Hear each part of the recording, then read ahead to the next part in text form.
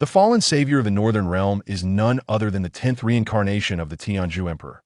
Once, he was a hopeless romantic who willingly allowed an ancient tyrant to seize his body in exchange for the revival of his beloved during the bloody battles at the borders of the Dashi kingdom. That he was also the pivotal figure in the war to restore the Rigwa, wielding the 10-fist sword and the 8-span Xionggoat jade to shatter the sinister plot of the fallen immortals. Moreover, in the face of a million zombies in the northern realm of Longwa, he became a martyr, using the dew bottle and exhausting his powers until his soul was scattered.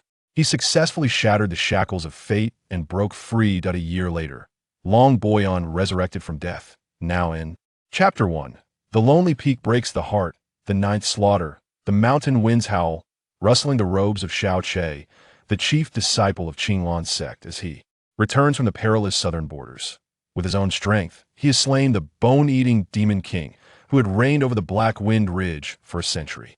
The demon core still radiates warmth beneath his sword, and his spiritual power surges, indicating he has reached the pinnacle of the Golden Core realm.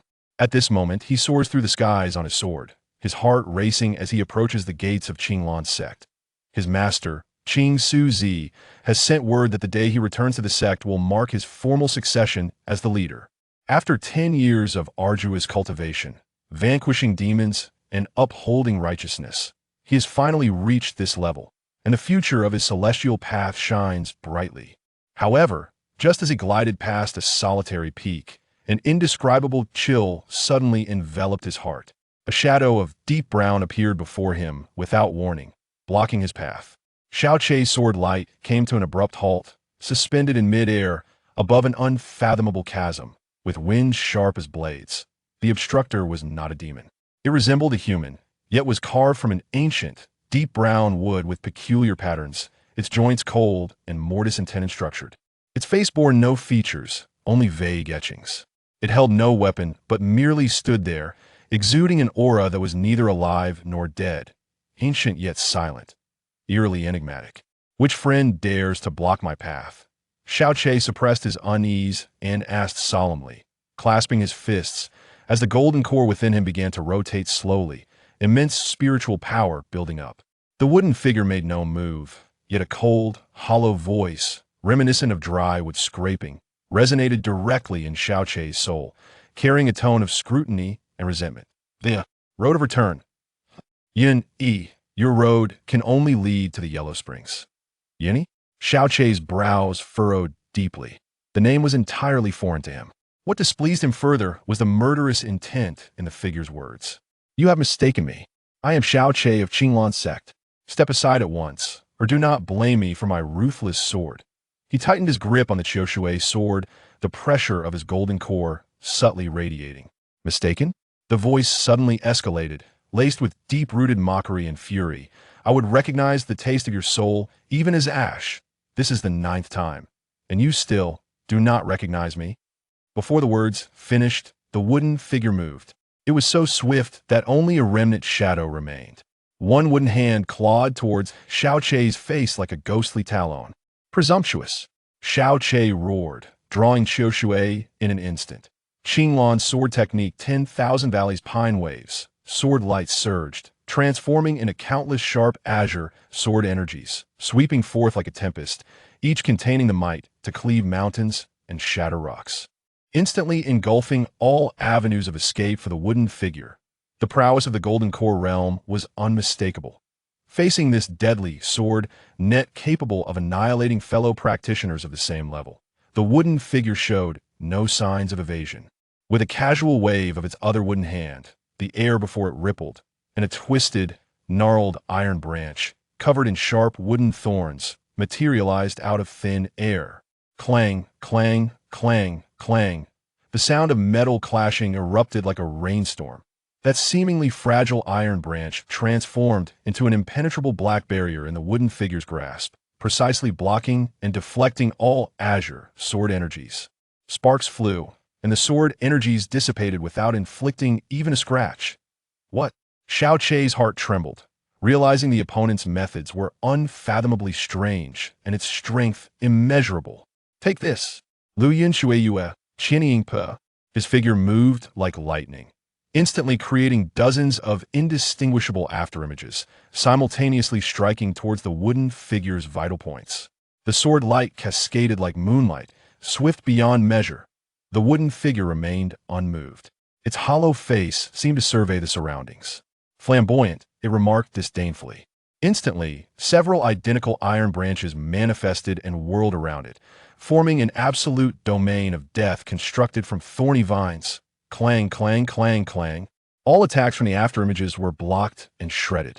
The true form of Xiao Che was forced to reveal itself by counterforce, stumbling back, blood surging in his veins. Fengguang Huaying's sword, Likong. Xiao Che gritted his teeth, forcefully suppressing the tumult within him, condensing his lifetime of sword intent into a single point. The Qiushui sword emitted a clear, dragon-like cry, its tip piercing forward with a chilling radiance, hurtling towards the wooden figure's core. This was the pinnacle of his swordsmanship, striving for ultimate penetration. Now it's getting interesting, brother. The wooden figure's cold voice carried a hint of amusement. It finally moved. The empty wooden hand opened its fingers, palm directed at the thrusting sword tip. Within its palm, a minuscule whirlpool formed, composed of countless intricate wooden patterns. Xiao Che's determined thrust plunged into the whirlpool, only to feel as if he had pierced into a viscous, bottomless mire. A terrifying suction surged forth, instantly dismantling his sword's momentum and voraciously devouring the immense spiritual power he had infused into the blade. Not good. Xiao Che's face turned pale.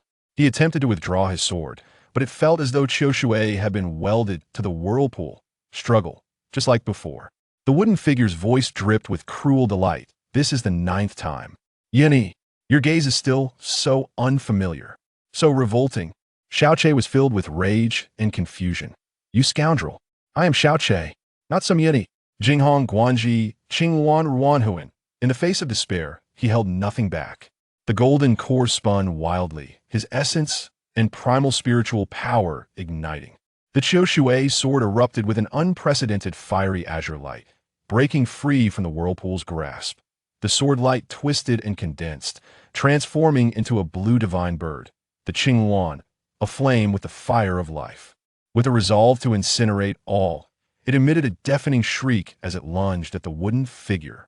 This was his strongest and final attack. Futile, is this all you can muster?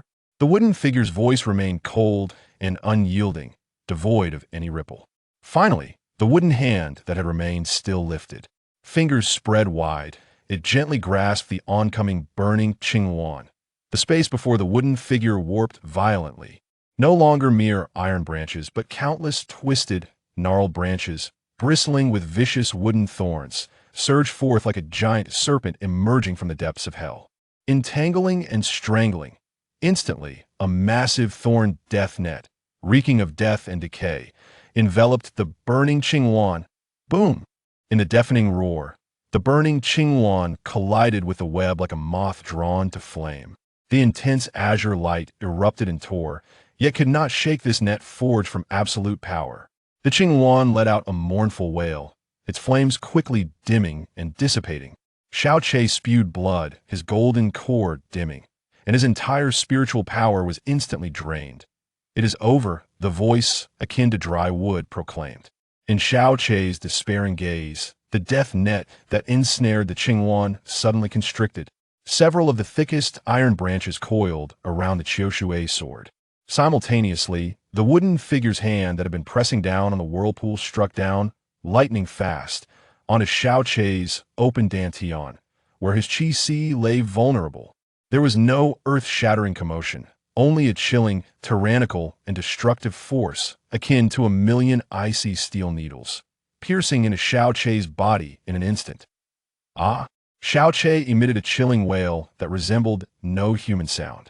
His meridians felt as if they were being severed by countless blades, fracturing inch by inch. His dantian, akin to fragile glass, shattered under the impact of a colossal force. The golden core he had painstakingly nurtured over the years cried out in anguish, riddled with cracks, while a torrent of spiritual energy surged forth like a breached dam, uncontrollably spilling out. The 8 extraordinary meridians were utterly destroyed. His cultivation lay in ruins. Like a broken sack, he plummeted from the air, crashing heavily onto the cold rocks, blood staining the shattered stones beneath him. The excruciating pain curled him into a tight ball, his eyes filled with sheer terror, agony, resentment, and profound bewilderment. He did not understand who this puppet was, who Yin was, nor why he was subjected to such a calamity. The puppet slowly approached him, its hollow face gazing down upon the younger brother, lying on the ground like an insignificant insect. Look, still that same expression. The voice, akin to withered wood, was laden with endless resentment. Pain, despair. Yet you still cannot recognize me. I am your blood-related elder brother. Yin. Why?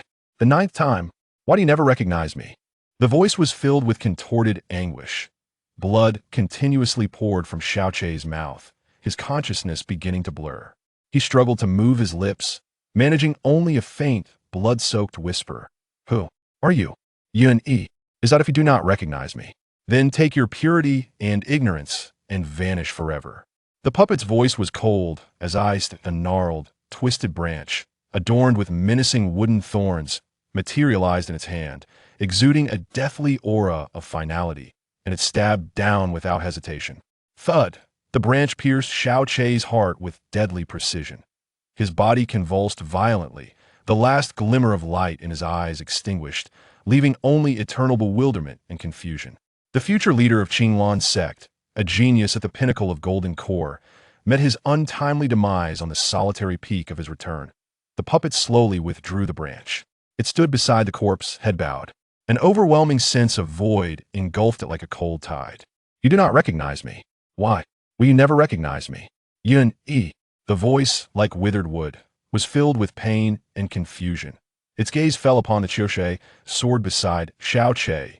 Now devoid of its master's spiritual nourishment, its brilliance diminished.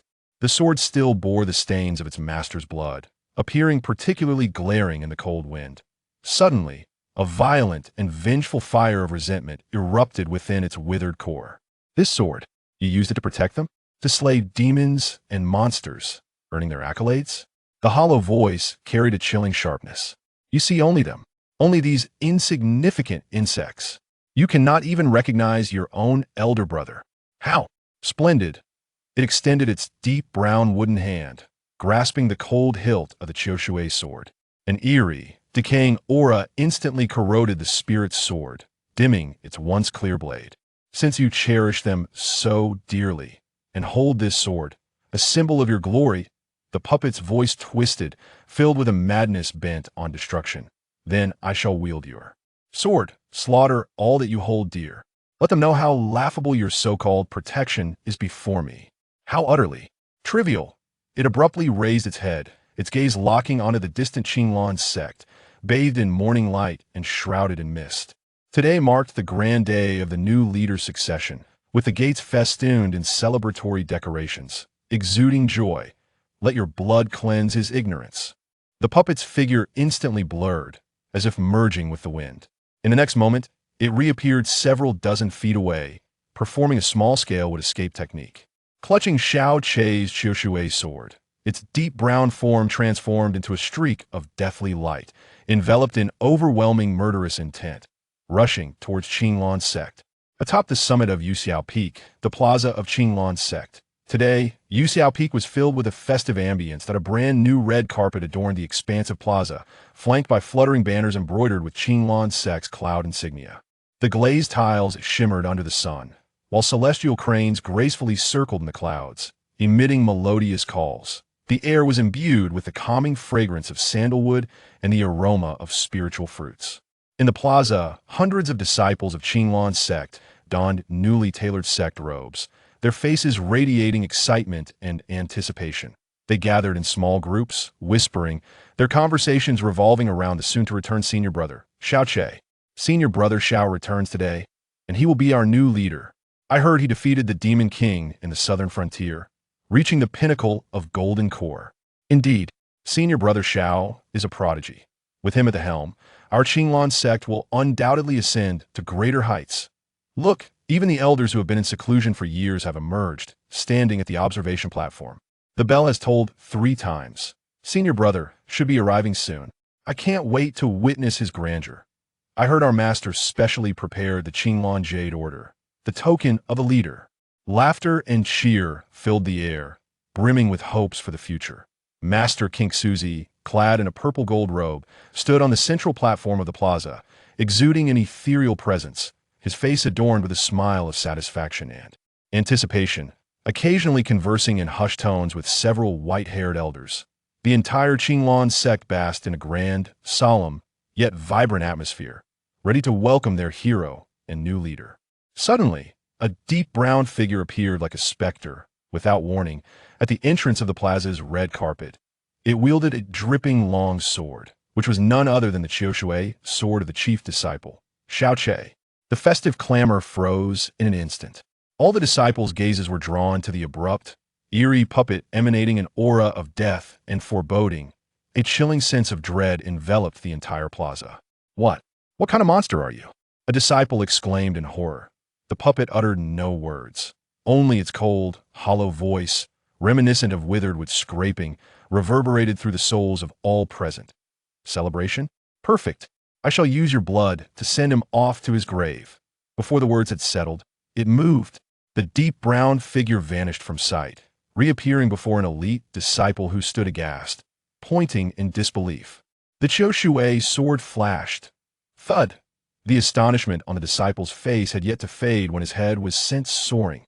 Hot blood splattered upon the pristine red carpet and the astonished faces of his fellow disciples beside him. Enemy attack. Protect the master.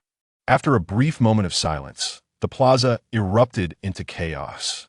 Screams, roars, and the sound of weapons being drawn filled the air. Monster! How dare you? Several elders, reacting swiftly, roared in fury, summoning their treasures, unleashing beams of spiritual light towards the puppet. The puppet vanished once more into the wood, the attacks missing their mark and impacting the plaza, creating a massive crater. Like a soul-seeking specter, it reappeared among another group of disciples. The Qiushui sword in its hand transformed into the scythe of death, its blade no longer shimmering with a clear blue hue, but instead enveloped in a decaying, ashen aura. Each flash of the blade brought forth a blinding spray of blood. Severed limbs and dismembered bodies flew, and piercing screams shattered the sky. Qinglan sword formation. Form the array. An elder cried hoarsely. Dozens of disciples, suppressing their fear, rapidly formed an array, weaving a net of sword light in an attempt to ensnare the murderous entity. Unfazed by the sword net, the puppet advanced without hesitation. The Qiushui sword traced a bizarre arc in its grip, the decaying sword energy swiftly corroding the spiritual power of the Qinglan disciples. The sword net dissolved as if doused in strong acid, collapsing in an instant. The puppet's figure flickered, penetrating the formation, and with a sweeping motion of the Qiushui sword, several heads rolled. It even deliberately smeared the blade, stained with the blood of its comrades, across the faces of the terrified young disciples attempting to retreat. Please, don't kill me, senior brother. Save me. The lamentations of insects, so delightful. The voice, akin to withered wood, resonated coldly amidst the slaughter. Its efficiency in killing is terrifying, as its figure constantly flickers across the square, each pause. Accompanied by death.It deliberately avoids the powerful assault of the elders, specifically slaughtering those younger disciples with weaker cultivation. With the sword of Xiaoche, it creates the most brutal purgatory in the very place where Xiaoche is about to ascend as the sect leader. The red carpet is completely stained a dark crimson, festive banners soaked in blood, and broken spiritual weapons along with scattered corpses create a hellish contrast to the previous peace and harmony. Before the Yuxiao Palace, the sect leader Qingshuzi trembles.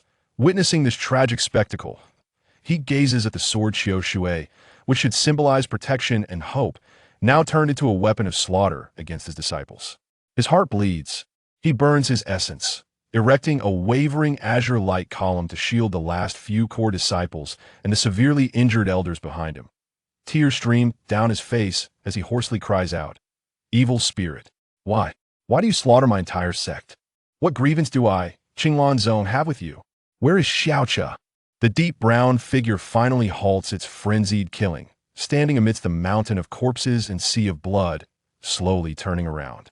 The blood droplets falling from the tip of the Qiushui sword emit a soft sound in the silence, striking at the hearts of all present. A cold and resentful voice explodes within Qingshuzi's soul. What grievance? The sin lies in how well you treated him. The sin lies in allowing him to see you as mere ants.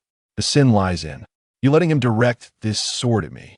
It raises the blood-stained Qiushui as if presenting damning evidence that he should never have invested even a shred of emotion in you dust, let alone not recognize me to protect you. Qingshuzi's spirit jolts, looking at the sword belonging to his beloved disciple. A terrifying thought emerges. Xiaocha. What have you done, Achur? What have I done? The voice carries a mad mockery. He is the esteemed Xiaocha you have high hopes for, and also the reincarnation of my brother Yuni. Yuni. Qingshuzi trembles violently, as if struck by a bolt from the heavens.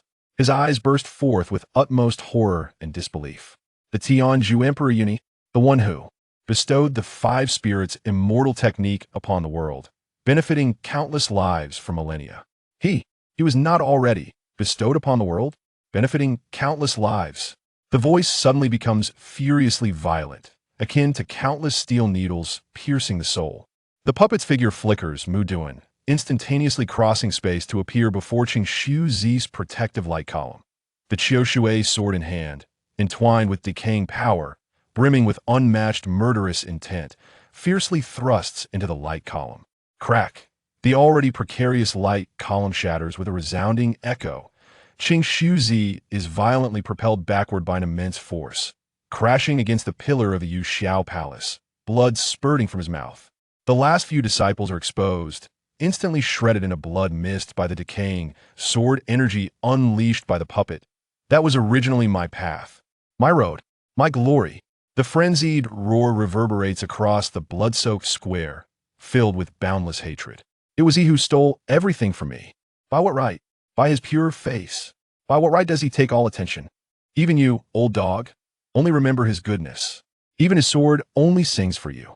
Qingshuzi collapses amidst the rubble and blood, witnessing the last hope extinguished, listening to this mad accusation that a truth more terrifying than death pierces his mind like an ice spike. He coughs blood, using his last ounce of strength to point at the deep brown puppet wielding the Qiushui sword. Returning from hell, his voice hoarse and sharp, filled with horror. In realization, you that you are, the traitor who slaughtered your master and fell into the demon realm. Ancient texts record, you are Yunling Xiao, the one who killed his master. You are still alive, killer of masters? The cold voice carries endless resentment and a hint of twisted pride. So what? Killing him once, gathered 10 times, and I still won't feel satisfied. I just have to wait a while longer to kill him again. Seeing the utter despair and understanding in Qingshuzi's eyes, a flicker of delight crosses the puppet's face. It steps forward, now before Qingshuzi. The cold wooden hand tightens around Qingshuzi's throat, lifting him above the mountain of corpses and sea of blood. The tip of the Qiushui sword, dripping with blood, rests against his forehead. Old dog, for the sake of how well you treated him, I will grant you a clear death. The voice returns to a chilling calm. Now, take your admiration for the Tianzhu Emperor and your fear of me, and disappear. Qingshuzi's throat is constricted, rendering him voiceless, but his bloodshot eyes fixate on the puppet's faceless visage, his soul unleashing the most venomous silent curse. Yun, Ling, Xiao, killing kin and betraying morals, must forever fall into the abyss. Soul scattered. I have always been in the abyss of hell. The voice remains unfazed. The wooden hand tightens.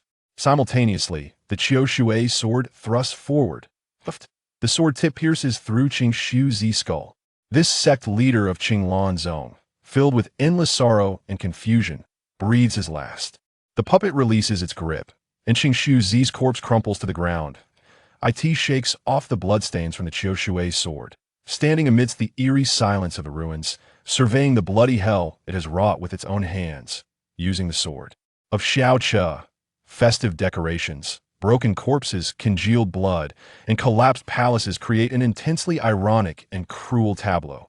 Silence envelopes the ruins. The stench of decay and death hangs thick in the air. The puppet slowly raises its face, seemingly gazing into the distant land. The deep, silent atmosphere pervades that I end this chaotic era. The voice, like withered wood, whispers with profound fatigue. The 5 dynasties and 10 states. Human lives are like grass. Uni, the next time, will you hide amidst the dust? Looking at me with that not recognizing brother gaze, its sight pierces through space, ultimately locking onto the southeastern capital of Xianghua. A faint yet remarkably resilient soul fluctuation, originating from the peak corpse, even more pure, flickers like a spark in the darkness, clearly resonating. Not recognizing, will eventually recognize. Within its wooden heart, that morbid anticipation intertwines with deeper jealousy. The deep brown figure, like sand scattered by the wind, silently disintegrates into an imperceptible wooden essence, merging into the fierce gale, quietly retreating southeast. Chapter 2. The Illusion of Peace, a Corrupt Court. In the early winter afternoon of the capital city of Xianghua, the sun struggles to penetrate the laziness and gloom that permeates the streets, bringing a hint of thin warmth. On the main street, pedestrians bustle about, most of them walking hurriedly, their faces pale. The shouts of vendors rise and fall, yet cannot mask the faint scent of decay in the air.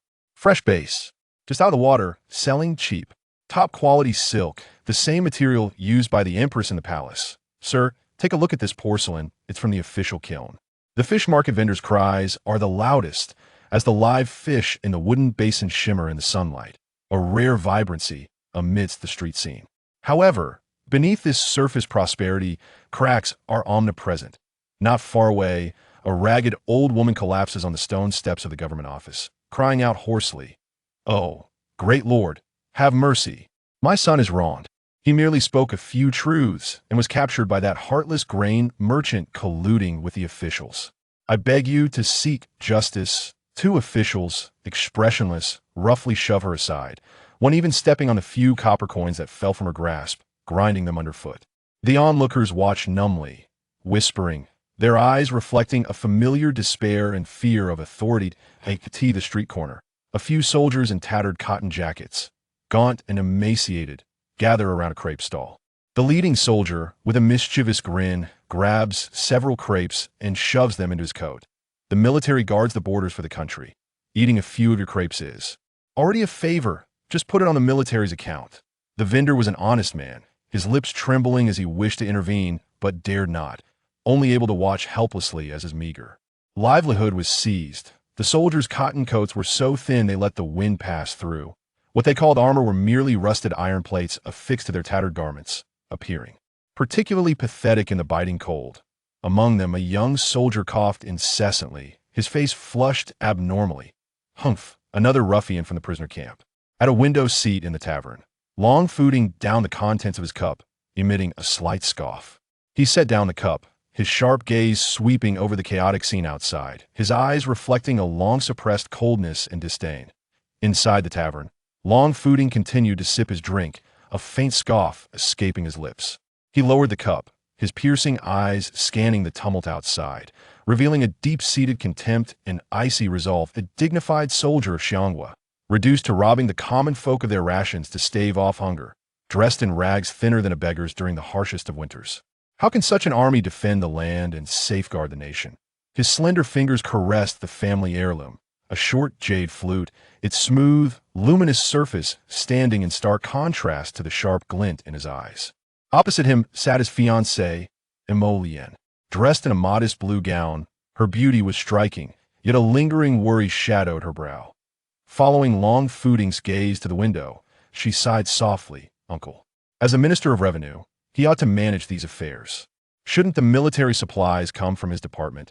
At her words, a complicated smile tugged at Long Fooding's lips, tinged with self-mockery and certainty. "Leonor, your Uncle Wu Yi? He is a pivotal figure in the court of Xianghua, the foremost of the civil officials. Can he truly manage?" He poured himself another glass of the exquisite wine aged for a decade, the amber liquid swirling in the cup, releasing a rich, intoxicating aroma. Just then, a group of drunken wanderers at a nearby table raised their voices, thick with alcohol and alarm. "Hey, have you heard? In the northwest, Qinglong sect. It's gone." A burly man slammed his fist on the table, causing the dishes to rattle. "What? Qinglong sect? Isn't that the small sect that just emerged in recent years, known for producing the talented disciple Xiao Che?" A slender figure nearby widened his eyes in disbelief. "Indeed, it's all over. The burly man took a swig of his drink, lowering his voice slightly, but unable to conceal the tremor of fear in his tone. They say it happened just yesterday, on the very day Che was to become the new sect leader. The entire sect was drenched in blood, not a single soul left. Even the main gate was split in two. Goodness. The slender figure gasped. Who did this? What about Che? Wasn't he at the pinnacle of the Golden Core stage, such a young age? I heard he slayed the bone-eating Demon King with a single strike in the southern frontier. Who knows? The burly man sighed heavily, his face etched with regret. Alive, there's no sign of him. Dead, no body to be found. The signs are ominous. Such a promising young man, known for his righteousness, just like that. Alas, what a pity. Truly, heaven is jealous of the gifted. Who could be so cruel as to strike on such a day? It's utterly unfathomable. Another silent figure with a scarred face added, though the Qinglan sect is a minor faction, they have always acted with integrity. I have not heard of any deadly enemies. This affair reeks of malevolence. Che was indeed a fine talent, a great loss. The discussions from a neighboring table were clearly audible to Long Fuding and Emolien. A shadow fell across Emolien's fair face, her gentle and worried eyes now filled with genuine sorrow and disbelief. Qinglan sect. She murmured, her voice trembling slightly. I have not met Che, but I have heard of him. They say he is young and accomplished, upholding righteousness. How could the entire sect just... She faltered, shaking her head, as if unable to bear the thought of such a bloody massacre. What a shame. A sect that had only recently begun to flourish, just like that. Long Fuding's gaze returned from the window to Emolien's sorrowful face that he lifted his cup, lightly tapping the smooth jade flute with his fingertip, producing a barely audible sound. His expression was calm to the point of being cold, his profound eyes betraying no emotion, as if he regarded the news as nothing more than a trivial rumor. A shame? Long Fuding's voice was low and steady, imbued with a detached understanding of the world. Liener, you are always so kind-hearted. He leaned slightly forward, his gaze sharp as ice, locking onto Emolien. In this world, what is there to lament? Whether it be Qinglan sect or Xianghua, or even Yanghua, Chunghua, Weigua, it is all the same. He paused, emphasizing each word as if they were cold iron striking the table. Weakness is the original sin. To be insufficiently strong and unsteady is to be crushed, devoured, and utterly erased. Whether in the battle of sects or the struggle of dynasties, there is but one rule. The victor is king, the vanquished a bandit. Death or disappearance is the eternal fate of the weak. His words carried no anger, no sentiment. Instead, they were a cold declaration akin to truth. Deep within his gaze flickered an absolute reverence for power and a raw desire to control all. The demise of Qinglan's sect, in his eyes, was merely another inevitable annotation under this ruthless rule, perhaps even the prelude to a certain opportunity. Emolien shivered slightly at the chill emanating from his words. She gazed in a long Fuding sighs. Devoid of compassion and filled with an acceptance of the rules of power, she recalled his previous disdain for the Xianghua army and his calculations regarding her uncle Wu Yi. The sorrow born from the tragedy of Qinglan sect deepened within her.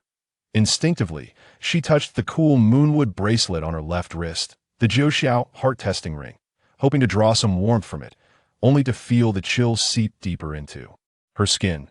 She opened her mouth, wishing to argue, but it transformed into a softer, deeper sigh as she turned her gaze back to the chaotic and decaying streets outside and to the distant, unseen summit of Qinglan Peak, shrouded in blood.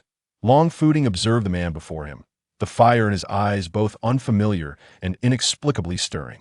A decade of cultivation had not dulled his edges. Rather, it had sharpened his ambition and discontent. She understood his obsession and his schemes, yet the unease within her grew heavier. She opened her mouth to say something, but it turned into a gentle sigh. I hope your uncle can successfully pave the way for you. But Fuding, the road ahead is fraught with peril. That moment, an unusual commotion erupted outside the tavern. The sound of urgent hooves approached rapidly, like a dense drumbeat striking against the bluestone pavement, accompanied by the sharp, piercing sound of horns, shattering the false tranquility of the afternoon. Clear the way. Make way. Urgent military dispatch. All civilians, retreat immediately. Violators will be executed without mercy. A group of soldiers clad in distinctive armor galloped in like a whirlwind from the direction of the palace, the leading officer brandishing a bright yellow flag that flapped in the wind. The soldiers behind him continuously sounded the deep horns, their tones imbued with undeniable authority and an urgent sense of crisis, urging the citizens ahead to hastily make way as the horses thundered past. The crowd scrambled to disperse like a tide, and vendors' goods toppled without a word of protest. All eyes were filled with uncertainty as they beheld this rare and urgent assembly of soldiers heading towards Jingya Xiaozhua, a sight not witnessed in nearly a decade. Inside the tavern, Long Fuding's previously cold smile fully blossomed, radiating a sense of fulfillment and excitement at the brink of entering the eye of the storm. He drained the last drop of exquisite wine from his cup, its decade-old fragrance igniting the flames within his chest. The time has come. He set down the cup, his gaze sharp as a blade, fixating on the entrance, as if piercing through the wooden door to see the gateway to power and fate's vortex. Lianer, we have awaited this moment. As the last echo of his words faded, the entrance of the tavern was forcefully thrust open, allowing a flood of light to illuminate the imposing figure of the captain and the soldiers stationed outside, cordoning off the street. The captain's gaze was sharp as a blade, sweeping through the interior of the tavern until it finally settled on Long Fuding, who was seated by the window. He stepped inside, hands clasped together, his voice resonating with undeniable authority. May I inquire if Long Fuding of Sizhou and Xianghua is present here? Long Fuding rose slowly, his garments billowing as if stirred by an unseen wind, the 10 years of patience and planning converging into an invisible aura at that moment. A slight smile graced his lips as he met the captain's gaze and proclaimed, "I am he, Long Fuding." With a swift motion, the captain unfurled the command flag, the bright yellow silk standing out starkly in the dim tavern. "By the order of Minister Wu, you are summoned to the palace at once." "Citizen Long Fuding obeys," he replied, his voice steady, striding toward the door. However, upon reaching the threshold, he abruptly halted, as if recollecting something. He patted his forehead, turned around, and pointed at Mo Lian, who was closely following him, speaking naturally yet with an undeniable weight. "This is my wife, Mo Lian, who has accompanied me in my cultivation for many years. She is also the niece of the Minister of the Ministry of Revenue, Wu Yi, and must accompany me." The captain's eyes darted across Mo Lian's face, evidently wary at the mention of Minister Wu Yi. He nodded and instructed the soldiers beside him. "Prepare a horse. Provide this young lady with one." Immediately, a soldier led forth another fine steed. Long Fuding mounted with fluid grace, while Mo Lian, aided by the soldiers, nervously climbed onto her horse. Long Fuding cast a glance back at her, his eyes reflecting a complex mix of assurance, resolve, and a barely perceptible entrustment. Mo Lian nodded gently, her left hand instinctively brushing against her wrist, where a peculiar moon-white bracelet woven from cool, smooth branches rested. "Move out," commanded the captain. The sound of the horn blared once more urgent than before, akin to the drums of war summoning the troops. The group galloped forth, the soldiers clearing the path amidst the cacophony of the horn, racing towards the palace of Xianghua. The hooves struck the bluestone pavement, sending up sparks that danced like fireflies, the thunderous sound echoing through the streets, resonating in the hearts of every onlooker. This straight thoroughfare appeared as a fateful tether, firmly binding Long Fuding and Mo Lian to the resplendent yet treacherous heart of power, the Linglong Pavilion. Chapter 3. The Gamble in the Court. Entering the fray. Long Fuding and Mo Lian rode swiftly under the escort of soldiers. The urgent blast of horns shattered the tranquility of the afternoon in the capital, causing the citizens along the way to panic and flee, their faces etched with fear at the sudden display of royal authority and the unknown turmoil ahead. In that instant, Long Fuding abruptly pulled the reins, causing his steed to rear and neigh. His profound gaze transcended the closely packed rooftops, fixating on the distant horizon. "Fuding?" Mo Lian also halted her horse, following his gaze, her heart tightening abruptly. In the northwestern sky, a blinding pillar of crimson smoke, reminiscent of congealed blood, rose ominously towards the heavens. The hue was so intense, so foreboding, that it seemed to stain the very sky of Xianghua with an ominous glow. Beacons of war," Mo Lian gasped, her voice trembling. Though Xianghua had known peace for many years, this crimson smoke, a harbinger of utmost vigilance and foreign invasion, evoked a deep-seated fear etched in the bones of every Xianghua citizen. The direction from which the smoke rose, the North River Gate, was the sole land passage of Xianghua facing the central kingdom. The citizens around them soon glimpsed this apocalyptic sight, and after a brief silence, chaos erupted once more. Cries, shoves, and the clattering of falling goods merged into a cacophony. Fishmongers abandoned their scattered wares. Merchants frantically attempted to pack up, unsure of where to flee, while the soldiers paled, gripping their spears tightly, their eyes filled with the confusion and dread of an impending war. Long Footing sat firmly upon his horse, gazing up at the blood-red sky, a cold, determined smile slowly curving his lips. There was no hint of surprise in that grin, only an air of mastery and a flicker of excitement for the impending performance. "Look, Lianer," his voice, though low, cut through the surrounding tumult, reaching Mo Lien's ears with clarity. Blood stains the sky, the beacons sound warning. This scene unfolds just as I anticipated. Without a single deviation, he turned his head to regard Mo Lien, whose complexion had turned pale, his eyes sharp as blades. The ire hooves of the Central Kingdom are already on the march. The skies of Xianghua are about to change, and the opportunity for this transformation lies within our grasp.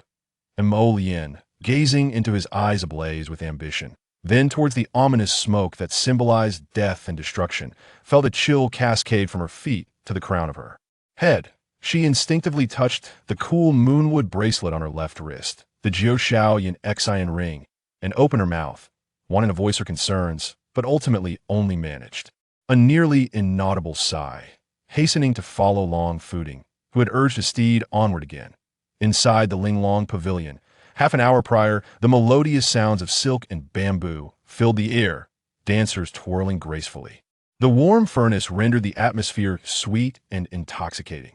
Emperor Yang, his corpulent form sinking into the golden-threaded cushions of the dragon throne, held a newly acquired beauty in one arm, while raising a luminous cup in the other. Squinting to admire the elegant figures of the dancers, the mingling aromas of fine wines and sumptuous dishes with the sweetness of powders permeated the lavish space. Ministers either echoed the emperor's light laughter or whispered among themselves, reveling in this opulent tranquility. Minister Wu Yi of the Ministry of Revenue sat alone not far from the dragon throne, leisurely savoring the amber-hued nectar in his cup. An enigmatic smile adorned his face, as if all that unfolded before him were mere embellishments on his chessboard. Occasionally, his gaze would flit over the dancers, then to Emperor Yang, ultimately resting outside the hall. Within the depths of his eyes lay a subtle glimmer of calculation. Suddenly, boom! A deafening crash resounded, accompanied by splintering wood and the jarring sound of metal fracturing. The heavy, gilded doors of the Linglong Pavilion exploded inward as if struck by a giant hammer.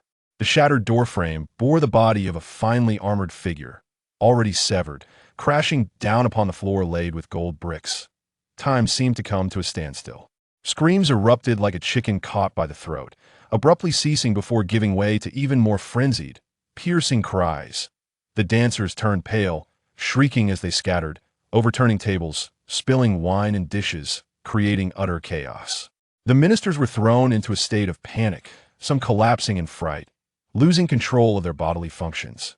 Others crawled and scrambled behind pillars, their official hats askew, utterly disheveled, and still others clasped their mouths tightly, their wide eyes brimming with sheer terror. The beauty in Emperor Yang's embrace fainted outright. The emperor himself turned ashen, his corpulence quaking violently. He attempted to rise and flee, but his legs, accustomed only to indulgence, felt as heavy as lead, seemingly pinned to the dragon throne by an invisible fear, rendering him immobile. He could only emit futile gasps, resembling a fish out of water. Amidst the chaos, only Wu Yi slightly furrowed his brow, placing his cup down. He even picked up a silk handkerchief, leisurely wiping away a drop of wine that had splattered onto his sleeve, as if merely a cup had been broken. Yet beneath his lowered eyelids, a flash of cold calculation flickered. In the midst of the deathly silence and disorder, a tall, burly figure adorned in battle armor, caked in dust and dark red blood, strode in as if emerging from the depths of hell. He stepped over the shattered doors and the flowing blood, Advancing steadily with resolute power, in his left hand, he bore the severed head of the captain of the pavilion, eyes wide open in defiance. In his right hand, he wielded a long sword still dripping with blood, the thick crimson fluid sliding down the gleaming blade, splattering onto the golden bricks below, erupting into glaring bloodstains, echoing the sound of drip, drip, akin to the death knell resonating in the hearts of all present. Wang Qi, the Grand General of Xianghua. Wang Qi. He disregarded the chaos and screams within the hall, his gaze sharp as a blade, piercing directly towards the Emperor Yang seated upon the dragon throned in his eyes. There was neither fear nor flattery, only an almost fervent sincerity and a resolute determination akin to that of a lone wolf driven to desperation. With a thud, he casually tossed the still bleeding head, as if discarding refuse, into the center of the grand hall. The head rolled a few times, its frozen expression of terror and disbelief facing the several ministers sprawled on the ground, causing them to erupt into another fit of horrified wailing. Wang Qi knelt on one knee, his blood-stained longsword clanging as it was thrust into the golden bricks beside him, the sound echoing like the clash of metal, overpowering all the surrounding tumult. Wang Qi, pay my respects to your majesty, the Emperor Yang. There is an urgent military matter of utmost importance to report. His voice boomed like thunder, infused with the iron-blooded essence honed on the battlefield, instantly silencing all screams and chaos within the hall. Everyone recognized this venerable general, noting his distinctive, fierce gaze reminiscent of a mighty tiger. Although fear slightly abetted, astonishment and shock surged. What could compel this loyal old general to commit such a shocking act, akin to treason? Emperor Yang trembled at the thunderous voice, his stomach churning as he beheld the rolling head and the blood-soaked floor. Struggling to suppress his urge to vomit, he endeavored to project the dignity of an emperor, yet his voice quivered uncontrollably. I see it as you, Wang. Wang Qi, there are matters to discuss, but we must adhere to court protocols. Let us speak civilly. Look at what you have done to my beloved concubine. Instinctively, he clutched the unconscious beauty in his arms, as if she were his sole support. Wang Qi abruptly raised his head, his eyes slicing through the dazed and disheveled ministers, finally landing on Emperor Yang's distorted, fearful visage. His voice brimmed with suppressed fury and urgency. Your Majesty, the spies from the Wang family dispatched to the Central Kingdom have procured secret military intelligence. General Li Feng of the Central Kingdom has amassed 30,000 heavily armored troops, and they will reach our Xianghua's Beichuan Gate in half a month. Xianghua is in imminent danger. I beseech your Majesty to issue an immediate decree, allowing me to deploy the military's heavy armor and provisions, gathering all available troops nationwide to defend Beichuan Gate. We cannot delay. The sound of blood dripping from the sword resonated starkly in the deathly silent hall. Lord Wang. Wu Yi finally stood, his voice not loud, yet imbued with a peculiar penetrating quality. He brushed non-existent dust from his sleeves, elegantly bowing deeply to Emperor Yang, his tone respectful, with words that pierced the heart. This is a solemn court, the heart of the nation. According to ancestral customs, military officials entering the court must disarm and sheath their swords. Today, General Wang not only brandished his sword within the palace, but before the emperor and under the gaze of all present, brazenly slaughtered the guard commander, spilling blood upon the golden throne. Such actions are no different from treason and regicide. If your Majesty does not grant your request, how will you respond, General Wang? His words fell like ice water into hot oil, instantly igniting the wrath and fear of the civil officials. Your Majesty, Wang Qi is guilty of treason. His crimes deserve the most severe punishment. For 80 years, Xianghua has never seen such a rebellious lunatic. Your Majesty. Wang Qi, brandishing a sword in the court, shows utter disregard for his sovereign, clearly revealing his treasonous intentions. Listening to these condemnations, Wang Qi gazed upon those who typically sang praises but now bore faces filled with righteous indignation. A profound sense of sorrow and fury surged within him. He suddenly drew his long sword from the ground, pointing it at the noisy civil officials, his hair bristling, voice booming like a tiger's roar. Silence. You vermin. With the nation on the brink of collapse, what nonsense about etiquette are you discussing? You spend every day flattering the emperor, feeding off the people's blood. When the Central Kingdom's iron hooves trample through our gates, your heads will fall just the same. At that moment, let us see if your etiquette can save your lives. Bold Wang Qi. Wu Ye's voice rang out sharply as he stepped forward, fearlessly confronting Wang Qi's blood-stained sword, his gaze as sharp as an eagle's. Do you imply that in the entire realm of Xianghua, only you, Wang Qi, are a loyal subject? Only you understand warfare? Only you can save the nation? Where do you place the emperor? Where do you place the entire court of civil and military officials? Do you even see the sovereign before you? Emperor Yang was awakened by Wu Ye's words, regaining a semblance of imperial dignity. Clearing his throat, he darkened his expression. General Wang, your words are indeed quite unpalatable. Wang Qi's heart sank, realizing he had fallen into Wu Ye's verbal trap. He suppressed his boiling rage and hurled his long sword out of the hall, the blade embedding itself deeply into the stone pavement of the square with a resounding clang. He knelt once more, his voice hoarse yet filled with undeniable sincerity. Your Majesty, I am but a rough and uncultured man, unrefined in speech. Some in the court may be eloquent, yet they are of no benefit to the nation. Now, with great enemies approaching, 30,000 elite soldiers of the Central Kingdom are on their way, and while the Beichuan Gate has natural defenses, we are outnumbered, and their equipment is superior. I propose to hold the Beichuan Gate with the remnants of our forces, forming a defensive line with the surrounding mountain fortresses, relying on our Wang family's heavily armored cavalry to withstand the onslaught, perhaps securing a slim chance of survival. However, our Xianghua's forces are few, even counting the guards and prisoners. They number barely 20,000. Our provisions are also severely lacking, making it difficult to endure. The urgent matter is to swiftly issue a decree to conscript able-bodied men into service to gather. No, to collect civilian provisions to respond. I have a plan. Wu Ye's voice interrupted once more, like a venomous serpent, precisely cutting off Wang Qi's statement. He turned towards Emperor Yang, his voice regaining that commanding composure.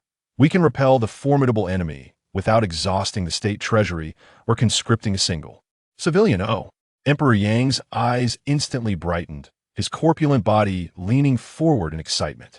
He relished hearing such news of effortless gain. Wu Shangshu, Wang Qi, enraged to the point of laughter, wore an unmistakable look of disdain. Are your lofty ideas perhaps encouraging the emperor to surrender the city and submit to the enemy? Ha ha! Wu Yi chuckled lightly, his laughter piercing through the silence of the Grand Hall. Throughout history, those who surrender are often powerful military generals. In the past, there was Shang Zhou and Baigon, whose loyal words pierced the heart. Chu Yuan of Chu, who drowned himself with a stone, exemplifying the spirit of the civil officials. In contrast, there was Zhang Han of the Qin, commanding 200,000 troops, yet he knelt to Xiang Yu, who merely had a weary army of 30,000, thereby sealing the fate of the Qin dynasty. General Wang, do you not see the resemblance to the current situation in the court? His insinuating gaze stabbed at Wang Qi like a poisoned needle. You! Wang Qi trembled with rage, his eyes bulging, fists cracking audibly, yet he found himself momentarily speechless. Wu Ye's skill in reversing right and wrong and subtly accusing him left him utterly defenseless. Wu Ye's words landed like a heavy hammer upon the already wavering heart of Emperor Yang. The emperor's gaze towards Wang Qi shifted, filled with suspicion and fear. The example of Zhang Han was too horrifying. A general wielding military power surrendering in the face of national crisis. Emperor Yang's plump hand suddenly waved sharply, his voice shrill. General Wang, wait. He urgently signaled to the equally pale-faced chief eunuch beside him, who scurried to the dragon table, pressing down on the freshly penned decree that was still wet with ink. Wu Yi. Wu Ye's voice suddenly rose, filled with a sense of irrevocable determination, as he knelt heavily upon the ground, his forehead striking the cold, blood-stained golden bricks with a thud. I pledge with the lives of my entire Wu family, young and old, to recommend one person who can resolve this overwhelming calamity. This individual is Long Fuding from Suzhou. Chapter 4. The blood-soaked deception of the poisonous scholar within the exquisite Linglong Pavilion. The stench of blood lingered, and the shattered door bore witness to the recent upheaval. Wang Qi knelt upon the frigid golden bricks, his spine as straight as a spear, the blood-stained armor contrasting starkly against the opulence of the hall. The young emperor, Regaining his composure, felt an unusual flush on his plump face at Wu Ye's assurance of family safety, and he impatiently inquired, Wu Qingjia, speak quickly. Who is this exceptional talent you have recommended? The emperor's voice was laced with the exhilaration of surviving a calamity and a yearning for extraordinary individuals. Wu Yi remained in a kneeling position, his forehead touching the ground, his voice emanating from the floor with an intentionally suppressed steadiness, yet resonating clearly in the hushed hall. Your Majesty, this individual is surnamed Long, named Fu Ding, hailing from Suzhou in Xianghua. 10 years ago, feeling overwhelmed by the chaos of the world and the elusive path of enlightenment, he entered the tutelage of the master at Putuo Mountain. His exceptional gifts and genuine nature led to him being accepted as a direct disciple within 3 years, gaining the essence of Putuo's teachings. He paused briefly, his head still lowered, and continued, however, this young man harbors a deep sense of duty towards his country and understands that practical knowledge is the foundation of governance. 2 years ago, he left his master at Putuo Mountain, enduring great hardships, and ultimately became the sole disciple of the reclusive sage, Wu Ying, known for his unparalleled wisdom at Shihu Mountain. Wu Ying's reputation is well known, yet Long Fu Ding, with his extraordinary understanding and unparalleled intellect, became his only true disciple, mastering the profound strategies of military formations and the mysterious arts of deception. Wu Ying, the young emperor exclaimed, slapping his thigh in excitement, saliva flying as he spoke. I recall now. It was last year when our nation dispatched 20,000 elite troops to besiege Shihu Mountain for several months, only to be utterly outmaneuvered by the traps set by Wu Ying, losing soldiers and generals alike. The general leading the army was so humiliated he nearly took his own life. Such a recluse of extraordinary talents. Your Majesty's brilliance is undeniable. Indeed, this astonishing figure is the very one. Wu Yi's voice carried a perfectly measured reverence. Even 20,000 fierce troops from our nation are but child's play before Wu Ying. For Long Fu Ding to be his sole heir, his strategies and methods must be beyond the capabilities of ordinary generals. Surely, he possesses remarkable tactics that require neither blades nor bloodshed to repel enemies. Without shedding blood? To repel enemies by 1,000 miles? Wang Qi could no longer restrain himself, abruptly raising his head, his voice erupting like a long-suppressed volcano, filled with the indignation and fury of a battle-hardened soldier. Wu Shangshu, how can you dare to believe such absurdity? Our nation has 30,000 armored soldiers, arriving in half a month. This is a genuine battlefield, not a child's game. This so-called genius of yours, why does he return now? At the very moment my nephew risks his life for military intelligence? What a remarkable coincidence. This man's origins are dubious, and his motives suspicious. I suspect he is not a savior, but rather a spy sent by the enemy to sow discord within our court. His accusations came forth like a barrage of cannon fire, resounding throughout the hall. General Wang, you are speaking slander. Wu Yi appeared utterly crushed by such harsh words. Suddenly lifting his head, the red mark on his forehead, previously struck against the golden bricks, had split open, a stream of glaring blood trickling down his brow, mingling with the murky tears that suddenly welled up, leaving a wretched and sorrowful trace on his otherwise well-groomed face. Before the assembly of officials and the young emperor, he wept like a wronged scholar, his voice filled with anguish over being misunderstood by loyal subjects. Your Majesty, I am wronged. My recommendation of Long Fu Ding was made with the purest intentions. I hesitated to disclose this earlier, fearing it might appear self-serving. But Long Fu Ding is actually my niece's husband. He sobbed, as if summoning all his strength to reveal this secret. Niece's husband? The young emperor and the officials were momentarily taken aback. Wu Yi wiped away his blood and tears, his voice choked with emotion. My niece, Emolian, has been cultivating at Putuo Mountain since childhood, and she and Long Fu Ding share mutual affection. He returned after completing his studies, intending to first pay respects to the elders and then choose an auspicious day for their wedding. I only learned of his return the day before and planned to introduce him to your Majesty today, hoping he could devise strategies to unify the realm. I never anticipated that the national crisis would strike, nor that my sincere recommendation would lead General Wang to suspect treachery. He wept uncontrollably, his body trembling with grief and indignation, the blood on his forehead mingling with his tears, creating a scene of profound loyalty and sorrow. This raw display of emotion had a powerful impact. The young emperor, observing the blood on Wu Ye's forehead and the tears on his face, then glancing at Wang Qi's still skeptical and hardened expression, felt the scales of judgment tip dramatically. Enraged, he seized a jade paperweight from the dragon table and hurled it at Wang Qi. Although it missed, the intimidation was palpable. Wang Qi, you reckless fool! How dare you question the loyalty of my beloved minister, who has even recommended his niece's husband, guaranteeing the safety of his entire family? What do you offer besides violence and suspicion? Your evidence lies in the blood on Wu Aiqing's forehead and the tears on his face. Silence yourself. Speak again, and I shall have your head. The emperor's wrath was formidable, and Wang Qi, no matter how unwilling, could only press his forehead against the ground. Gritting his teeth as he muttered, I acknowledge my guilt. Yet, inside, he felt a chilling despair. At that moment, the captain of the guards at the palace entrance subtly signaled to Wu Yi with a nearly imperceptible glance. Wu Yi understood immediately, ceasing his tears, and turned his blood-streaked face towards the young emperor, his voice tinged with the excitement of survival. Your Majesty, heaven bless Xianghua. My niece and her husband have just arrived outside the palace, awaiting your decree.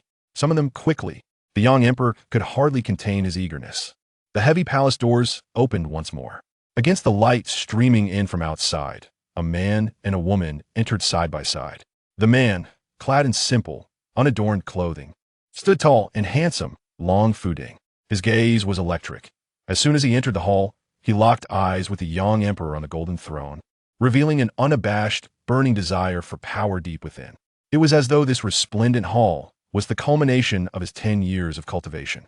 Beside him stood Mo Lien, dressed in a simple green skirt, her beauty ethereal and captivating, her presence as serene as a rare orchid in a tranquil valley, with a pale white bracelet on her wrist emanating a barely perceptible luster. Yet at this moment, she lowered her gaze, a veil of unfathomable worry cloaking her brow. However, the instant the young emperor's gaze met Mo Lien's, he was magnetically drawn to her, his previously beautiful concubine suddenly appearing as mere commonplace. Mo Lien's otherworldly aura extinguished the anger and fear within him like a cool spring in the sweltering summer, yet ignited a more sordid flame in his heart. His thick lips parted slightly, his gaze glazed and greedy, brazenly roaming over Mo Lien as if he could penetrate the thin fabric of her dress. A suffocating silence, laden with lascivious undertones, enveloped the grand hall once more. Ahem! The Minister of Rites, Sun Jingshan, had to clear his throat once again. The young emperor abruptly regained his composure, looking somewhat flustered, and forced an air of authority. Long Fuding, Wu Aiqing has recommended you with his life, claiming you possess strategies that require neither blades nor bloodshed to repel enemies. Is this true? Long Fu Ding disregarded the young emperor's gaze glued to Mo Lien and replied in a clear voice, Your Majesty, it is indeed true. What marvelous strategy do you propose? Speak swiftly. The young emperor leaned forward. Long Fu Ding's gaze swept over the kneeling Wang Qi and the varied expressions of the officials, a slight smile playing at the corners of his mouth. However, this strategy pertains to success or failure. The more who know, the greater the risk. I humbly request the grace of your Majesty to allow me to approach, so I may disclose it to you alone. His tone was resolute and brooked no dissent. Only to me? The young emperor was about to nod when wait. Wang Qi's voice was laced with the vigilance of a soldier, even while kneeling, his presence unwavering. This man has dubious origins and possesses strange abilities. How can we be certain he approaches your Majesty not to commit assassination? I implore you to search him. He fixed a penetrating stare on Long Fu Ding, particularly noting the jade flute. Search him. The mention of assassination startled the young emperor. The guard stepped forward, conducting a thorough search, retrieving the warm jade and the short jade flute. Wu Ye's eyes gleamed upon seeing the warm jade. Wang Qi was particularly wary of the flute. Long Fu Ding attempted to step forward once more. Your Majesty! Wang Qi stepped out of the ancestral regulations, and the long and 3 feet long was indeed the sacred ground of the Son of Heaven. No external ministers had ever set foot here. The ancestral rites and laws must not be violated. His gaze was as sharp as a blade, fixed upon Long Fu Ding. Long Fuding halted his steps and slowly turned his head to look at Wang Qi. The indifference in his eyes was replaced by the chilling depths of an unfathomable abyss, swirling with pure, icy murderous intent that had risen after repeated provocations from mere ants. The air seemed to solidify. Wang Qi, you obstruct everywhere, delaying military affairs. What punishment should you face? Wu Yi reprimanded sternly, his finger almost poking Wang Qi's face. As the tension in the hall escalated, Minister of Right's son Jingshan hurriedly stepped forward, his voice smooth and diplomatic. Your Majesty, please calm your anger. Both gentlemen, please cease your wrath. Minister Wang upholds the ancestral regulations. His heart is commendable. Minister Wu is concerned for the state. His sentiments are worthy of sympathy. This old minister dares to suggest a solution that benefits both. Let Long Fuding write down the strategies to repel the enemy on paper, seal it, and have an inner servant present it for your perusal. In this way, it preserves the rights and regulations between sovereign and ministers while not impeding the critical matter of repelling the enemy. I implore your Majesty for your wise judgment. Emperor Yang, troubled by the uproar, sought only peace for his ears and the enjoyment of secrets, and immediately nodded. Agreed. Let it be as Minister Sun suggests. Prepare the writing materials swiftly. The inner servant promptly brought a low table, laid out snow-white shualong paper, and readied a purple brush. Long Fuding remained expressionless, dipped his brush in ink, and, after a brief pause, began to inscribe rapidly like flowing clouds in water. The ink flowed freely, the strokes sharp, as if the strategy had been rehearsed in his heart 1,000 times. In just a moment, several lines of small characters were completed. He set down the brush, folded the paper, and handed it to the inner servant standing by, his actions crisp and efficient. Throughout the process, he did not spare a glance at Wang Qi or Wu Yi, as if the surrounding clamor was entirely irrelevant to him. The inner servant held his breath, as if cradling a scalding hot potato or perhaps a life-saving pouch for the nation, raised the folded secret letter high above his head, and hurried to present it before the Long and with reverence. The tension in the grand hall was palpable. All eyes were focused on Emperor Yang's plump hands. With a mix of casual curiosity and a hint of excitement at possessing a secret, he tore open the thin letter. His gaze swept over the characters on the paper. In an instant, the small, murky eyes of Emperor Yang widened in shock. The muscles of his chubby face stiffened in extreme astonishment, before rapidly melting into a twisted smile filled with a mixture of ecstasy, greed, and cruelty, akin to melting ice and snow. His lips parted to reveal his white teeth, and a low, hoarse laughter escaped from his throat, transforming into an uncontrollable, blood-curdling cackle. His fat fingers nervously drummed on the Long, and his eyes sparkled with a chilling light of excitement, as if envisioning an exceedingly amusing yet malicious scene. Marvelous. Truly marvelous. Ha ha ha. What a Long Fuding. What a cunning strategist. This plan aligns perfectly with my desires. It deeply resonates with my heart. Ha ha ha. Emperor Yang slammed the table in delight, his voice echoing through the hall, the previous gloom and irritation evaporating. His gaze toward Long Fuding filled with the thrill of discovery of a formidable weapon. Come fort. Bring me my Long Hu Ling. A palm-sized, heavy golden medal was presented by the inner servant. Upon it, a dragon coiled and a tiger crouched, displaying a fierce countenance, symbolizing the supreme administrative power of life and death in Xianghua. The Long Hu Ling was solemnly handed to Long Fuding. It felt cold and heavy in his grasp, the dragon and tiger engravings seemingly biting into his palm. Wang Qi, Emperor Yang's laughter was laced with mockery and cruelty. Take your imperial edict and guard your Beichuan gate. You may deploy troops and utilize crossbows as you wish. Long Fuding. He pointed at Long Fuding. Act according to your brilliant strategy. I am eager to see whether it is your sword, General Wang, that strikes swiftly, or the poison of his strategies, Long Fuding. In this contest of wits, life and death are of no concern. Only the outcome matters. I await the spectacle. Ha ha ha. He treated a national war involving the survival of 200,000 souls as a mere blood-soaked spectacle for his own amusement. The heavy palace doors swung open. Blinding light flooded in. Long Fuding grasped the Long Hu Ling, sensing the cold metal conveying the long-desired essence of power, as if holding the lever to sway his fate. He instinctively looked towards Mo Lien, but she had already turned away silently before his gaze could reach her. Her delicate profile appeared somewhat blurred against the backlight, leaving behind a silent and worried silhouette that merged into the glaring radiance outside the palace, her wrist adorned with the Jiushao ring seemingly dimming for a moment. Wang Qi struggled to rise from the cold floor tiles, the excruciating pain in his knee overshadowed by the burning humiliation and hatred within his heart. He tightly clutched the dusty imperial edict, as if grasping his trampled dignity.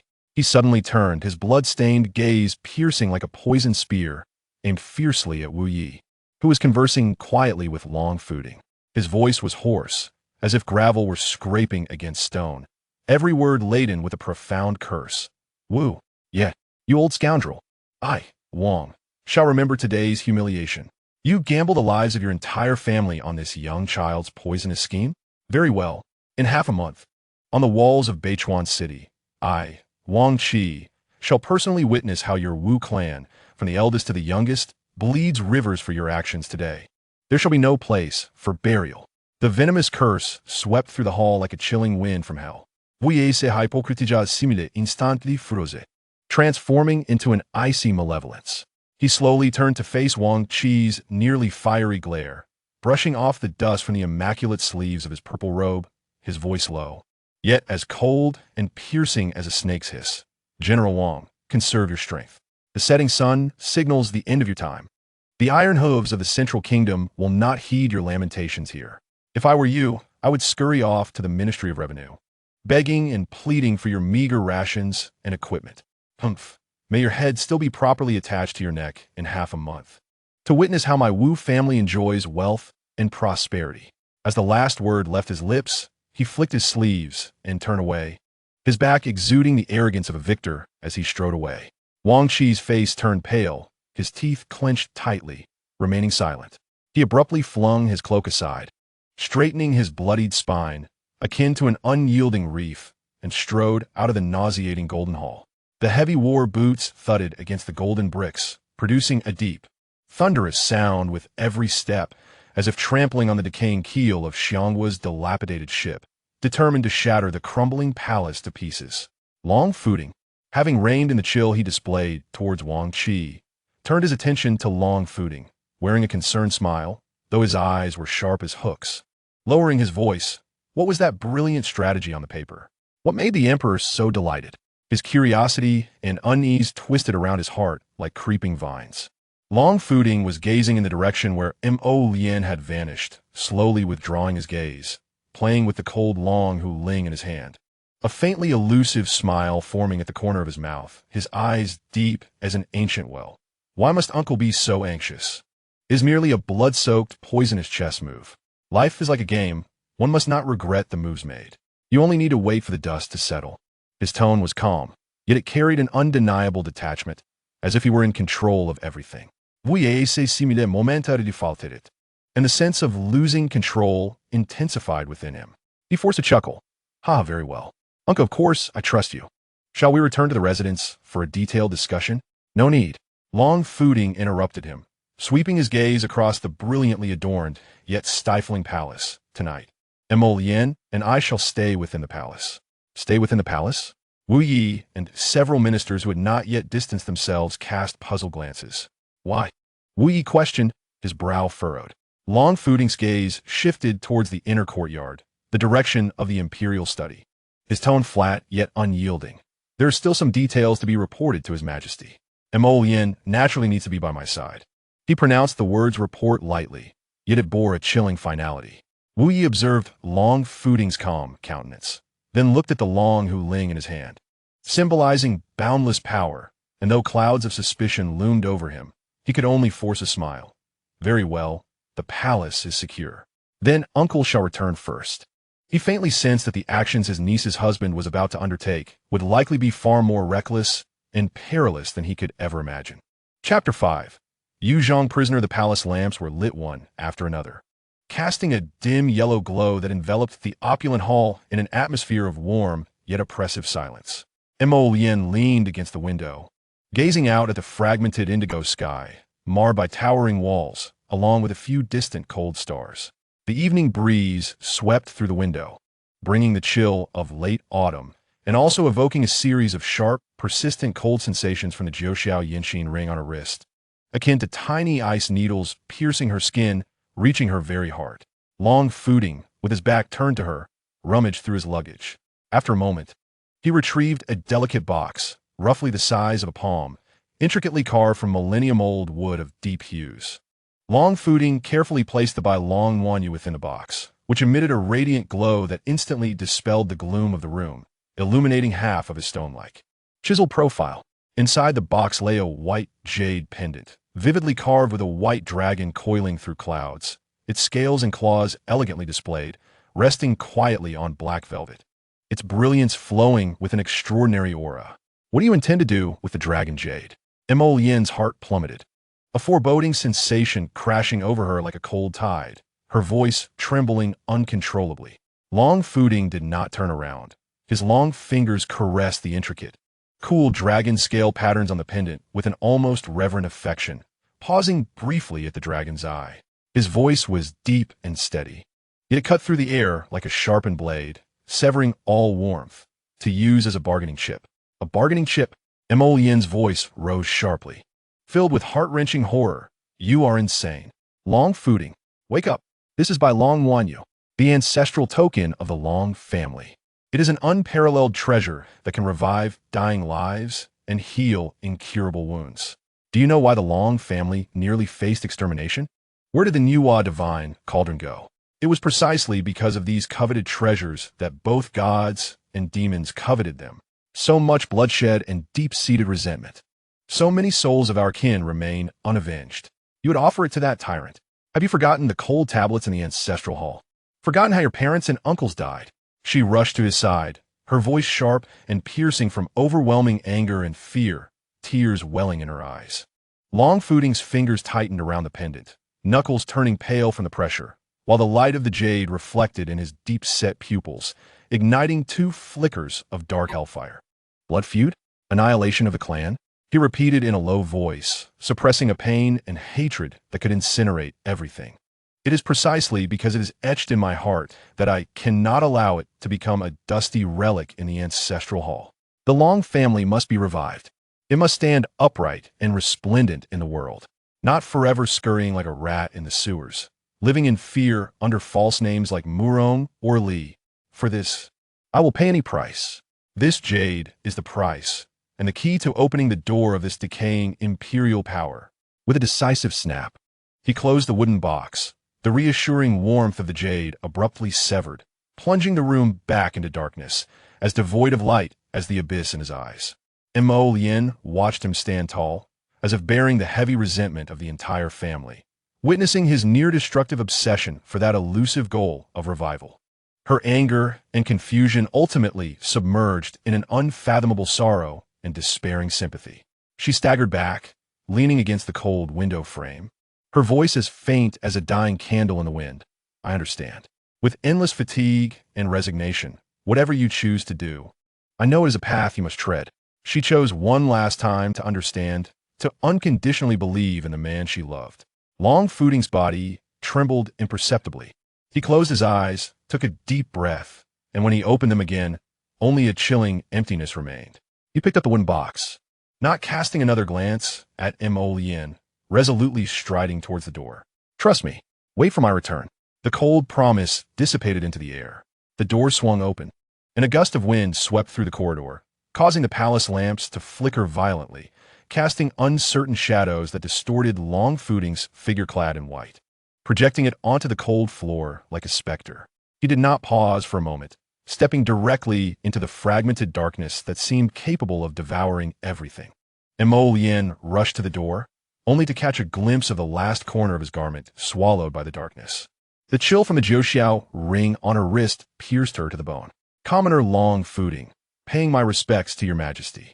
Long Fuding's voice echoed in the vast and luxurious imperial study, respectful yet devoid of warmth. He held the dark wooden box with both hands, slowly opening it. In an instant, the divine radiance of the Bai Long Wanyu poured forth once again, akin to the distilled glow of the moon, illuminating the study as bright as day, the overwhelming vitality dispelling the heavy scent of alcohol and decay that clung to Emperor Yang. refreshing the air. Emperor Yang was entwined with a newly presented, half-clad, alluring palace maid, startled by the sudden brilliance and vitality. He shoved the enchanting figure away, his corpulent body bursting with surprising agility, nearly tumbling off the dragon throne as he rushed toward Long Footing, his greedy gaze fixated on the jade within the box. Breathing heavily like an ox, by Long Wan Yu. So it is, the legendary life-renewing treasure. I have only seen its replica in the royal secret archives. Ha! Heaven bless me. He reached out his short, trembling hand, seizing the jade pendant, the warm touch and overwhelming vitality flooding into his decaying limbs, eliciting a groan of pleasure. Eagerly, he pressed the pendant against his greasy face, greedily rubbing it, lost in ecstasy for a long while before finally opening his small, desire-filled eyes. Casting a sidelong glance at Long Footing, his tone filled with mocking insight and a hint of perverse admiration. TSK, TSK, TSK, Long Footing, I know about your Long family. It was precisely because you held these treasures that did not belong to the mortal realm that you became the prey of the world, nearly devoured to the bone. The Long Kingdom was annihilated by the She Kingdom, and the once royal Long lineage could only survive by fleeing, even losing the Nuwa divine cauldron that was said to be able to refine all things. Truly, to possess such treasures is to invite disaster. He weighed the warm jade in his hand, as if appraising an intriguing trophy. You offer up this family heirloom, and even your fiancé, whom I can barely resist desiring at first glance, willingly remains in this deep palace as collateral. What you seek must be more than just driving away enemies, right? Let me guess, you wish to use my power to revive the Long family? Or do you have even greater ambitions? He stepped closer, his breath reeking of alcohol, wafting against Long Footing's face, his small eyes glinting with cunning and cruel light. Ultimately, you and I are the same ilk. To climb higher, for a bit of power, everything, kinship, oaths, can be used as stepping stones. Very well. How ruthless. I like it. Ha ha ha. Long Footing stood like a stone sculpture, ignoring Emperor Yang's heartless words and piercing laughter. His silence was, in itself, the clearest answer.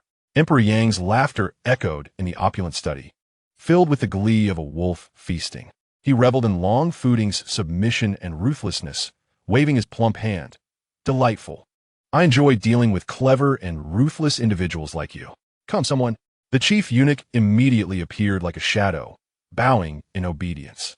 Bring me my imperial seal. Emperor yang comandet. A flawless white jade seal, intricately carved with a coiled dragon as its knob, and inscribed with the 4 seal characters as if I were personally present, was solemnly presented. This imperial seal represented the absolute authority of the Emperor of Xianghua in non-military matters. To see the seal was to see the sovereign. It could command the nation's inexhaustible wealth, decide the fates of officials, and facilitate unimpeded governance in Xianghua. Emperor Yang, without even a glance, casually tossed the seal that epitomized supreme power into the pure gold tray held by the chief eunuch, producing a crisp sound as it landed. Take it. With this, within the borders of Xianghua, aside from the flimsy trinkets under Wang Qi's command, you may freely access the treasures of the national treasury. You wish to meet anyone, even Lord Yen, and no one shall dare to obstruct you, whatever you desire to accomplish, as long as you do not pierce through the heavens. No one will dare to utter a word. I am eager to see the waves you, the last scion of a Long family, can stir with this seal. Ha! To seek dominion for me? I await with bated breath. Madness and anticipation sparkled in his eyes. Long Footing extended his hands, steadily and respectfully accepting the cool seal, which seemed to harbor the fire of heaven. The smooth white jade felt heavy in his palm, weighing over 1,000 June commoner. I take my leave. He bowed deeply, his voice as calm as still waters. Upon exiting the imperial study, the heavy gilded wooden door silently closed behind him, completely isolating him from Emperor Yang's triumphant laughter and the radiant glow of the white dragon warm jade. Outside lay the dark, lengthy corridors of the deep palace. Only a few scattered palace lanterns flickered in the draft, casting shadows that elongated and twisted, resembling phantoms crawling from hell. Long Footing stood alone at the boundary of light and shadow, gazing down at the seal in his palm, which still shimmered subtly under the dim light. The warm touch of the sheep fat, white jade, now felt like a branding iron searing against the skin. For a long time, his lips slowly curled upwards, almost imperceptibly. It was neither joy nor pride, but rather a mischievous smile intertwined with endless coldness, profound mockery, and an unrestrained ambition capable of incinerating the entire world. The flickering candlelight reflected in the depths of his profound pupils, dancing and burning like the eternal ghost fire ignited in the abyss of the nine hells. This night within the palace, which had devoured countless ambitions and remains, seemed merely to have drawn back its crimson curtain. The night was as thick as ink, impenetrable. The heavy gate of the Xianghua prison loomed in the pale moonlight like the fangs of a beast lying in wait, exuding a chilling aura. The area in front of the gate was eerily silent, save for the mournful whistle of the night wind as it swept through the high walls and arrow towers. Suddenly, a thunderous voice shattered the silence. Xianghua prison is a heavy place. Into shall die. Like a boulder cast into still water, it instantly stirred up 1,000 waves. The shrill sounds of swords being drawn resonated one after another. Dark figures emerged, a squad of armored soldiers as if ghosts rising from the ground, surging forth from the surrounding shadows. Their spears glinted coldly, blades reflecting the moonlight, filled with murderous intent. 10 men formed a tightly woven net of death, enclosing loved.He, who had appeared in the heart of the forbidden zone, utterly trapped in the center. Loved.He stood with his hands clasped behind his back, clad in white as pure as snow, appearing particularly striking under the dim moonlight and the flickering lanterns. He remained indifferent, as if he were in his own garden rather than a prison rife with bloodshed. He paid no heed to the surrounding weapons or the palpable killing intent. The lead soldier, robust and sharp-eyed like an eagle, perceived Loved.He's calm demeanor as the utmost provocation. He stepped forward, wielding a thick-backed long knife that sliced through the air with a shriek, aiming directly at Loved.He's head with no embellishments. This strike contained the essence of military ferocity, swift, precise, and ruthless, sworn to slay this audacious intruder on the spot. At the moment the blade descended, Loved.He moved, his feet rooted like an ancient pine, utterly unmoving. Only his upper body, pivoting at the waist, slid eerily to the left in an almost imperceptible motion. The movement was minimized to the utmost, yet executed with unparalleled finesse. The sharp blade whistled past, nearly grazing his nose and right shoulder, the gust of wind ruffling a few strands of his hair, the white fabric of his attire whispering in the breeze. With the strike missed, the soldier, having exhausted his old strength while not yet regaining new, was at his most vulnerable. Loved.He's left hand moved, swift as lightning, yet imbued with a strange rhythm. He slightly raised his left arm, fingers aligned like a sword, not clashing directly with the blade, but rather descending with precision akin to the most delicate crane's beak, lightly pecking to catch the midsection of the long knife near the hilt. The violent downward force of the blade was astonishingly trapped by his seemingly delicate fingers. The blade emitted an unwilling hum, vibrating fiercely, yet could advance no further. What? The soldier's pupils constricted in shock, instinctively wanting to withdraw the blade. He found it as immovable as if forged into the mountain rock. In that fleeting moment of standoff, Loved.He flicked his wrist, sending a supple, yet overwhelming force through the blade. The soldier felt a spiraling strength surge forth, causing excruciating pain in his grip, his lower body suddenly weightless, as if he were a small boat struck by a giant wave, stumbling forward uncontrollably. Loved.He released the blade, swiftly extending his hand like a serpent, accurately grasping the soldier's wrist where he held the knife. With a slight exertion, ugh! The soldier let out a muffled groan as his entire right arm became weak and numb, his fingers releasing involuntarily, causing the long knife to drop. Loved.He's right hand was already poised to catch the falling hilt. With a twist of his wrist, the cold blade, radiating the chill of death, was firmly placed against the soldier's own carotid artery, the edge pressed against the skin, drawing forth a shallow line of blood.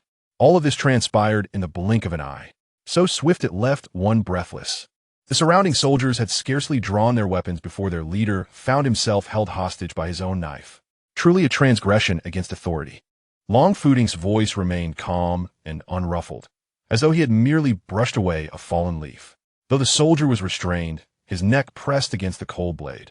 Struggling to breathe, his face flushed His eyes burned with an indomitable fire, his voice hoarse yet resolute. Transgressing against authority? What you consider authority? The laws of Xianghua are as solid as iron. They must not be broken. Even if you kill me, my brothers will tear you apart. Do not underestimate Xianghua. Though small, I am but a mere 10th soldier, yet my bones are strong.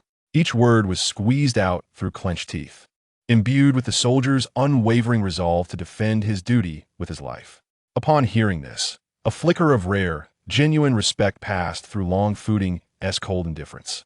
This small 10th soldier possessed such spirit. The troops of Xianghua were not entirely composed of decay.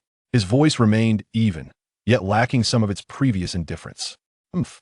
Long Footing snorted softly, his wrist flicking, the long knife abruptly leaving the soldier's neck. At the same time, the grip on his wrist relaxed, gently pushing him forward.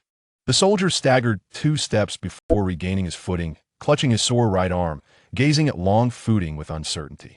Long Footing no longer regarded him, his left hand calmly retrieving an object from his waist. Under the dim lantern light, the seal carved from the finest sheep-fat white jade, adorned with a coiled dragon as its knob, inscribed with the words, "As I personally preside," emanated a warm, yet undeniable, authoritative glow. The imperial seal of Emperor Yang is present. Long Footing's voice was not loud, yet it resonated like thunder in every soldier's ear. To see this seal is to see the Emperor, regardless of who I am or what I do. Within the borders of Xianghua, no one but Emperor Yang has the right to inquire. Those who defy this order shall be deemed as conspirators. Upon seeing the seal, the soldier quaked with shock. All doubts and anger instantly transformed into awe and reverence. With a thud, the soldier knelt without hesitation, his left hand over his heart. I, Gu Ting, 10th soldier of the city guard, have been blind and have offended the envoy. I pay my respects to the envoy. The soldiers behind him, awakening from their daze, hurriedly discarded their weapons, kneeling in unison. We pay our respects to the envoy. Long Footing's gaze fell upon Gu Ting. You are Gu Ting? Very well. The imperial seal of Emperor Yang is present. Summon the duty officer at once. The rest shall remain on standby. As you command, envoy. Gu Ting replied loudly. Soon, the on-duty prison officer, Zhang Mao, hurriedly arrived, kneeling before Long Footing with great urgency. I am but a mere prison officer, Zhang Mao, unaware of your esteemed presence. I deserve to be punished severely. Please, command me, and I shall accept my fate without hesitation. Long Footing, seated with an air of authority, responded coolly. First, summon the names of all the high-profile prisoners from the Central Kingdom, Chung Kingdom, and Wei Kingdom immediately. Once I select the individuals, each will be confined to a separate room, and I shall personally interrogate them. Second, his gaze shifted to Gu Ting. 10 Captain Gu Ting and his squad are to be reassigned under my direct command from this moment forth. Only I shall issue orders. Third, all that transpires here tonight, including what is seen, heard, and commanded, is classified. Anyone who dares to divulge even the slightest detail shall face annihilation of their entire clan. We shall obey your commands. Both Zhang Mao and Gu Ting bowed in submission. Zhang Mao hastily departed to gather the records, while Gu Ting swiftly organized his men to stand guard, exhibiting remarkable efficiency. The records were soon presented. Long Footing's eyes gleamed with intensity as his fingers traced over the names, accurately stopping on 7 he had long memorized. One individual was taken to a relatively clean cell at the deepest part of the prison. The cell was dimly lit, and a disheveled prisoner paced restlessly. The sound of the iron door opening abruptly halted his movements. Zhao Yuan, the 7th son of the Zhao family, a prominent clan from the northwest of Chung Kingdom. Long Footing's cold voice resonated within the cell, each word striking Zhao Yuan's most concealed wounds. 3 years prior, due to the Zhao family patriarch's punishment inflicted upon a guest of the Central Power, Liang Kong, the latter, enraged, threatened the Chung royal family. The cowardly Emperor Chung, in a bid to appease, ordered the extermination of the Zhao family. Only you survived, shielded by loyal servants, escaping to seek refuge in the land of the rising sun. But without the necessary documents, you were captured at the border of Xiang Kingdom and have been imprisoned here for 2 years and 3 months. Zhao Yuan forcefully pushed aside his unkempt hair, revealing a face marked by both nobility and grime, his eyes brimming with shock and wariness. Who are you? A remnant of the Zhao family? or a dog of the Central Kingdom? Neither, Long Fooding replied, taking a seat and retrieving a small gourd and 2 ceramic bowls from his sleeve. As he uncorked it, a rich aroma, tinged with a hint of bitterness, wafted through the air. This is Huangjiu from your homeland, Longxi, aged for 10 years. He slid the amber liquid toward Zhao Yuan. A taste of home. Would you not indulge? Zhao Yuan trembled violently. The fragrance instantly resurrected buried memories of pain. He stared intently at the bowl of wine, his expression shifting through complexities before ultimately crystallizing into a resolute determination. Stepping forward, he lifted the ceramic bowl and drank deeply. The initial sharpness yielded to a familiar sweetness, soon followed by an overwhelming bitterness surging forth. His throat convulsed violently, the wine mingling with his scalding tears, forcefully splattering onto his prison garb. Coughing, Zhao Yuan set down the empty bowl, wiping away the tears of wine from his face. Are you not afraid I could poison the drink? Long Fooding smiled faintly, sipping from his own cup. If someone from the Central Kingdom or Chung Kingdom sought your life, such complications would be unnecessary. You are not my enemy. Observing the unwavering confidence in Long Fooding's eyes, Zhao Yuan's wariness diminished slightly, and he slumped down in resignation. Is there more wine? Long Fooding pushed the gourd towards him. Please, help yourself. Zhao Yuan quietly refilled his cup, holding it while gazing at the flickering light, lost in thought for a considerable time. Grievances of family and nation, the humiliation of fleeing, had long since hardened his heart to ashes, yet within lay a flame of discontent. Whether it be the head of Liang Kong from the Central Kingdom or restoring the Zhao family's honor, Long Fooding's voice, like an incantation, echoed once more. These are as attainable as the wine in your hand. He paused, his gaze penetrating. As long as you, Zhao Jun, are willing to extend your hand, all of these can become reality. Zhao Yuan abruptly raised his head, his eyes igniting with fierce determination. Who are you? What power do you possess? Why should I trust you? Chapter 6. Pieces on the board, whispers in the wind because we share a common plight. Long Fooding rose, an invisible aura surrounding him. I am a descendant of the Dragon Kingdom, Long Fooding. You must have heard of why the Dragon Kingdom fell and how its artifacts scattered. Both of us are victims of a shattered nation, struggling to survive in this chaotic world, burdened with deep-seated blood feuds. Witnessing your tribulation, I empathize profoundly. Hence I have come to rescue you and plot a path forward together. The Dragon Kingdom, Long Fooding? Zhao Yuan was utterly astounded. The overwhelming shock and shared sorrow shattered his last defenses. He abruptly stood, then fell to his knees, his forehead striking the cold floor with force. The grace of rebirth shall never be forgotten. Zhao Yuan is willing to serve you. My benefactor, I will brave fire and water, facing 1,000 deaths without hesitation. Long Fooding immediately knelt, earnestly lifting Zhao Yuan up, his eyes filled with genuine compassion. Zhao Jun, please rise. We are both wanderers of fate. There is no need for such formalities. Gazing into Zhao Yuan's eyes, reignited with flames of vengeance and hope, Long Fooding's heart was a cold calculation. Yet his expression remained sincere. Zhao Jun, we seem to have been fated to meet, having endured similar hardships. If you do not disdain it, would you be willing to become sworn brothers with me? From henceforth, in good fortune and misfortune, life and death, we shall share all. Let us conspire for a grand undertaking to avenge past humiliations. Sworn brothers. Zhao Yuan trembled all over, unable to believe his ears as he gazed at Long Fooding. The immense surprise and emotion overwhelmed his heart. Tears streamed down his face once more, and he nodded vigorously. That is my wish. I dare not ask for more. Brother, please accept my bow. The two filled a broken bowl with Huangjiu from their homeland, each pricking their thumbs to let their crimson blood drip into the wine. Heaven above, earth below, I, Long Fooding, and Zhao Yuan, today swear to become sworn brothers. We do not seek to be born on the same day, but we do desire to die on the same day. May we share in blessings and bear burdens together. Should we violate this oath, may heaven and man unite to punish us, and may gods and ghosts forsake us. The resonant vow echoed in the silence of the prison cell. They raised the blood wine and drank deeply. Please rise, second brother. Long Fooding helped Zhao Yuan to his feet. Now, my brother, I require your assistance. Whether we can achieve our aspirations depends on this very moment.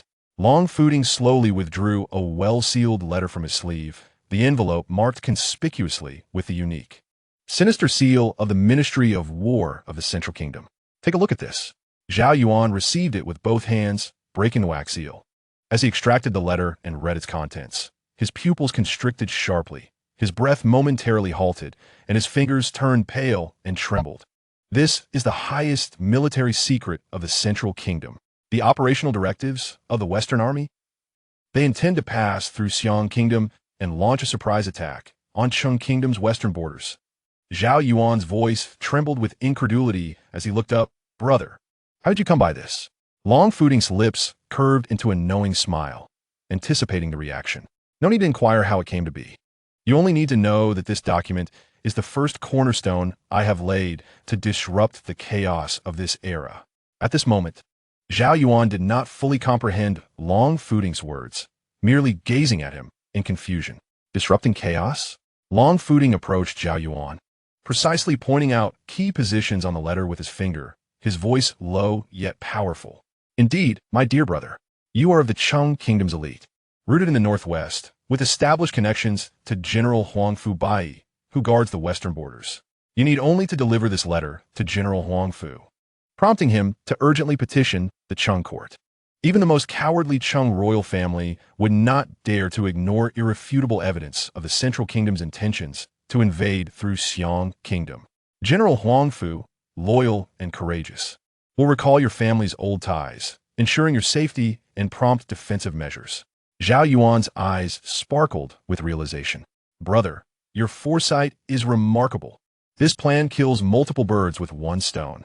Cheng Kingdom fortifies its defenses, the Central Kingdom's surprise attack fails, and the threat of Xiang Kingdom's passage dissipates. And you, Long Fuding interjected, taking out another prepared letter of recommendation from his sleeve and placing it in Zhao Yuan's hands. When General Huangfu receives this letter, present it to him alongside your message. It contains my insights on his defense and guarantees your identity.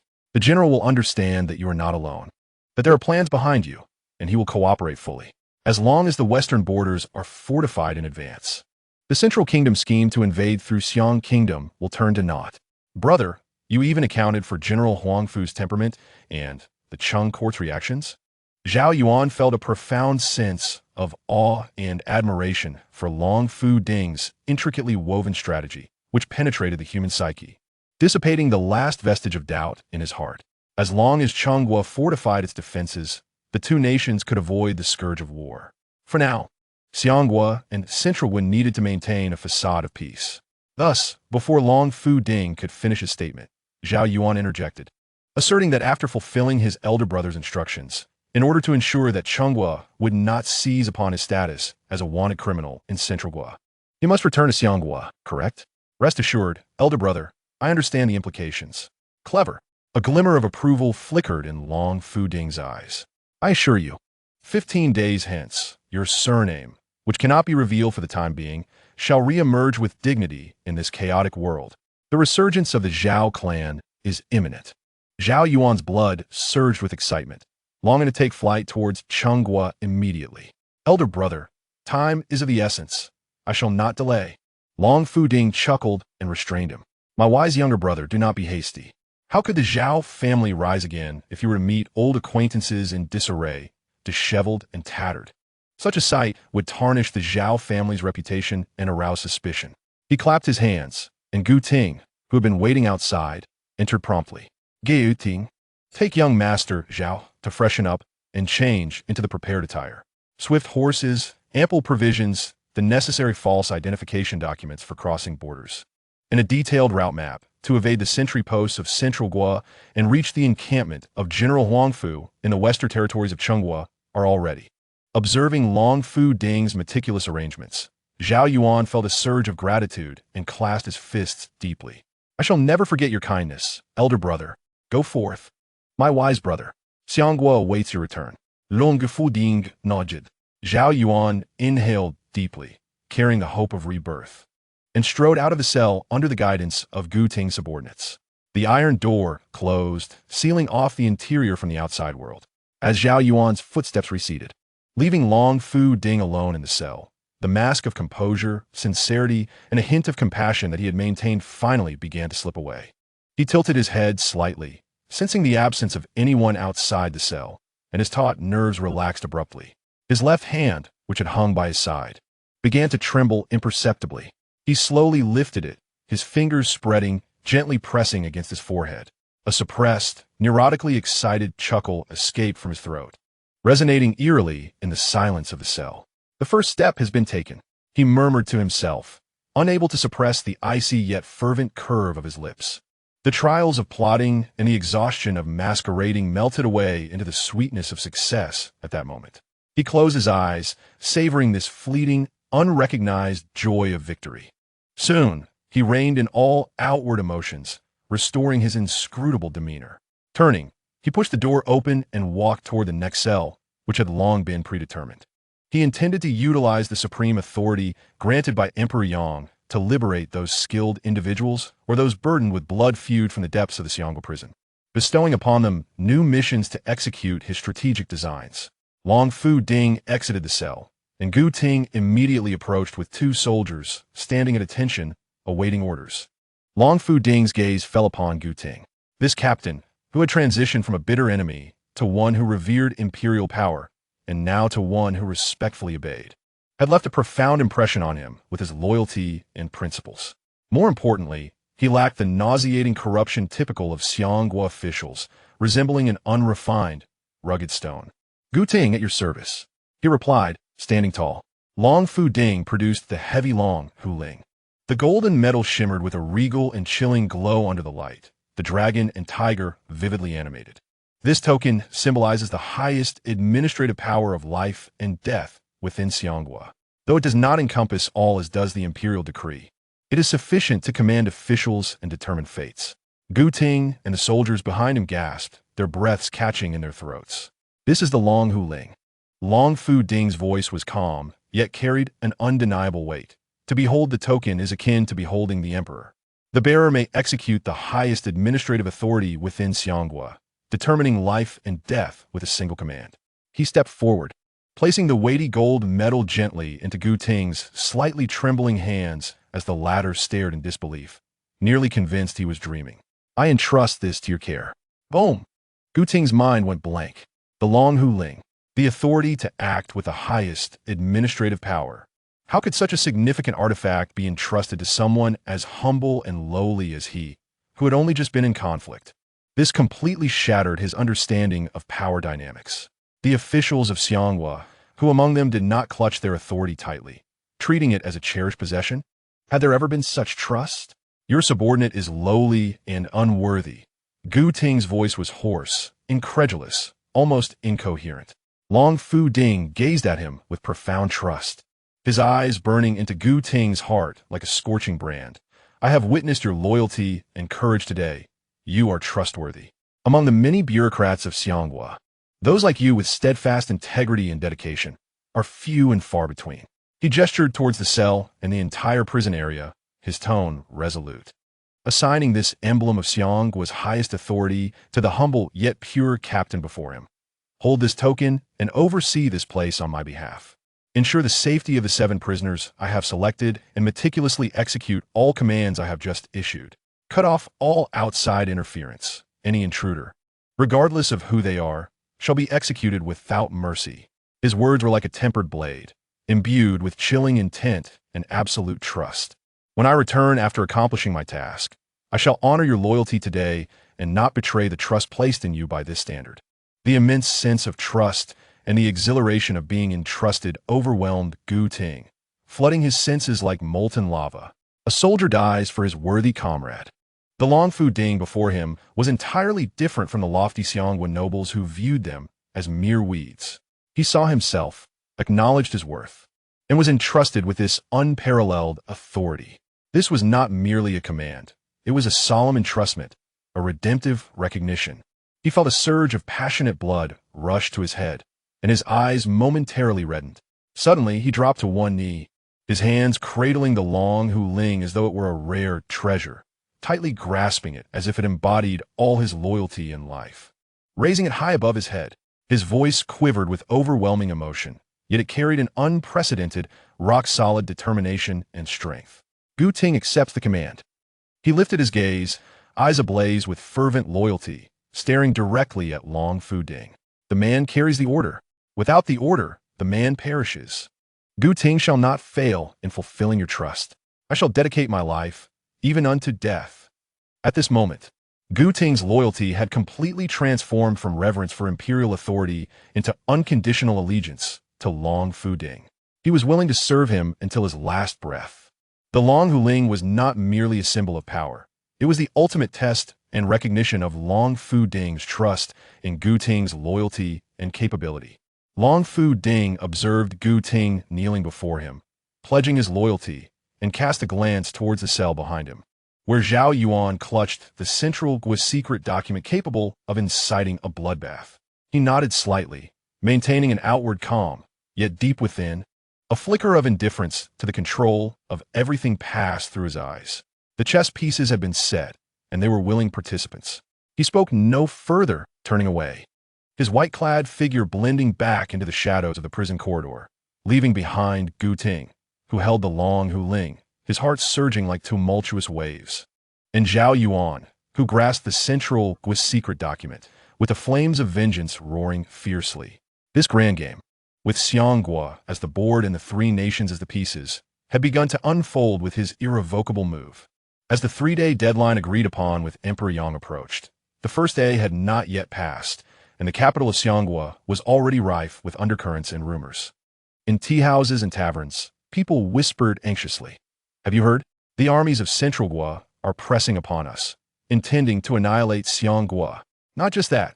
I have heard that His Majesty, Emperor Yang, has already been terrified into inaction, preparing to do nothing and letting us fend for ourselves." Nonsense. Clearly, His Majesty is wise and has prepared to seek peace with Central Gua. The treacherous nations of Wei and Shang, driven by their insatiable ambition, conspire to unite against our central kingdom, using our beloved Xianghua as a mere bait. Once the forces of the central kingdom set foot in our territory, they will strike from the shadows, dividing our land asunder, leaving Xianghua in ruins. Alas, in this tumultuous world, we common folk find ourselves as mere meat upon the chopping block. Amidst the despairing whispers, another name begins to flicker like a glimmer of hope in the darkness. Sizhou, the humble village where Long Fu Ding hails from. Do you know of him? Which Long Fu Ding? The fabled last scion of the Long Kingdom. It is said he possesses the imperial decree from Emperor Yang, tirelessly traversing the lands to save our Xianghua from peril. Is it true? Can a man of a fallen kingdom wield such power? Do not dismiss this. My second uncle's cousin serves in the prison and witnessed it firsthand. This Mr. Long, clad in garments as white as snow, subdued Captain Gu with ease, and even the jailer fell to his knees in obedience. He holds the imperial decree as if the emperor himself were present, his life and legacy entrusted to him. He is indeed our true savior. Yes, I have heard the same. Mr. Long is heaven sent to rescue us. The image of Long Fu Ding, emerging from the lowest echelons of Sizhou, the savior, alongside embellished tales of his exploits, spreads like wildfire through the streets and alleys of the capital of Xianghua. In a time of fear and despair, people instinctively cling to this seemingly singular straw of hope, entrusting their aspirations to this enigmatic figure clad in white. Chapter 7. The poisonous exchange of 10,000 riders simultaneously. Along the desolate official road leading to the borders of Xianghua, a reconnaissance squad of 300 cavalry from the central kingdom trudges along, weary and dispirited. Dust swirls around them, and the journey is long, the landscape barren, with not a soul in sight. "Boss, this mission is utterly pointless." One cavalryman, his face lined with dust, could not contain his discontent as he complained to the leading officer. What is there to investigate in that minuscule territory of Xianghua? Either the gates are wide open, inviting us in, or they cower within their shells, clinging to a few dilapidated strongholds. General Li Mingxue is clearly sidelining us, the ragtag forces sending us out like beggars to scout the way. Indeed, chimed in the adjutant, equally indignant.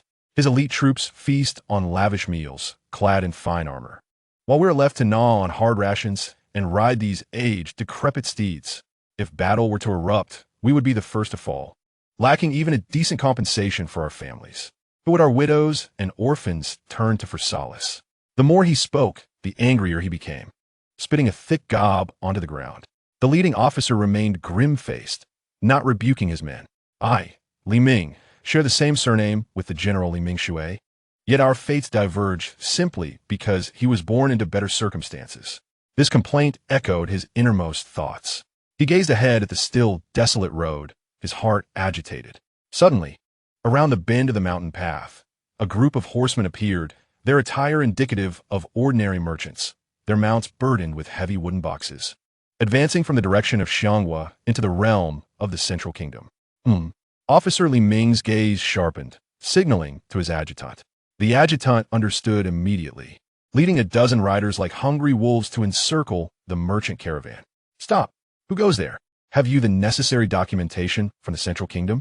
The adjutant barked, hand resting on his sword hilt. The leader of the merchant group, a shrewd-looking man in his 40s, appeared startled by the sudden confrontation, but quickly regained his composure, smiling nervously as he produced a red-sealed document from his bosom, presenting it with both hands. Please, military gentlemen, do not be angry. I am but a legitimate merchant, and this is the pass issued by General Chun at the border of the Central Kingdom. Kindly take a look. The adjutant scrutinized the document, confirming its authenticity with the proper seal, signature, and date, indeed verifying it was penned by the esteemed General Chun. His expression softened as he returned the document. So you are a merchant under the protection of General Chun. What is your relation to him? The merchant leader smiled broadly, adopting a more intimate tone. I dare not hide anything from you, noble sergeant. The new concubine of General Chun is my cousin. It is through this connection that I have the audacity to conduct small-scale trade in Xianghua for my livelihood. As he spoke, he discreetly signaled to his men. Several assistants immediately dismounted, laboriously hauling a heavy wooden box to the front of the cavalry. When the box was pried open, a dazzling array of lustrous, perfectly round pearls sparkled within, blindingly radiant under the sun's rays. The adjutant gasped, his eyes widening in astonishment, turning to Li Ming. At that moment, Li Ming rode closer, also captivated by the sight of the pearls, his pupils narrowing. Gentlemen, are you heading to Xianghua for reconnaissance? The merchant leader lowered his voice, imbued with a hint of mystery and concern. If so, I must dare to advise you that it may well be a futile endeavor fraught with peril. Oh, how so? Li Ming frowned deeply. The merchant leaned in closer, his voice dropping even lower. I have just escaped from Xianghua. It seems they are already aware of our Central Kingdom's military movements. The entire nation is in a state of panic. Emperor Yang has clandestinely reached an agreement with Wei and Cheng. They have pledged to coordinate their defenses against Xianghua, and in exchange, Xianghua will pay tribute of 40% of its treasury annually to both nations. I have witnessed with my own eyes the ports of Xianghua bustling with ships, day and night, transporting soldiers, armor, and provisions. The banners flying are unmistakably those of Wei and Cheng. They intend to use Xianghua as a launching pad to strike deep into our territory, while our forces are preoccupied with the assault. He paused, observing the skeptical expressions of Li Ming and his men, then donned a sincere smile. You gentlemen are all veterans of General Chun. We are kin. This information is absolutely reliable, acquired at great personal risk. These pearls are but a token of gratitude for your assistance today, and I humbly request your continued favor for my merchant fleet in the future. He deliberately emphasized the phrase your assistance today. The adjutant and other cavalrymen felt a thrill of fear, glancing at the treasure trove of pearls, torn between greed and terror. The adjutant could not help but whisper to Li Ming, Boss, Li Mingshui's men feast in the camp while he sends us to our doom as cannon fodder. If this information is true, we would be walking to our graves. Li Ming's expression shifted, torn between conflicting emotions. The familial ties to General Chun, the critical information regarding their lives, and the staggering wealth represented by the box of pearls, sufficient to secure their livelihoods for a lifetime, coalesced in his mind, shattering the fragile restraint of military discipline. A glint of ferocity sparked in his eyes as he made a resolute decision. Dismounting, he approached the box of pearls, grasping a handful and savoring their cool, smooth texture, a greedy smile creeping across his face. Adjutant, yes, distribute these among the brothers. Hide them well. Turn around immediately and return to the camp. Li Ming comanda decisively. Yes, the adjutant and soldiers beamed with joy, eagerly beginning to share the spoils, carefully concealing the pearls in their garments or saddlebags. Li Ming turned to the merchant leader, a smile devoid of warmth, and stated, "When we return to the camp, you know what to say, correct?" The merchant leader nodded in understanding, offering a sycophantic smile. "Rest assured, General, when we pass through here, we will claim we were ambushed by the patrols of Xianghua, and it was thanks to your divine intervention that we triumphed over the Xiang forces, saving our lives. I am eternally grateful and will report this vital military intelligence to you." "Excellent." Li Ming nodded in satisfaction. "Let's depart." A turn of events unfolded in the camp.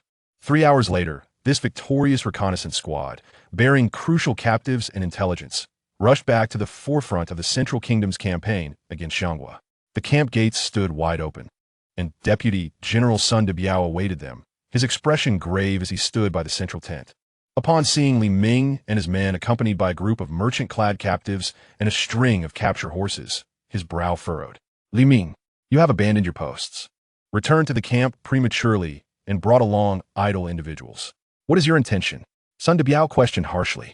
Li Ming hastily dismounted, kneeling on one knee, his face a mask of sorrow and fear. "I report to you, Deputy General, I did not abandon my post. I led my team to Yeshuling, where we encountered a group of Xianghua cavalry ambushing our merchant convoy. How could I stand idly by? I immediately charged into battle. We fought valiantly and ultimately drove back the Xiang dogs, rescuing these merchants." He pointed to the merchant leader, who, in gratitude for his rescue, revealed to our troops a shocking military intelligence. "This information pertains to our army survival, and I dared not delay. So I immediately escorted the witnesses and evidence back to the camp for your judgment." Sun de Biao's sharp gaze swept over the merchant leader. "Who are you? What military intelligence do you possess? Speak swiftly. If you utter a single falsehood, you will face dire consequences." The merchant leader fell to his knees, bowing repeatedly, recounting his well-rehearsed words with embellishments. How Xianghua learned of the Central Army's movements, conspired with Wei and Shang, gathered forces to prepare for a sneak attack on the Central Kingdom's rear, and how Xianghua promised a hefty tribute. Finally, he presented the past document. "General, behold, this is the document issued by General Chun at the border. Every word I speak is true. I would not dare deceive you." He gestured to his subordinates, who brought forth several large boxes. Sun de Biao examined the document, confirming it was indeed penned by General Chun, alleviating much of his doubt. As he listened to the merchant's clear and detailed account, he perceived no signs of deceit, especially when he saw the open wooden boxes revealing not only gold and silver, but also several rare gemstones shimmering with a spectrum of colors. His breath quickened involuntarily. He suppressed his avarice, yet his expression softened considerably. This intelligence was of utmost importance. If true, their vanguard army would be attacking a well-prepared enemy, potentially ambushing the elite forces of Xianghua, an act akin to walking into a trap. However, if he reported this in time and prevented this calamity, it could lead to a counterattack against Wei and Shang, marking a monumental achievement. The merchant's offerings were merely an embellishment. "Your words carry great weight. I shall immediately dispatch someone to verify this and send urgent reports to the general and the court." Sun de Biao feigned authority, then shifted his tone. "Li Ming, you displayed bravery in the face of danger, fought valiantly for our people, and uncovered vital military intelligence. This is indeed a great achievement. I will certainly commend you." "Thank you, Deputy General." Li Ming and the others rejoiced, bowing in gratitude. The merchant leader also expressed immense gratitude, leaving the military camp escorted by soldiers, soon vanishing into the vast wilderness. Unnoticed, as they departed the camp, a few merchants casually sprinkled a colorless, odorless fine powder into a stream upstream. The water flowed directly toward the Central Kingdom's vanguard camp. Inside the tent, Sun de Biao caressed the few warm, colorful gemstones, unable to part with them. Listening to the flawless report prepared by his aides, detailing how the valiant reconnaissance team fought against the Xiang army to rescue the merchants and obtain crucial intelligence, a satisfied smile graced his face. The corrupt bureaucratic logic and insatiable thirst for military glory had transformed an unwaged battle and a merchant's fabricated tale into a glorious victory attributed to Sun de Biao's strategic command and the dedication of his soldiers. That night, General Li Ming arrived at the vanguard camp, weary from his journey from the central military camp. He listened intently to Sun Debiao's report, reviewing the past document issued by General Chun, which bolstered the intelligence's credibility. Especially when Sun Debiao presented the gemstones, Li Ming couldn't help but be captivated by their brilliance. Handling them repeatedly. This matter is of utmost significance. Your handling of this situation is commendable, and I shall report the contributions of you and your valiant soldiers to the court. Li Ming pondered, rapidly calculating in his mind. If the intelligence proved accurate, attacking Xianghua would become a deadlock, while defending against Wei and Cheng's ambush would become the primary task. He decided to postpone the advance, awaiting further orders from court. However, in the darkest hour, just before dawn, a silent catastrophe erupted within the camp. First, the soldiers responsible for fetching water and cooking suddenly collapsed, convulsing and frothing at the mouth. Soon, like a plague, more soldiers began to exhibit symptoms. First, inexplicable chills and high fever, followed by intense headaches and muscle aches. They quickly fell breathless, struggling to breathe, their chests as if pressed by a heavy stone, emitting dreadful wheezing sounds. Their faces turned ashen, coughing up pink or even bloody frothy sputum. The intense chest pain caused them to curl up on the ground, moaning in agony. Even more terrifying, the subcutaneous tissue in the neck and chest areas swelled alarmingly. A horrific sight. Panic erupted like cold water splashed into boiling oil. The cries of anguish and terrified screams shattered the silence of the camp. The military doctors were urgently awakened, staring at the terrifying symptoms they had never encountered before. Their faces pale with fear and helplessness. The stream water we brought back today is contaminated. Finally, someone shouted, identifying the source. But it was too late. Within just an hour, nearly a third of the vanguard camp's soldiers fell, as if reaped by an invisible scythe, writhing in agony both inside and outside the tents, plunging the entire camp into a hellish chaos and despair. The gemstones that Li Ming and Sun Debiao had handled glimmered with a sinister and cold sheen under the dim light. Poisonous pearls exchanged for silent death. The chessboard's moves stirred the storm. The dark chess pieces laid by long fooding had begun to stir the winds and clouds. The rumors in the capital of Xianghua and the plague in the Central Kingdom's camp were like two lethal undercurrents quietly converging, poised to unleash a tremendous wave. And the figure seated deep within the Xianghua prison, calculating and strategizing, awaited calmly for the first move in the chaotic world, anticipating the ensuing chain reactions. On the chessboard, more pieces began to move slowly according to his will. Inside the tent, the intertwining groans of pain and desperate cries formed a symphony of hell. The soldiers fell like harvested wheat, suffering horrifically, chills and high fever as if plunged into an icy abyss, splitting headaches, muscle agony, breathlessness, wheezing, cyanosis, and coughing up pink blood. Even more horrifying was the rapid swelling of the subcutaneous tissue in the neck and chest, a shocking sight. Panic spread like the plague itself, raging among the remaining soldiers. General Li Ming, enduring the tumultuous pain in his abdomen and dizziness, struggled to seek the last hope in the medical officer's tent. He staggered along, stepping over the sticky blood and convulsing bodies, only to find despair. Inside the medical officer's tent, the chief physician had already bled from all 7 orifices.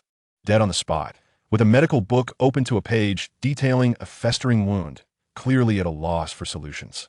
Suddenly, the pain in Li Ming's abdomen intensified, as if countless red-hot needles were stirring within his organs.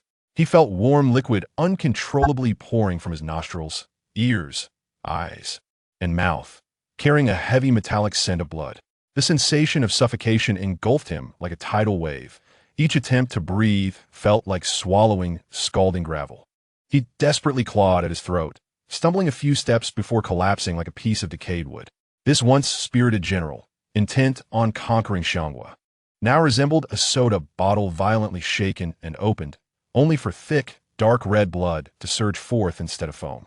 He lay in a pool of his soldier's blood, his pupils dilating, utterly lifeless. Within the entire vanguard camp, 30,000 elite soldiers, 8 or 9 tents had turned into putrid flesh and pus, while the remaining ones had completely lost their fighting capability, struggling to survive in despair and illness. In the capital of Xianghua, however, the atmosphere was starkly different from the hellish scene in the Central Kingdom's camp. In a tranquil courtyard, Long Fooding was engaged in a game of Go with his uncle, Wu Yi, On the board, Wu-Ye's white pieces were aggressively surrounding Long Fuding's black pieces, seemingly on the verge of victory. Dinger, what are you truly contemplating? Wu-Ye asked, stroking his beard as he observed the promising state of the chessboard. His gaze flickered to Long Fuding, who was absent-mindedly perusing an ancient tome, the Bai Bing Mi Ji, which detailed various poisons and epidemics. Unable to contain himself, he urged, "You are on the verge of losing. Should you not focus?" Long Fuding's gaze remained fixed on the pages, where the yellowed leaves vividly illustrated the horrific symptoms and transmission methods of anthrax. Without lifting his head, he deftly picked up a black piece and, with a decisive snap, placed it in a seemingly inconsequential corner of the board, heavily surrounded by white pieces. "Uncle," Long Fuding's voice was calm and unwavering. "It is you who is destined to lose." "Nonsense." Wu-Ye laughed, pointing at the board. "The situation is splendid for me. The white dragon is fully formed, and your lone piece is charging into a trap. How could I possibly lose?" "No." Long Fuding finally closed the tome and raised his eyes to his uncle, his gaze as profound as an ancient well. "The moment you began playing, fixated on encircling my false dragon, you sealed your own fate. You overlooked the true vital points." As his words settled, Wu-Ye's focus sharpened on the black piece just played by Long Fuding. Upon surveying the entire board, his expression transformed drastically. That seemingly sacrificial piece acted as a precise key, instantly activating long-dormant black pieces on the board. The once seemingly impregnable white dragon's critical connections were severed by this seemingly casual move, rendering vast swathes of white territory dead. "This, oh my!" Wu-Ye was rendered speechless, finally breaking into a long sigh of admiration. "Marvelous. To place oneself in a seemingly doomed position to entice the enemy, concealing such lethal intent. How could I have lost in such a manner? Truly, my vision has dimmed, and my chess skills have waned." Despite his defeat, he sincerely praised his nephew's intricate strategy. Long Fuding put away the tome and gazed at the slain white pieces on the board, remarking life, too, is akin to chess. A single misjudgment can lead to total defeat. Beneath a seemingly formidable facade often lies a fatal weakness. Chapter 8. The dual-faced binding of the dragon, the morning sun, imbued with a touch of warmth, filtered through the exquisite window panes, illuminating the inner courtyard of the Xianghua Imperial Palace. Long Fuding was tending to his fiancée, Ma Yan, as he combed her flowing hair. The bronze mirror reflected Ma Yan's ethereal beauty, alongside the fleeting complexity of emotions, guilt, resolve, and profound ambition, visible in Long Fuding's eyes. This subtle shift did not escape Ma Yan's keen perception. She gazed at the man behind her in the mirror and softly inquired, "What troubles you? Are you preoccupied with something?" Long Fuding's combing paused momentarily before resuming smoothly. His voice was low. The encirclement of the Central Kingdom should have been lifted by last night. Li Mingshui and his 30,000 elite soldiers have turned to mere bones in the grave. He hesitated, his fingers entwined in her silky hair, his tone resolute yet tinged with an undeniable weight. "For the sake of our future, to escape this cycle of generations, I have matters I must attend to. The tranquil Suzhou is no longer an option." Ma Yan's heart trembled. She understood this man all too well. The light in his eyes was not meant for one who is content to be ordinary. She sighed softly, her voice laced with resignation and understanding. "Fuding, why not cease our pursuits, distance ourselves from conflict, and return to Suzhou to enjoy our remaining days peacefully? You do not comprehend, Liener." Long Fuding's voice suddenly rose, filled with suppressed excitement and disdain. "I refuse to resign myself to the fate of the masses, living, aging, falling ill, dying, marrying, bearing children, and watching our descendants repeat the same tedious cycle, foreseeable to the end. Such a life is stiflingly dull and revoltingly stable. It dulls the spirit and stifles potential. It is the greatest tedium and torment of the world." His words resonated with a fervent disdain for a predetermined fate and a powerful yearning to transcend limits. Ma Yan gazed at the flames igniting in his eyes, their intensity tightening her heart, yet she understood the impossibility of changing his mind. After a moment of silence, she retrieved a warm jade ring, the Zhouxiao Yinxin ring, from her adornments, gently caressing it as if drawing strength from it. Finally, she raised her head, her gaze restored to calm and support. "I understand. As your fiancé, I choose to trust and support you." The road ahead is fraught with peril. Go forth on your steed, Feud. She knew he was concealing something, but the jade ring in her hand assured her of his genuine feelings toward her. That was enough. Long Footing mounted Ma Lian's beloved steed, the magnificent white horse Feud. Armed with the jade insignia bestowed by Emperor Yang, he galloped forth, breezing through the gates of Xianghua, his hooves kicking up clouds of dust as he surged into the heart of the Central Kingdom. At that moment, the court of the Central Kingdom was engulfed in unprecedented chaos and panic. The dreadful news pierced the empire's spine like a poisoned icicle. General Li Mingshui, along with 30,000 elite vanguard soldiers, had turned to putrid flesh overnight, succumbing to a bizarre and extraordinary plague. The reports from the remaining soldiers compounded the calamity. Not only had Xianghua prepared in advance, but it had also formed an alliance with the Wei and Qin kingdoms, intending to strike back while the Central Kingdom was preoccupied with the attack on Xianghua, launching a direct assault. The Emperor of the Central Kingdom sat upon the dragon throne, his face pale as parchment, his fingers unconsciously tapping against the cold armrest, each tap resonating in the tense hearts of the assembled officials. The hall was rife with uproar. This is the wicked sorcery of Xianghua. We must mobilize the royal army and sweep through their territory with a thunderous vengeance to avenge this blood feud. Yet the voices of the war faction were tinged with trepidation. The plague is horrific. One touch leads to death. The Wei and Qing alliance lurks hungrily. Our immediate priority is to seek peace. If it requires ceding territory and paying reparations, so be it, as long as we can cease hostilities. The peace faction displayed palpable panic. Li Mingshui's reports before his death are fraught with inconsistencies. Who knows if he fell into a trap while advancing, fabricating this colossal lie about the Wei and Qing alliance to absolve himself? The suspicion faction clung to the last threads of hope. Our supplies are depleted. Our troops are exhausted. The borders with Wei and Qing are ablaze with signals. How can we mobilize troops without provisions? The blame faction was filled with a sense of helplessness. After half a day of urgent deliberation, despair was the only outcome, yielding nothing of substance. The colossal wheel of the empire seemed to be steering toward a pitch-black abyss. Amidst this stifling chaos, in a corner of the Grand Hall, the influential Minister Liang Kong, who had been resting with his eyes closed, slowly opened them. His gaze was as tranquil as a deep well, sweeping across the anxious officials until it settled on the long-vacant strategist's seat, once filled by his trusted confidant, Mu Rongfu, whom he had personally recommended to the emperor but who had recently claimed illness and taken leave. A barely perceptible flicker of concern crossed his eyes, quickly masked by a deeper cunning. Report. A hoarse shout from outside the hall pierced through the tumult. Mu Rongdarin has returned to court. Silence engulfed the room. All eyes abruptly focused on the open hall doors. Blinding sunlight poured in, outlining a tall figure against the light, clad in a flowing white robe adorned with dragon patterns, shimmering with a chilling luster. He walked with poise, each step resonating like a heartbeat, his commanding presence instantly quelling the trepidation within the hall.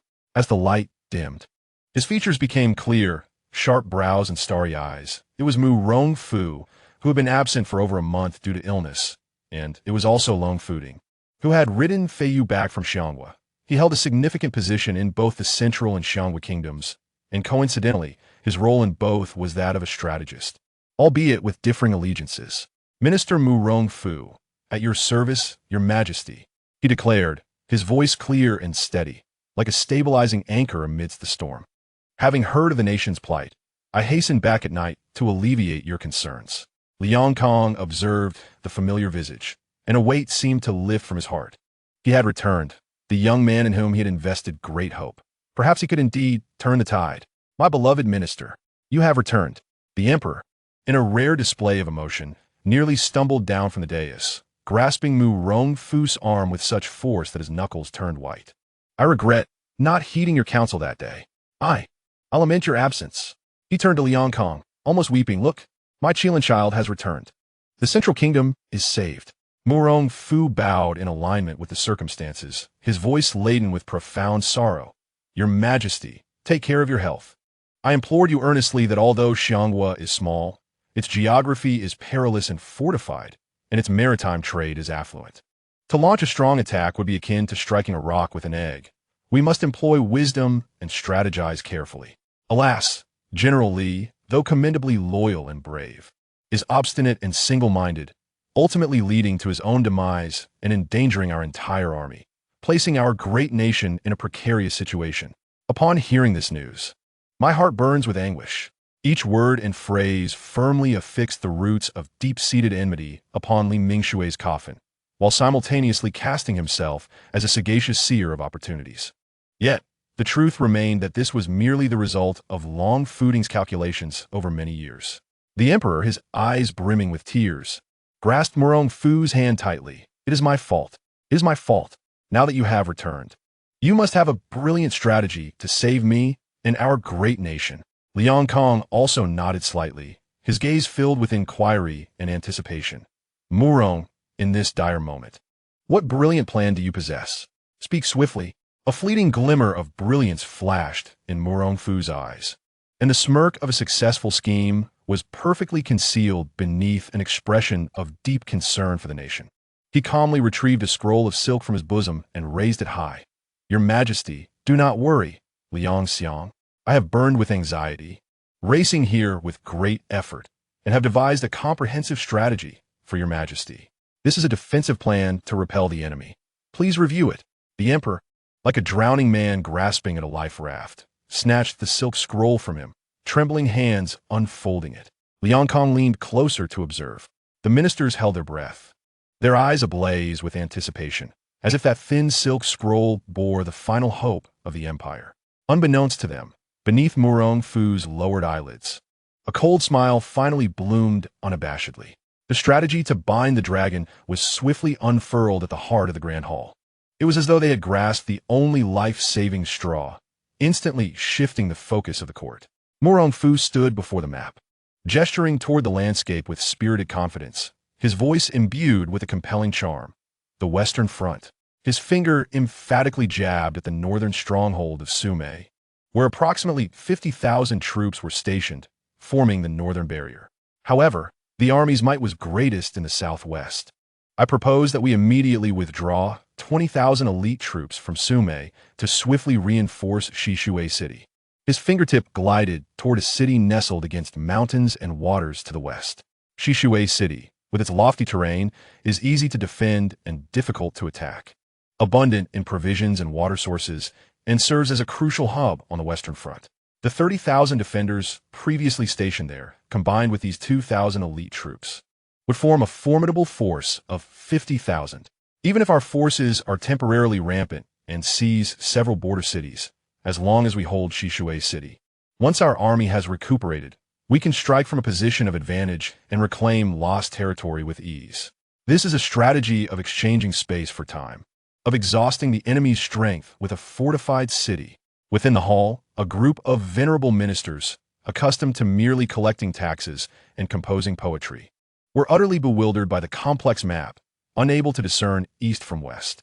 Yet, upon hearing Murong Fu's articulate and resolute analysis, they felt as though they were peering into profound depths, nodding vigorously, murmuring, "Murong Fu's insights are remarkable.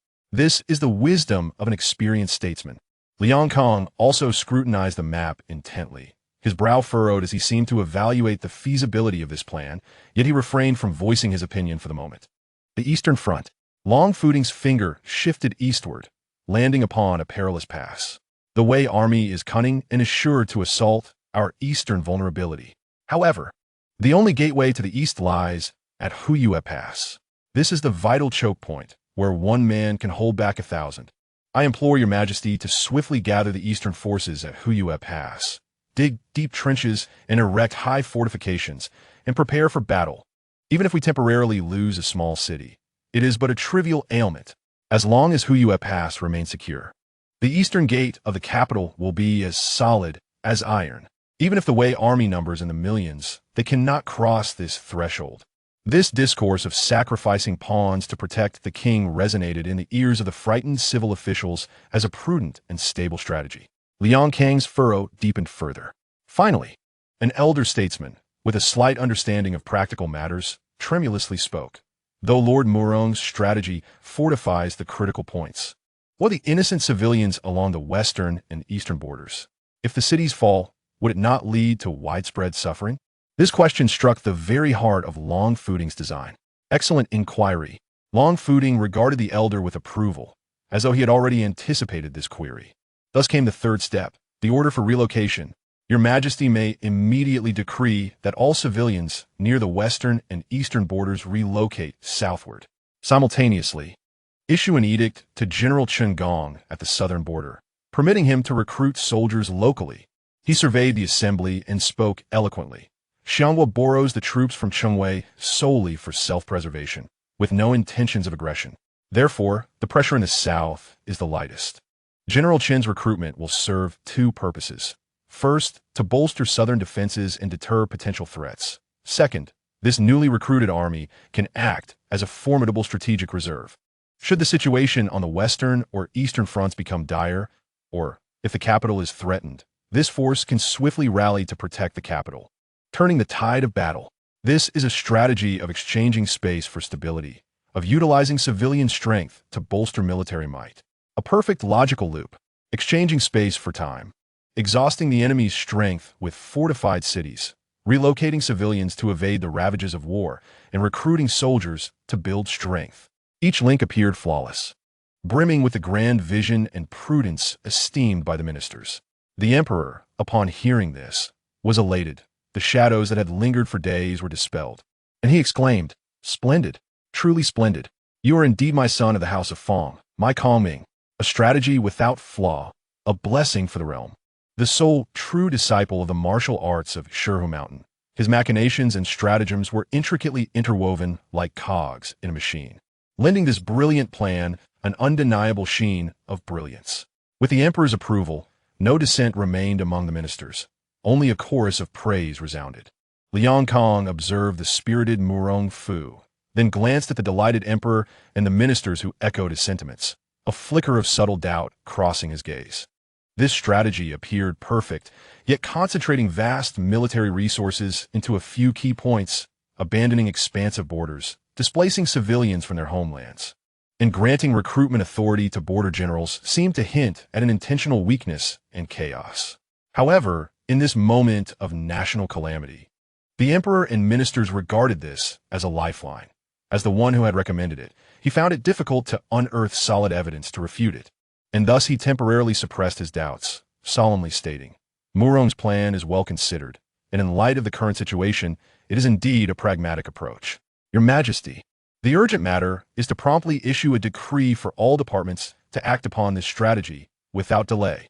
Indeed, Liang Xiang speaks truly. Draft the decree immediately, with 800 li of urgent dispatch, to relay the order far and wide. The emperor, as though grasping a lifeline, urged repeatedly, as night descended like ink, engulfing the splendor of the capital. Within the depths of Murong Fu's residence, candle flames flickered, casting shadows upon Long Fuding's expressionless face. The clamor and accolades from the court now faded to cold calculations. Swiftly deliver this letter to the Prime Minister of Wei. He handed a wax-sealed letter to a shadowy subordinate, his voice icy. The letter's content, of course, urged Wei to seize the opportunity presented by the emptiness of the Western Front and the military's withdrawal, hastening their advance towards the seemingly impregnable Shishui city. The letter would inadvertently reveal that the garrison within Shishui city had been infiltrated and that there was an insider ready to open the gates. Understood. I shall risk my life to obey. The shadow took the letter and melted into the darkness outside, silent as a whisper. Long Fuding clapped his hands, and another shadowy figure appeared like a specter.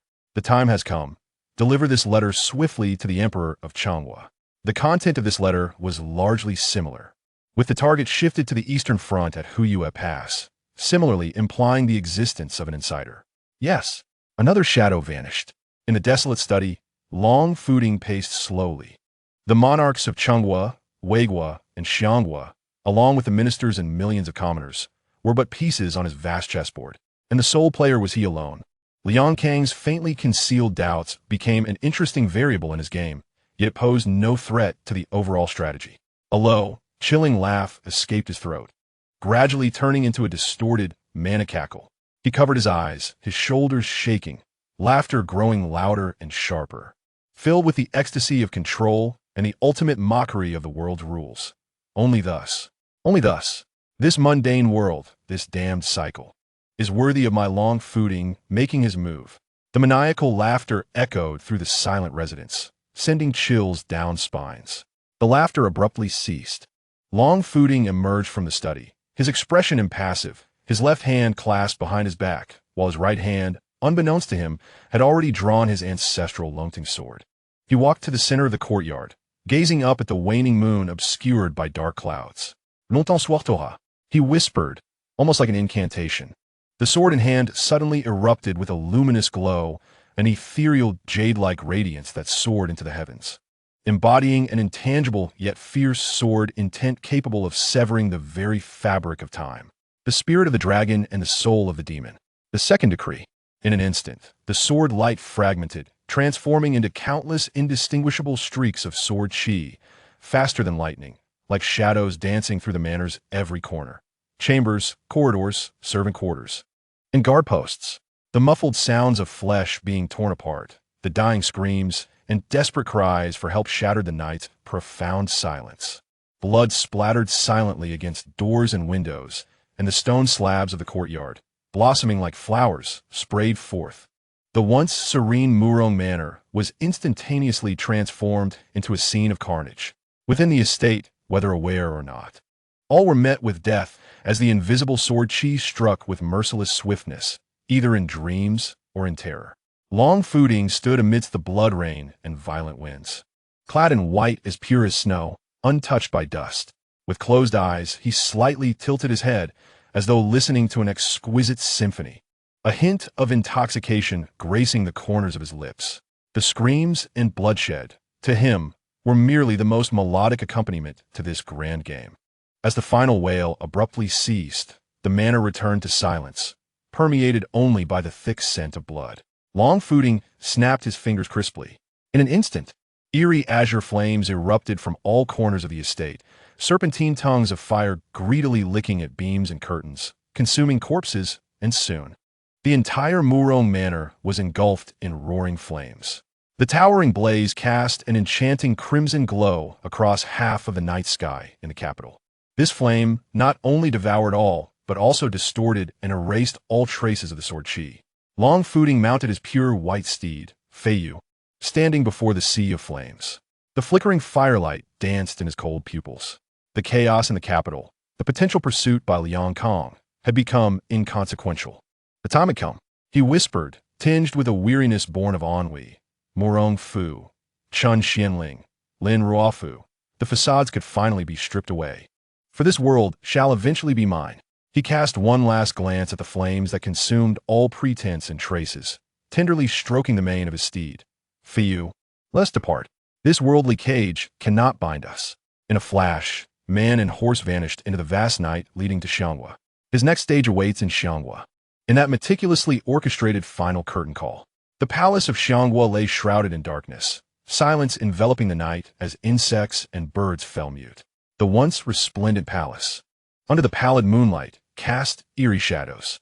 Emperor Yang, his corpulent form cloaked in a nondescript dark mantle, resembled a bloated mole as he stealthily navigated the silent corridors. His breath came heavily, his eyes flickering with a mingling of greed and lewdness, his target set upon the dwelling of Long Fuding's betrothed, Lian, deep within the palace. Long Fuding's departure during the day had emboldened him, and the prospect of acquiring the life-saving jade intensified his eagerness. He stealthily approached beneath the window, his fingertips damp as he deftly punctured the paper. A faint candlelight seeped through, revealing a captivating silhouette within. Lian, clad in a simple white nightgown, was brushing her flowing tresses before a mirror, her profile illuminated by the candlelight, delineating a breathtakingly delicate curve. The thin fabric failed to conceal her alluring figure, igniting a fervor within Emperor Yang, leaving his throat parched. Unable to restrain himself any longer, he abruptly flung open the door. Creak! Lian turned at the sound, anticipation dancing on her face. Fu, is that you returning? But as she discerned the intruder, her anticipation morphed instantly into shock and dread. Emperor Yang tore off his cloak and cast it aside, revealing a bright yellow inner robe. His gaze locking onto Lian like a ravenous wolf as he impatiently tugged at his own belt. My beauty, do not fear. Your beloved husband shall not return tonight. Ha! submit to me, and I shall bestow upon you riches beyond measure. Should you resist?" He leered as he advanced. "What do you intend to do?" "Stop." Lien recoiled in terror, her hands clutching her neckline protectively, her complexion paling. "What do I intend to do?" "Naturally, to let you taste the most intoxicating pleasures of this world." Emperor Yang pressed closer, forcing Lien to evade around the round table, ultimately retreating to a corner with nowhere left to go. "Someone! Help! Someone!" Lien's piercing cries rent the silence of the palace. Yet outside the hall, an oppressive stillness reigned, as if the entire palace had been cut off from the world. "Ha ha ha!" Emperor Yang laughed rather than fumed, his breath quickening. "How intoxicating! I have encountered countless beauties, yet none have bewitched me with cries such as yours. It truly stirs my desires." He lunged forward, his plump hands violently reaching for Lien. In a desperate struggle, she seized one of Emperor Yang's wrists and, summoning all her strength, twisted it toward his pinky. The excruciating pain caused Yang to howl and release her, giving Lien the chance to break free. But in her fervor, she stumbled and crashed heavily against the dressing table. Blood gushed from her forehead, staining her hair. The agony jolted her back to clarity. Ignoring the blood streaming down her face, she seized a sharp golden hairpin from the table and pressed it against her pale neck. The pin pierced her skin, drawing forth droplets of blood. Her gaze hardened like ice. "Tyrant, if you dare take another step, I shall end my life this instant. Should I perish, my husband Long Fuding will ensure that the Xianghua royal family pays with blood." "Blood for blood?" Yang clutched his painfully throbbing finger, baring his teeth. Yet a glimmer of mockery flickered in his eyes. How commendable, a chaste and fiery maiden. "Alas, your beloved husband has long sold you to me." He sneered, pulling out a folded note from his robe, slowly unfurling it before Lien. Under the candlelight, the words were starkly clear, the familiar, forceful brushstrokes of sword intent. Inscribed with the words, "The life-saving jade, wife Lien." 8 characters, like 8 searing steel spikes, brutally pierced Lien's heart. Every memory of their encounters, every heartfelt vow, exploded in her mind. "I have endured a tumultuous life. My desires are not grand, merely to achieve an immortal legacy like my ancestors, to be remembered through history. Yet since meeting you, Liener, I have come to realize that no wealth in the world compares to your smile. Even if I had to exchange kingdoms, I would not trade you. It was not in the finest moments that I met you, but rather, it was meeting you that has crafted the most brilliant moments of my life." These tender words, each and every one still echoed in her ears, yet at this moment clashed violently with the chilling 8 characters before her. A profound sense of absurdity and tearing pain instantly engulfed her. Instinctively, she turned to the dressing table where the blood-stained 9 Heavens heart verification ring lay quietly, its warm luster momentarily dimmed, yet seemingly unchanged. It confirmed that his affection was genuine. But why? Why must there be such a cold contract? Why? Tears surged forth unbidden, cascading down her bloodied cheeks. She scarcely noticed that she was weeping. The grip on the hairpin slackened, its weight seeming to drain from her hand, and it clattered to the ground, producing a crisp and despairing sound. The entire world spun before her, crumbling. The foundation of trust shattered in an instant. Emperor Yang gazed upon Lien, lost and weeping, and a gleam of triumph flickered in his eyes as he feigned a sigh. "Alas, foolish girl, how many men in this world are sincere? Most are but treacherous scoundrels. Forget him, come with me. The riches of Xianghua shall all be yours. Whatever you desire, I shall grant." This life-saving jade is merely a bargaining chip for him to seek greater fortunes. As he spoke his seductive words, he seized the opportunity to close the distance, his corpulent form imposing and heavy. Lien remained engulfed in the immense betrayal and disbelief, her mind a blank slate. Emperor Yang's greasy, plump hands, exuding a repugnant warmth, once more settled upon her shoulder, slowly sliding downward. She jolted back to consciousness, attempting to struggle, yet the overwhelming shock rendered her body weak, realizing too late. The corpulent Emperor Yang, with a lascivious grin, loomed over her, his weight nearly enveloping her, the suffocating force leaving her nearly powerless to resist. And outside the hall, in the distant darkness, it seemed that the sound of urgent hooves was drawing near, shattering the oppressive silence of Xianghua's night. Chapter 9. The frigid night in the palace of chilling despair and icy terror seized Mo Lian's heart, rendering her breathless. The note inscribed with the words Xin Yu of life, and the phrase wife Mo Lian, seared into the depths of her soul like a red-hot iron. She would never mistake her husband's handwriting. Every wild flourish, every stroke imbued with the essence of a sword, transformed into the coldest blade of betrayal at this moment. The vows that had once intoxicated her, the tender words about how the empire paled in comparison to a mere smile, crumbled before the harsh reality of these 8 cruel characters, collapsing into dust.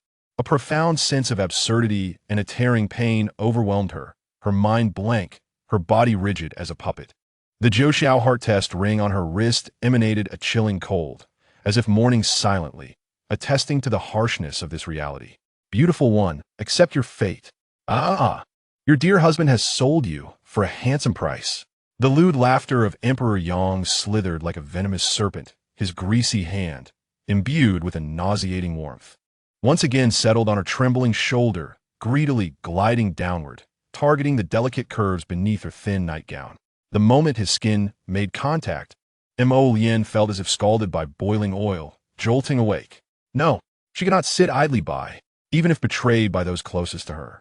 She would never allow this tyrant to defile her. Get away! A piercing scream shattered the silence of the deep palace. The pure-hearted spiritual energy cultivated on Puta, a mountain, instinctively erupted within her in this desperate moment. She swiftly turned, channeling her energy into her elbow, and forcefully collided with the soft flesh beneath Emperor Yang's ribs. Ugh! The emperor, caught off guard, staggered back in pain, his lewd grin instantly replaced by fury. Mo Lian seized this fleeting opportunity. Like a startled deer, she burst through the slightly ajar palace door, stumbling into the cold, dark courtyard. Help! Someone please! Save me! Her desperate cries, tinged with sobs, echoed through the vast palace grounds, filled with helplessness and despair. Ignoring the blood pouring from her forehead wound, she sought only to escape that suffocating den of malevolence.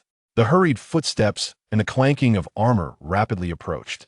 A squad of guards patrolling the inner palace rushed to the scene, their lanterns and torches dispelling some of the darkness, illuminating the disheveled, blood-streaked face of Mo Lian, as well as the furious, disheveled Emperor Yang who had just emerged from the palace.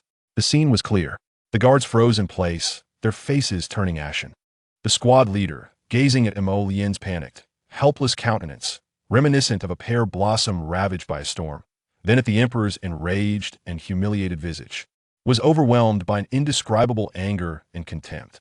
Foolish monarch, you have sunk to the lowest depths of folly. Lord Long has exhausted himself for the sake of Xianghua, liberating it from peril, and yet you, Emperor Yang, repay his kindness with such vile acts against his betrothed. This is utterly intolerable. Several young guards instinctively placed their hands on the hilts of their swords, their knuckles whitening from the pressure, their eyes blazing with fury, their chests heaving. They looked at Mo Lian with sympathy, while their gazes toward Emperor Yang brimmed with undisguised disdain and murderous intent. The air seemed to thicken, as if a taut string was ready to snap. We came to protect the emperor upon hearing cries for help. The guard captain spoke slowly. Emperor Yang sensed the silent wrath and icy hostility from the guards, and his heart filled with both fear and rage. He bellowed, "What are you staring at? A pack of dogs! Get away from me! Get far away!" He pointed at Mo Lian, his voice shrill and piercing. "This woman intends to assassinate me. I am personally interrogating her. This night, should anyone hear a sound, they must pretend they heard nothing. Dare to approach, and your entire lineage shall be punished. Leave."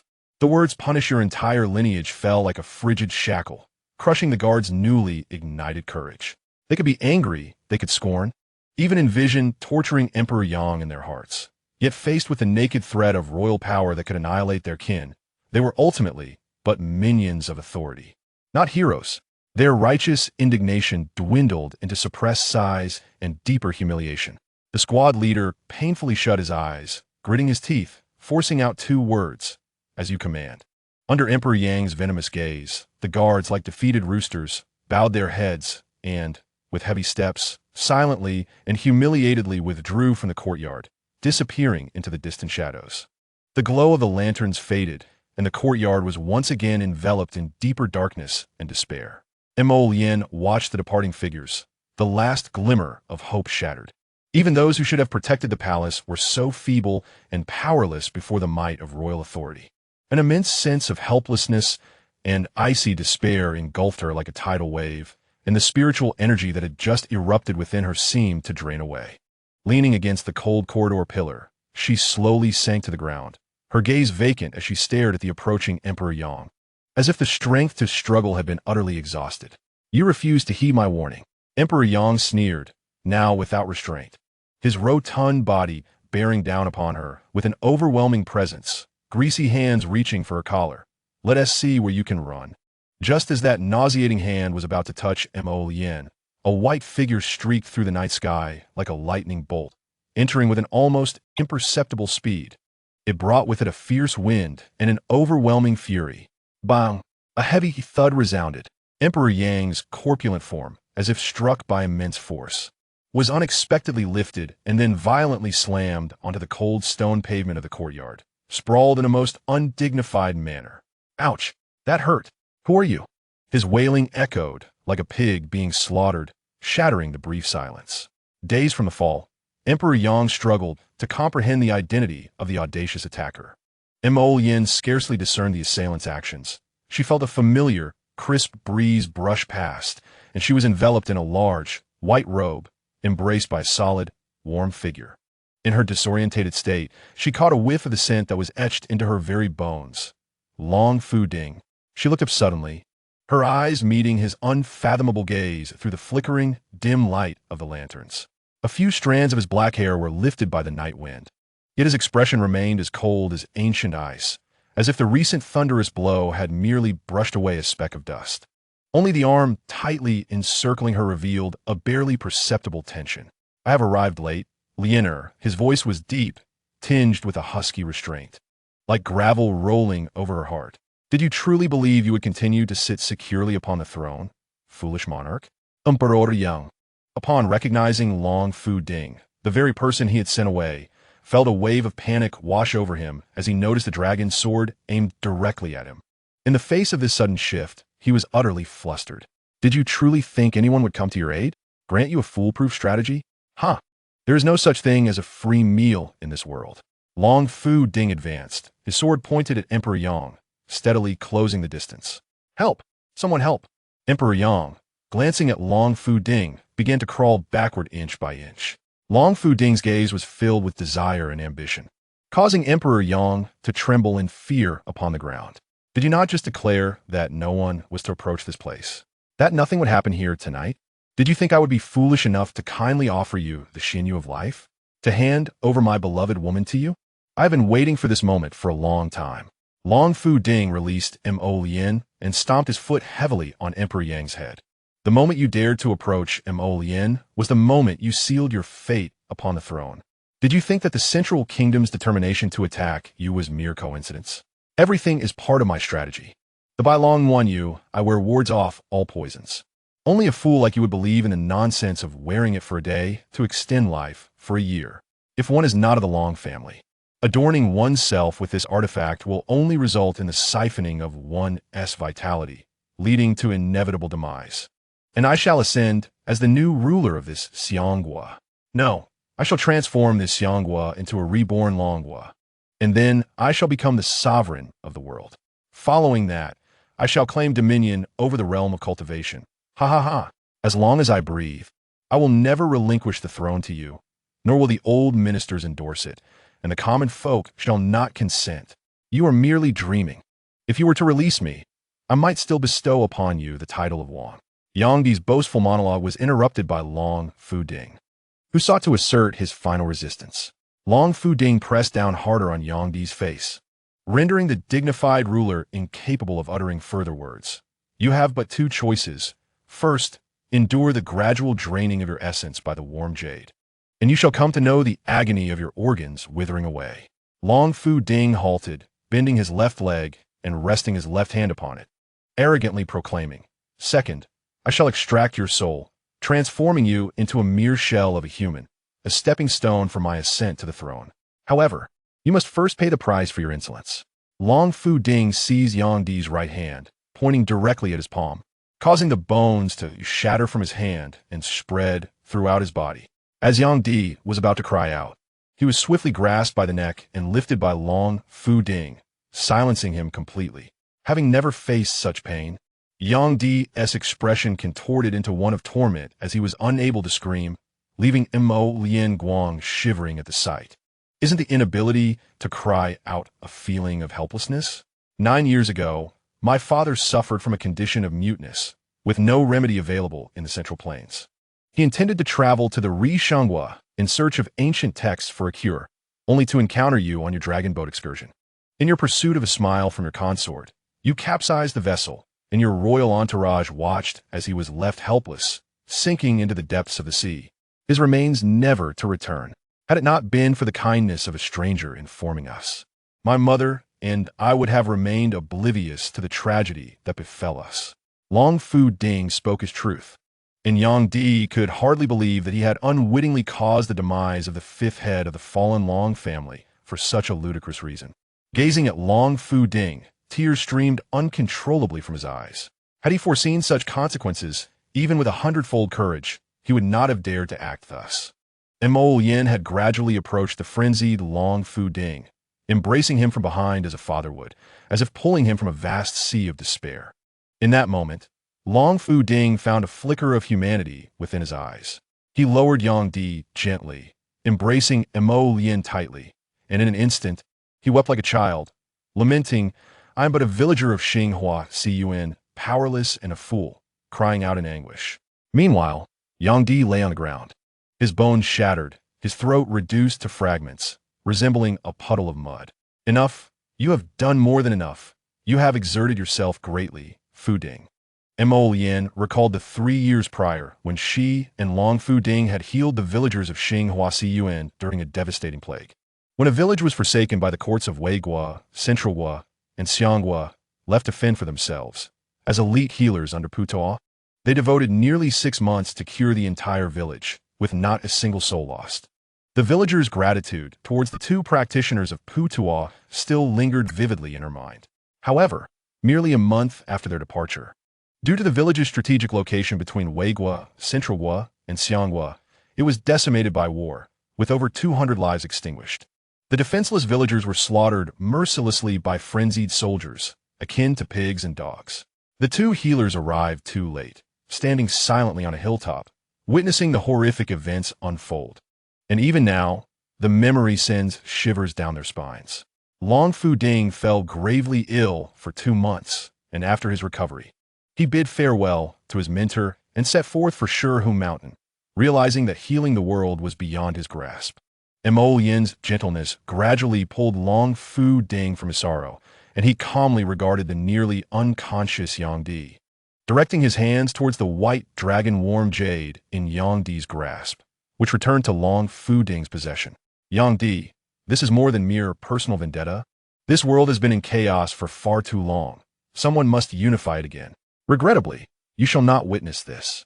Long Fu Ding addressed the unhearing Yang Di, his hands clasped as he began to chant a spell, transforming the originally white warm jade into a dark hue. A fine ghostly green glow emanated from Yang Di, as his soul flickered in and out of visibility before being drawn into the darkened warm jade. Charming phantoms and specters, mere illusions, must quickly disperse to reveal the truth. The shattered bones within Yang Di began to slowly mend under the jade's power. Gradually, Yang Di stood, yet his imperial crown fell uncontrollably at Long Fu Ding's feet. Chapter 10. Life and Death from Left and Right. The Dragon Emperor's restoration in the darkest hour of the night, within the shadows of the Xianghua Palace. Long Fu Ding's white robe seemed to meld with the somber palace walls. Before him stood 10 elite warriors led by Gu Ting, clad in civilian attire, yet standing tall with sharp gazes, a small team he had liberated from the prison. They gripped tightly the newly distributed forbidden military armor and insignia. "Gu Ting," Long Fu Ding's voice resonated low and clear, imbued with undeniable gravity, having just received urgent intelligence that General Wang Qi might be plotting an insurrection. Gu Ting's heart raced. Wang Qi, the loyal and valiant veteran who had fought fiercely at Beichuan Gate, he instinctively placed a hand on his sidearm. a flicker of disbelief crossing his eyes. Long Fu Ding caught the hint of confusion, his tone growing heavier. I know you hold great respect for General Wang's integrity. However, news of the turmoil in Central Gua and the chaotic conflict with Wei has surely spread throughout the capital. His gaze swept over the group, observing their subtle nods. As this undeniable prophecy began to unfold, serving as a testament to Long Fu Ding's strategic acumen while reinforcing the weight of his words. This is a chance for Xianghua to breathe. The monarch and ministers should unite to strategize revival. Long Fu Ding shifted his tone, filled with deliberate indignation. Yet, Wang Qi, with his military power and long-held command, is unlikely to acquiesce easily. Furthermore, there are reports suggesting he harbors resentment toward His Majesty. At this delicate juncture in the court, should he act recklessly? He did not finish his sentence, yet the implication of rebellion and the threat to the emperor was unmistakable. The countenances of Gu Ting and the others turned grave. The image of Wang Qi's loyalty clashed violently with the possibility of insurrection in their minds. You all, Long Fu Ding's gaze sharpened, filled with a sense of urgency, are the last bastion for His Majesty. Don the forbidden military attire at once, and proceed to the vicinity of His Majesty's chamber, laying a secret defense. Remember, your duty is to safeguard the emperor's well-being. Should Wang Qi truly entertain treasonous thoughts, seeking to disturb His Majesty, he paused, his tone resolute, committing acts of heinous rebellion. You must act decisively, without hesitation. This is the responsibility of protecting the nation and the sovereign, weightier than Mount Tai. We shall obey. Gu Ting suppressed the turmoil within and, along with the other 9, responded in unison, their voices low yet resolute. Long Fu Ding's prophecies had repeatedly come to fruition, and his contributions to the nation were evident to all. At this moment, his concern for the emperor felt deeply sincere. Despite their instinctive resistance to the accusations against Wang Qi, the righteousness of safeguarding the emperor, the absolute trust bestowed by Long Fu Ding, and the lingering authority of the Long Hu Ling compelled them to comply. They swiftly vanished into the shadows of the palace walls, like phantoms moving towards the emperor's quarters, becoming crucial ambush troops waiting for Wang Qi to walk into their trap. The chilling dawn had yet to fully dispel the coldness enveloping the capital of Xianghua. Wang Qi tossed and turned on his bed. The worries of recent days and the pressure of fortifying Beichuan Gate had granted him rare moments of deep slumber. However, this tranquility was ruthlessly shattered by urgent knocking and the terrified shouts of his servants. My lord, an urgent missive from a boarder. A blood letter. Wang Qi jolted awake, his heart pounding as if struck by a heavy hammer. An urgent missive from the border? A blood letter? By Xuan Gate. He dashed barefoot, heedless of slipping on his shoes, like a startled lion rushing to the door, yanking it open with force. Outside lay an empty expanse, save for a thin letter quietly resting on the cold ceramic tiles. On the envelope's front, a harrowing character for Wang, inscribed in dark brown blood, stood out starkly, reminiscent of a ghostly accusation. The back bore an unblemished wax seal, yet the edges emitted an unsettling warmth, as if gently scorched by heat. A chill surged from the soles of Wang Qi's feet, piercing through to his crown. He inhaled deeply, suppressing the rising unease, and bent to retrieve the letter. His fingers brushed against the dried blood, sensing the writer's despair and urgency in their final moments. Returning to the bedside, he tore open the envelope with a practiced yet grave demeanor, illuminated by the faint morning light. The contents were as concise as a poisoned dagger. Yuan Luan, mixed battle with Chen Wei. These mere 7 characters detonated in Wang Qi's mind like thunder. His towering figure swayed, and he collapsed heavily onto the bed's edge, his fingers clenching the letter until his knuckles turned white. It has come to fruition? Truly it has, he murmured, his voice hoarse and dry, brimming with incredulity and absurdity. That Long Fu Ding, whom he regarded as enigmatic and cunning, the so-called savior exalted by Wu Yi, had indeed brought to life a scheme known only to the Yang Emperor and himself. As if it were prophecy, the Yuan kingdom had not only refrained from intervening, but had instead become embroiled in chaos with Cheng and Wei. This signified that the greatest threat to the northern border of Xianghua had dissipated amidst Long Fu Ding's machinations. Following the tremendous shock was a deeper chill. The success of this stratagem indicated that Long Fuding's intellect and tactics far exceeded his imagination, which also meant that Wang Qi, the general who stood against Wu Yi and Long Fuding in the court, would find himself in an even more precarious position. That old fox, Wu Yi, would undoubtedly seize this opportunity to drag him into a quagmire, lavishing derision upon him. At that moment, he noticed what seemed to be a folded piece of paper inside the envelope. He extracted it and unfolded it. The scrawled, yet sharp handwriting, evidently penned in haste with a charcoal stick, revealed through the thin paper. Long usurps the throne, young emperor in peril. Boom! Wang Qi felt a surge of heated blood rush to his head. Usurpation, the young emperor in peril? These 6 words were even more devastating than the previous 7. Long Fuding's ambition had swelled to such proportions. His counsel to repel the enemy was merely a pretext for today. The wolfish ambition, such treachery must be punished. Wang Qi growled, his eyes instantly turning crimson. He abruptly withdrew the finely tempered soft sword that had accompanied him through countless battles, its cold blade gleaming with a ghostly blue hue in the dim light, seemingly sensing the master's boiling intent to kill and resolve. He was no longer the general confined to the North Chuan Gate, but a furious tiger, incensed to shred the schemes. He must enter the palace immediately to confront the young emperor, even if it meant storming the palace. The sun struggled to pierce through the clouds, casting a pale golden hue upon the imposing outline of the palace. Outside the main gate, a cadre of civil officials led by Wu Yi had already assembled, standing in rank according to their status, engaged in hushed conversations. Naturally, their topic revolved around the chaos in the Yuan kingdom last night, the miraculous safety of Xianghua, and the remarkable Long Fuding. Wu Yi, stroking his beard, wore his habitual calm smile, yet a subtle glint of cunning and satisfaction lurked in his eyes. Long Fuding's success was undoubtedly a significant highlight in his political career. The heavy palace doors creaked open slowly. Just then, a thunderous clamor erupted. "Make way! Make way!" The sound of galloping hooves reverberated like thunder, accompanied by fierce shouts.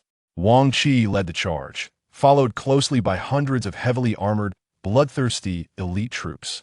They surged forth like a flood unleashed, disregarding the palace gates and the startled civil officials, crashing through the newly opened gap with overwhelming force. Alas, Wang Qi, you bold fool, you have rebelled. You have rebelled. The civil officials were thrown into disarray, cries of alarm, curses, and lamentations mingling in a cacophony. Some were knocked to the ground, their hats rolling away, while others scrambled to evade, tumbling upon the icy stone steps, leaving chaos in their wake. Enemy attack. Protect His Majesty. Sound the alarm. The captain of the Imperial Guards reacted swiftly, bellowing commands.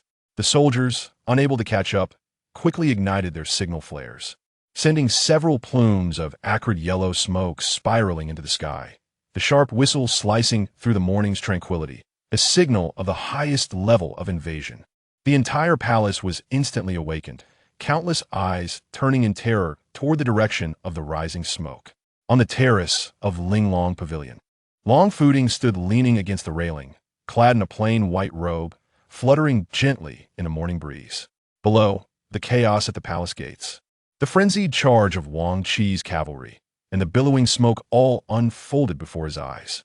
A faint, cold smile graced his lips, not one of joy, but a detached understanding of everything at play, a mastery of the situation.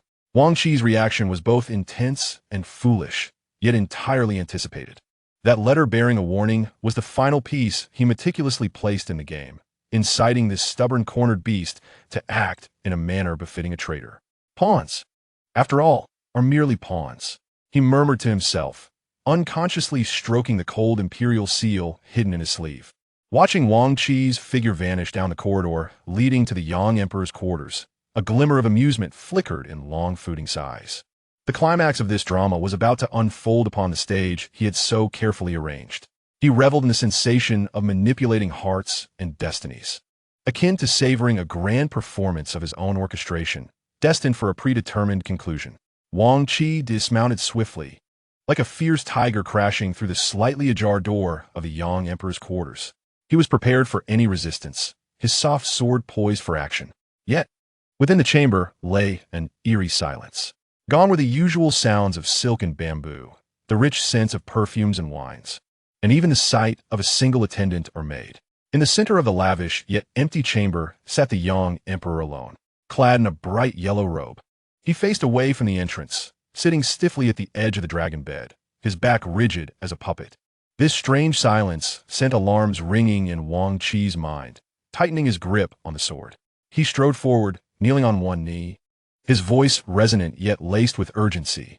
"Your Majesty, I have urgent military news of utmost importance concerning the survival of our Xianghua. Please forgive me for barging in unannounced." He raised his gaze, his piercing eyes attempting to penetrate the young emperor's silhouette. Slowly, the young emperor turned, his movement painfully unnatural. His complexion appeared ghostly pale in the dim light, tinged with a peculiar ashen hue. His gaze was hollow, devoid of life, as if veiled in mist, staring blankly ahead. Unfocused, his lips parted, producing a flat, stiff voice devoid of inflection, akin to its scraping against wood. "I am already aware." Wang Chi trembled. Aware? Aware of what? The chaos in the Yuan kingdom? Or Long Fuding's machinations? This demeanor and tone were far from normal. "Your Majesty, you know of Long Fuding?" He ventured to inquire, his heart's doubts and unease spiraling like venomous vines. "Assist me to court." The young emperor did not answer his question, but slowly raised an arm, its movement stiff as that of a marionette. The hand was deathly pale, lacking any trace of blood, trembling at the fingertips. Wang Chi's sense of unease peaked. The young emperor before him exhibited none of the usual lethargy or occasional clarity. He was clearly a shell of a man, but there was no time for contemplation. The warning of Long Fuding's usurpation pricked at his heart. Suppressing his apprehension, he stepped forward, cautiously supporting the young emperor's cold, rigid arm. "As you command." Just as they reached the entrance of the chamber, chaos erupted outside. Wang Chi's elite troops clashed fiercely with a large contingent of imperial guards who had hastened to the scene, a cacophony of blades flashing and blood flying. Although valiant, Wang Chi's troops were vastly outnumbered, encircled, and in dire straits. "Stand down. The emperor is present," Wang Chi bellowed, trying to stabilize the situation. With his shout and the appearance of the young emperor, both sides instinctively ceased their actions, casting uncertain glances toward the entrance. The lifeless pallor of Yang Di's face and his vacant gaze sent an inexplicable chill through all the soldiers. At that moment, a squad of 10 Imperial Guards swiftly approached. Led by Gu Ting, clad in the armor of the Imperial Guard, his expression was stern and his eyes lingered momentarily on Wang Chi, revealing a trace of barely perceptible complexity before he respectfully positioned himself at Yang Di's other side. "I, Gu Ting, am here by command to protect your Majesty. Please, your Majesty, proceed to Linglong Pavilion." The flat tone of Yang Di echoed once more, as if it were a preordained command. Wang Chi observed Gu Ting and the 10 guards behind him, who were evidently the trusted confidants of Long Fuding, and then glanced at the emperor beside him, who resembled a marionette.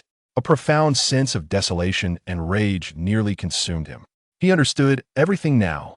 Long Fuding not only controlled the emperor, but had also infiltrated the Imperial Guards. Gripping Yang Di's icy arm tightly, his nails nearly piercing the flesh, he suppressed the urge to draw his sword. The time was not yet ripe.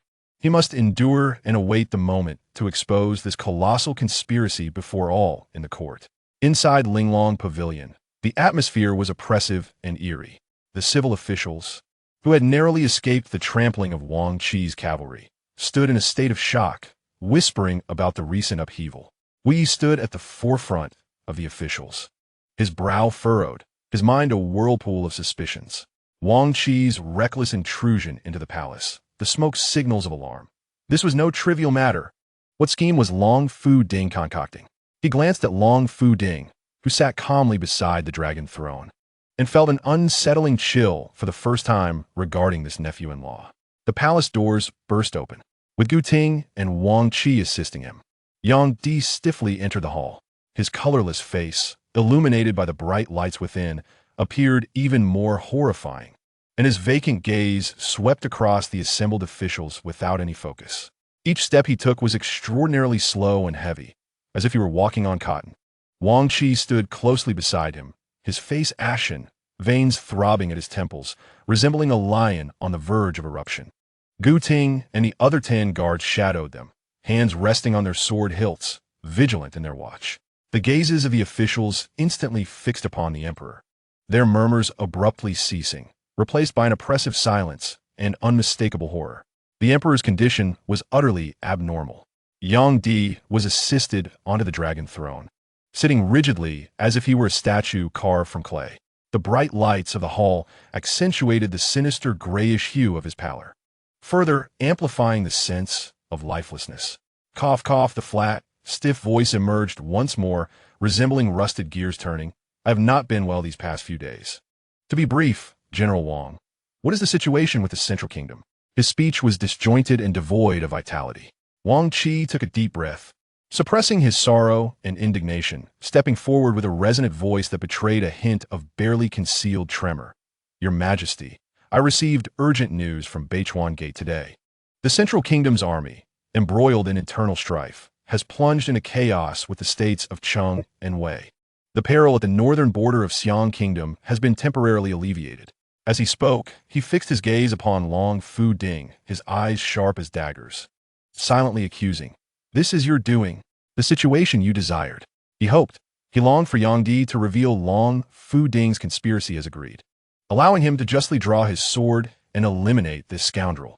However, I deeply admire Long Fu Ding's talents. Yang Di's emotionless voice resounded once more. Yet the content left everyone utterly astounded. Without losing a single soldier, we drive away 30,000 elite troops of the Central Kingdom and relieve the crisis of Xiang Kingdom. Reflecting on my years as the ruler of Xiang Kingdom, I have been blind for too long and have never sought the welfare of the people. His words were laboriously constructed, akin to reciting a foreign text. I am willing to abdicate in favor of Long Fu Ding, hoping he will diligently govern and forge a new era. Silence. A profound silence. The entire Linglong Pavilion was so quiet that one could hear a pin drop, as everyone was stunned into disbelief by this earth-shattering declaration. Abdication to Long Fu Ding, a youth of obscure origin who had only entered the court days prior? Your Majesty! Wang Qi's roar erupted like the growl of a wounded beast, shattering the silence in an instant. His eyes burned crimson, his hair bristled, unable to contain the fury and despair within him. This man had an unknown background. His intentions were nefarious. Proposing to retreat the enemy, he surely had ulterior motives. How could the fate of the realm be entrusted to him? Your Majesty, wake up. Do not be deceived by treacherous men. His voice was filled with desolation, echoing through the vast hall, imbued with the tragic hopelessness of a heart that felt powerless to change the tide. Many military generals and some upright officials knelt before him, weeping and pleading in earnest. Wu Yi was utterly bewildered. Abdication. This was entirely beyond his wildest expectations. He looked at Long Fu Ding's calm, imperturbable face, and then at Yang Di, who resembled a marionette upon the dragon throne. A terrifying thought seized him. Had Yang Di been completely controlled? A chill raced up his spine. He regarded Long Fu Ding with a gaze filled with unprecedented fear, re-evaluating this young man, who was far more ruthless and terrifying than he had imagined. His previous calculations now seemed utterly laughable at this moment. All of you, be silent.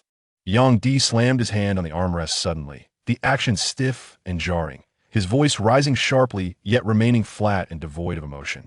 I have been foolish for so many years, but I have never been so clear-headed. Only by replacing Xiang Kingdom's ruler with a wise sovereign can there be a future for Xiang Kingdom. Long Fu Ding is the destined one. This strong declaration, imbued with an eerie sense of otherworldliness, sent shivers down the spines of all the officials attempting to dissuade him. Your Majesty, Long Fu Ding, who had remained silent, finally spoke. His voice was gentle, tinged with just the right amount of humility, yet it resonated clearly throughout every corner of the hall, like cold water flowing through. I am fearful and dare not accept such a high position.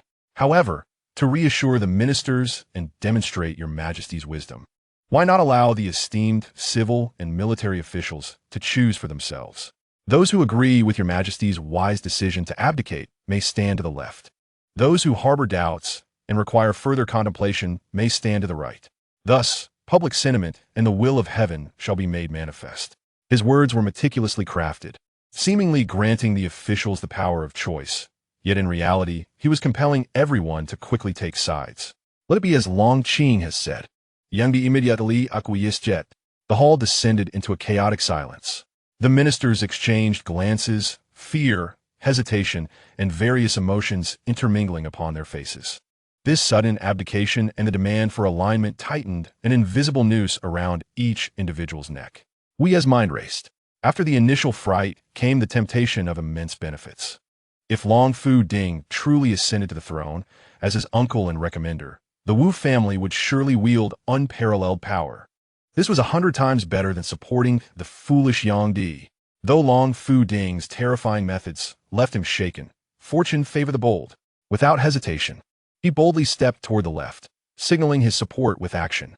Seeing the influential minister Wu lead the way, the officials aligned with his faction found their resolve and surged toward the left side. Some, who had already been opportunistic or feared Long Fu Ding's methods, hesitantly followed suit. Meanwhile, the military generals aligned with Wang Qi and some steadfast officials stood resolutely on the right side, standing shoulder to shoulder with Wang Qi. Others, timid and fearful, stood pale and trembling in place, unsure of what to do. Long Fu Ding's gaze slowly swept over the clearly delineated lines, as well as the trembling fence-sitters in between. The coldness at the corner of his mouth deepening. Come fort. Yang Di's voice, as commanding as a specter of doom, rang out once more. Those opposing on the right shall be taken out and executed. Their families shall not hold official positions. All shall be sent to the mines as slaves. What? Your Majesty, spare us. Foolish monarch, you are under the control of a demon. Long Fu Ding, may you meet a wretched end. The officials on the right erupted in chaos. Cries for mercy, shouts of anger, and curses filled the hall. Wang Qi's eyes nearly bulged from their sockets. His last shreds of sanity completely unraveling. All his loyalty, all his perseverance, had led to such a fate? To condemn his family to generations of servitude. Scoundrel! A blood-curdling roar exploded from Wang Qi's chest. He surged forth like a tiger driven to desperation. The exquisite steel-soft sword at his waist resembled a venomous dragon emerging from its lair, infused with a lifetime of pent-up rage, resentment, and despair for the future of Xianghua. It transformed into a piercing cold light, aimed directly at the mastermind behind it all, Long Fu Ding, seated near the dragon throne. This strike encapsulated his entire martial prowess and the valor of a general's lineage, swift, ruthless, and resolute, intent on delivering a fatal blow. Suddenly, an unforeseen turn of events unfolded, leaving everyone in stunned silence. However, just as the tip of the sword was about to meet the fabric of Long Fu Ding's robes, the Yang Emperor, who had been rigidly seated on the throne, lunged forward with an astonishing speed and angle. With his frail, pallid chest, he intercepted Wang Qi's vengeful strike. The sickening sound of the blade, piercing flesh reverberated, sending chills down spines. Warm blood erupted like a fountain, splattering Wang Qi's head and face. Time seemed to freeze in that moment. Wang Qi stared in disbelief at the emperor, his sword having pierced through the monarch's chest. Observing the hollow eyes that now appeared to carry a hint of relief or perhaps mockery bestowed by Long Fu Ding, his mind went blank. Your Majesty. Instinctively, he relinquished his grip on the sword and staggered backward, engulfed by an overwhelming sense of guilt for the heinous act of regicide. He had never envisioned that the sovereign he had fought to protect would perish at his own hand in such a manner. He had lost, utterly defeated, and even his final loyalty had been irrevocably tarnished. Protect the emperor. Wang Qi has committed regicide. Long Fu Ding's enraged roar served as a signal. The waiting guards, akin to wolves, pounced upon the dazed Wang Qi, forcefully pinning him to the ground. More imperial soldiers surged into the hall, cold blades poised against the necks of the ministers on the right. The hall fell into utter silence, thick with the stench of blood as Wang Qi's heart-wrenching, wrathful curses echoed down the corridors while he was dragged out. Long Fu Ding, treasonous scoundrel, usurper, you shall meet a wretched end. Xianghua will surely fall by your hand. I shall await your demise in the depths of the underworld. The voice gradually faded, eventually severed by the palace doors. Thus, a lineage of generals and 3 generations of loyalty came to an abrupt end on this treacherous and bloody dawn. Long Fu Ding swiftly approached, supporting the slowly collapsing body of the Yang Emperor, having withdrawn the spiritual energy that sustained the puppet's actions. He leaned down, placing his ear close to the now silent lips, feigning a listen for final words, murmuring, "Yes, I shall obey your command." Moments later, he raised his head, a mix of sorrow and determination on his face. In a resounding voice, he declared, "The late emperor's decree.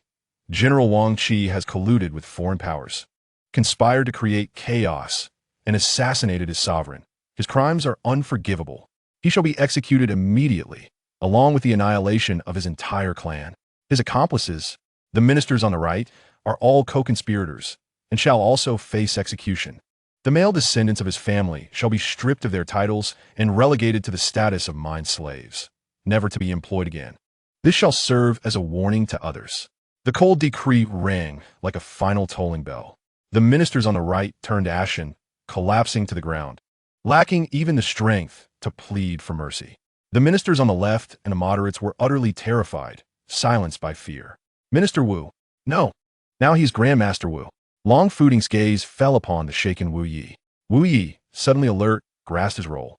This was a declaration of allegiance and a stepping stone to establish his position in the new regime. He straightened his back and, embodying the authority of the Minister of Personnel, commanded sternly, "Bring forth the orders of the late emperor. Capture Wang Qi and his accomplices and escort them to the execution ground. Annihilate his clan. Dismiss all officials from his family. Confiscate their assets. And transport their kin to the mines. There must be no mistake." The guards swiftly sprang into action, dragging the wailing and cursing ministers from the right out with brutality.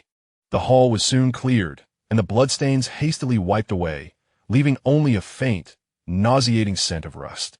The remaining ministers, including the previously bewildered moderates, all fell to their knees, bowing their heads low, their bodies trembling with fear. Inside the Linglong pavilion, silence reigned. Long Fuding's gaze slowly swept over the prostrated ministers of the new dynasty, finally resting on Wu Yi, to whom he gave a slight nod. Then, with measured steps, he walked over the still-drying bloodstains towards the exalted dragon throne, stained with the blood of loyal subjects. He turned, lifted the hem of his robe, and sat down with composure. The cold touch of the throne met him as he leaned back slightly, his gaze like an abyss, surveying the prostrated multitude beneath him. From this moment forth, Xiangguo would change hands. The era of Long Fuding had officially begun. Outside the hall, the final curse of Wang Qi seemed to linger in the air, foreshadowing a path paved with blood and treachery that would surely be fraught with challenges. Chapter 11. The dragon flag reappears, shackles of authority the heavy, dark iron doors creaked open with a thunderous mechanism, revealing the long-sealed treasury of Xiangguo. A complex aroma wafted forth, mingled with the scent of aged wooden boxes, metallic rust, and exotic herbs. Long Fuding strode in, closely followed by Mo Lien, the glow of palace lanterns dispelling some darkness, illuminating the towering piles of treasures and spiritual artifacts. Mountains of gold, silver, and jewels shimmered with a mundane luster. Yet they failed to capture Long Fuding's attention. His gaze, sharp as a hawk's, scanned the depths of the treasury, finally settling upon jade boxes and sandalwood chests that emanated ethereal radiance, inscribed with ancient runes. He hurriedly approached and almost violently opened one box after another. 1,000-year purple jade ginseng, fire-patterned core of the earth, and the spirit-nurturing infant pill. Long Fuding's voice trembled with barely contained excitement. He lifted a pill the size of a dragon's eye, a brilliant blue, swirling with what appeared to be nebulae within, his eyes shining with near greed. Excellent. Truly splendid. After a century of plundering, Xiangguo has amassed such a wealth of celestial materials. Heaven is indeed aiding me. He turned, his face openly displaying elation and an insatiable thirst for power. Leonard, do you see?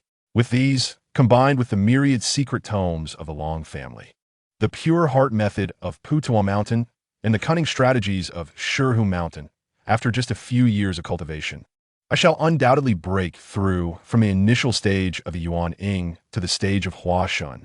The stage of Huashan, with such power, even the mundane weapons of the world will be as insubstantial as clouds, and overturning the seas will be but a trifling task. Who can obstruct my moves in this grand game of dominion? The revival of the Long Kingdom and the unification of the 8 wastelands is just around the corner. Immersed in the exhilarating fantasy of imminent power, His aura pulsated with excitement, the pressure of a Yuan-Ing cultivator unintentionally permeating the air, making it feel thick and viscous. Mo Lien quietly observed him, witnessing the insatiable flames of ambition burning in his eyes, consuming all rationality as he became unhinged over these treasures that could elevate his cultivation. The Nine Heavens heart-testing ring on her wrist sent waves of piercing cold through her, not directed at him, for her affection still whispered within the ring, affirming its authenticity, but rather aimed at the raw, unmasked desire for absolute power and control that lay deep within his soul. Finally, just as Long Fooding was about to open the next treasure chest, Emolien's icy voice echoed in the silent treasury, like droplets from a frozen spring. Fooding. Long Fooding paused mid-action. Emolien slowly raised her left hand, her slender fingers pointing to the jade ring on her wrist, which glimmered with a soft lunar glow. Now imbued with chill. Do you still remember this Nine Heavens heart-testing ring? The fervor in Long Fooding's eyes receded like a tide, restoring a profound calm. He turned to face her, his gaze falling upon the jade ring before gradually shifting to Emolien's clear, yet sorrowful eyes. I remember. His voice deepened, imbued with a strange tenderness, as if returning from the clouds to the earth. This is my most solemn promise in this life, and the most precious of shackles. He approached Emolien, his long fingers lightly caressing the cold surface of the jade ring, his actions tinged with lingering affection. You are the descendant of Master Guzi. The medical arts of Puta Mountain are but one facet of you. Within your blood flows the innate talent for forging spiritual treasures. This Nine Heavens heart-testing ring is the ancestral treasure passed down through the Mo lineage, and it represents the final, profound bond a woman shares with her husband.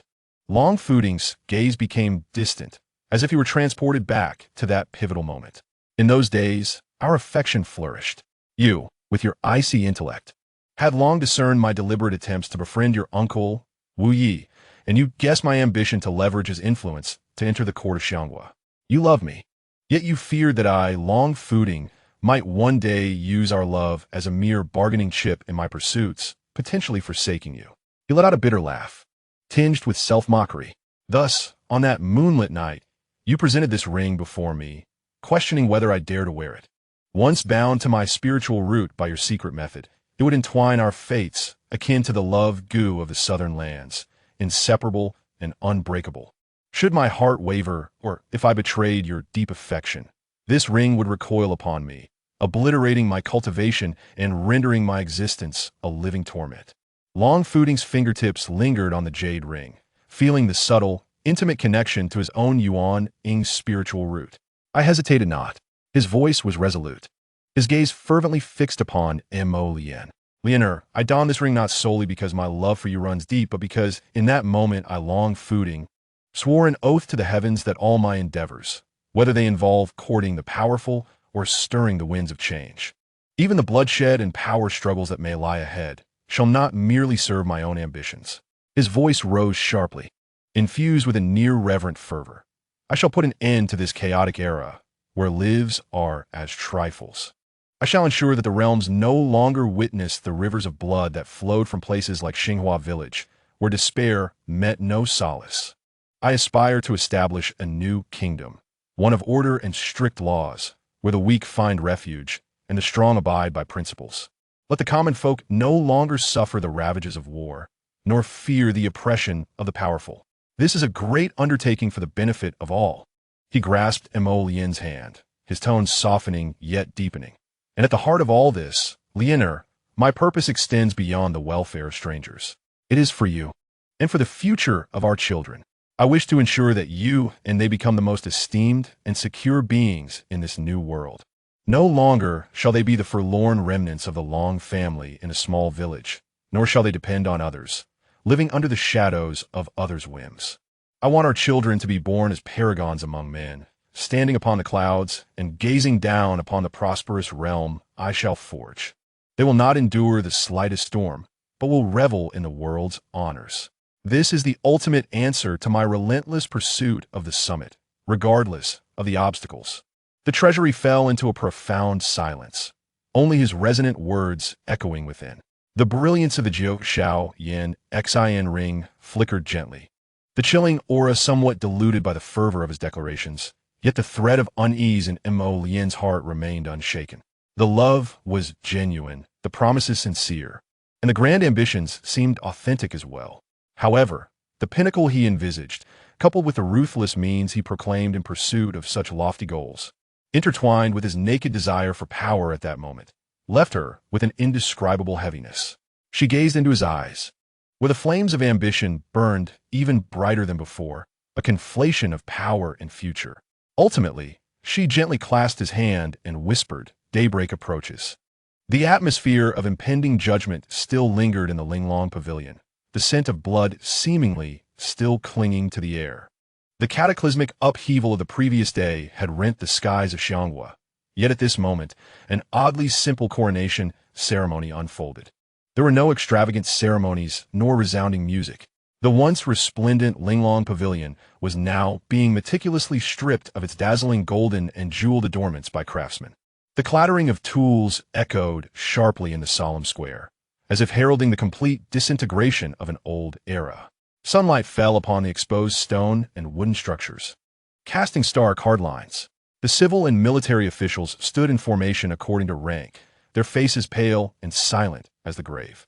The bloody purges of the previous day were vividly etched in their minds, and the wails and curses of Wang Qi and his faction seemed to reverberate in the air. They bowed their heads, afraid to meet the gaze of the figure upon the high platform. Long Fuding stood at the center of the dais. He was not clad in an elaborate dragon robe, but instead wore a simple white silk robe adorned with dragon patterns, complemented by a gold crown of ancient design, its lines stark and unyielding. This attire oddly harmonized with the Linglong Pavilion behind him, exuding a cold, pragmatic air distinct from that of traditional emperors. His gaze was profound, sweeping over the prostrate masses below, devoid of the exuberance typical of a newly crowned emperor, instead bearing a calmness that denoted absolute control. Sun Jingshan, Minister of Rites, instinctively opened his mouth to remind him of the ceremony's protocol, only to swallow his words back in an instant. He recalled the fate of yesterday's colleagues on the right, remembered Wang Qi being dragged away amidst his blood-curdling curses. Opposition? Doubt? In the face of a new ruler who had ruthlessly purged the court, silence was the only option.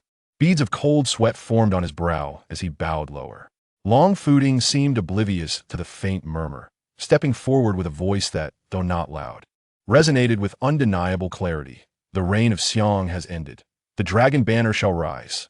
These 8 words echoed powerfully, proclaiming the death of an old kingdom and the birth of a new dynasty. I, Long Fuding, today accept the mandate of heaven, inherit the national sovereignty, and revive the name of Longhua, ruling this land. After a brief silence, the ministers led by Wu Yi erupted in a thunderous chorus of approval. The Dragon Emperor is wise. Longhua shall prosper forever. The Dragon Emperor is wise. Longhua shall prosper forever.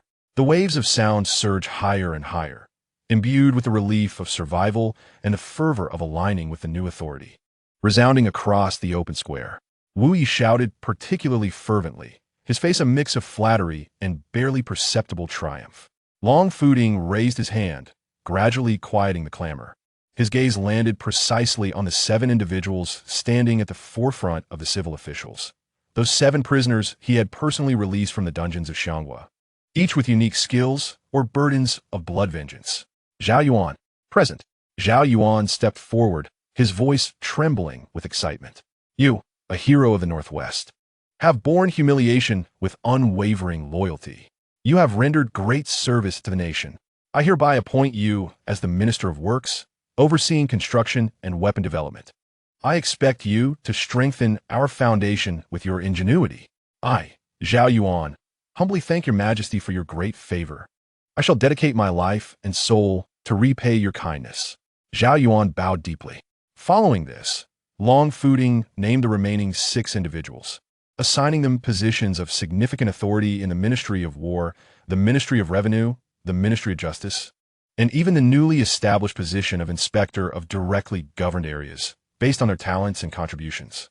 Each of the 6 expressed their profound gratitude, kneeling to thank him. After bestowing rewards upon the 7, Long Fuding's gaze shifted to the 10 guards standing solemnly at one side of the square. The leader among them was Gu Ting. Each of them exuded a refined aura, their eyes sharp as blades. Ting, your subordinate is here. Ting knelt on one knee, his voice booming. You 10 are loyal and skilled. Having protected me through thick and thin, your contributions are remarkable. From this day forth, I shall re-establish the Divine Strategy Army. You 10 shall become the lieutenants of the Divine Strategy Army. Ting, you are promoted to Deputy Commander of the Divine Strategy Army. The command shall be led by me personally. The Divine Strategy Army shall serve as my sharp blade and the nation's bedrock. We shall eliminate the weak and retain the strong. Any unqualified soldiers shall be sent home, with the Ministry of Revenue providing for their livelihoods. Your subordinate, Ting, and the other guards, humbly thank your majesty for your heavenly favor. We vow to serve you unto death. The 10 responded in unison, their voices shaking the very rafters, a palpable atmosphere of authority enveloping the space. Ting's eyes sparkled with determination, and behind him, the guard held the newly improved and powerful tiger-pattern warhorses. Finally, Long Fuding turned his gaze to his uncle, Wu Yi. Luye, the old minister is here. Wu Yi quickly stepped forward, bowing. You, as my father-in-law, with your vast experience in governance, have assisted me greatly since my ascension. I hereby appoint you as the chancellor, overseeing the 6 ministries and becoming the foremost civil official in the court. I expect you to devote yourself entirely to assisting me in governing this newly reborn Longwa. The old minister deeply thanks your majesty for your heavenly favor. I shall serve with utmost dedication until my last breath. We replied excitedly, bowling deeply. Once the rewards had been conferred, Long Fuding's demeanor grew even more austere and chilling. He declared the policies of the new dynasty in a voice as cold as iron striking iron. From this day forth, I hereby announce the new laws of Longwa. This is the foundation of our nation, the cornerstone of our strength. Administrative reform. First, talent recruitment shall be prioritized, with merit as the sole criterion for advancement. Individuals possessing knowledge and skills, regardless of their noble or humble origins or nationalities, may self-nominate or be recommended by others. The newly established inspection court will verify their capabilities and assign positions accordingly. The antiquated notions of lineage and status from previous dynasties will be entirely abolished. Second, the inspection court shall operate independently from the 3 ministries and 6 departments, solely responsible for overseeing officials.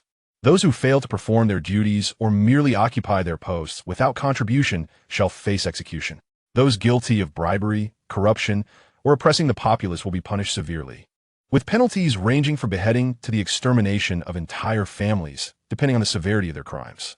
Third, citizens are encouraged to voice their opinions and offer counsel. Those who submit petitions addressing governmental shortcomings will be rewarded with silver, jade, or even official titles.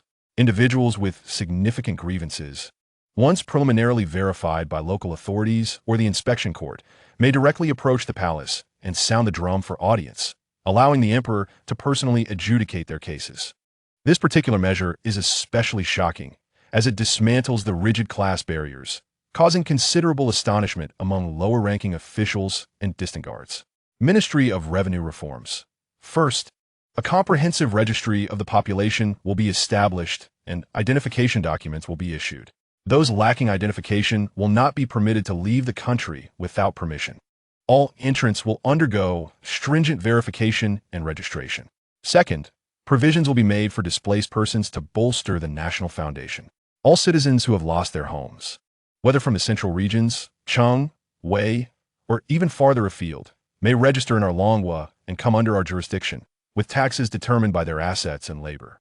Third, those without land will be uniformly assigned state-owned fields for cultivation, with tax exemptions for the first 3 years.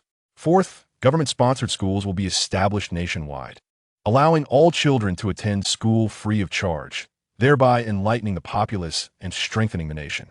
Fifth, the unemployed will be registered and assigned work based on their skills, with severe penalties for those who remain idle for extended periods.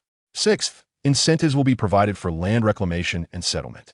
Families willing to relocate to our northern borders or western territories for cultivation will be granted land, seeds, and plowing oxen, with a 50 tax reduction on newly cultivated fields for 5 years. This represents an opportunity for rebirth bestowed by me upon you.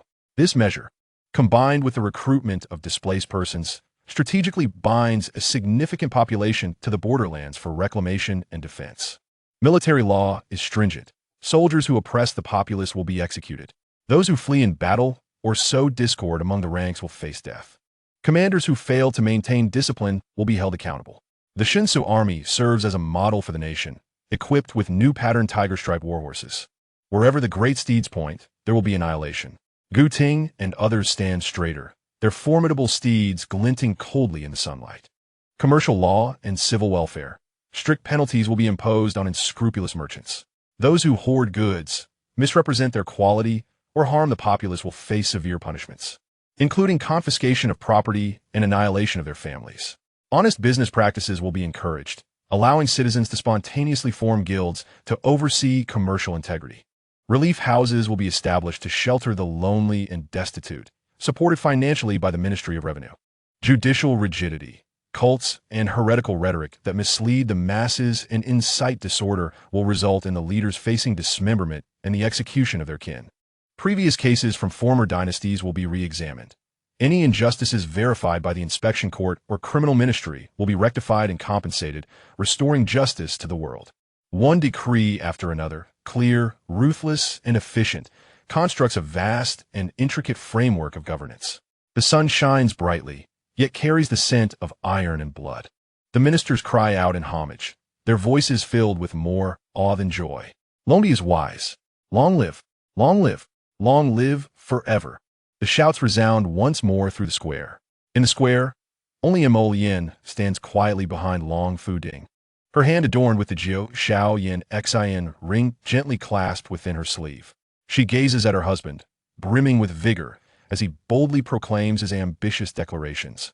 Feeling the chill of the jade ring on her wrist, which seems temporarily suppressed by grand narratives and cold laws, yet remains ever present, the newly reborn Longhua, under the authority of Longdi and the shackles of the Jiushao ring, raises its formidable banner. The swallows that once graced the halls of the Wang CF family will ultimately find their way into the ordinary households defined by the Long Registry and strict laws.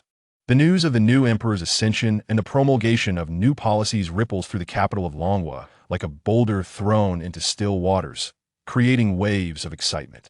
At a modest tea stall by the roadside, voices bustle with hopes for a new life, reverence for the stringent laws, and a subtle hint of fear.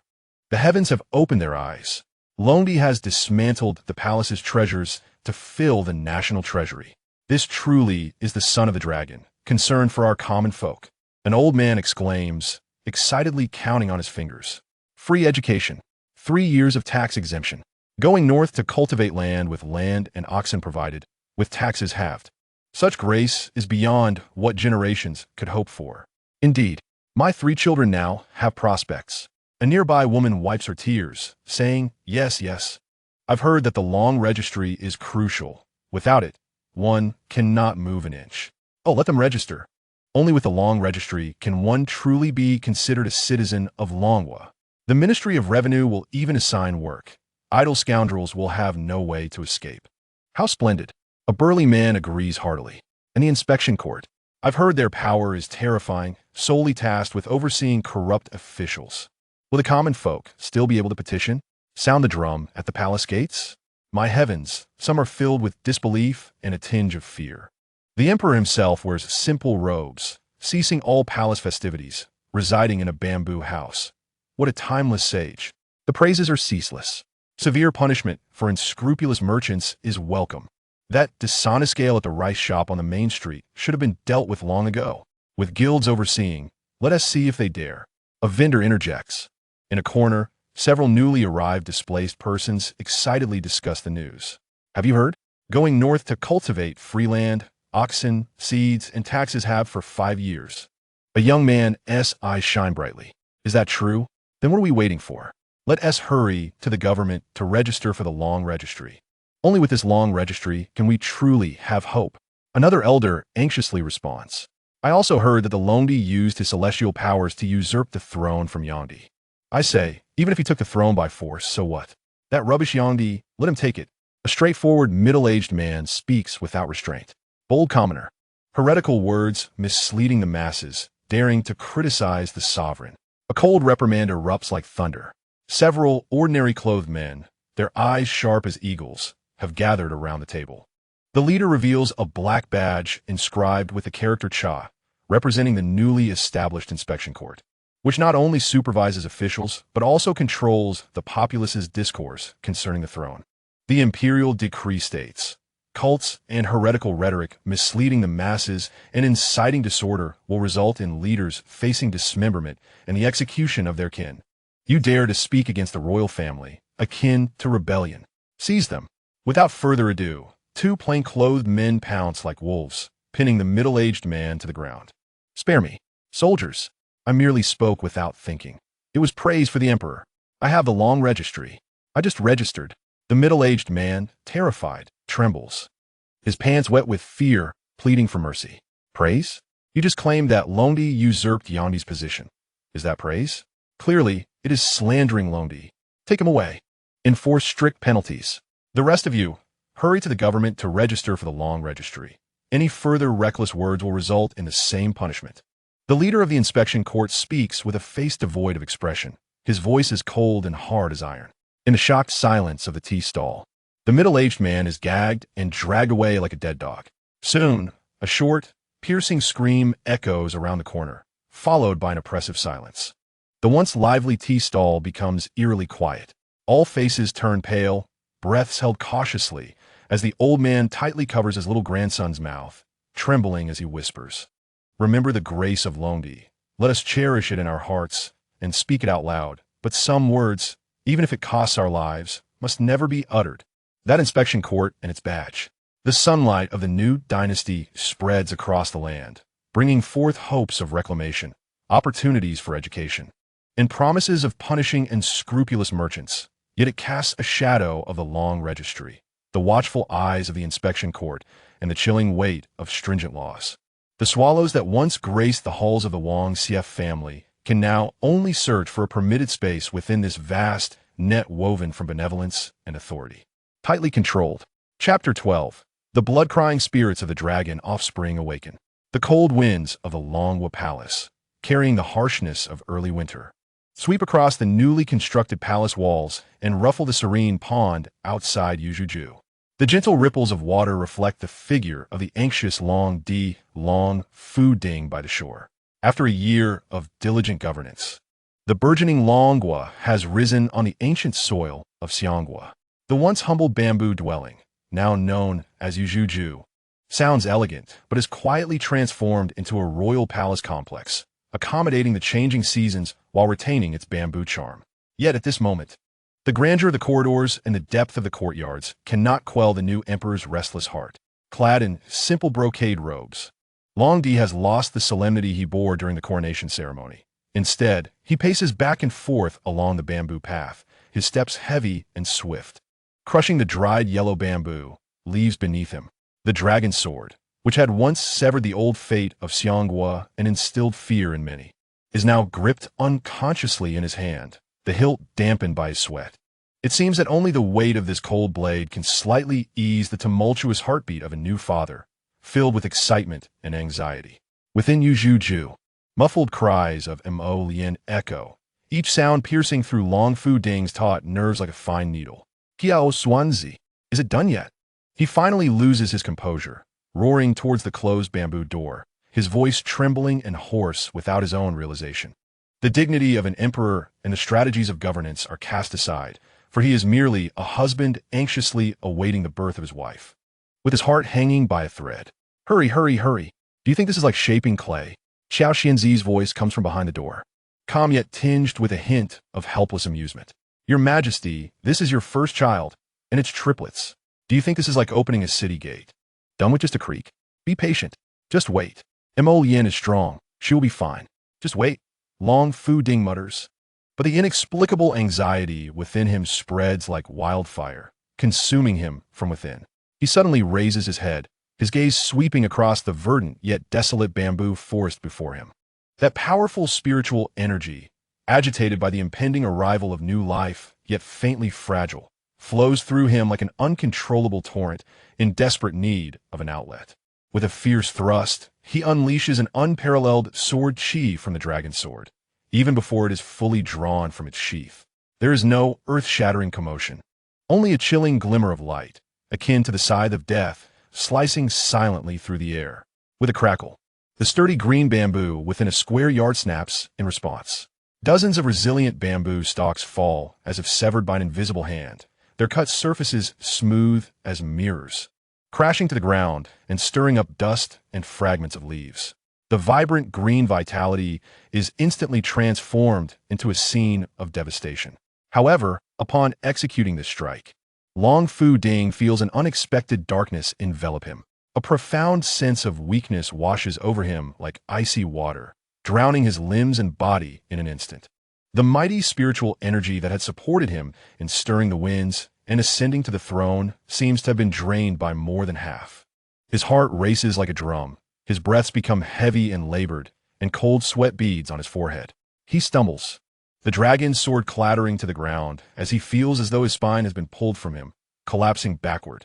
Just as his consciousness teeters on the brink of oblivion, the sound of a baby's cry pierces through the silence. Wah, wah, wah. The three clear, resounding cries emerge almost simultaneously, like the morning bell at dawn, cutting through the stillness of the bamboo dwelling and penetrating the fading depths of Long Fu Ding's consciousness.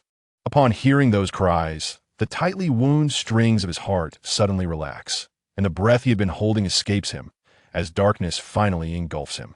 He collapses heavily onto the cold ground, strewn with broken bamboo and leaves, losing all sensation. The terrifying sword chi that had severed the bamboo forest dissipates like smoke, leaving behind only the evidence of the Emperor's loss of control. Time passes, and consciousness slowly resurfaces like a sunken ship rising to the surface. Long Fu Ding abruptly opens his eyes, squinting against the blinding light. He finds himself lying on the familiar bed within Yujuju, a soft silk quilt covering him. Struggling to sit up, a wave of intense dizziness and weakness overwhelms him, his limbs feeling as heavy as lead, and his energy depleted. He emits a muffled groan, finding it exceedingly difficult to prop himself up, and he can only lie back in despair. Ah Fu, you truly have a way about you, a familiar voice chides gently, laced with a hint of concern. Long Fu Ding turns to see Qiao Xianzi, his former comrade from Putuo Mountain, leisurely brewing a pot of tea by the low table near the window, the fragrant steam wafting through the air. To his right, Mo Lian, pale and fatigued from childbirth yet with clear eyes, rests against a soft pillow, carefully cradling a baby wrapped in a bright yellow swaddling cloth. The other two children are being held by a capable nurse. The trio of little ones appears to have cried themselves to sleep, their small mouths slightly moving, peacefully dreaming. Surrounding them is an exceptionally pure aura, flowing like a mountain spring, vibrant and full of life, filling the room despite its faintness. Swanzi. Long Fu Ding's face flushes with embarrassment. How many times must I say it? Do not mention that childhood name. It is a source of ridicule. He eagerly turns his gaze towards Mo Lian, struggling to move closer. Montak Lian, how do you feel? Are you injured? However, his body is too weak to muster the strength to crawl over, and he can only feebly lift his hand. Mo Lian quickly signals him to lay back down. Her voice gentle yet firm. I am fine, Fu Ding. The foundation from Putuo Mountain remains. I just need to rest. You must lie down and not exhaust yourself further. She gazes at the genuine concern in her husband's eyes, warmth radiating from the Jiuxiao Yinxin ring on her wrist. What about the children? Long Fu Ding asks, glancing at the three swaddled infants, his voice filled with the urgency of a new father. Rest assured, Qiao Xianzi sets down the teacup, speaking with seriousness. These three little ancestors of yours, the first Prince Bo Zhao, the second Prince Bo Yu, and the third Prince Bo Yin, though born prematurely, they are all robust and spirited. Their spiritual energy is quite remarkable. He gestures towards the sleeping infants. They are like three springs, endlessly pure and abundant. Anyone within several miles can sense their vibrant vitality. Long Fu Ding, you have heirs, each of them exceptionally gifted, far surpassing your own potential. Upon hearing this, Long Fu Ding gazes at the three little beings cradled in his wife's arms. An overwhelming sense of comfort and warmth floods through him, dispelling some of his physical weakness. The prospect of having heirs brings him greater satisfaction than conquering new territories. However, Qiao Xianzi's next words cast a shadow over his joy. But what is going on with you? It is common for Mo Lian to expend energy during childbirth. Yet your decline in spiritual power is too peculiar. too rapid. It is as if your foundation has been forcibly extracted. Have you been overexerting yourself lately? Or have you encountered a mishap in your cultivation? Or perhaps you sustained an unseen injury during your coronation. Long Fu Ding's heart tightens. Qiao Xianzi's medical expertise is unparalleled, and his diagnosis cannot be mistaken. His condition is anything but ordinary. He suppresses the swirling doubts and unease within him, striving to maintain composure. Since my ascension to the throne, the implementation of new policies has indeed taken a toll on my spirit, but I have not engaged in battle, and my cultivation has proceeded steadily. Perhaps the burdens of governance have exhausted me. He does not delve deeper, attributing it solely to his political responsibilities. Then, he suppresses the overwhelming discomfort in his body and speaks earnestly to his trusted confidant standing outside. Convey my decree. The virtuous Empress Mo has given birth to royal sons. Blessed by the heavens for Longwa, a general amnesty for the nation. Let the whole country rejoice. The people shall have half a month of leave. For the next 3 years, a 30% tax exemption. Change the era name to Sanping, praying for peace. Reward the military, sharing in the grace of the heavens. Thus decreed. As the decree is announced, a thunderous cheer erupts from Yujuju and throughout the newly established capital of Longwa, filling the air with gratitude and joy. The populace revels in the emperor's benevolence and the bliss of a peaceful era. However, within the confines of Yuju residence, the dragon emperor who had issued this imperial decree found himself in a state of physical decline. Days passed, and not only did Long Fuding's ailment show no signs of improvement, it instead grew increasingly severe. He felt weaker than the recently delivered Mo-Lien, as if his mastery of Tao had regressed by more than half. The sensation of vitality draining from his body was akin to a relentless parasite, tormenting him day and night, casting a dark shadow over his once ambitious imperial aspirations. This emperor, who had once seized the world with an iron fist and vowed to unify the 8 wastelands, was forced to question what was happening to him. Xiao Xuanzi, seated at the edge of the bed, furrowed his brow as he meticulously examined Long Fuding's pulse, his expression grave. The pulse felt feeble, as if its foundation were trembling. Strange, he murmured. I have perused countless ancient texts, yet I cannot discern the source of this bizarre decline in spiritual power. In any case, you should take this air, Xiandan. He retrieved a pill from a jade vial, its surface swirling with the dual energies of yin and yang. This pill fortifies the foundation and nurtures the essence. Though it cannot remedy the root cause, it may temporarily stabilize the dissipating spiritual energy within you and alleviate your weakness. Long Fuding accepted the pill and swallowed it without hesitation. A gentle and rich force unfurled within him, momentarily quelling the disconcerting weakness and allowing him a brief respite. What of the Mo-Lien and the children? He inquired anxiously, instinctively clutching Xiao Xuanzi's sleeve. Xiao Xuanzi gently pried his hand away, offering reassurance. Mo-Lien possesses a robust foundation and is recovering splendidly. She is no longer in danger. As for your 3 beloved sons, a sincere smile broke across his face. They are all thriving. Though born prematurely, they exhibit remarkable agility, their pure spiritual energy radiating like a tangible spring, perceptible within a 5-mile radius. Long Fuding, you have heirs to carry on your legacy. Xiao Xuanzi's words brought a flicker of solace to Long Fuding's pallid features, yet a deeper suspicion crept into his heart. The children's remarkable vitality contrasted sharply with his own inexplicable decline. Could there be a connection between the two? Suppressing this nebulous thought, he shifted to another concern. Have you visited the Shuyu illusion realm to inform my mother about the children? Xiao Xuanzi's smile faded, replaced by a complicated expression. I have visited her. She remains vigorous in body and spirit, yet. He hesitated. She still refuses to enter the palace as the Tai Huang Tai Ho. She insists that the Shuyu illusion realm is serene, a sanctuary for the Long family to evade the ravages of war. She cannot leave. The light in Long Fuding's eyes dimmed abruptly, as if the last vestige of his strength had been siphoned away. He turned his head dejectedly toward the inner side of the bed, avoiding Xiao Xuanzi's gaze. Clutching his forehead, his knuckles turned white from the pressure as he spoke, his voice laced with bitterness and profound regret. She still cannot forgive me. That matter weighs heavily on her heart. Xiao Xuanzi observed his friend's distress with a mixture of emotions. Silently, he retrieved an old tome, carefully wrapped in coarse cloth, its edges worn and frayed. The pages were yellowed, exuding the aroma of aged ink and dust. He gently placed the book beside Long Fooding's pillow. "This is something she asked me to deliver to you," Xiao Xuanzi said with a sigh. "She believes it is knowledge you should possess. Rest well, and do not strain yourself further. I will check on the medicinal brew." With that, he departed, leaving Long Fooding alone in the empty chamber. Gazing at the tattered tome, a profound sense of unease gripped him. Trembling hands unwrapped the coarse cloth, revealing a deep brown cover inscribed with ancient, vigorous characters, Long Clan Patriarch's Journal. This was no ordinary journal. Long Fooding's heart plummeted. In his childhood, deep within the family's forbidden ground, the Songlong Cave, he had glimpsed fragments of a similar cover, but his father had worn a grave expression, forbidding him from approaching. An ominous premonition, rooted in his very bloodline, coiled around his heart like a cold serpent. With barely perceptible tremors in his fingertips, he opened the heavy, fragile pages.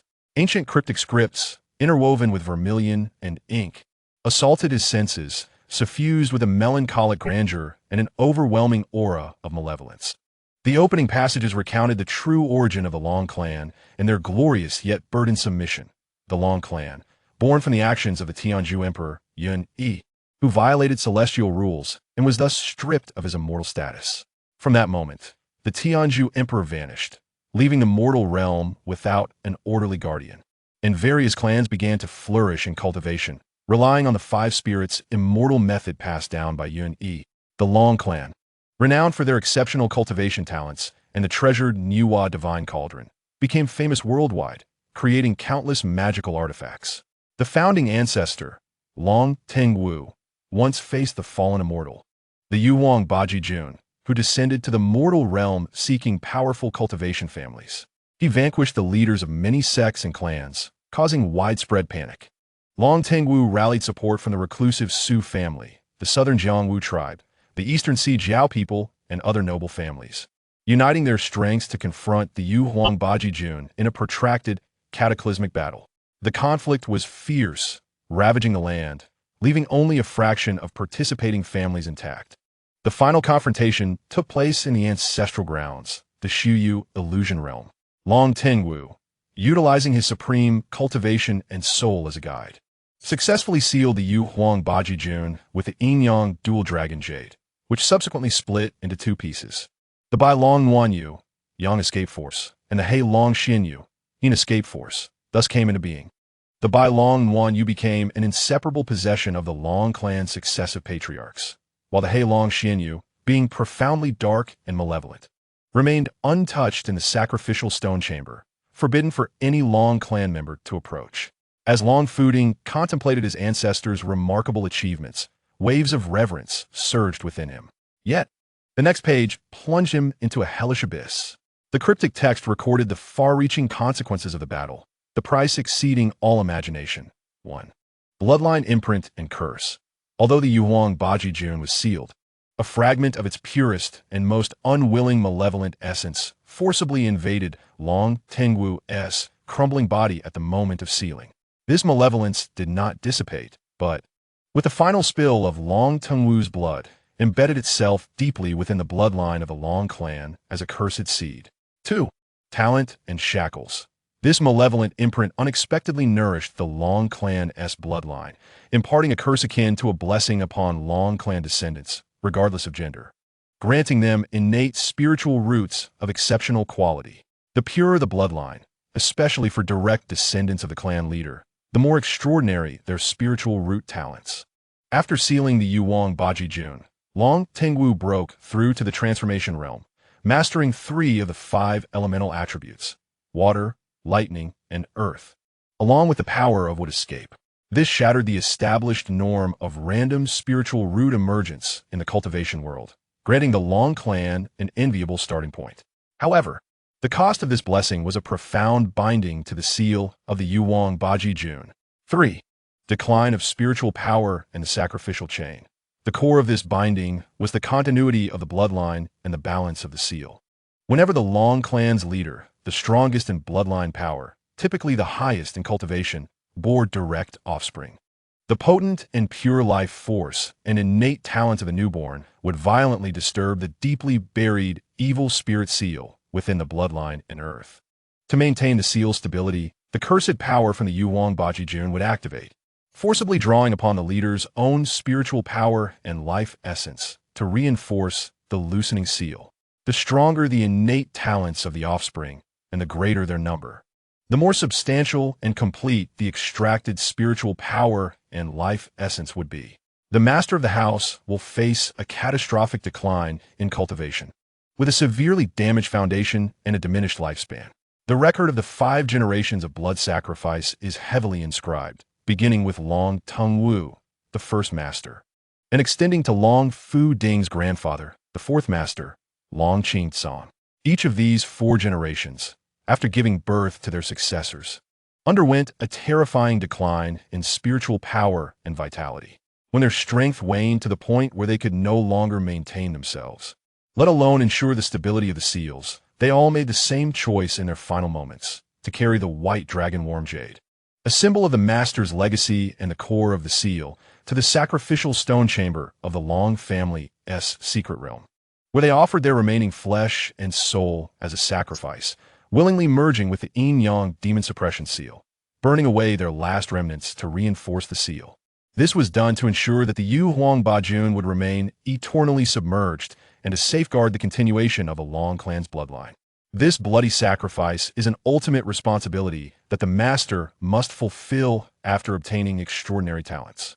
The collateral bloodlines, having a weaker connection to the core of the seal, are minimally affected. With a sudden rush, Long Fu Ding felt his blood surge to his head, only to freeze in the next moment. The ancestral scroll in his hand felt like a red-hot iron, slipping from his grasp and falling heavily onto the brocade bedding. His eyes widened in horror, trembling with extreme dread and despair, fixated on the lines of cruel text that seemed written in the blood of his ancestors. The truth struck like a thunderbolt, shattering all illusions. The white dragon warm jade, this so-called treasure of the Long family, a life-prolonging artifact, is in fact one of the core artifacts sealing the Yuhuang Bajun. After the Yang Emperor donned it, his vitality rapidly waned, not due to being non-long blood, but because the warm jade sensed his malevolent thoughts and instinctively drew upon his meager life force in an attempt to reinforce the seal. Using it to capture the Yang Emperor's soul, inadvertently transformed it into a pure strand of yin energy, temporarily filling the gaps in the seal. How ironic! This bizarre decline in his spiritual power is not a result of toil or misfortune, but a curse. It is a malicious curse that flows through the blood, originating from the fallen immortal Yuhuang Bajun. The moment he birthed 3 exceptionally gifted heirs, as evidenced by their pure and abundant spiritual power, the curse was ignited. The nearly divine power he painstakingly cultivated is being frantically siphoned away to stabilize the seal, which is violently fluctuating due to the birth of new life. His father, Long Sheng, after his mother gave birth to him, his father's cultivation plummeted, leaving him despondent, ultimately disappearing after an accidental fall into the waters by the coast of Suzhou. In retrospect, that was likely not an accident. It was his father fulfilling his fate as the 5th master of the Long family. His mother, meanwhile, concocted a lie. The cost of sacrificing his life essence for the 5th generation's blood sacrifice. These words pierced Long Fu Ding's soul like poisoned ice shards. He had just ascended to the throne. The Long kingdom was newly established, and grand ambitions were on the horizon. The divine transformation realm was within reach. He aspired to create everlasting peace for Mo Lien and his 3 children, allowing them to stand atop the clouds. Yet now, this damned curse, stemming from the fallen immortal, demands that he, in the midst of losing all power, while his ambitions remain unfulfilled, walk the path to the cold, dark depths of the earth, becoming a sacrificial offering like his 5 predecessors. Is he merely the 6th link in this chain of blood sacrifice? No, it cannot be. How could this be? The Yuhuang Bajun and the white dragon warm jade. Long Fu Ding let out a bestial roar of anguish, his fingers digging deep into the brocade bedding, his body trembling violently from overwhelming fear, anger, and unwillingness. He gazed at his 3 sons, peacefully sleeping beside him, surrounded by a mist of spiritual energy, each destined for greatness. Bo Zhao, Bo Yu, and Bo Yan. They are his pride, his future, but they're also the keys that triggered this deadly curse. Pushing him toward the altar, the Nine Heavens heart-testing ring trembled violently on Emolyen's wrist. A chilling aura surged forth, warning him of the tumultuous conflict and abyss of despair within his soul. Simultaneously, in a remote mountain hollow near the former territory of the Xiang Kingdom's Qinglan sect, stood a deep brown wooden puppet, resembling abandoned rot, quietly nestled among the rubble and withered vines for nearly a year. Since the ninth reincarnation of Yun-Es Slayer, Xiao Che, it seemed to have succumbed to an interminable void and resentment, falling into a complete state of dormancy, its joints coated with a thick layer of dust, and the indistinct marks on its face appeared more vacant than ever.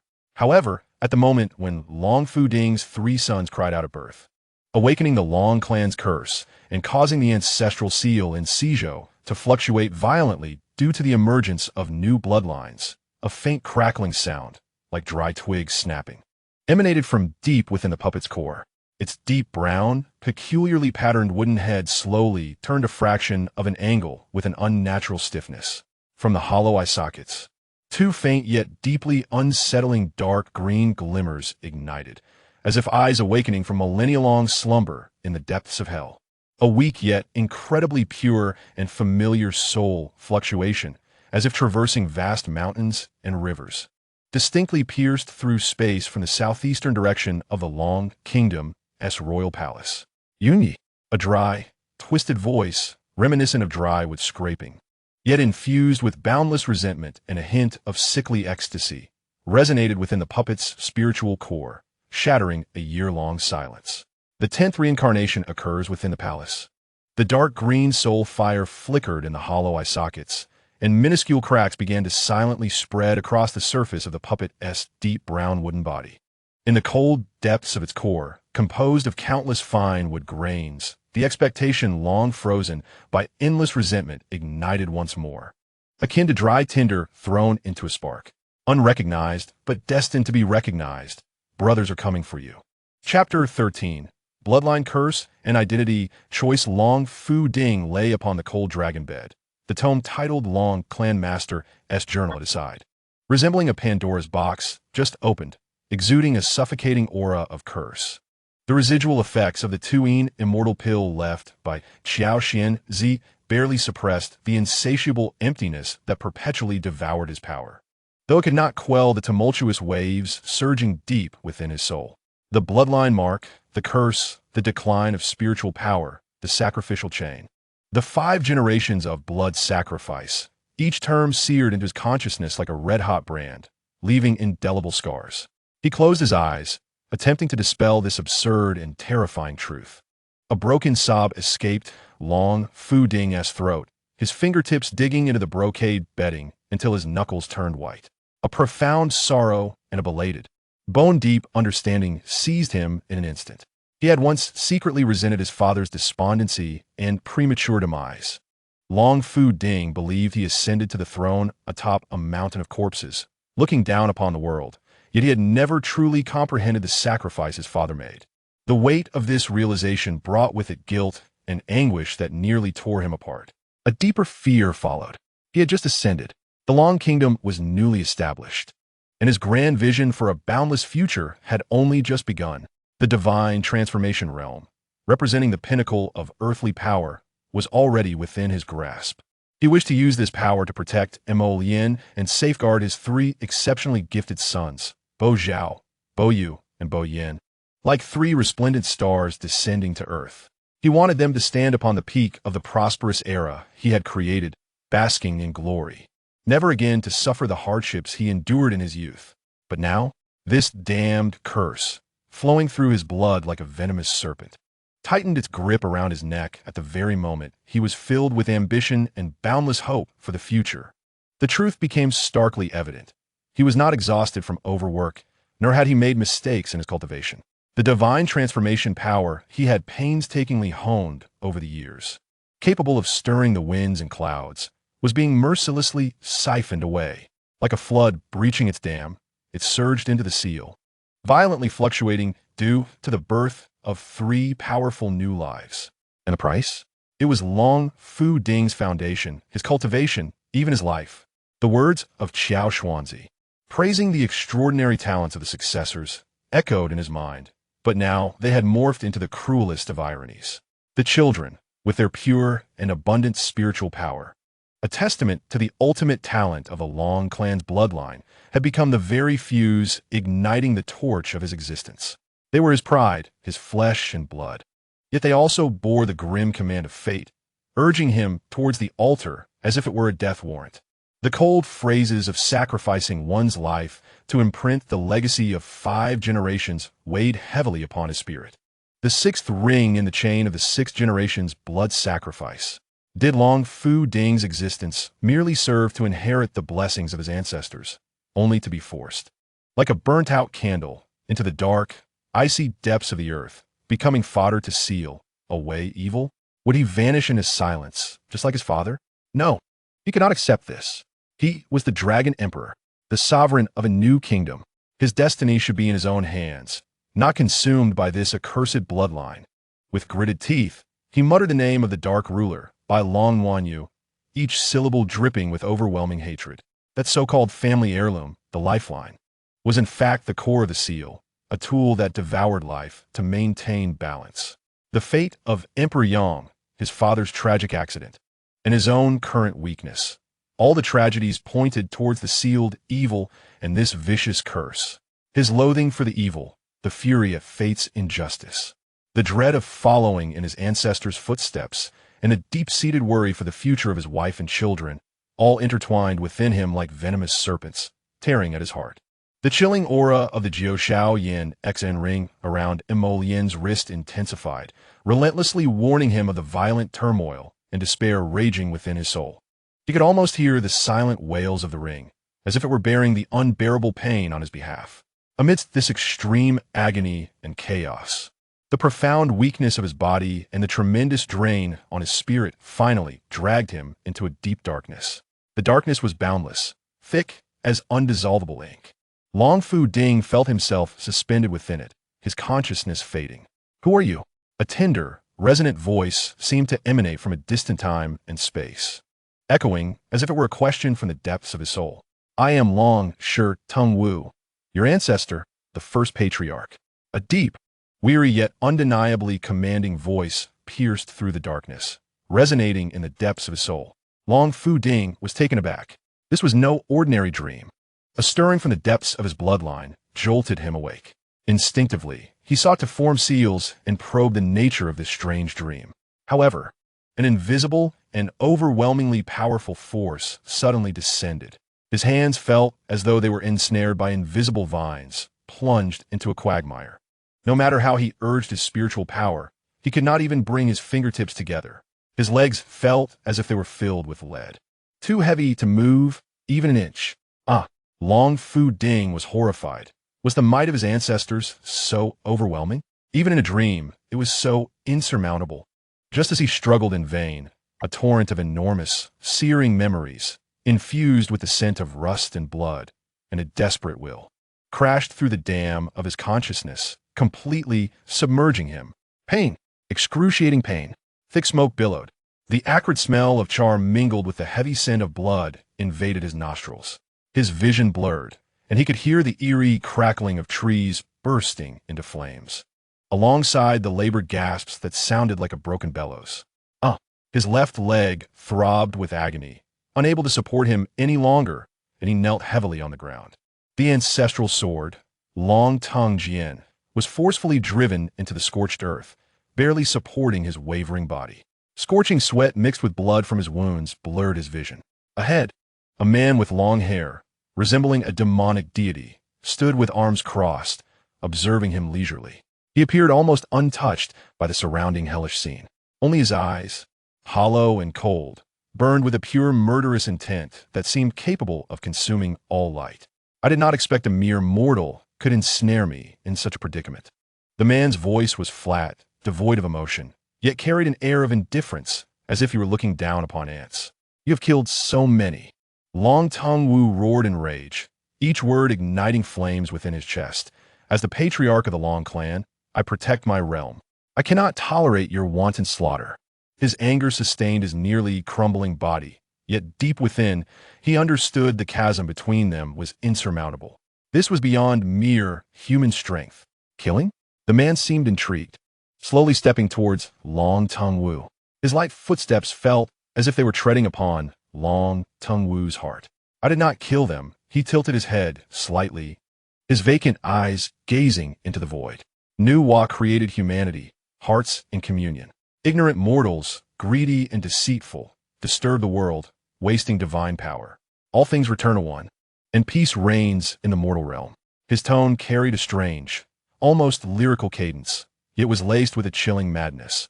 Mortals are ensnared in endless strife, eternally imprisoned within this fragile flesh, wallowing in futile desires and suffering. I am the savior of this world.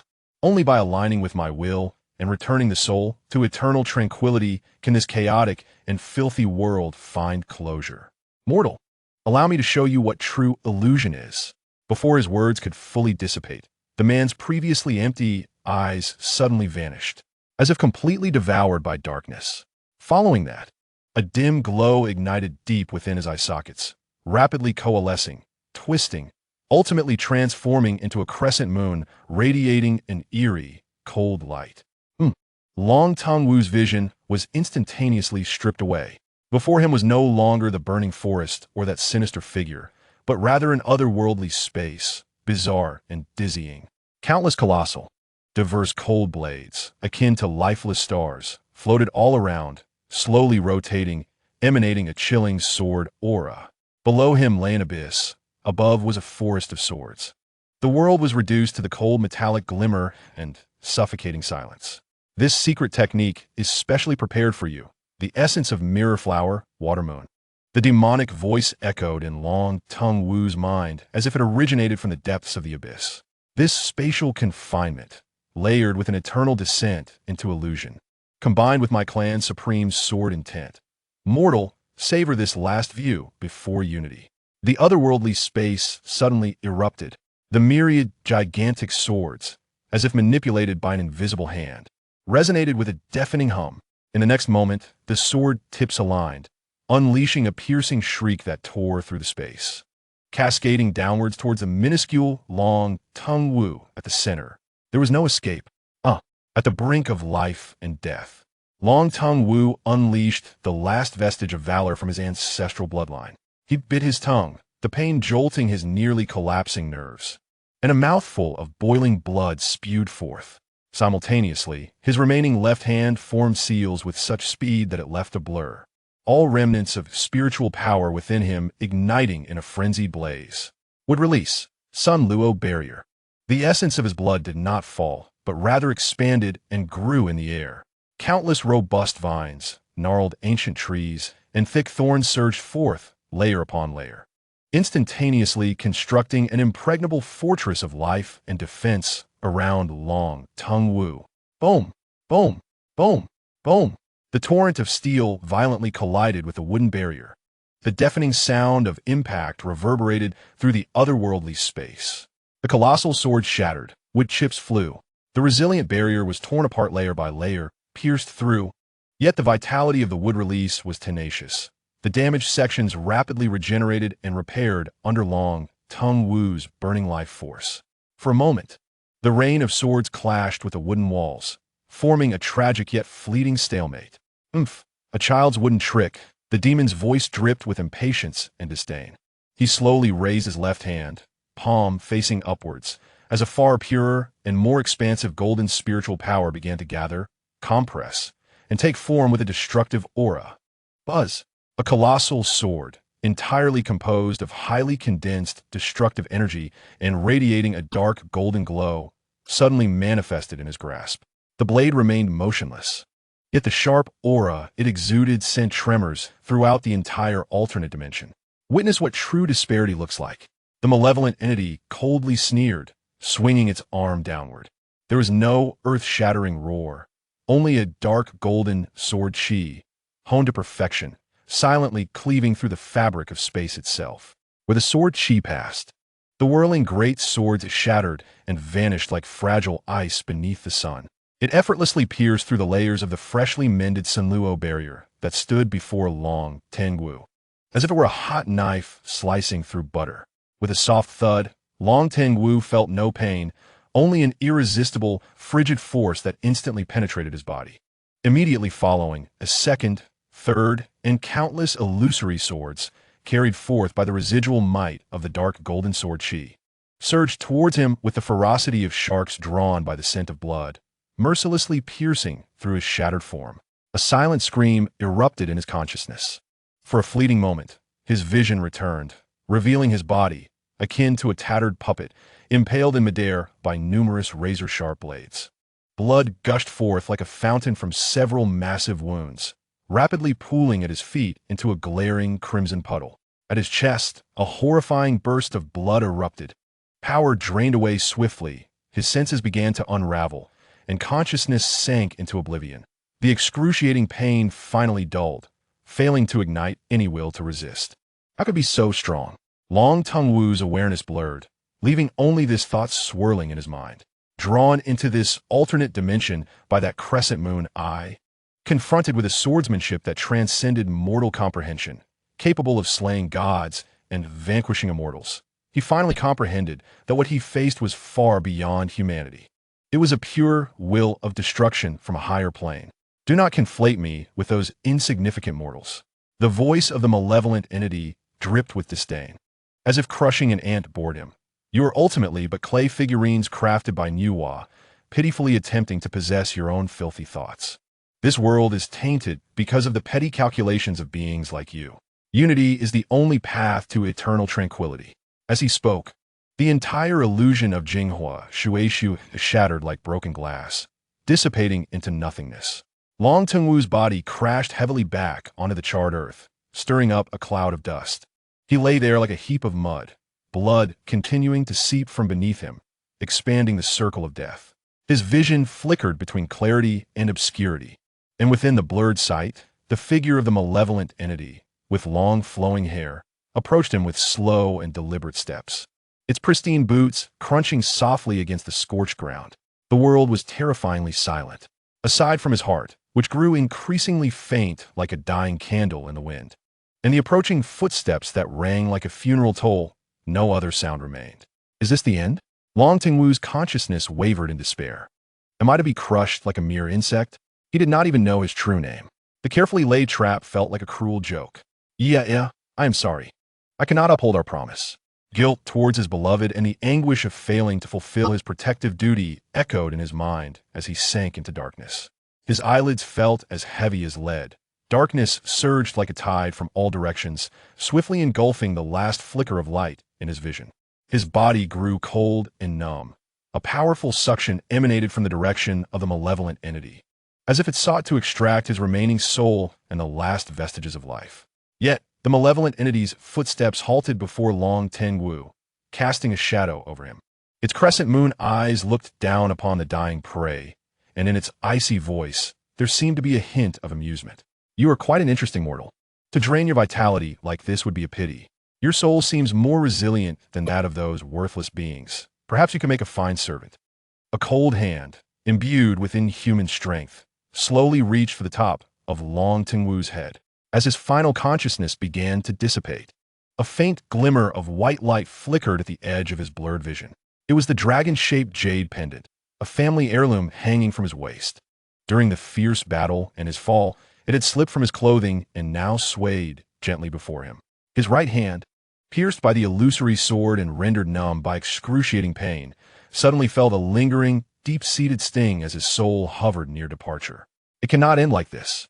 A force, originating from the deepest recesses of his bloodline, belonging to the ancestors of the Long clan, an indomitable primal will, erupted within him like the final roar of a dying beast, resounding through his soul. How could I allow you to benefit so easily? An unknown power surged forth. That right hand, which had been pierced and should have been rendered useless, suddenly exploded with a final, transcendent strength. He disregarded the agonizing pain as his fingers, like iron claws, dug fiercely into the gaping wound of his right palm. Blood gushed forth once more. Utilizing the clarity and strength brought by this surge of pain, he stained his palm with his own hot blood and, summoning every ounce of energy, forcefully hurled the swaying dragon-shaped jade pendant towards the malevolent entity's neck. With a thud, the dragon head ornament of the pendant, infused with Long Tengwu's boiling heart's blood and his desperate intent, seemed to come alive. No longer merely a cold piece of jade, it transformed into an enraged, miniature dragon-shaped specter composed of bloodlight, fiercely biting down on the malevolent entity's vital neck. "Ah, you insignificant ant!" The malevolent entity let out a furious and startled roar for the first time. It had never anticipated that this doomed individual could unleash such a bizarre and lethal counterattack. In the instant the dragon's head bit down, a torrent of overwhelming force erupted, powerful enough to make its heart tremble. The vast, oceanic reservoir of pure spiritual energy within the malevolent entity surged uncontrollably, flooding towards Long Tengwu's body like a bursting dam. The dying Long Tengwu trembled violently. The incoming power, pure and immense, carried within it the contradictory qualities of destruction and creation, instantly coursing through his shattered meridians. A miracle occurred. The terrifying penetrating wounds and lacerations on his body began to heal at a visibly rapid pace. Flesh writhed, bones reconnected, and skin regained its pristine quality. Even the vitality that had been siphoned away rushed back with astonishing speed. Power, an unprecedented force, surged through him, roaring like a tempest. Light, blinding light, dispelled the darkness before him. Long Tengwu abruptly opened his eyes, radiating brilliance. He distinctly felt the terrifying power surging within him, far surpassing his peak form, as well as the unbreakable energy conduit established between the pendant and the malevolent entity. Yin and Yang, one blood, one life. Long Tengwu intuitively roared forth this ancient incantation, passed down through generations, yet never truly understood in its potency. Ahum! The pendant erupted with an unparalleled brilliance, enveloping the struggling and furious malevolent entity entirely. The light carried an ancient, rule-suppressing power. The malevolent entity's form twisted and shrank within the radiance, emitting a roar of defiance, ultimately being forcefully dragged, compressed, and absorbed into the pristine jade pendant.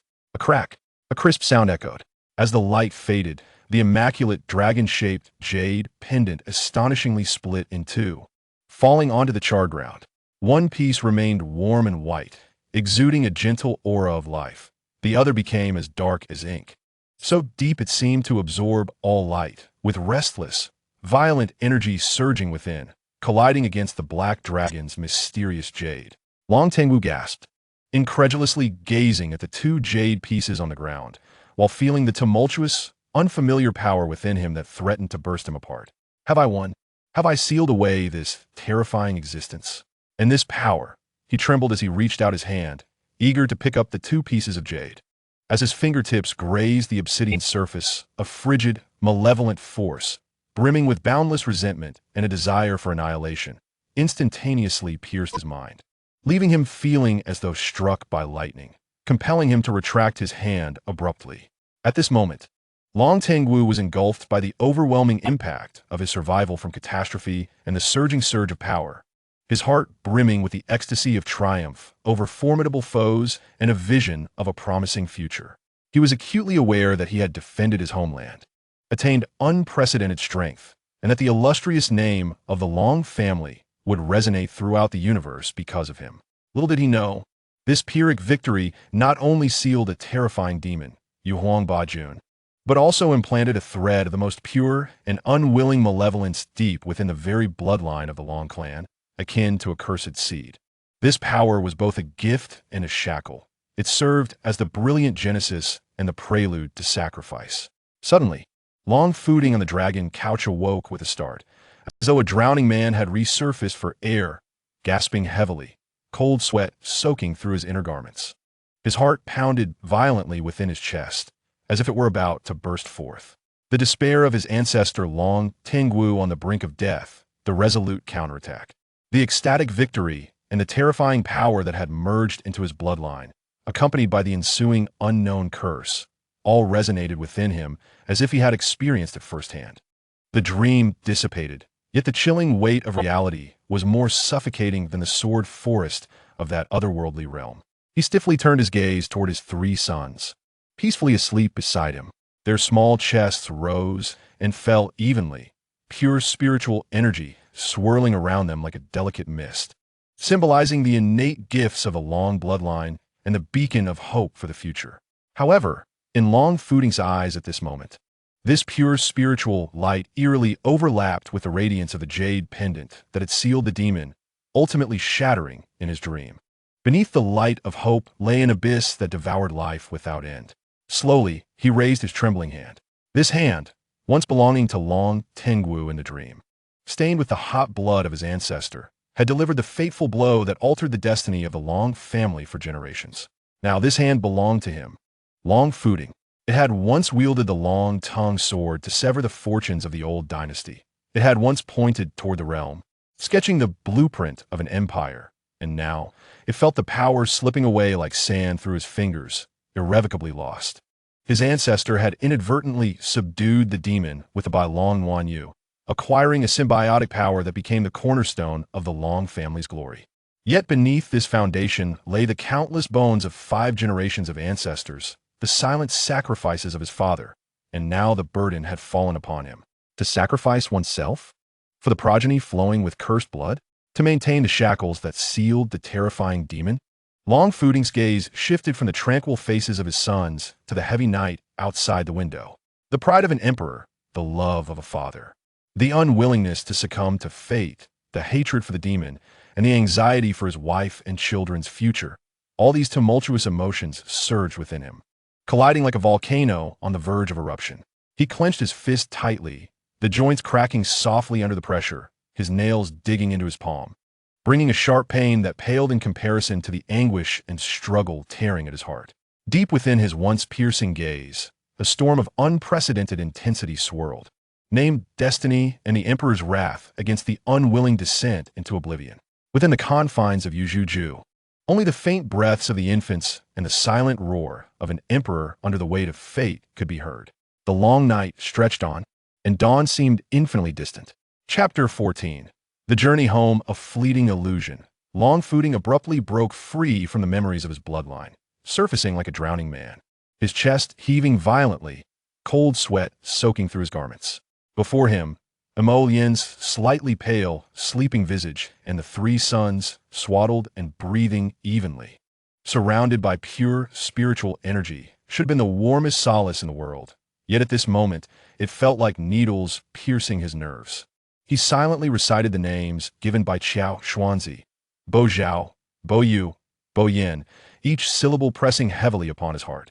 There was no time to savor the joy of becoming a father, nor could he bestow a name upon these children imbued with the burden of a cursed legacy.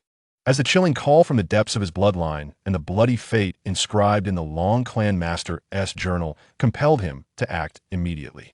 He abruptly rose, his movements unsteady due to weakness. Yet he forced himself to maintain the demeanor of an emperor. His gaze swept over his sleeping wife and children before resolutely turning away. Striding out of Yujuju, "Your Majesty," the waiting maidservants and guards outside immediately bowed in reverence, their voices ringing clearly in the stillness before dawn. Long Fooding's voice was low and urgent, carrying an undeniable weight. "Summon Qiao Xuanzi. Immediately assign the Qiao family's physicians to stand guard over the Empress and the 3 princes without leaving their side. Dispatch an order to Guting. Appoint 10 personal guards and prepare 7 swift horses outside the Western Xiang Gate. Ensure they're the strongest, no carriages, ready within the span of an incense stick. Hurry, at your command." The attendants responded solemnly, immediately dispersing to fulfill the orders. Just as he issued his commands, a eunuch rushed in, clutching a wooden tray laden with documents. Panting, "Your Majesty, Your Majesty, there is an urgent report from the border, a missive regarding the flood in Qingzhou, and I have important matters to attend outside." Long Fooding waved dismissively, his pace unbroken, his gaze sharp as lightning. "Send the urgent documents to the Wenwu Pavilion and entrust them to Master Wu for thorough review and handling. Do not delay." Before his words had fully escaped his lips, he was already striding purposefully toward the Western Xiang Gate, leaving the bewildered eunuch and the pile of documents symbolizing the burdens of the empire behind. At the Western Xiang Gate, the most secluded side gate of the palace, Dawn was just beginning to break, the thin mist yet to disperse. Gu Ting, clad in sturdy attire and wielding a long knife, stood with 10 equally formidable and composed personal guards, leading 7 sleek, snorting steeds, waiting in the shadows of the gate. Upon seeing the figure of the Dragon Emperor, Gu Ting promptly approached, cupping his fists in a low bow. "Your Majesty, the men and horses are ready." Long Footing nodded slightly, uttering no further words as he mounted a pitch-black steed. "Let's depart."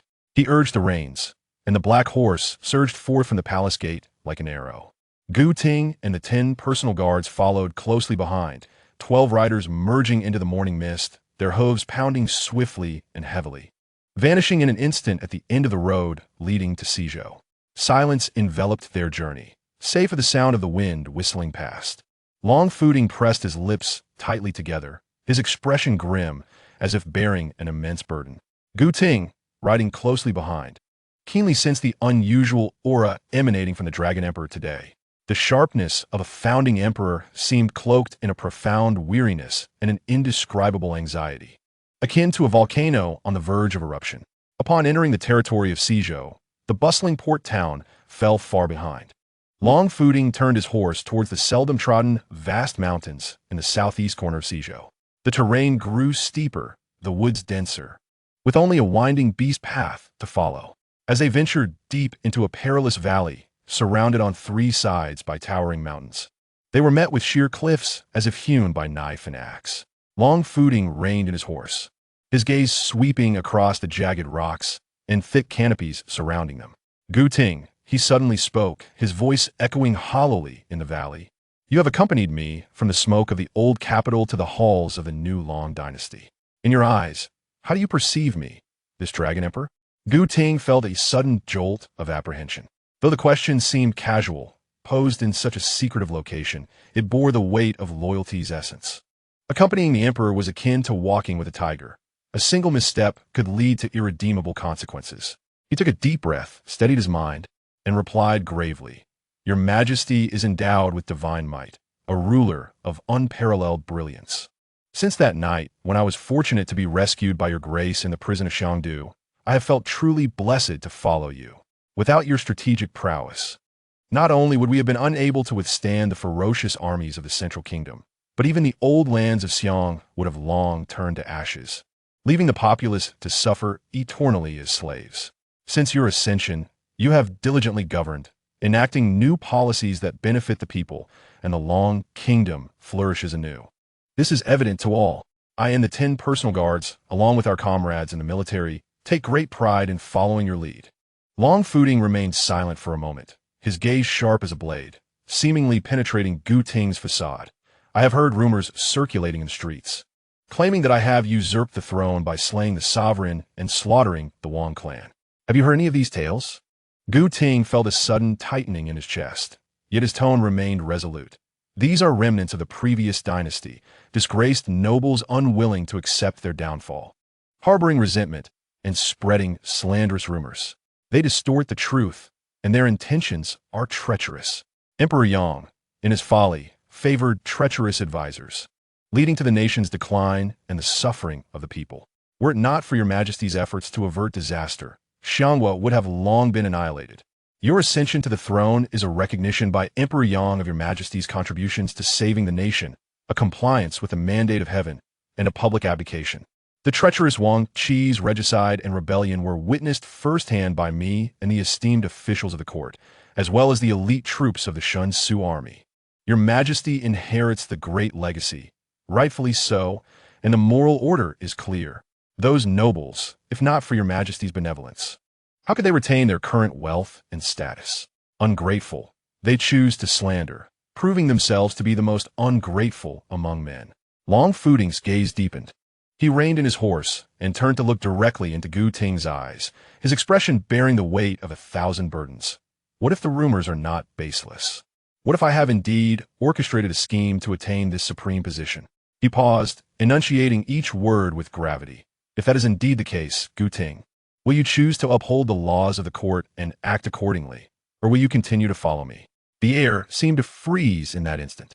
In the valley, Only the mournful whistle of the mountain whined through the treetops and the restless snorts of warhorses remained. Gu Ting felt a chill of sweat soak his back. This was no mere test. It was the Emperor's unabashed revelation. His thoughts raced through the annals of history. The tactics of the Dragon Emperor, the ambitions of the sovereign before him, and the profound weight in his eyes. Ultimately, a remarkably clear answer eclipsed all distractions. He abruptly clasped his fists, knelt on one knee, and lowered his head deeply, his voice ringing with conviction, echoing through the valley. In my eyes and in my heart, I see and believe only that your Majesty saves Xianghua from peril and bears the great legacy in times of crisis. The abdication of Emperor Yang and the regicide by Wang Qi are truths witnessed by me and the soldiers of the Shunsu army. Your Majesty is the one and only legitimate ruler of Longhua. The laws of the court are the will of your Majesty. To act in accordance with the law is to follow your Majesty's intent. For Gu Ting, the commander of the Shunsu army, there has only ever been this one path, with no second thoughts. Where your Majesty points, that is where Gu Ting's blade shall strike. Long Fuding gazed deeply at the kneeling Gu Ting, and for a long while, his expression remained unchanged. Only a soft hum escaped his lips. This response revealed neither satisfaction nor discontent. Only he understood that Gu Ting's answer did not merely signify adherence to cold legalities, but a choice to stand with Long Fuding himself, and the reality they mutually chose to believe in and uphold. This formed a deeper and more perilous bond. Rise, Long Fuding commanded, his voice regaining its calm, yet tinged with a barely perceptible fatigue. 10 personal guards. Heed my orders. Use this valley as your center, seek high ground to lie in wait, and keep a vigilant watch over the radius of 5 miles. Any intruder shall be met with deadly force, regardless of who they are. Understood. The 10 personal guards responded in unison, their movements swift as leopards as they scattered into the mountains and cliffs, vanishing from sight. In the valley, only Long Fuding and Gu Ting remained. Follow me, Long Fuding urged, guiding his horse towards an enormous stone wall that seemed to have existed since time immemorial. The wall was steep and smooth, devoid of any vegetation, gleaming with a cold, hard gray in the morning light. Gu Ting closely followed, his mind swirling with doubts. What was the Emperor's intention at this dead end? Long Fuding halted his horse several paces from a stone wall, dismounted, and approached it. He extended his right hand, not touching the icy rock, but seemingly pressing against an invisible barrier in the air. He murmured an ancient and obscure incantation. As he chanted, a faint, nearly imperceptible milky white glow emanated from his palm. In the next moment, an astonishing sight unfolded. The seemingly impenetrable stone wall rippled, as if a stone had been cast into water, silently radiating concentric circles of transparent ripples. At the center of the ripples, a portal appeared, just wide enough for a person and a horse to pass through, its edges distorting the light. Enter. Long Fuding's voice echoed from within the portal, carrying an uncanny resonance. Leading his black horse, he stepped into the rippling portal, vanishing in an instant. Gu Ting's pupils constricted, his heart racing uncontrollably. This scene completely shattered the understanding of the mundane warrior he once was. Celestial magic? Illusion? Or some existence beyond comprehension? The tremendous shock struck his mind like a hammer. He had never imagined that this emperor, who conquered the world with iron will and extraordinary talent, bore such unfathomable and unimaginable secrets. A thought flashed through Gu Ting's mind like lightning, bringing with it a profound realization tinged with an ineffable weight. The Long family, once resounding in the realm of cultivation and renowned for crafting artifacts, had not completely fallen into obscurity. They relied on such mysterious and unfathomable sanctuaries, quietly lying in wait amidst the pursuit of various nations and the passage of time. The impact of this realization far eclipsed any battlefield slaughter, stirring his very soul. For the first time, he truly felt the grand and tragic history hidden behind the sovereign he served. As the most trusted captain of the Dragon Emperor's personal guard, Gu Ting had always believed he understood this sovereign. At this moment, he comprehended that what he knew was merely the tip of the iceberg. This trust, this honor bestowed upon him by being led to the family's innermost sanctum, did not grant him pride. Instead, it weighed heavily upon his heart, making him question whether the Emperor was testing his ultimate loyalty. The burden of this secret was enough to crush any spirit not steadfast. Geuting. Long Fuding's voice once again emerged from within the rippling portal, carrying an undeniable urgency. Gu Ting snapped back to attention, suppressing the tumult within him. His gaze resolute once more. Regardless of the bizarre wonders that lay ahead, his choice had long been predetermined. He took a deep breath, grasped his warhorse, and strode unhesitatingly towards the stone wall, stepping into the rippling space. It felt as though he had passed through a viscous and icy liquid, or perhaps instantly traversed an endless void. After a brief sensation of weightlessness and disorientation, clarity emerged, a refreshing, moist breeze, rich with the fragrance of lush vegetation and an extraordinary spiritual aura enveloped him. Gu Ting instinctively reined in his startled horse, looking around in awe, utterly speechless at the sight before him. This was no mere cliff behind a mountain. Before him lay an expansive, boundless realm. The sky was as clear as a wash, presenting a profound and pure azure, with wisps of white clouds drifting lazily. The sunlight poured down warmly and unobstructed. Beneath his feet was soft, fertile black earth, exuding the scent of rich soil, while in the distance, mountains rolled in verdant waves, covered in lush, dripping forests. Nearby a clear, babbling brook wound its way through the land, and he could even see peculiar flowers and grasses emitting a soft glow scattered throughout. The air was thick with a spiritual energy, so rich it seemed almost tangible, invigorating his every breath and awakening his dormant inner strength. Most astonishing to Gu Ting was the complete absence of any indication of a valley. There were no towering cliffs surrounding him. Above was the vast, genuine sky. It was as if they had not entered a mountain's belly, but had been instantaneously transported to another world, a secluded paradise existing independently from the mountains of Suzhou. How could this be possible? Even Gu Ting, with his steadfast resolve, could not help but exclaim in disbelief, his voice resonating clearly in the tranquil expanse. Your Majesty, here, beyond this stone wall, is clearly the deep mountains of Suzhou, with cliffs soaring to the clouds. Yet here, the heavens are high and the land vast, fertile for miles. This is beyond human capability. He surveyed the breathtaking scene that defied all logic, and as a mere mortal warrior, he found the spectacle exceeded the limits of his understanding, rendering it nothing short of miraculous. Long Fuding stood at the forefront, gazing upon the ancestral land that harbored countless secrets and the rise and fall of the Long family. A complex expression played upon his face, mingling pride with heaviness, and a profound sense of fate. He slowly began to speak, his voice resonating with unusual clarity in this extraordinary realm, tinged with an almost imperceptible desolation. This is the foundation of my Long family, a fleeting illusion. The entrance to the outside world of Suzhou is merely a node in the fold of space. The true foundation of this place lies far beyond the vast oceans, on a solitary island adjacent to the maritime territory of the sun-rising nation. Close yet distant, a fleeting moment yet an eternity. This is the final sanctuary constructed by the ancestors of the Long family, with unparalleled wisdom and the power of divine artifacts. Pausing momentarily, a hint of pride unique to the descendants of the Long family flickered in his tone. It is through such transformative might, capable of turning fleeting moments into eternity, that we, the Long clan, have endured through chaotic times, preserving our bloodline and spreading our renown far and wide, transforming the world and turning moments into eternity. Gu Ting murmured repeatedly, overwhelmed by an unprecedented shock. He looked upon the vibrant, spirit-rich expanse before him and recalled the seemingly ordinary stone wall outside. A profound sense of reverence swelling within him. This could not be merely described by mundane artifacts. It was akin to the creative forces of the divine. Was this the power that once made the Long family a formidable presence in the world? Truly awe-inspiring.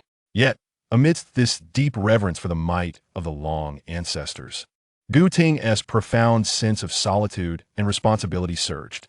He surveyed this seemingly secluded sanctuary, realizing he might be the sole subject of the Long kingdom to tread here. Aside from the Long emperor himself, this awareness of possessing a monumental secret felt more like an invisible shackle, binding his soul tightly. He could not help but ponder, did the emperor bring me here, not only out of trust, but also as a final test?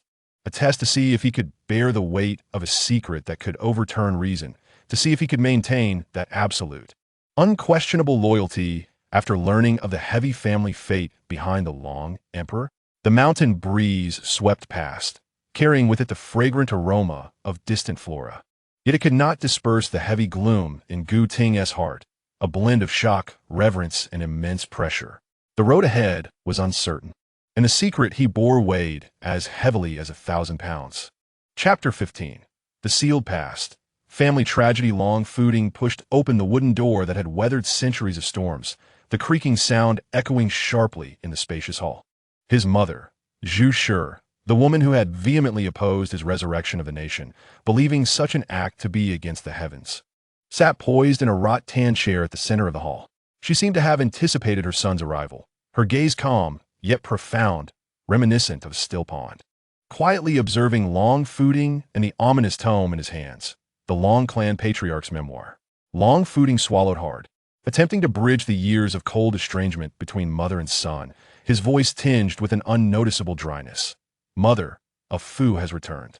Zhu Shi's gaze swept over his somewhat pale face and the anxiety lurking in his eyes, finally resting on the memoir. She nodded slightly, offering no superfluous pleasantries, as if this confrontation was fated to occur. Sit, she said, her voice gruff with the weight of years. The answers you seek lie within this fleeting illusion. Long Fooding complied and sat down, his back straight, yet unable to conceal the weariness that emanated from the depths of his soul. He no longer beat around the bush and spoke directly to the core. Mother, the memoir states clearly that since the first generation sealed that evil, the second patriarch began the path of blood sacrifice, passed down through generations. But my father, he clearly went missing after falling into the sea off Sizhou. At that time, he was not in a state of depletion. What on earth is happening? If he truly followed the memoir, he should have performed the sacrifice when his power waned. A faint glimmer of hope, one he dared not dwell upon, flickered in his heart. Zhu Shi inhaled deeply, as if to draw on the weighty past of over 20 years. She gazed out at the eternally unchanged, ethereal sky of the fleeting illusion, her eyes becoming distant and sorrowful. Long ago, her voice lowered, imbued with a timeless melancholy. Your father and your brother, whom you have never met, once attempted to resist this curse, even striving to eradicate that evil completely. Long Fooding's pupils contracted abruptly. Brother? I am not an only child.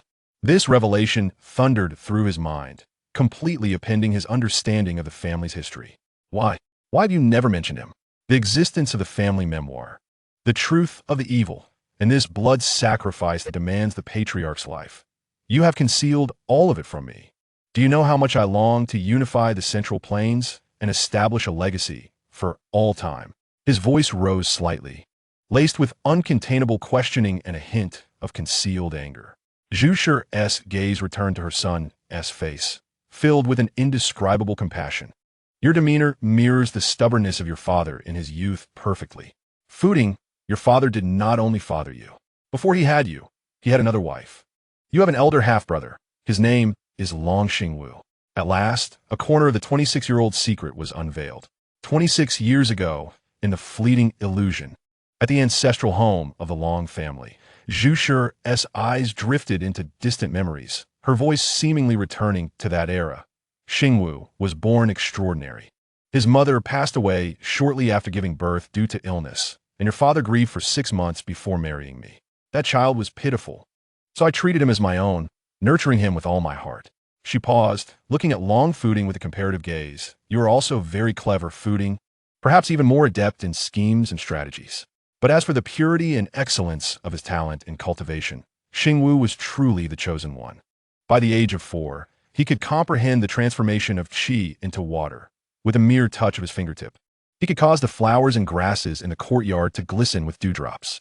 By the age of 6, his spiritual power had grown so pure and formidable that it could disregard the powerful barriers set by our ancestors, allowing him to freely enter the core forbidden grounds of the Long family, where countless ancient texts and lost legacies were stored. Zhu Shi's tone was filled with admiration and regret for that prematurely departed genius. Long Fooding was struck to his core. He had always prided himself on his exceptional talent, having far surpassed his peers during his arduous training on Putuo Mountain, and later through relentless pursuit of various sects' teachings. He achieved what others required 7 years of hard work to attain in just a year and a half. Even so, he only gained access to the outer fringes of the forbidden grounds after reaching the age of 8, when his spiritual power stabilized. And this elder brother, at the tender age of 6, could freely enter the core forbidden grounds. The disparity in talent was beyond human reach. If Long Xingwu were alive, his level of cultivation would likely be beyond anything Long Fuding could imagine. The first genius among 6 generations, Long Fuding murmured, his expression intricate. The pride in his talent, which he had long cherished, was now overshadowed by a brother he had never heard of, leaving him grappling with unspoken emotions. He suppressed the tumult within and pressed further. And then what happened? What transpired when he was 14? Zhu Shi's sorrow deepened, her voice becoming more subdued. After Xingwu was born, your father, unwilling to let the young child lose his father, and perhaps clinging to the faint hope that Xingwu's extraordinary talents could break the curse, chose to resist fate and did not fulfill the cruel sacrifice after Xingwu's birth. The cost, Zhu Shi's voice trembled slightly, as if recalling her husband's suffering from that time, was both brutal and prolonged. Long Sheng, your father, though not the pinnacle of the age, was nonetheless a renowned master. However, from the moment Xingwu was born, the backlash of the curse began. Initially, it manifested as intermittent weakening of spiritual power and stagnation in cultivation. Soon after, it escalated into a frenzied backlash of yin and yang spiritual power within him. For half a day, every day, he endured the extreme torment of being caught between ice and fire, at times feeling as if he were cast into a furnace, his internal organs ablaze. At other moments, he resembled a being encased in eternal frost, his blood and marrow threatening to congeal. He had to expend the remaining half of his time, exerting every ounce of strength to reconcile this violent conflict of forces. A moment's negligence could lead to a fate worse than death. This ordeal persisted for a full 6 years. Zhu Shi closed his eyes, as if unwilling to recall those hellish scenes. By the 6th year, a more dreadful calamity had befallen him. Your father had completely lost his spiritual powers. The foundation built through years of arduous cultivation was uprooted by an invisible hand, and his spiritual roots vanished. He became no different from an ordinary mortal who had never practiced cultivation, even devoid of the inner energy required for physical enhancement. However, Zhu Shi abruptly opened his eyes, revealing a profound terror. The backlash of the yin and yang powers had not ceased with the loss of his spiritual energy. Instead, it intensified. A powerless mortal, bereft of all strength, was forced to endure excruciating pain day after day, pain sufficient to tear apart a master of the path. Had he not spent the first 5 years exhausting his efforts to construct a chamber deep within the forbidden grounds, utilizing a portion of the power of Bai Long Wanyu in conjunction with the ley lines and celestial timing, a place barely capable of absorbing and harmonizing some of the yin and yang forces, he would have long been consumed by that relentless agony, his essence extinguished. Long Fuding felt a chill run down his spine, imagining the kind of desperate torture it must have been. A once mighty cultivator reduced to a powerless wretch, enduring suffering more terrifying than death itself. How did those final 6 years unfold? How did his father endure? What became of that chamber? His heart raced with questions. The flicker of hope regarding his father's possible escape from fate extinguished, leaving only the pursuit of a cruel truth. Zhu Shi's face bore an expression of near-numb sorrow. Those last 6 years were true hell. Your father had long ceased to resemble a human. In a single night, his once black hair turned white, his body withered like ancient, decaying wood, skin taut against bone, as if a gust of wind could scatter him. Each day, he struggled on the brink of life and death, especially as the hour of high approached, when the backlash reached its peak and he would die again and again. Exhausted and at the end of his tether, his breath would falter. Then Zhu Shi's voice took on an eerie calm. It was Bai Long Wanyu. That so-called life-sustaining divine object would forcibly reverse the yin and yang at the moment of his death, pulling him back from the brink. Yet what returned was still that withered, on the verge of collapse state, a ceaseless cycle, unending. This was not resurrection. It was an eternal torment. The divine jade maintained his vitality as a sacrificial offering, awaiting the final tribute. Long Fuding instinctively clenched his hand, his nails digging into his palm as he recalled using it to save Yang Di, absorbing Yang Di's soul. It turned out that this so-called prolongation of life was such a cruel cycle of torture. Then that day arrived. Zhu Shi's voice suddenly sharpened. Laden with over 20 years of suppressed fear, I searched everywhere in the estate, but could not find him. A foreboding sense of dread seized me. I dashed toward the forbidden grounds, toward the chamber he had constructed.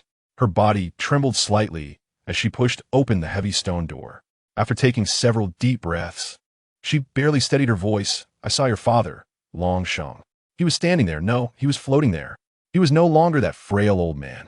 His hair had regained its thick, dark luster, his skin radiant and full of life, exuding a powerful aura that was both terrifying and nauseating. That strength was several times more formidable than during his peak. He seemed reborn, no, transformed. Tears finally fell silently from the eyes of Xing Wu Zhu Shi. My Xing Wu is gone. On the ground lay only the practice robe he often wore and some ashes. Your father turned his head to look at me, horrified. His eyes cold and hollow, yet deep within burned an indescribable, near-maniacal flame. He spoke to me with a voice mimicking Long Sheng's, devoid of emotion. As if metal scraping against metal. Zhu Shi, there's no need to search for Xing Wu any longer. He sacrificed himself, assisting his father in completely breaking free from that cursed backlash and regaining power. The longer one endures this curse, the deeper the torment, the greater the strength gained upon breaking free. Xing Wu fulfilled his father. He fulfilled the Long family. The living room fell into a deathly silence. Only Zhu Shi's stifled sobs and Long Fu Ding's heavy breaths echoed. After a long while, Zhu Shi lifted her tear-streaked face, gazing at the stunned Long Fu Ding, and with every ounce of strength, uttered a judgment buried deep within her heart for over 20 years. But Fu Ding, I do not believe a word of it. I do not believe Xing Wu acted of his own volition. I witnessed the madness in your father's eyes, a madness that devoured everything. I saw the remnants of forcibly bound spiritual energy in that chamber. And there, in Xing Wu's clothing, tightly clutched in his hand, was a nearly crushed fragment of a jade pendant inscribed with peace. That child must have struggled. He must have been forcibly sacrificed by his beloved father. This brutal, image-shattering truth pierced Long Fu Ding's heart like a poisoned ice spike, utterly shattering his last lingering fantasy regarding the fate of sacrifice. His father, Long Sheng, was not a helpless victim of a curse, but a fallen being who willingly embraced and even exploited that curse for power, sacrificing his own flesh and blood. The Long family master's journal in his hand felt scorching and heavy. In the chain of destiny bound by 5 generations of blood sacrifice, his father had become an aberration, a being who actively wielded the blade against his own lineage. And now, this blood-stained blade seemed to hang over his own head. Long Fu Ding's face turned as pale as paper, his body trembling uncontrollably. A chilling sensation spread from the depths of his marrow, nearly freezing him to the chair. Before him, his mother's sorrowful visage, the heavy journal in his grasp, and the tragic fate of a gifted elder brother he had never met, all seemed to ensnare him in a vast and sticky web, dragging him toward the abyss of darkness known as the Long family's fate. What was he to do? Chapter 16, The Tragic Night. The substitute sacrifice in the dusky twilight of an ephemeral illusion. The light filtered through the unique laws of the secret realm, presenting a solid amber hue. The kitchen was filled with the fresh fragrance of celery and the crisp scent of bean sprouts. The stove crackled, illuminating Zhu Shi's busy figure. Mother. A clear voice rang out at the door. Zhu Shi turned to the sound. Her stepson, Long Xing Wu, stood at the entrance. The 14-year-old boy, nearly 7 feet tall, stood tall like a pine. The setting sun's rays outlined his handsome features, his skin a healthy fair hue, eyebrows sharp and slanted, eyes clear, yet holding an imperceptible weight at that moment.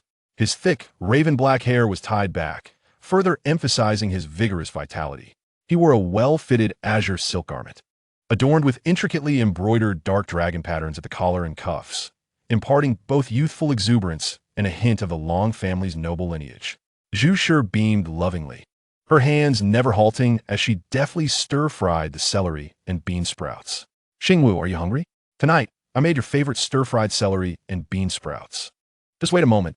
It will be ready soon. Afterward, you can call your father to dinner. The spatula clashed against the iron pot, producing a crisp sound. the warmth of the stove and the aroma of the food weaving a scene of warmth. However, Xingwu's next words fell like a bucket of ice water, extinguishing that warmth in an instant. His voice remained calm, even tinged with his usual gentleness. Yet the question he posed was earth-shattering, starkly contrasting his usual understanding and compliance. "Mother, if sacrificing a child could exchange for the mother's life, would you do it?" Clang!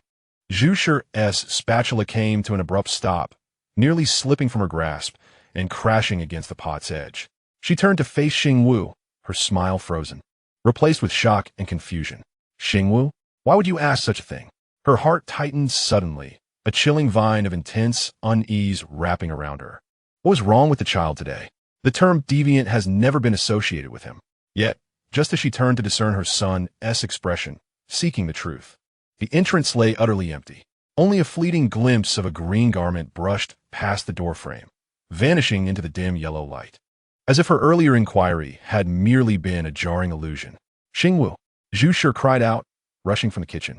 In the courtyard, exotic flowers swayed in the evening breeze, but the figure of the youth was nowhere to be found. A chilling dread seized Zhu Shi's heart in an instant. That question about sacrifice hung heavily in her mind, like a venomous hook ensnaring her thoughts. It was too abnormal, coupled with the increasingly peculiar behavior of her husband, Long Sheng, and his increasingly erratic, destructive gaze. A terrifying notion took form uncontrollably in her mind, leaving her hands and feet cold. She suppressed the tumult within her, plating the dishes, yet the food tasted bland. Time slipped away in anxious anticipation. When dinner time arrived, she found herself still alone at the table. Long Sheng had not appeared, and Long Xingwu was even more absent. The eerie question and Xingwu's resolute departure had now morphed into the most terrifying death knell. An ominous premonition engulfed her like a frigid tide.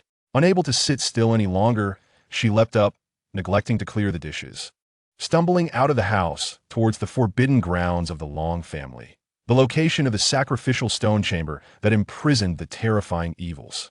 The path to the Forbidden Land first passed through a maze formed by colossal stone walls. These walls were not natural. They were meticulously arranged according to the profound principles of the 5 elements and 8 trigrams. Each stone towered several zhang high, its surface smooth as a mirror, yet riddled with the scars of time. Most unsettling were the ancient runes deeply engraved upon the stone walls, densely packed and varied in form, some coiling like dragons and snakes, others resembling flashes of thunder or flickering flames, all contributing to a vast and intricate system of seals. The setting sun's afterglow flowed through the crevices of the runes, as if infused with lava, emitting a faint but undeniable spiritual radiance. The air was thick with a heavy, ancient, and perilous aura, a power engraved by generations of Long family patriarchs at the end of their lives, inscribed with their blood and lifelong cultivation. These remnants of will, whether desolate, tragic, or resolute, pressed down on her like whispers of the departed, making it difficult for her to breathe. The inquiry about sacrifice reverberated in her mind, echoing among the murmurs of the lost souls, twisting her heart in anguish. Finally, emerging from the stone wall maze, she found herself in a clearing. It was instantly enveloped by an even deeper sense of oppression. The small hill housing the sacrificial stone chamber loomed before her, resembling a silent tombstone. Her gaze was instantly drawn to the gaunt figure seated before the stone chamber. It was Long Sheng. He appeared as aged as desiccated wood, sparse white hair clinging to his scalp, his wide robe draping over his skeletal frame. He muttered incantations, obscure and ancient, like the buzzing of gnats, infused with a near-desperate devotion and a certain morbid fervor. "Where is Xingwu?" Zhu Shi's heart plummeted, her frantic eyes scanning the surroundings. Apart from a still figure of Long Sheng and the chilling stone chamber, there was no one else. Was that child's question truly? The overwhelming terror nearly rendered her unable to stand. The stone chamber itself was the most disquieting presence in sight. Deeply embedded in the hillside, it resembled a colossal maw leading to the abyss. The entrance was partially obscured by a massive stone door, intricately carved with complex runes, behind which lay a thick, impenetrable darkness that seemed capable of swallowing all light.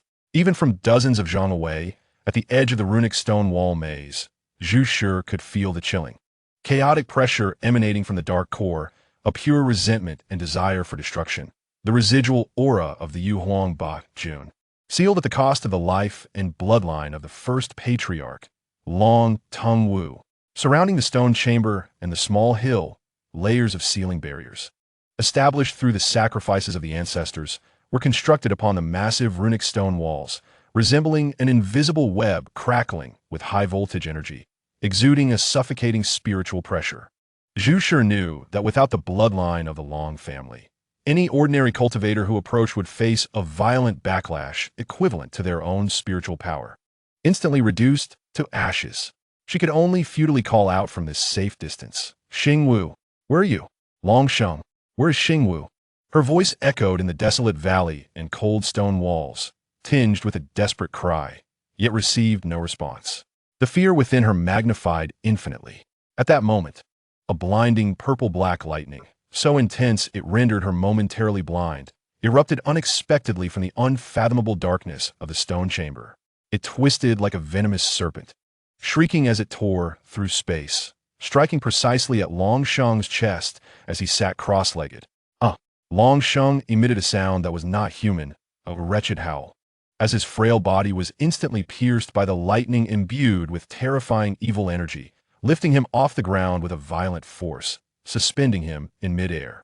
The purple-black lightning did not dissipate, but instead wrapped around him like a living creature, intertwining and coiling, swiftly encasing Long Sheng in a writhing cocoon of destructive light. The surrounding runic stone walls seemed to sense the eruption of this sinister power, their engraved light suddenly brightening and pulsating, emitting a deep hum, as if mourning yet straining to suppress it. The radiance and energy fluctuations compelled Zhu Shi to shield her eyes, tears springing forth from the sudden stimulus. Through the gaps between her fingers, she saw in terror that within the cocoon of lightning, countless smaller, deeper shadows surged and tore apart. Xing Wu's last calm, yet heart-wrenching inquiry transformed into the most terrifying answer, brutally rending her heart. Was this what sacrifice meant? In mere moments, the furious cocoon of lightning suddenly contracted inward, then erupted with a pure white brilliance 100 times stronger than before. This light was not holy but rather bore a chilling, cruel significance, instantly engulfing the entire valley and completely obscuring Long Sheng's figure. Where the light reached, the radiance of the runic stone walls flickered violently before dimming rapidly, as if forcibly suppressed and tainted by this sinister power. The light came swiftly and departed just as quickly. When Zhu Shi's vision gradually returned, the scene before her struck her like a bolt from the blue, freezing her blood in an instant. The lightning had vanished. Standing firmly where he had once sat was Long Sheng. However, he was no longer her husband. The frail man, worn and tormented as if cursed for 12 years, who had struggled daily at the brink of life and death, had vanished. In his place stood a tall figure, with smooth, well-defined muscles brimming with explosive power. The once bald scalp was now adorned with a cascade of thick, black hair flowing down to his lower back, gently swaying in the breeze. His skin was smooth and taut, exuding a healthy glow, and all signs of aging had vanished. His features still bore the handsome contours of his youth, yet were shrouded in an indescribable, sinister aura. Particularly, his eyes were deep and cold, with two flickering dark flames dancing within their depths, embodying a disdain for all and a pure, overwhelming desire for destruction. Long Sheng slowly lowered his head, incredulously gazing at his powerful young hands. A smile crept across his lips, growing wider until it erupted into a low, hoarse, yet euphoric and liberated laugh. Ha ha! The power! It has returned. No, it is even stronger, far surpassing before. He abruptly raised his head, his gaze sweeping over the distant, mist-wreathed, beautiful hills. A fierce glint flashing in his eyes. Without the formation of seals, incantations, or even a discernible release of spiritual energy, he simply waved his hand in that direction, as if shooing away insects. Boom! Boom! Boom! Boom! Several thick, concentrated bolts of pitch-black lightning erupted from his fingertips, resembling a demonic dragon tearing through the heavens.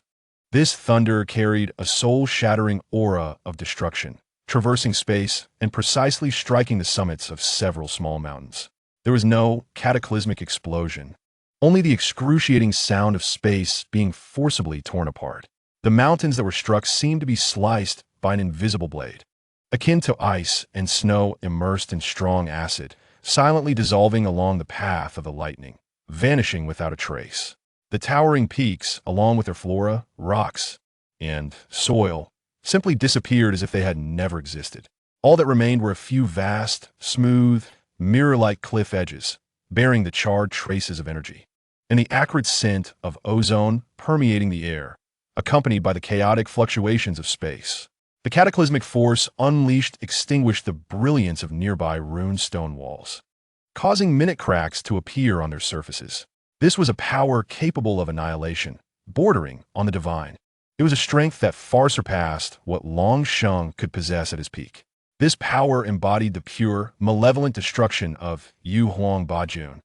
Zhu Shi was utterly stunned by this terrifying spectacle, her mind blank and her body frozen in place. The sacrificial question posed by Xingwu echoed in her mind, intertwining with the inhuman display of power before her, nearly suffocating her. Long Sheng gradually retracted his hand, as if he had merely accomplished a trivial task. He stretched his neck, emitting a faint cracking sound, then turned his eyes, burning with dark flames, toward the dazed Zhu Shi. Cold and indifferent, devoid of any emotion belonging to a husband, his gaze bore the chilling condescension of one looking down upon mere ants, tinged with the fervor of recently acquired supreme power that had yet to be fully contained. Mayor, his voice was deep and hoarse, possessing a metallic rasp that starkly contrasted with the frailty of the previous 12 years, sending a chill down her spine. You have arrived. Zhu Shi's lips trembled, immense fear rendering her nearly voiceless. But the final image and inquiry of her adopted son provided her with a flicker of strength. Where is Xingwu? What have you done to him? With all her might, she forced out this heart-wrenching question, each word laced with profound agony. Long Sheng's brow seemed to furrow slightly before relaxing, that fleeting flicker of emotion swiftly buried beneath an icy veneer, as though the name mentioned bore no significance. Xingwu? A mocking curve crept onto his lips, his tone disturbingly flat. There is no need to search for that child any longer. He raised his hand, casually gesturing toward the direction where he had recently leveled the mountain, his movements as nonchalant as if he were merely pointing out a scenic view. He has sacrificed himself, offering his flesh, blood, and soul to the source of the seal, aiding his father in completely breaking free from the damned backlash shackles and attaining rebirth. The longer one endures the curse and torment, the greater the power gained upon breaking free from the chrysalis. Xingwu has fulfilled his duty for his father. He has fulfilled the Long family. This is his most noble destiny as a member of the Long bloodline. Each word struck Zhu Shi's heart like poison ice shards. There was neither sorrow nor guilt, only a chilling indifference, a ruthless grasping of victory spoils. This was not the husband she knew. This was clearly a monster whose mind had been corroded by malevolent forces. Xingwu's inquiry regarding his mother's life now became the cruelest of ironies. No, it cannot be. Zhu Shi screamed in anguish, tears streaming down her face. How could Xingwu? You were lying to me. It was you. You harmed him. What have you done to him? He had asked me just this afternoon, desperation compelling her to rush forward, only to be violently repelled by an invisible ceiling barrier. A powerful backlash surged, causing her throat to taste blood as she staggered back. Long Sheng merely observed her struggles with a cold gaze, devoid of any emotion, as if watching a poorly executed farce. He slowly raised his hand, palm upwards, as a far deeper, more chilling dark energy began to coalesce, the surrounding air seemingly freezing and distorting. The words noisy and cold proclaimed the exhaustion of his patience. Alarm bells rang in Zhu Shi's mind as the shadow of death enveloped her. Just as the situation grew dire, an ominous sensation emanated from the entrance of the sacrificial stone chamber behind Long Sheng, beneath the shadow of a massive ruined stone wall, causing her to feel ill at ease. Long Sheng's gathering of power abruptly halted, a rare flicker of surprise flashing in his eyes, one he himself did not notice, before being submerged once more in frigid indifference. However, Zhu Shi seized the moment as if grasping at a lifeline, turning her gaze toward the source of the sound. There, at the base of the massive stone wall inscribed with patterns of thunder and chains, lay scattered fragments of fabric. The color and texture unmistakably belonged to the azure dragon-patterned silk garment that Xing Wu had worn that day. Beside the pile of tattered cloth, there lay a half-broken jade pendant. Zhu Shi's pupils constricted, even from such a distance. She could clearly identify it as the birthday gift she had personally given to Xing Wu, a piece of warm jade inscribed with the characters for peace. Now, that pendant lay shattered, its edges sharp, retaining the glaring, yet not fully dried, dark red fingerprints. The shape of those fingerprints clearly indicated that they had been left by a young boy who, in immense pain, had pressed his fingernails into his palm with such force that they had pierced through. It was a silent struggle, a desperate accusation. The position of that hand lay beneath the rune-stone wall that symbolized confinement and suppression, starkly contrasting with those cold markings. The characters for peace inscribed on the broken jade seemed profoundly ironic and sorrowful. The boy who had calmly inquired about sacrifice in the kitchen that afternoon, dressed in the azure dragon-patterned silk, stood in stark contrast to the lifeless hand clutching the bloodied fragments of jade, now resting in the dust, creating a soul-rending dichotomy. Zhu Shi's gaze was fixed on the half-bloodied jade fragment and the lifeless hand, immense grief and towering rage swiftly drowning her fear. She lifted her head, summoning all her strength, pointing at the inhuman Long Sheng, her voice piercing like a cuckoo's mournful call. Long Sheng, you are lying. Look at what that is. Beneath the seal of your Long family's ancestors. Xing Wu struggled. He did not wish to die. It was you. You, this demon. You personally sacrificed your own son.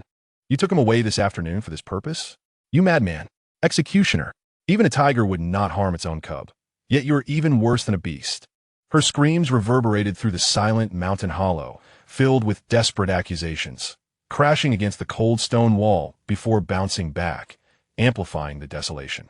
The truth of the sacrifice was finally revealed to her in the most gruesome manner. Yet, the resurrected Long Sheng, standing before the altar, merely cast a dispassionate glance toward the hand and the broken jade, his gaze devoid of any fluctuation, as if they were merely dust on the roadside. The dark energy in his palm pulsed slightly, ultimately remaining unspent, only emitting a cold snort before he turned and unhesitatingly stepped into the engulfing darkness of the sacrificial stone chamber, his figure swiftly swallowed by the thick ink-like shadows. Only Zhu Shi remained, crumpled before the cold, rune-stone wall, weeping heart-wrenchingly for the half-bloodied jade pendant and the remnants of the boy who could no longer answer her questions. The last glimmer of twilight vanished, and the illusion succumbed to an endless darkness, seemingly heralding the complete extinguishment of a father's humanity and the prologue to a tragic cycle for a family. That final question in the kitchen, the hand clutching the shattered jade, and the bloodied characters for peace under the watchful eyes of generations of ancestral sacrifices, became an eternal nightmare in Zhu Shi's heart, serving as indisputable evidence when she unveiled this bloody truth to Long Fu Ding over 2 decades later. Chapter 17. The Dragon Emperor's Choice. The signature of Boyan upon hearing the blood-curdling accusation from his mother, Zhu Shi, which unveiled the horrifying truth of his father, Long Sheng, who, in a desperate attempt to escape a curse and seize power, had sacrificially offered his elder brother, Long Xingwu. Long Fu Ding felt as though his very spine had been wrenched from his body. He did not roar, did not question, nor did he cast another glance at his mother. The tome titled Long Clan Master's journal weighed heavily on his heart like a searing brand, scorching his very soul. Silently, he rose, his steps faltering, resembling a lost puppet as he exited the ancestral home of the Long Clan, steeped in the blood-soaked past of his lineage. Outside, beneath the mirage of clear skies, a gentle breeze caressed the verdant bamboo grove. Instinctively, Long Fu Ding reached out to pluck a sharp-edged bamboo leaf. Once, this had been an effortless maneuver for him, a mere thought enabling him to ride the winds for miles. He concentrated, attempting to channel the meager remnants of his spiritual energy into the leaf, envisioning it transforming into a small boat to ferry him away from this stifling fate. Yet the bamboo leaf remained immobile in his palm, not even glimmering with a hint of spiritual light. The once familiar flow of energy now felt like a stagnant pool, like a beast ensnared by invisible chains, unable to stir even a ripple no matter how fiercely he urged it. The debilitating sensation stemming from the bloodline curse, compounded by fear of the truth and despair for the future, cascaded over him like a cold venom, swiftly collapsing the dam he had desperately maintained. A suppressed roar, brimming with unbridled rage, erupted from the depths of his throat. He clenched his fists tightly, crushing the innocent bamboo leaf in his grasp. The fragile leaf emitted a mournful groan under the weight of his uncontrollable strength, twisted and contorted, its green sap staining his pale knuckles. In a fit of disgust, he hurled the mangled remnant to the ground, the chaos of his spiritual energy. The cursed affliction. Long Fooding's eyes burned crimson, his chest heaving violently, an aura of rage and oppression emanating from him, akin to a cornered beast driven to desperation. He ceased all attempts at sorcery, abruptly turning, fueled by a desire to obliterate everything in his path, striding toward the exit of the mirage. Gu Ting, who had been vigilantly stationed near the entrance, sensed the overwhelming imperial pressure from afar, mingled with an unprecedented frenzy and despair. Alarm bells rang within him, signaling impending calamity. As he beheld the figure of the Dragon Emperor, unsteady and with a terrifying gaze, Gu Ting wasted no time. He unsheathed his sword with a resounding clang, raised it above his head with both hands, and knelt heavily on one knee in the path of Long Fooding, lowering his head deeply. He dared not meet the seething flames of anger in those eyes, nor did he risk speaking out of turn. Gu Ting. Long Fooding's voice was as frigid as ice, each word descending with heavy authority. Summon 10 guards. He did not pause his stride, not even casting a glance at the kneeling Gu Ting, whose breath felt constricted under the invisible pressure. Guard the Empress Dowager closely. Long Fooding's command was resolute and unyielding. She is not to leave. Keep a vigilant watch. If she steps even half a pace from the mirage, bring her head to me.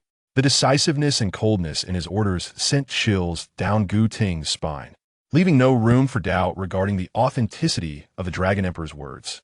He could only bow his head lower, responding in a subdued tone, as commanded. Long Fooding's figure surged forward like a tempest infused with thunder, vanishing into the mountainous wilderness of Suzhou. Long Fooding did not return to his palace, but instead headed straight for the council hall, the very core of imperial power. The heavy doors were shoved open with brute force, interrupting the heated debate among 10 senior ministers regarding flood and border issues. The hall fell silent in an instant, all eyes wide with astonishment at the sight of the emperor, pale-faced yet sharp-eyed, radiating an oppressive aura. Xiao Xuanzi. Long Fooding's gaze was like a tangible blade, locking onto the esteemed healer among the crowd, his former comrade. Step forward. His voice, though not raised, possessed an irresistible penetrating power that silenced the assembly. Xiao Xuanzi felt a tightening in his chest as he met Long Fooding's bloodshot eyes, which harbored an unsettling, even sinister light. A strong premonition of impending doom seized him. He dared not hesitate, promptly rising and following the Dragon Emperor out of the hall amidst the bewildered stares of ministers. In the empty corridor, only the two remained. Long Fooding abruptly turned, his towering figure nearly enveloping Xiao Xuanzi. He got straight to the point, his voice lowered yet each word struck like a hammer. Xiao Xuanzi, I ask you, among my 3 children, which possesses the strongest spiritual talent? Which is the weakest? Xiao Xuanzi was taken aback by this sudden inquiry, yet sensing the palpable anxiety and indescribable malignancy emanating from Long Fooding, he dared not delay or deceive, forcing himself to respond truthfully. Your Majesty, if I may report, all 3 princes are exceptionally gifted, far surpassing ordinary individuals. The eldest, Bo Zhao, naturally exudes a powerful aura, abundant like a spring, with the greatest potential. The second, Bo Yu, possesses robust physique and vigor akin to a dragon. Although his spiritual energy may not match that of Bo Zhao, it is concentrated and formidable, promising great success in martial arts and strategies of warfare. As for the third prince, Bo Yan, he paused, cautiously gauging Long Fooding's expression.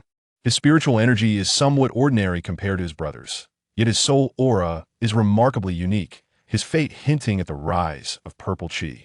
I observe that his destiny is extraordinary, perhaps holding the potential for later emergence. Extraordinary destiny? Long Fooding mulled over the phrase, the unease in his eyes thickening with a sinister undertone. He regarded Xiao Xuanzi, once a close friend with whom he shared camaraderie, now seemed to stand across an invisible chasm named imperial authority. What has befallen you, Fooding? Xiao Xuanzi could not help but inquire, striving to rekindle the familiar spirit. His voice laden with genuine concern. "Address me as Emperor." Long Fuding bellowed suddenly, like thunder crashing. He whirled around, his profile cast in shadow. The sharp lines of his face cold and hard, his gaze devoid of any remnants of past camaraderie, leaving only the Emperor's boundless fury and supreme authority. Striking Xiao Xuanzi's heart like a hammer. Xiao Xuanzi trembled violently, as if plunged into an icy abyss. Instinctive fear gripped him in an instant. He realized that the man before him was no longer the spirited Long Fuding of yesteryear on Puto Mountain. He was the Dragon Emperor, a solitary figure bearing the heavy burdens of life and death, the terrifying fate and the weight of the empire. Cold sweat drenched Xiao Xuanzi's back, and he instinctively buckled at the knees, collapsing heavily to the ground, his forehead pressed tightly against the chill of the tiles, his voice trembling uncontrollably. "I am Xiao Xuanzi." I spoke out of turn, offending the divine authority. "Please, forgive me, Emperor." He dared not look up, feeling the icy gaze pin him down like a nail. Long Fuding looked down upon his prostrate friend, his eyes flickering with complex emotions, soon overshadowed by a deeper chill. He bent low, his voice dangerously low yet laced with chilling intent, each word piercingly clear. "Listen closely, Xiao Qing. Your response to my inquiry today is to remain within your ears and never escape your lips. Should even a half word of it leak." He left the threat unfinished, yet the invisible menace spread like frost in the air. "I shall remember. My life is forfeit if I disclose a single word." Xiao Xuanzi lay on the ground, his voice quaking uncontrollably. Long Fuding uttered no more, turning sharply to leave, his heavy footsteps echoing down the deserted corridor, leaving Xiao Xuanzi still kneeling, unable to rise for an extended time. Only when the sound of retreating footsteps faded completely did he feel utterly drained, collapsing against the ground, his back soaked with cold sweat. He gazed in the direction where the Dragon Emperor had vanished, his eyes filled with trepidation, sorrow, and a profound sense of alienation. He murmured to himself, his voice bitter and desolate. "From now on, in this world, there's only the Dragon Emperor, no more Fuding." A low, distorted laugh erupted from Long Fuding's throat, suffused with self-mockery and melancholy. He slowly closed his notebook, his fingertips icy. So, it is.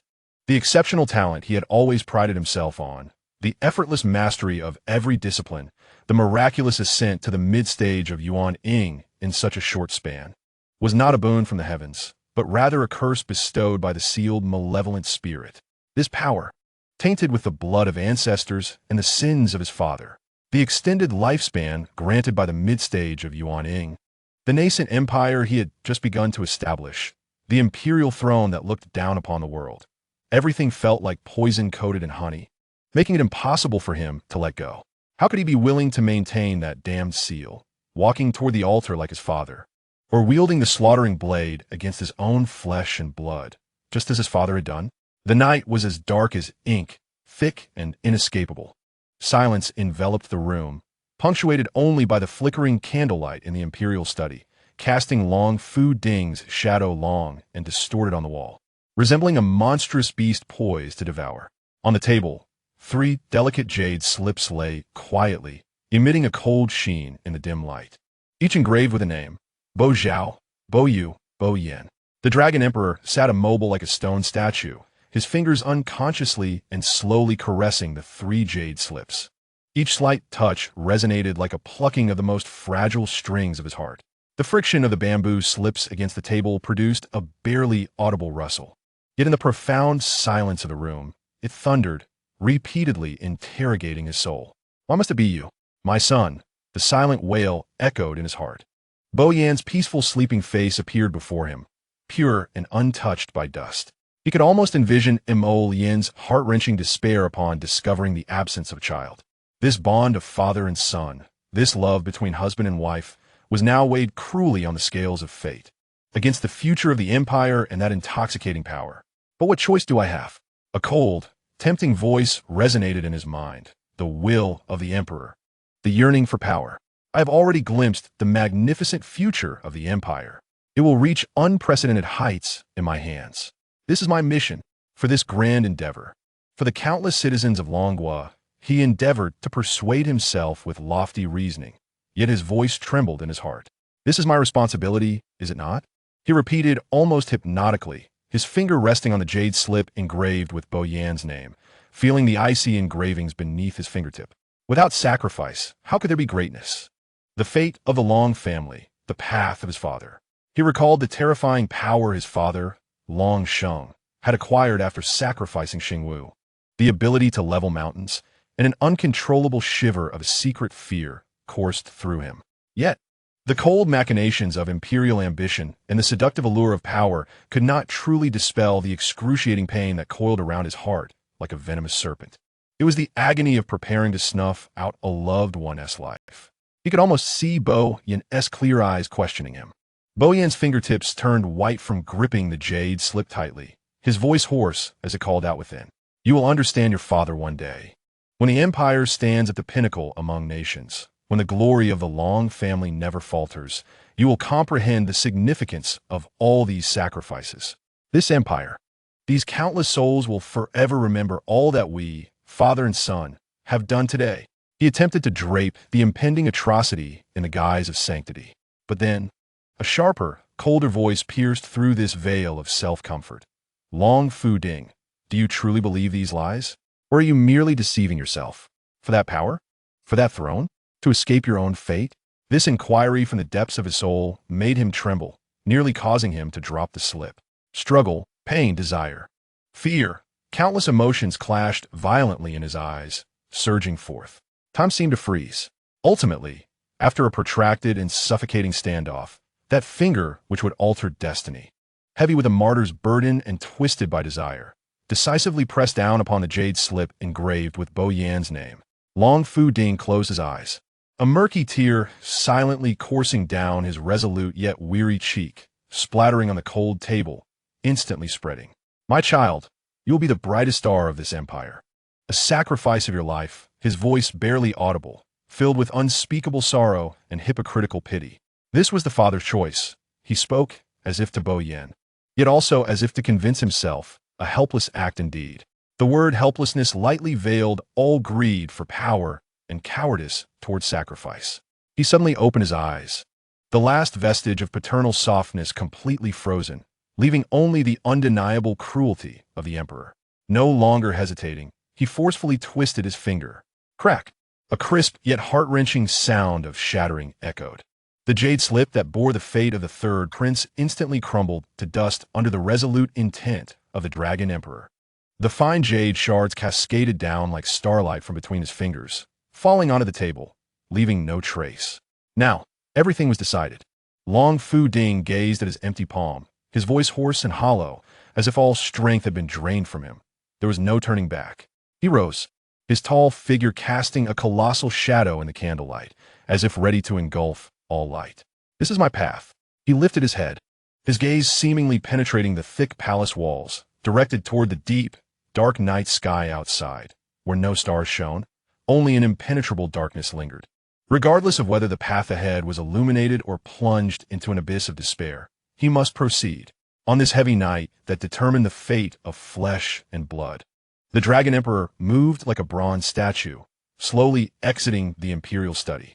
His steps were remarkably heavy, each footfall sounding as if it were inscribed upon the annals of history, marking an indelible imprint upon the cold palace stones.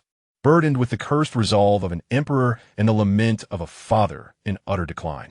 The dim, flickering palace lamps elongated and distorted his solitary figure, casting it upon the high walls of the inner palace like a monstrous beast poised to consume.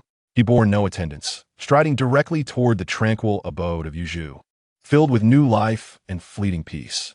Night had deepened, and all was serene within. Long Fu Ding stood outside the door, pausing for a long while, as if exhausting all his courage. Ultimately, he merely issued a cold command to the entrusted maid and guards at the door. "Return in half an hour." His voice was dry and unequivocal. He inhaled deeply, as if to draw in the last remnants of warmth in the world, and then gently opened the door. A warm breeze, infused with the scents of milk and herbs, rushed to greet him. The room was dimly lit. Emolienne, weakened from childbirth and under the influence of medication, remained asleep, her breathing steady and calm, the nine heavens heart ring on her wrist emitting a faint, steady glow. In the cradle, the The three little princes were also lost in sweet slumber. Bo Zhao surrounded by a mist of spiritual energy. Bo used tiny fists clenched as if practicing punches in his dreams, while Bo Yan curled up, appearing particularly tranquil and serene, seemingly unaware of the fate that awaited him. They knew not that at this very moment, the trajectories of the three brothers' destinies had been irrevocably torn apart by a cold hand named fate and ambition, leading them toward entirely different abysses. Long Fu Ding's gaze swept greedily and painfully over Mo Lian's still beautiful profile as she slept, finally fixating on Bo Yan's innocent little face. Love? Kinship? Imperial ambition? The power of longevity? Countless thoughts twisted like poisonous vines in his heart, threatening to tear apart his sanity. Ultimately, the desire for power, the obsession with the perpetuity of the empire, and the fear of his own demise utterly crushed the already precarious balance of paternal love. He no longer hesitated, yet his movements were imbued with a near-reverential rigidity. With utmost caution, almost holding his breath, he gently unveiled the soft swaddling that enveloped Boyan, carefully avoiding the other two children, and cradled the warm, delicate being, exuding the scent of milk, into his embrace. The infant, seemingly sensing an unease in his dreams, slightly furrowed his brow and emitted a few faint whimpers, yet ultimately remained asleep. Long Fu Ding's body instantly stiffened, his heart wrenched in agony. But he forced himself to avert his gaze, no longer daring to look upon the face of the child in his arms. He held the infant Boyan tightly, as if cradling a precious yet scalding offering, and turned to step out of the vibrant Yuzuju. With each step, he shattered the final boundary of his role as a father. The moonlight was dim, barely outlining his silhouette as he held the swaddled child, embodying a ruler's cold resolve. Solidified in the night as a statue named Sacrifice, rife with irony, representing a father's desperate struggle in the abyss of despair. The door to the bamboo dwelling quietly closed behind him, severing warmth and extinguishing the last vestiges of his humanity. Chapter 18. The ominous dream of catastrophe prophecy within Yuzuju. The slumbering Malian was dragged into a surreal and foreboding dreamscape. Initially, it was a hazy, kaleidoscopic mist, thick enough to suffocate her. Suddenly, a thunderous roar erupted, not from lightning, but from the explosive brilliance of countless magical energies. Through this fleeting, terrifying display of multicolored light, Malian discerned the scene before her. She found herself standing atop a ravaged landscape, torn apart by violent energies. Jagged peaks jutted out like fangs, the earth cracked open, flowing with lava and ice. The sky was obscured by myriad figures soaring through the air, adorned in various robes, monk garments, and peculiar attire. They represented renowned sects from the Central Plains and beyond, ancient clans and hidden sects. To the east, a group of elders clad in robes embroidered with the yin-yang fish pattern joined forces to conjure a massive Bawa mirror that shielded the sky, its light radiating with a heavenly might that solidified the space it illuminated. To the west, several solemn monks, seated upon golden lotus platforms, chanted thunderously, their countless swastika seals converging into a golden torrent, surging forth with the profound intent to enlighten all. To the south, a group of southern shamans, wielding enormous venomous creatures shrouded in eerie green mist, commanded a poisonous cloud that darkened the sky, corroding the air with a hissing sound. To the north, several ethereal sword cultivators, their white robes flowing, unified with their swords, transforming into piercing sword rain that cleaved through the air, their chilling intent aimed directly at the core. In the sky, there were also cultivators wielding various extraordinary magical artifacts, giant cauldrons, pagodas, flying shuttles, and jade auspicious symbols, pouring down a torrential rain of flames, ice shards, metallic auras, and divine lightning. The multicolored energy of destruction enveloped the entire battlefield. Their target was singular, the figure at the center of the battlefield, locked in by countless terrifying assaults, clad in a pure black cloak seemingly capable of absorbing all light. His massive hood concealed his visage, faced with an onslaught powerful enough to annihilate even the most formidable of divine transformation practitioners. He displayed not a hint of evasion or defense. Just as the multitude of attacks was about to engulf him entirely, he moved. There was no earth-shattering momentum, no dazzling display of magical artifacts, Only an utterly pure sword intent emerged, akin to an ancient ferocious beast awakening from slumber. The figure in black merely raised a hand, pointing with a finger like a sword. A resonance, not from the material realm, but reverberating deep within the souls of all attackers and Malian. Echoed, a sound reminiscent of the first glimmer of light at the dawn of creation. In the next moment, an astonishing spectacle unfolded. Within 100-foot radius of the black-robed figure, space seemed to transform into his domain. Countless strands of sword energy, refined to an almost transparent essence, materialized from thin air. They were not physical flying swords, but rather manifestations of pure, indomitable sword intent. The sword light multiplied infinitely. With a mere thought, the sword energy birthed itself. A single strand of sword energy instantly split into 10, 100, 1,000, like a deathly lotus blooming in an instant. Each strand of sword energy precisely met an incoming attack. Buddha light, magical arts, poisonous miasma, flying swords, and the auras of magical artifacts. The sword energy flowed like silk, penetrating all defenses. Some strands were as fine as a gossamer thread, agile as living beings, effortlessly piercing through seemingly impenetrable magical barriers, targeting the vital points of the controlling cultivators. The sword intent solidified, cleaving through all forms of magic. Thicker strands of sword energy struck like a colossal blade, carrying a terrifying will to sever rules and annihilate all magic, fiercely cleaving into the Bawa mirror's light pillar and the golden torrent of Buddha seals. The mirror shattered. The Buddha seals wailed in obliteration. The seemingly invulnerable energy attacks crumbled like fragile glass before this purest form of sword force. There are no extravagant names for techniques, only the essence and pinnacle of swordsmanship on display. Where the heart directed, there the sword intent followed.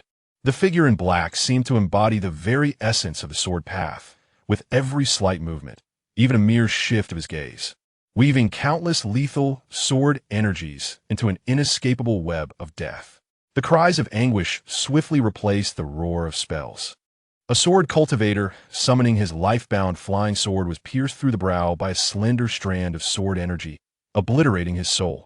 An elder controlling a giant cauldron was cleaved in half by a concentrated sword force, blood raining down. The southern shaman's prideful venomous beasts were reduced to mere clouds of blood, unable to emit a single cry under the relentless onslaught of sword energy. The monk on the lotus platform had his golden form pierced by multiple strands of sword energy, his platform shattering as he plummeted from the sky. This was no longer a battle, but a one-sided, despairingly efficient massacre. The meticulously prepared encirclement of the cultivation sects crumbled like paper toys before the omnipresent, all-slicing terror of sword intent. Their prized protective artifacts, their honed magical arts, disintegrated under the transcendent realm of swordsmanship. In but a moment, figures fell from the sky like dumplings into boiling water. The assaults from the ground ceased, leaving behind a wasteland of severed limbs, shattered artifacts, and blood-soaked earth. The once boisterous battlefield fell into a deathly silence. The thick, suffocating stench of blood mixed with the dissipating violent spiritual energy created a nauseating aroma. The mysterious figure clad in a pure black cloak remained suspended at the center of the sea of corpses and blood, slowly lowering his hand that had once pointed like a sword, as if merely performing a trivial task. The terrifying domain of sword intent encompassing 100 feet quietly dissipated, leaving behind the lingering essence of slaughter in the atmosphere. Just as this profound silence descended, as if all dust had settled, an unexpected transformation occurred. A figure, moving with a speed surpassing the limits of perception, appeared without warning behind the black-robed man, clad in an ebony imperial robe adorned with dragon patterns. The face was somewhat blurred in the dream, yet the oppressive aura, filled with disdain for the world and a hint of twisted madness, was unmistakably lone fooding. In his grasp, he held a dagger of ancient design, entirely black, seemingly capable of swallowing light. The blade tip shimmered with a dark, ominous blue glow, evidently coated with a sinister poison specifically designed to counter formidable cultivators. Without a shred of hesitation, without the slightest forewarning, Lone Fooding's eyes sparkled with a cruel light mingled with fervor, hatred, jealousy, and a sense of relief. His arm shot forward like a venomous serpent coiled with power. A muffled thud echoed through the silence of a dream as the poisoned black dagger precisely pierced the heart of the black-robed figure from behind. The terrifying power attached to the dagger erupted instantaneously, not only shattering the heart, but also unleashing a venomous energy that spread like maggots gnawing at the bones, voraciously eroding the vitality and strength of the figure cloaked in black. The black-robed man trembled violently, as if in disbelief. He struggled, with great difficulty, to turn his head. Oomph! Long Fu Ding emitted a chilling, bone-piercing sneer, thrusting the dagger forward with force, nearly piercing through the black-robed man's chest. Simultaneously, his voice, suppressed with boundless malice, slithered into Mo Lien's ears like a venomous serpent, each word a clear pronouncement to the dying man. "It's over, Boyan, you wicked child. You should die already." Boyan. Mo Lien's soul let out a silent, tear-rending scream in the dreamscape. This name struck her consciousness like a malicious curse, brutally cleaving through her awareness. As if to validate this cruel verdict, the dying black-robed man, racked with pain and propelled by Long Fu Ding's force, leaned slightly forward, allowing his massive hood to fall away, revealing a side of his face that bore a faint resemblance to an infant's features, yet was obscured by agony and death. Twisted beyond recognition. It was her recently born third prince, Boyan. No. In reality, within the confines of Yujuju, Mo Lien jolted awake from the nightmarish vision filled with blood, betrayal, and despair. Her heart raced like a drum, nearly leaping from her throat. She was drenched in cold sweat, gasping for air like a fish out of water. The Jiuxiao Yin Xian ring on her wrist was trembling with unprecedented ferocity, emanating a bone-chilling cold that threatened to freeze her wrist, while pulsating with an eerie and ominous blood-red glow. This light illuminated her face, pale as paper, suffused with extreme fear and despair. The last horrific image in her dream, Long Fu Ding stabbing the poison dagger into the black-robed man. Did he kill Boyan? That cold utterance, "Boyan, you should have died long ago," tore at her soul like the most malicious curse. Instinctively, driven by a profound terror of loss, she lowered her gaze to her arm's crook, empty, in the crook of her left arm, where Boyan should have been. There was only an empty swaddle warmed by her body heat. The soft golden satin now resembled a cold shroud. Boyan. Emolien's voice, filled with extreme horror, became hoarse like sandpaper scraping against stone. She bolted upright, disregarding the intense pain and dampness from her postpartum body, frantically searching in the swaddle beside her for Bo Zhao and Bo Yu, only to find Bo Yin missing. An overwhelming panic engulfed her like icy water. The dream and reality collided in a horrifying overlap. Was the prophecy of betrayal occurring at this very moment? Just then, a faint yet unforgettable aura, imbued with imperial pressure and a hint of cold, resolute intent, rippled through her keen senses like a stone cast into stagnant water, swiftly fading from outside Yujuju. It was Long Fu Ding. He had just departed. "Fu Ding, where have you taken Boyan?" Emolien's heart cried out in a silent, blood-curdling scream. The cold, bone-chilling, blood-red glow of the Jiuxiao Yin Xian ring and its violent tremors seemed to affirm her deepest fears. Her husband was enacting the cruelty foretold in her dream upon their infant son. Maternal instinct erupted like a volcano, instantly overshadowing her physical pain and weakness. She did not know what Long Fu Ding intended, but she could not allow the dream to come true. She could not allow Bo Yin to be taken away. Someone, Boyan, Muboyan, Emolien's voice, laced with desperation and anguish, cried out as she struggled to leave the bed. The sudden movement tugged at her postpartum wounds, making her vision blur from the pain. But she bit down hard on her lip, the metallic taste of blood flooding her mouth, forcing herself to remain conscious. The loyal maid and guard stationed outside heard the commotion and hurriedly pushed the door open, witnessing the queen, pale as a ghost, desperately trying to leap from the bed. Her eyes filled with unprecedented madness and despair. "Your Majesty, you cannot move," the maid shrieked in terror, rushing to support her. "Get away." Mo Yin unleashed an astonishing strength, forcefully shoving aside the maid who attempted to assist her. Barefoot, she stepped onto the cold floor tiles, her weakened body swaying precariously, each step feeling like walking on blades. Pain tearing through her abdomen, but she paid it no heed. Her focus was solely on the quickly dissipating aura belonging to Long Fu Ding outside. Your Majesty, the Emperor has taken the third prince. A guard stammered, trying to explain the Dragon Emperor's orders before he departed, attempting to soothe the queen. I know everything. Emol Yin interrupted hoarsely, tears mingling with cold sweat as she fixed her gaze on the direction where the aura had vanished, leading to the most remote corner of the palace, perhaps even outside its walls. Stop him. Go stop the Emperor. Bring back Boyan. She screamed at the guards, her voice piercing like a cuckoo's lament. However, the guards exchanged glances, their faces reflecting confusion and fear. Stop the Dragon Emperor? That was an unthinkable notion. The Emperor's command was for them to wait half an hour before entering. Charging out now would be disobedience, and attempting to stop him would be a heinous crime punishable by extermination of their entire lineage. In that fleeting moment of hesitation, Emolienne had already staggered to the door. The cold night air rushed in, pressing her thin nightgown against her, accentuating her frail form. Yet her reckless resolve caused the guards at the entrance to instinctively step back. Your Majesty, the wind is strong outside. You just gave birth, you cannot go out. The head guard stood firm at the door, attempting to dissuade her. Move aside. Emolienne's eyes burned with a frenzied fire. A mother's fierce determination to protect her child. Ignoring the guard's attempts to restrain her, she summoned all her strength to crash into the head guard, sending him staggering back, unable to resist her force. Like an arrow released from its bowstring, Emolienne burst into the icy, bone-chilling night. She could hardly discern her direction, relying solely on the faint remnants of Long Fu Ding's aura that the Jiushao Yin Xan ring detected and the deep-seated call of her soul for Boyan. Racing toward the direction where the aura had faded most intensely, the most secluded path on the western side of the palace, stumbling and sprinting wildly. Your Majesty, quickly, follow and protect the queen. The maids and guards finally snapped out of their stupor, horrified as they chased after her.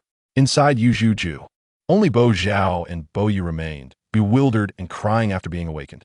The cold palace tiles pierced Mo Lien's bare feet, each step leaving faint trails of blood. The night wind sliced through her damp body like a knife. Waves of postpartum pain and dizziness from blood loss washed over her, causing her vision to blur. Her steps unsteady, nearly toppling several times. Yet she gritted her teeth, her nails digging deep in her palms, forcing herself to stay awake and oriented. Boyan, my child, wait for your mother. The silent cry within her heart sustained her. She could almost see Long Fu Ding's resolute, cold back, cradling the small, temperature-fading swaddle. The image of Long Fu Ding stabbing Bo Yin in her dream overlapping with the present, shattering her heart. She ran recklessly down the empty, desolate palace path, her frail figure appearing so small, helpless, yet brimming with heart-wrenching, desperate courage in the dim moonlight. Behind her were the anxious maids and guards, chasing but too afraid to forcibly intervene.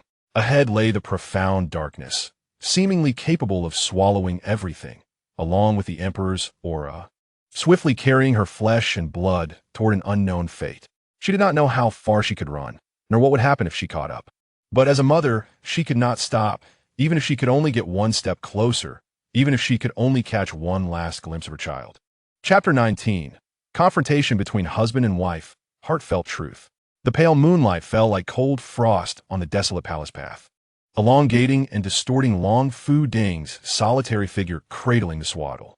Mo Lien staggered as she pursued, her bare feet pressing against the cold palace bricks, leaving faint traces of blood with each step. Her labored breaths tore at the wounds that had yet to heal from childbirth. Her arrival here was no mere coincidence. The Jiushao Yin Xinhuan on her wrist was, at this moment, guiding her with an unprecedented chill and violent tremor, akin to an invisible chain.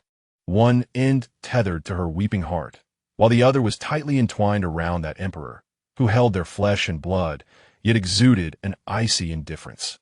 This artifact, born from the bonds of the soul, pierced through layers of palace walls, leading her to this final confrontation. She finally stood before him, those once affectionate eyes now ablaze with a fury potent enough to incinerate all, and a sorrow so profound it pierced the depths of her being. Fixated upon the small, swaddled bundle in the Dragon Emperor's arms. Were you taking Boyan? Her voice was hoarse, trembling with the anguish of a mother. The piercing coldness and frantic tremors of the Jiu Shao, Yin Xi and Huan acted as the cruelest informant, silently affirming her deepest fears. He truly intended to use their own flesh and blood as a sacrificial offering. The man before her, who had once vowed to protect her for a lifetime and raise their offspring together, had now transformed into a stranger in her eyes. She could hardly believe that the dragon Fu Ding, who had once displayed such vigor on Puto Mountain and strategized amidst the flames of Shangdu, had been corrupted by curses and ambition to such a degree, becoming selfish, cold, and ruthless. The Dragon Emperor halted, the moonlight illuminating his sharply defined profile. He sensed Mo Lian's gaze, filled with accusations that seemed capable of piercing his very soul. Yet, the weakness born of the curse, the fear of losing power, and the distorted understanding of the blood sacrifice fate recorded in the Longshu Zone, Zhushou Ji had long since erected a wall of ice around his heart. He lifted his chin with pride, his voice deliberately maintaining a cold, undeniable steadiness. Lianer, he called her name, devoid of the warmth of yesteryears. Do you know the heavy fate that weighs upon the long bloodline? Though the dark tyrant had been sealed away, his malevolent thoughts had already seeped into our bloodline. It grants us gifts, yet demands a price. The greater the talents of Bo Zhao, Bo Yu, and Bo Yin, the more the seal's fluctuations intensify, requiring me to draw upon more of my strength to stabilize it. Now my spiritual power wanes, my foundation falters. This is the curse's backlash. If one is not sacrificed to quell the seal's retribution with the power of our bloodline, I shall follow in my ancestors' footsteps, utterly drained, ultimately needing to offer myself as a sacrifice to the seal. At that time, with the founding of the Dragon Kingdom and formidable foes encircling us without my presence, it would quickly crumble, plunging countless commoners back into the inferno of war. Sacrificing Bo Yin alone to preserve my strength and protect the Dragon Kingdom, ensuring peace for generations, is the Emperor's responsibility. Mo Yin shook her head, tears finally breaking through the dam. Responsibility? The responsibility of offering one's own flesh and blood as a sacrifice. Look at him. She pointed toward Bo Yin in the swaddling. He has just entered this world. Did you not once promise to watch him grow?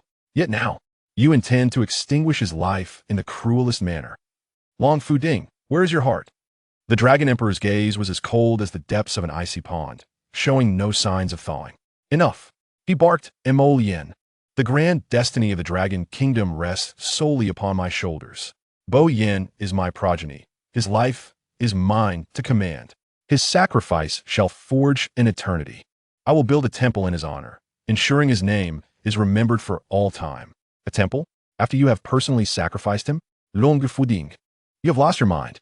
Mo Yin's heart shattered completely. Her words fell flat.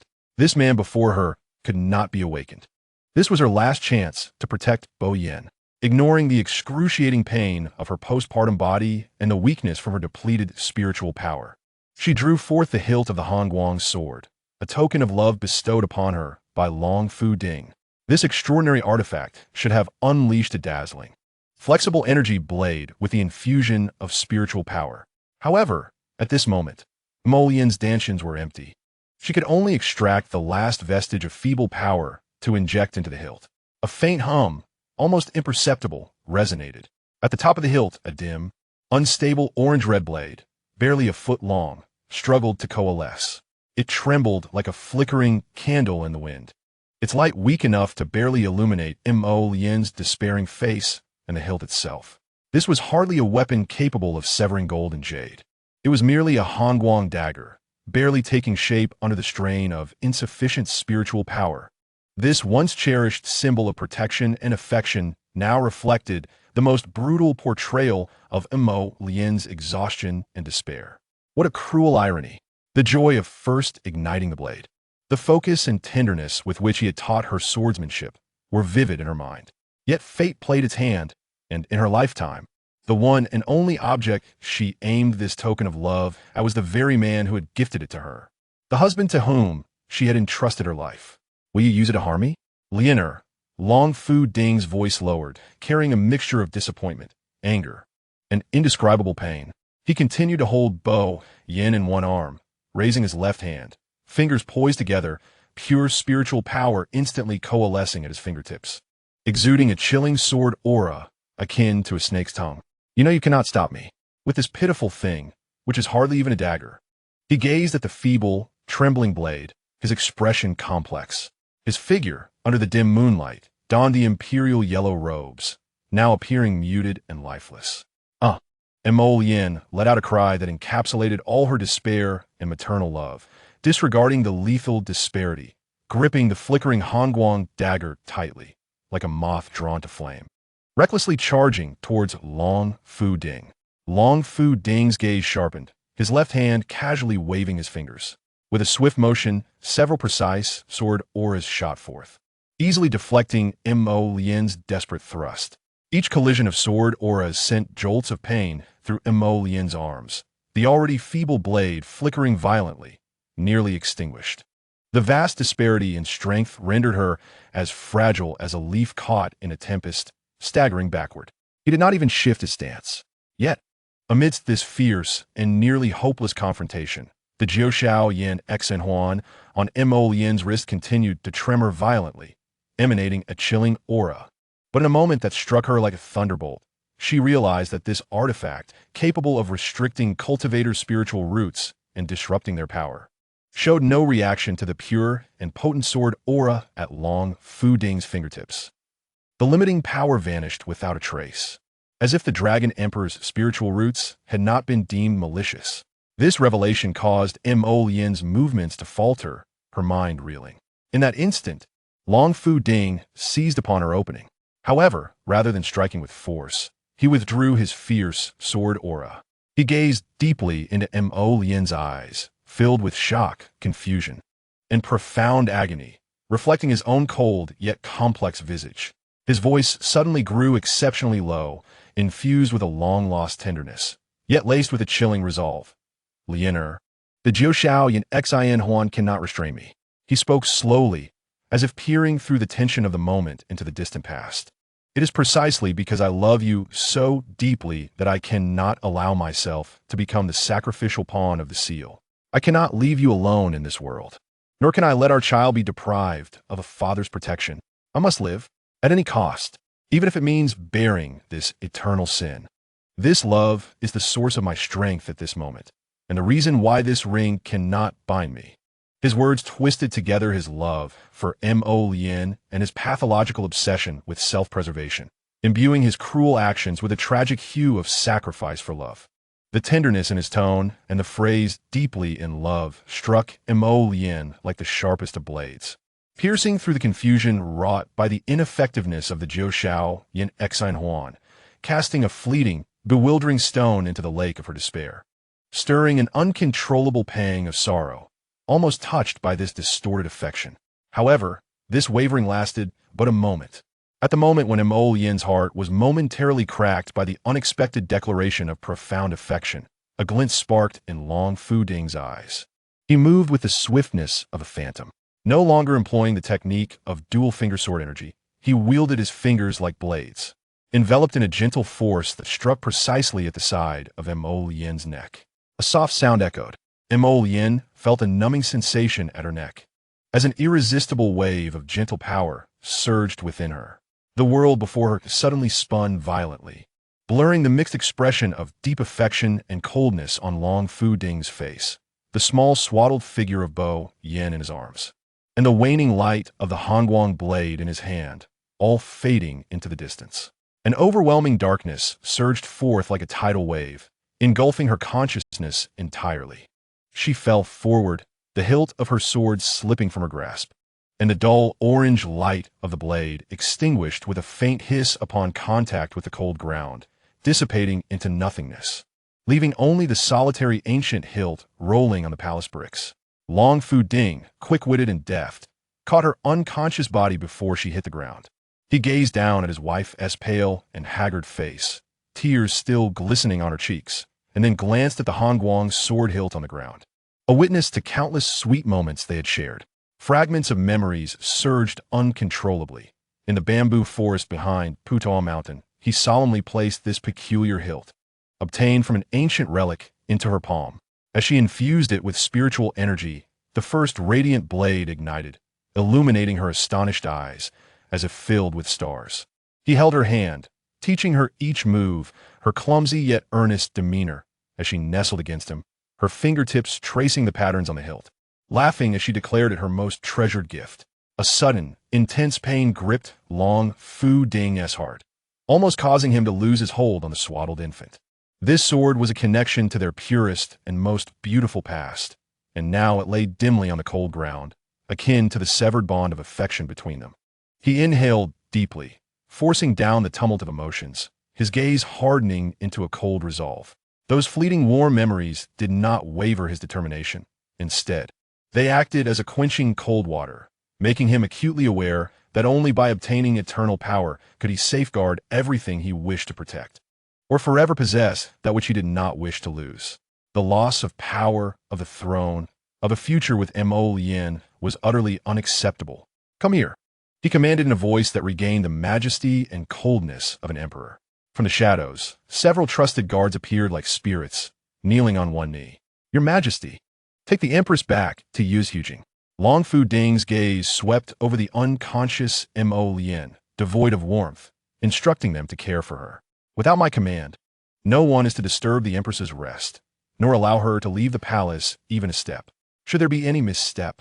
His unspoken words were laden with cold, murderous intent. "As you command," the guards responded solemnly, carefully lifting the unconscious Empress. Fu Ding turned his gaze away from Mo Lien, returning it to the small, swaddled figure that would determine his future path. He bent down, using his free hand to slowly and resolutely retrieve the cold Hongguang sword hilt from the ground. The ancient metallic texture was accompanied by a faint remnant of Mo Lien's warmth, bearing the weight of their past.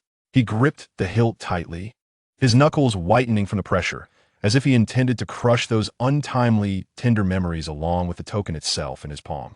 Under the moonlight, his silhouette appeared even more desolate.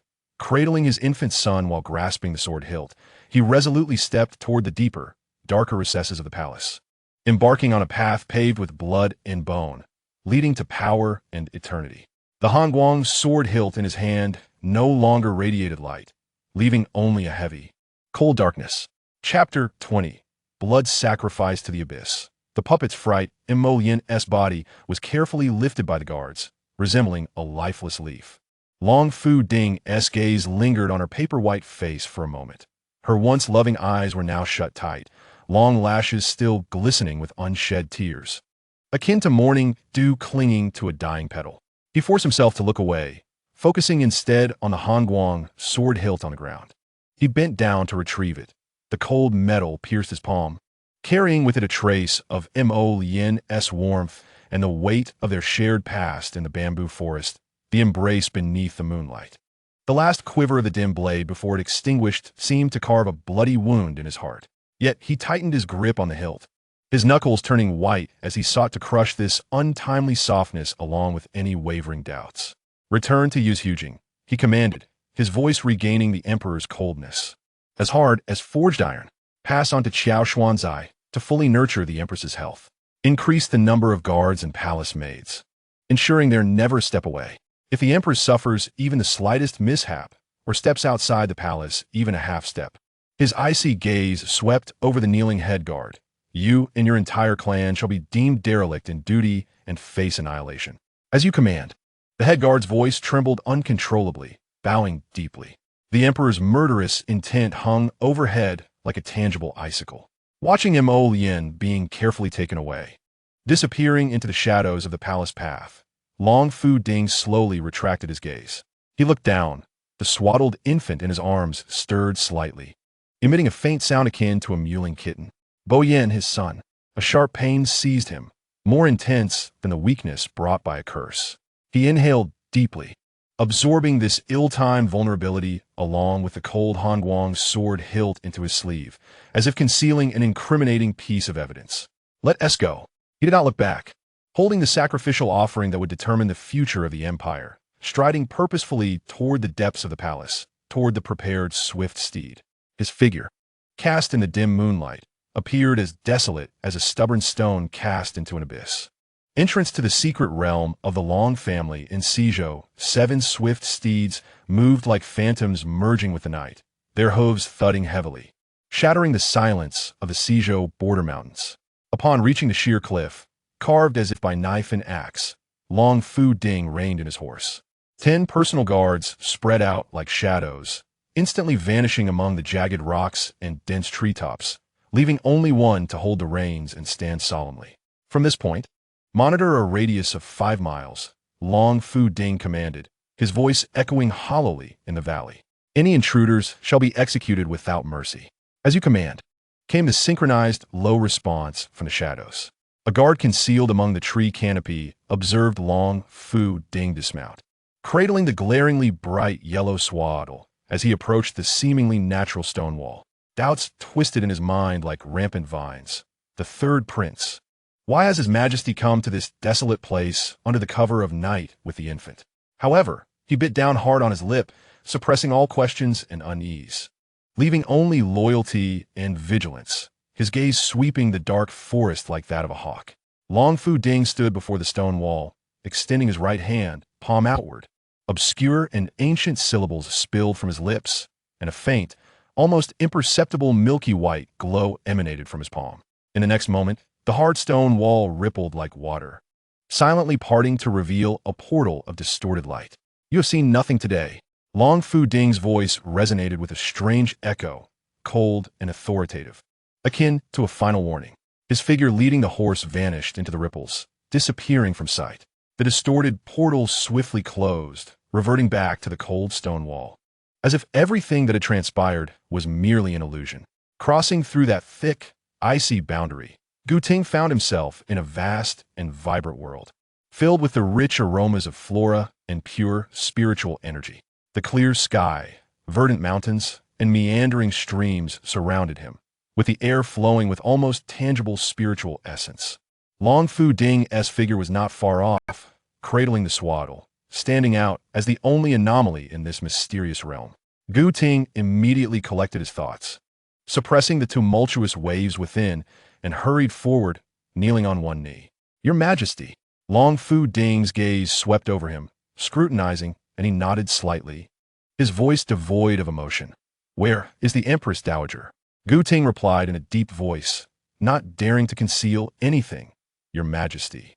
The Empress Dowager attempted to force her way out of the Suyu fantasy, and I stopped her as per your command. She was in a state of extreme agitation, rebuking her ministers for acting as accomplices to a tiger, declaring her intent to seek external assistance to thwart the emperor. The ministers dared not be negligent, remaining steadfastly by her side. Eventually, the Empress Dowager proclaimed that she would await him before the sacrificial stone chamber. He paused momentarily, his voice dropping to a lower tone, his expression filled with profound sorrow. A glint of cold light flickered in Long Fu Ding's eyes, akin to a fissure opening in an icy lake. His mother had indeed discovered the truth. Was it Mo Yin who informed her before her fainting? Or was it the innate connection between mother and son that sensed the throbbing of their shared blood?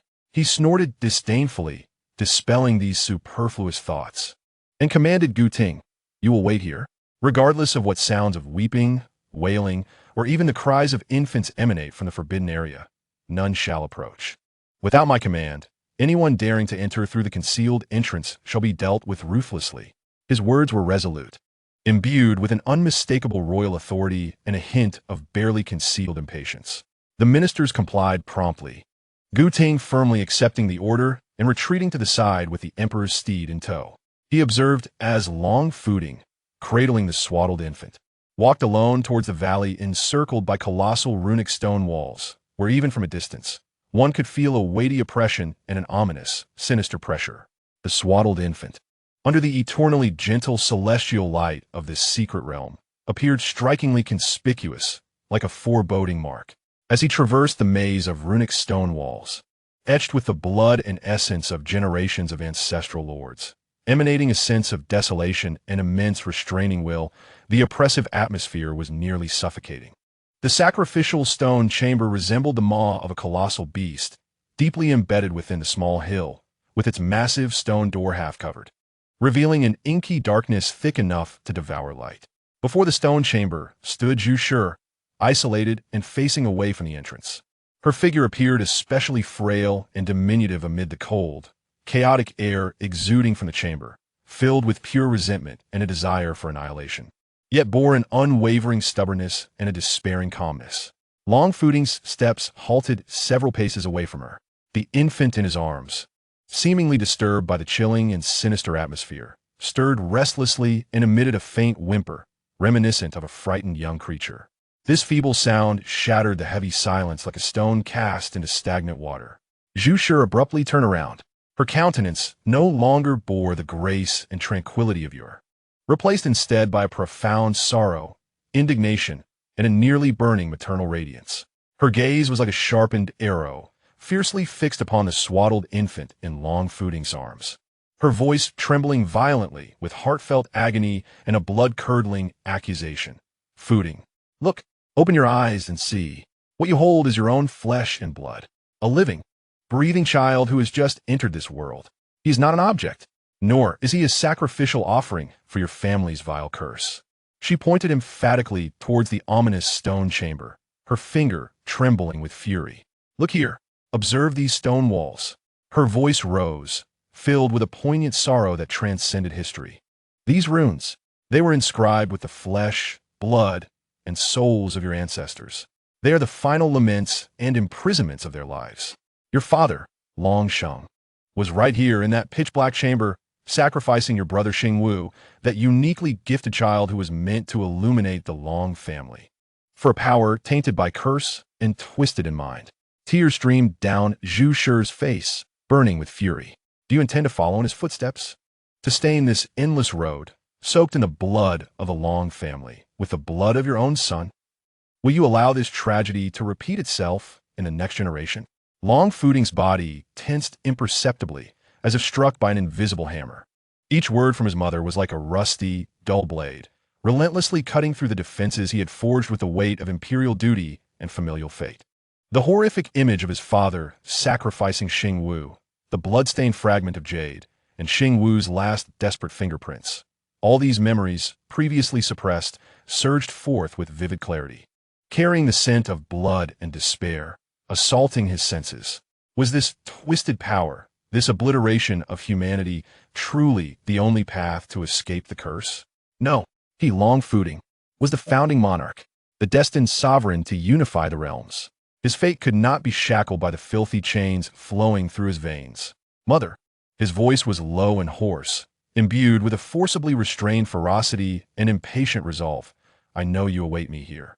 I also understand what you wish to convey. But my path has been chosen. It cannot be altered.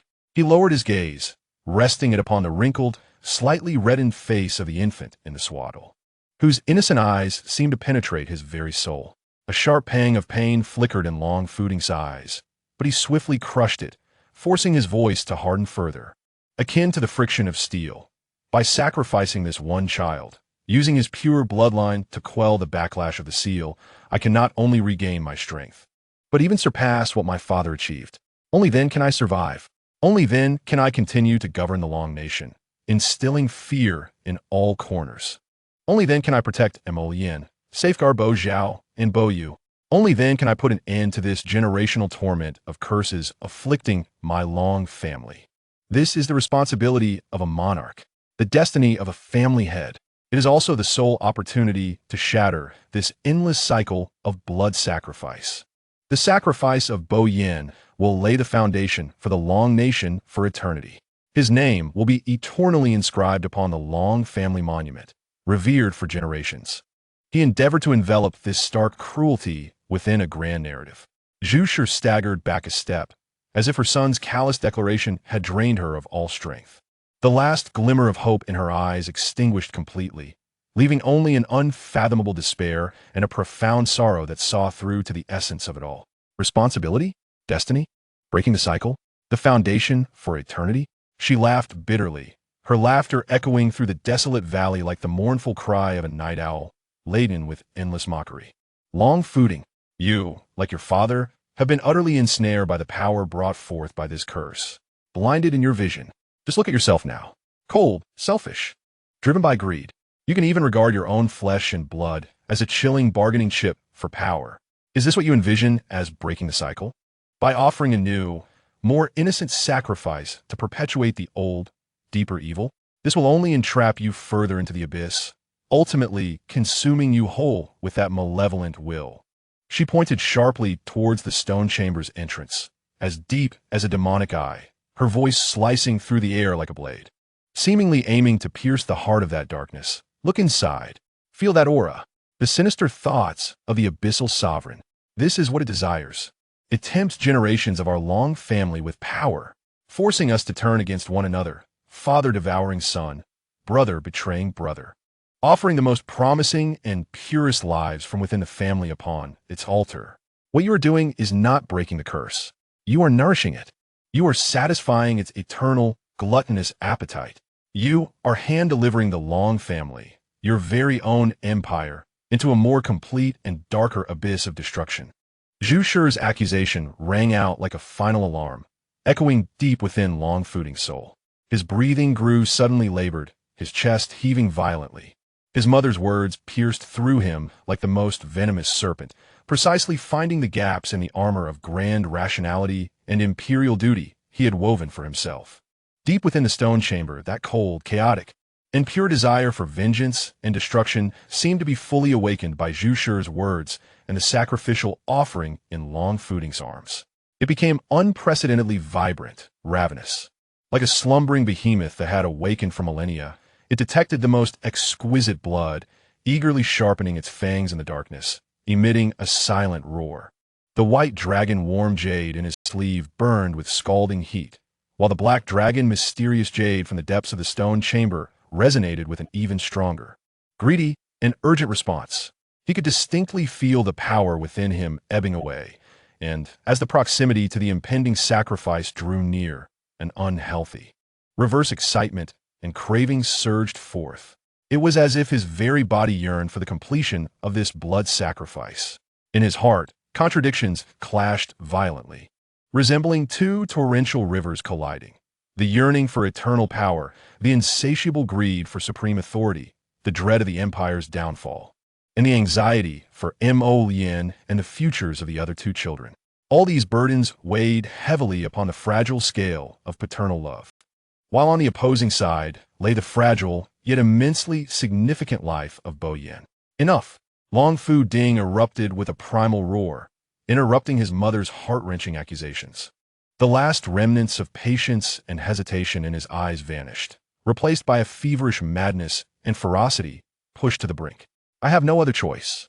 My body deteriorates, and my spiritual power slips away like sand through my fingers.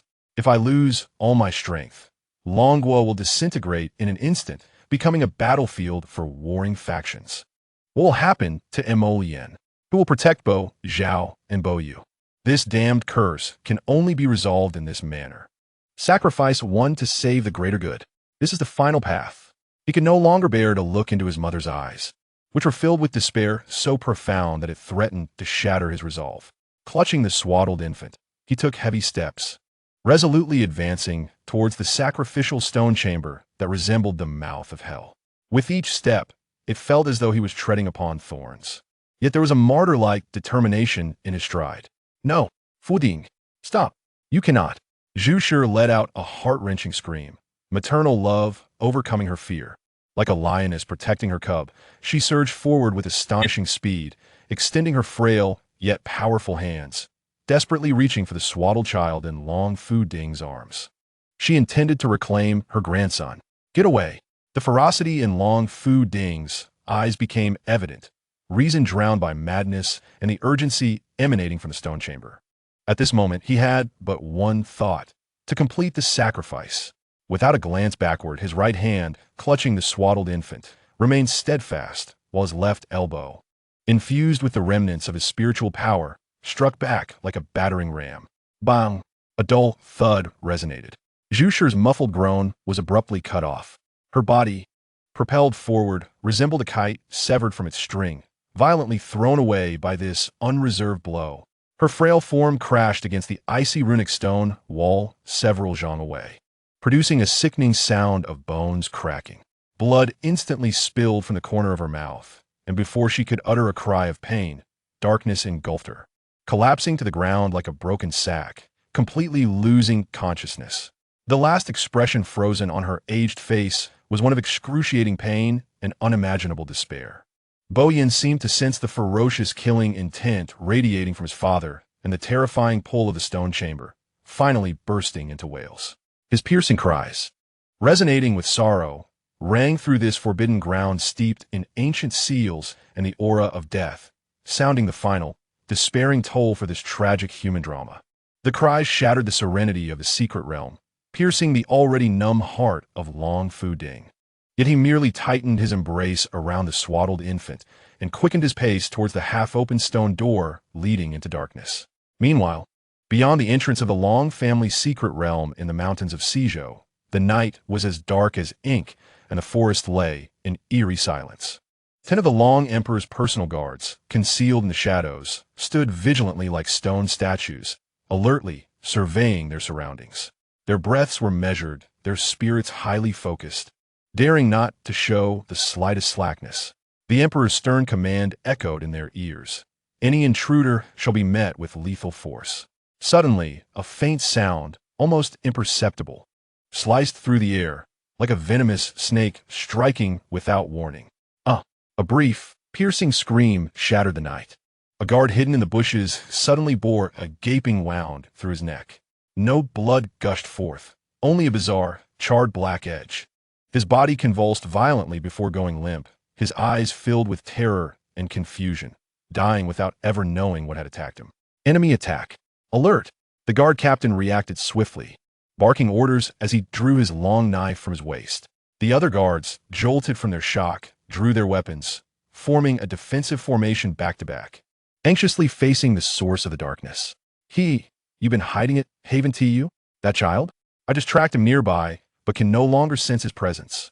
Tell me, where's my dear brother? The voice of the puppet echoed ominously in the wilderness, instilling panic even among the 10 elite guards, who had trained for a year and were at the peak of the Qi refinement stage. What is that ghastly voice? What child? The guards began to panic, utterly bewildered, unable to discern the source of the sound, especially in the dim light of night. Crack! Another chilling sound echoed from the side. A guard's head was forcibly twisted 180 degrees by an irresistible force. The sound of splintering bones was unmistakable. The bulging eyes reflected a deep brown figure, akin to decayed wood, that vanished in an instant. Fear, like a cold tide, engulfed the remaining guards. This is not human. This is beyond human speed and strength. Over there, another guard spotted an anomaly and pointed to the shadow of an ancient tree. Before he could finish his words, the deep brown figure appeared before him, as if teleporting. Is it a puppet? Its dark brown wooden body was adorned with strange patterns, with crude mortise and tenon joints at the joints, its face bearing only vague impressions of features. In the depths of its hollow eye sockets, 2 dark green lights flickered ominously. It bore no weapon, yet its gnarled hands dripped with a viscous, dark red liquid mixed with shavings and flesh, evidence of its recent conquest over a guard's neck. A monster! The guard's heart quaked with terror, instinctively swinging his knife. The blade sliced through the air, striking towards the puppet's shoulder. Clang! A sharp sound of metal meeting wood echoed. The long knife merely grazed the puppet's wooden shoulder, penetrating only a shallow layer and scattering a few wood shavings, as if striking ancient ironwood. The tremendous recoil left the guard's hands aching. The puppet seemed incensed by this meager assault. The green light in its hollow eye sockets flared brilliantly. Its gnarled hand shot forth with lightning speed, precisely seizing the guard's wrist. Crack! Squelch! The excruciating sound of shattering bones and tearing flesh resonated simultaneously. The guard's wrist and forearm were brutally crushed and torn apart. Broken bones pierced the skin.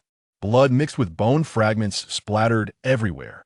The agonizing pain elicited a scream that was anything but human.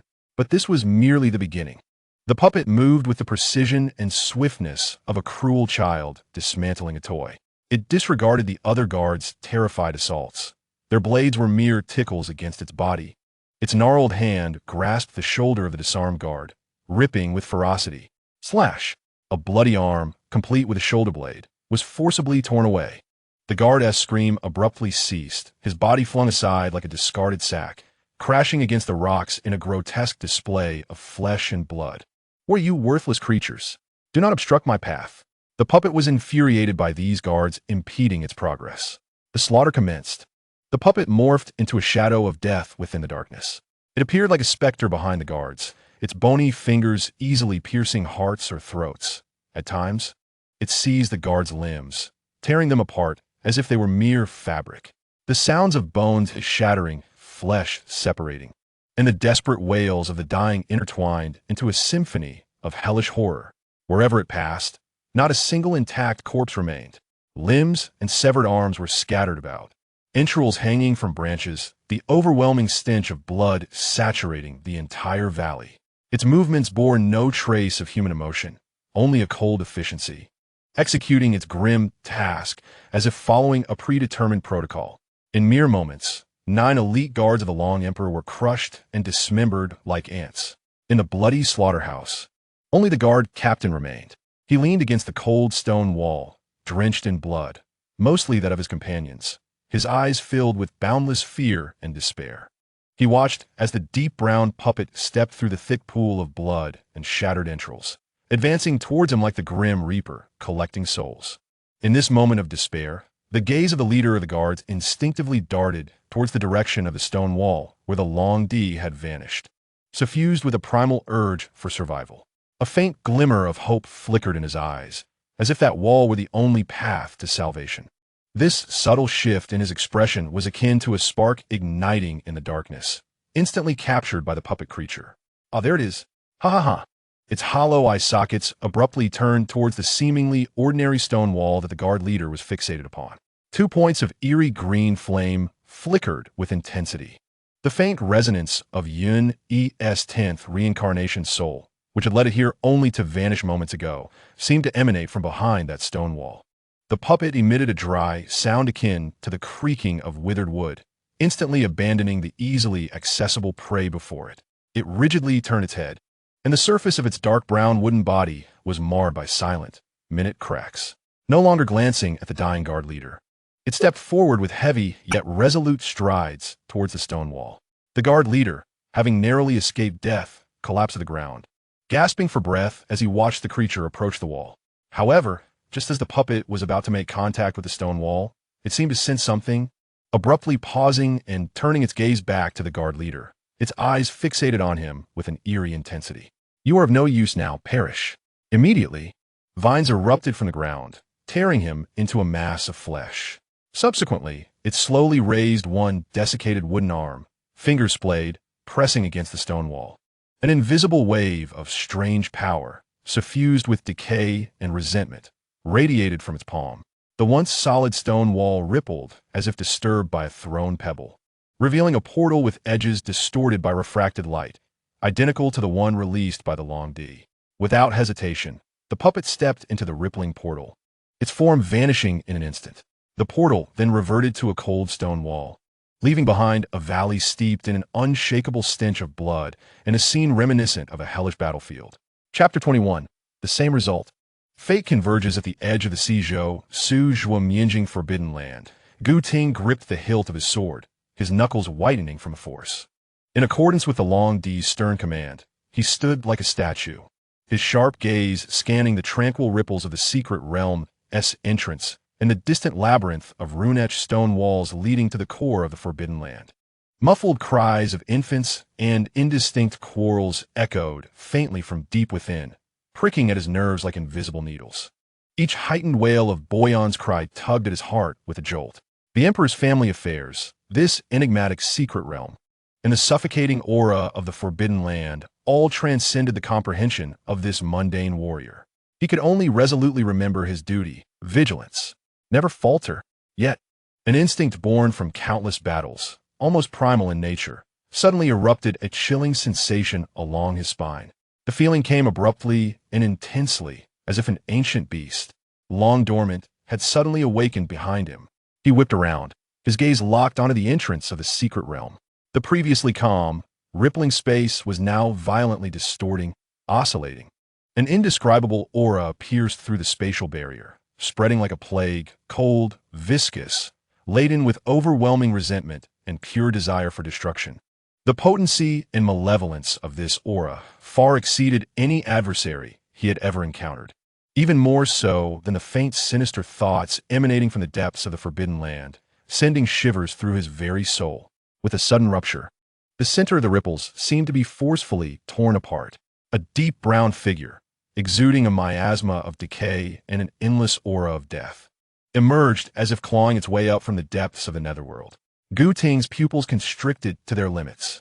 The puppet, its dark brown wooden body was riddled with spiderweb-like cracks, and the rough mortise and tenon joints creaked unpleasantly as it moved. The indistinct markings on its face were devoid of life, except for the two hollow eye sockets, where green flames flickered like phosphorescent souls, greedily and accurately locking onto the source of Boyan as heart-wrenching cries emanating from the forbidden land. Those 2 points of green flickered violently, akin to a ravenous beast catching the scent of the most delectable flesh. What creature dares to intrude upon the forbidden land? Gu Ting's roar thundered like a clap of thunder, instantly dispelling his fear. The duties of the Dragon Guard leader and his loyalty to the loved.He forged an unyielding will. Without a moment's hesitation, his muscles tensed like a drawn bowstring, and his accumulated formidable inner strength erupted with a roar. Clang! The long knife he had wielded through countless battles was unsheathed with ferocity. The blade gleamed, not with flamboyant brilliance, but with a cold, pallid light, forged from the essence of slaughter amidst mountains of corpses. The blade sliced through the air, emitting a piercing shriek, aimed directly at the seemingly unguarded back of the puppet.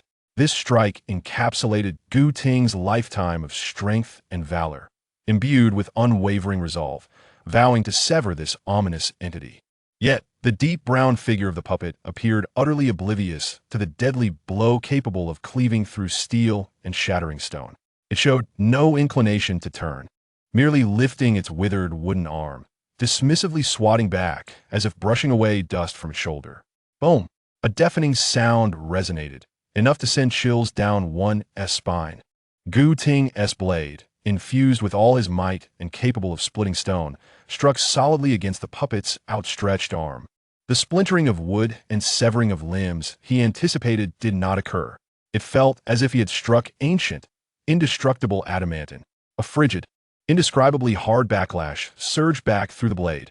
Simultaneously, a terrifying force, imbued with the essence of decay and death, like a breached dam, violently surged into Gu Ting's body. Ugh! Gu Ting felt his arms tremble violently, his palms splitting open, blood gushing forth. His chest felt as if struck by an invisible siege hammer. His organs shifted violently, and blood surged back in a frenzy. Darkness clouded his vision, and blood erupted from his mouth, mingling with fragments of his insides. The long knife, which he cherished like his life, slipped from his grasp, tracing a feeble arc before thudding onto the grass in the distance. He was like a kite severed from its string, hurled away by an insurmountable force. Boom! His body crashed against a towering ancient tree, the trunk thick enough for 2 men to embrace, dozens of feet away. The dull thud was accompanied by the sickening sound of cracking bones. The stout trunk swayed violently, and leaves rained down like a storm. Gu Ting lay like a tattered puppet nailed to the tree, blood gushing from his mouth, stars dancing before his eyes, as pain and suffocation engulfed him. He struggled to rise, but found his limbs scattered like a broken doll. Even lifting a finger was an insurmountable challenge, leaving him to helplessly witness the deep brown figure, emanating an endless aura of death, lose all interest in him, like a serpent locking onto its prey. It moved with a semblance of clumsiness, yet with the speed of a wraith, racing towards the core of the sacrificial forbidden land, where the cries of the infant echoed, leaving behind a thick scent of blood and Gu Ting's despairing gaze. Long Fu Ding stood before the half-open massive stone door. The darkness spilling from within resembled viscous ink, infused with the cold, chaotic, and pure desire for destruction of the Yu Huang Bajun. The palpable shadowy wind rustled his bright yellow imperial robes, causing the swaddled infant in his arms to tremble violently. Boyan's sharp, mournful cries echoed frantically in this desolate sacrificial ground, piercing through Long Fu Ding's forcibly frozen defenses like countless needles. Each wail threatened to topple the dam of paternal love he had built against the relentless torrent of fate. Weep, for this is the final journey. Long Fu Ding's voice emerged hoarse, imbued with a numbing sense of martyrdom. He inhaled deeply, the air tainted with the scent of blood, decay, and pure spiritual essence, filled his lungs but offered no warmth. The last flicker of human warmth in his eyes extinguished completely, leaving only an emperor's undeniable coldness and a morbid thirst for power. He lifted his foot, poised to step through the stone door that devoured all light. In that fateful moment of life and death, a force more formidable, more sinister, and chillingly cold than the obsessions of the Yuhuang Bajiang surged unexpectedly from the entrance of the forbidden ground, akin to a world-ending tsunami. The terror of this presence seemed to freeze the very blood within Long Fuding's veins. What kind of horror could this be? Not human or demon. It had traced its way here, to the very core of the Long family's ancestral land. Long Fuding spun around, his movements swift as lightning. The instincts of an emperor and an absolute desire for his offerings swiftly overshadowed his shock. A deep brown shadow, propelled by an overwhelming force, ruthlessly shattered the lowly spiritual plants and jagged stones in its path, akin to a runaway meteor, crashing onto the ground before the stone chamber. It was the ancient wooden puppet, marred with cracks. Within its hollow eye sockets, 2 points of eerie green soul flames locked onto the swaddled figure in Long Fuding's embrace, greedily penetrating the thick fabric to target the small life within, radiating pure spiritual fluctuations. The green light flickered violently, akin to boiling venom, transmitting endless resentment and a chilling, almost ecstatic hunger. A vast, twisted and frenzied mental wave disregarded the distance, piercing deeply into Long Fuding's consciousness like countless icy needles. Every syllable resonated with hatred and obsession spanning millennia. Finally found you, my dear brother. Let me send you to your demise. Brother, is it referring to himself? Long Fuding's pupils constricted to pinpricks.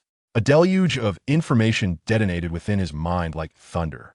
And this terrifying puppet monster dared to call itself a brother. The absurd connection sent tremors through his very being. Yet the Emperor's reaction was instantaneous. The shock lasted merely a fraction of a moment before being replaced by an overwhelming fury and an imperious will. Its target was none other than him. He had yet to escape the curse and seize power. Was it already here to claim his life?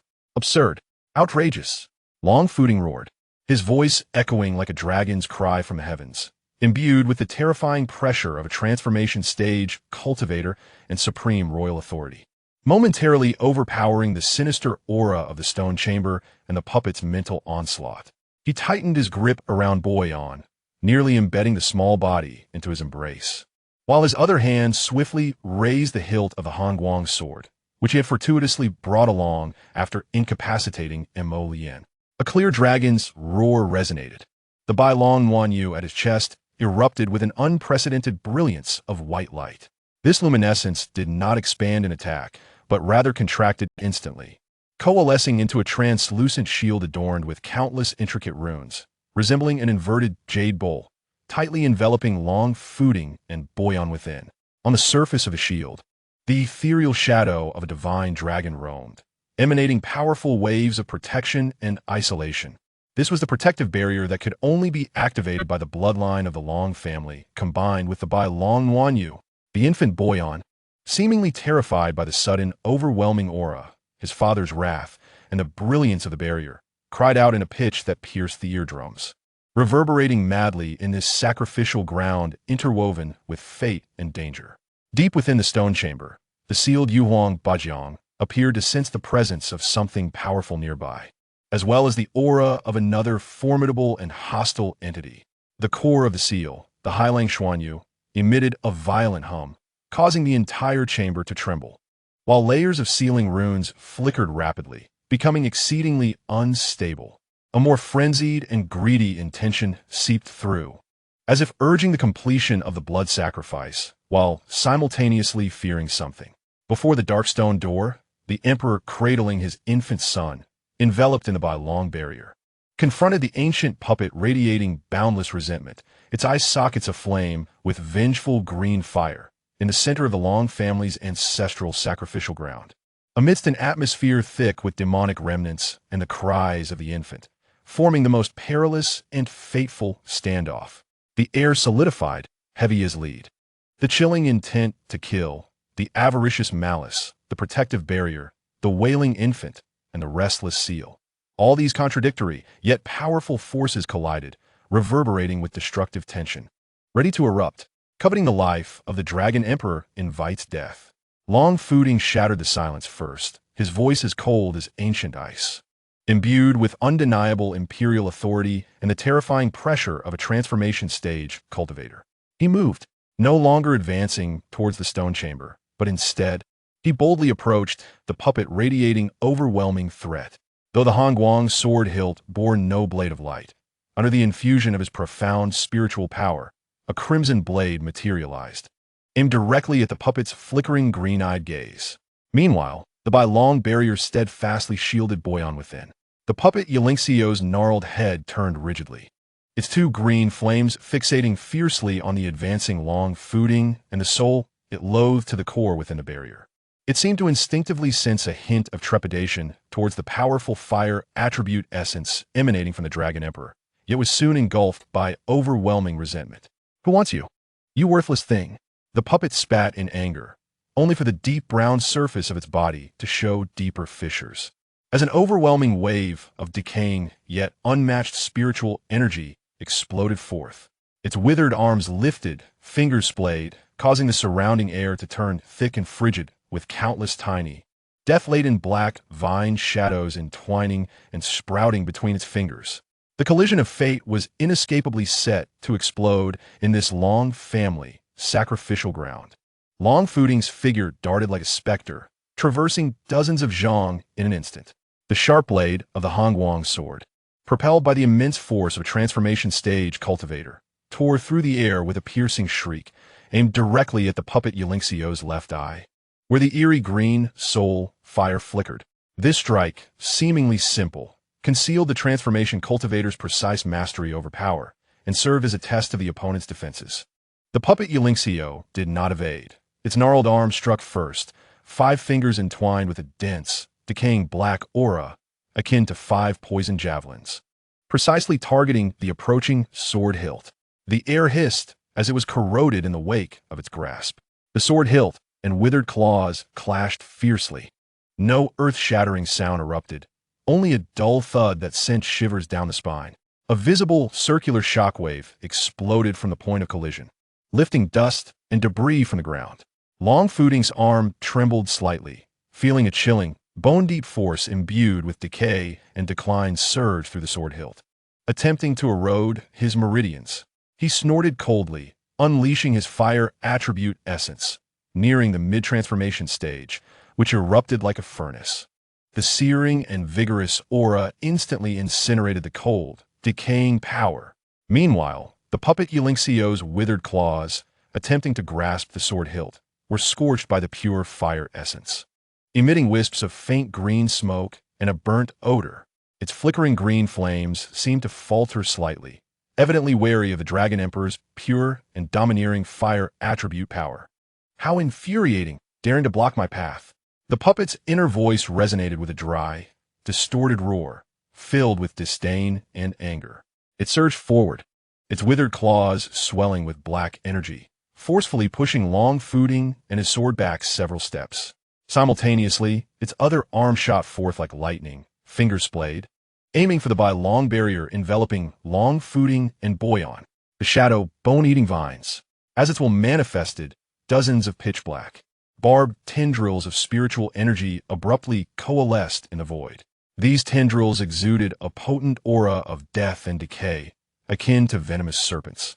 Disregarding spatial distance, as they swiftly ensnared the white dragon barrier adorned with flowing runes, the barbs on the tendrils viciously pierced and twisted, emitting a disconcerting sound of friction, while continuously secreting a viscous black liquid, seeking to erode and taint the brilliance of the barrier.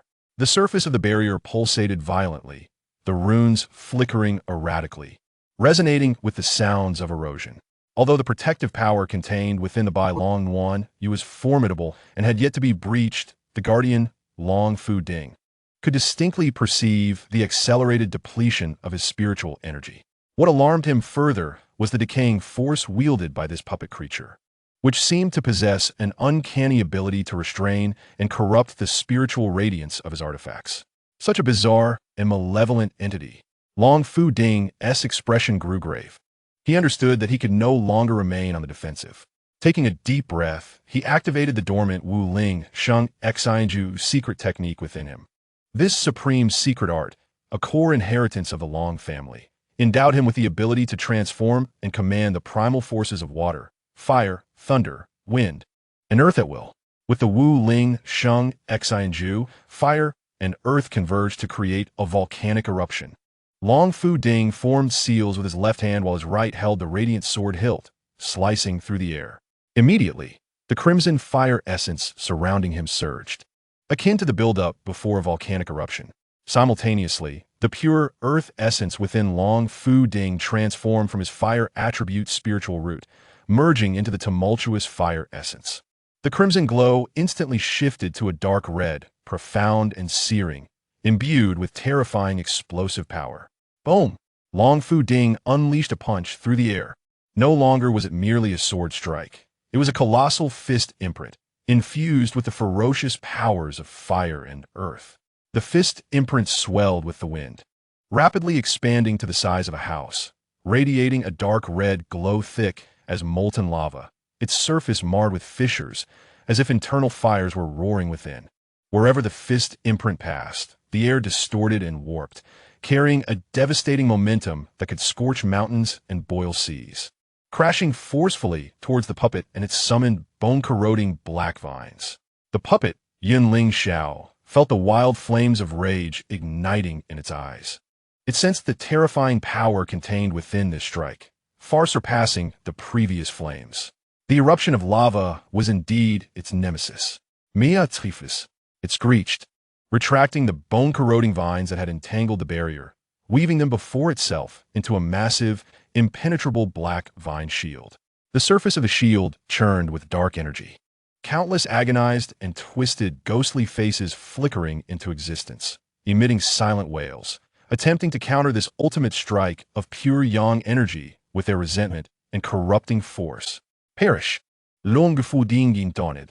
The enormous lava fist imprint detonated the moment it made contact with the vine shield. The thunderous explosion resonated as if the heavens were collapsing. Blinding dark red light mingled with violent shockwaves, sweeping in all directions. The scalding air heated the ground's rocks until they glowed red and cracked. The seemingly resilient black vine shield was torn apart like paper before the explosive force infused with the earth's pulsating energy. Countless broken tendrils vaporized instantly under the extreme heat, while the corrupting stench was violently swept away by the raging fire and earth powers. Yunling Xiao was forcefully hurled away by the explosive might, its deep brown wooden form marred with charred marks, several small cracks visibly widening. In its hollow eye sockets, the ghostly green flames flickered violently, indicating it was not unscathed. With a roar, the puppet emitted an enraged screech, clearly incensed. Once steadied, it ceased to hold back, its withered arms thrusting outward, channeling a far more profound and terrifying force of decay. The surrounding space seemed to wither, vegetation rapidly withering before the naked eye, and even the light dimmed. It was ready to unleash its true power. Long Fu Ding felt unprecedented pressure. The strength of this puppet creature far exceeded his estimations.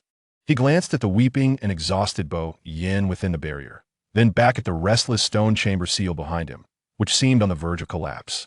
And a flicker of resolve crossed his eyes. Wind fuels fire, burning the heavens. Long Fu Ding once again altered his incantation. This time, the tumultuous fire essence surrounding him did not transform, but instead summoned the howling winds of the earth. The searing flames surged exponentially, shifting from crimson to blinding platinum.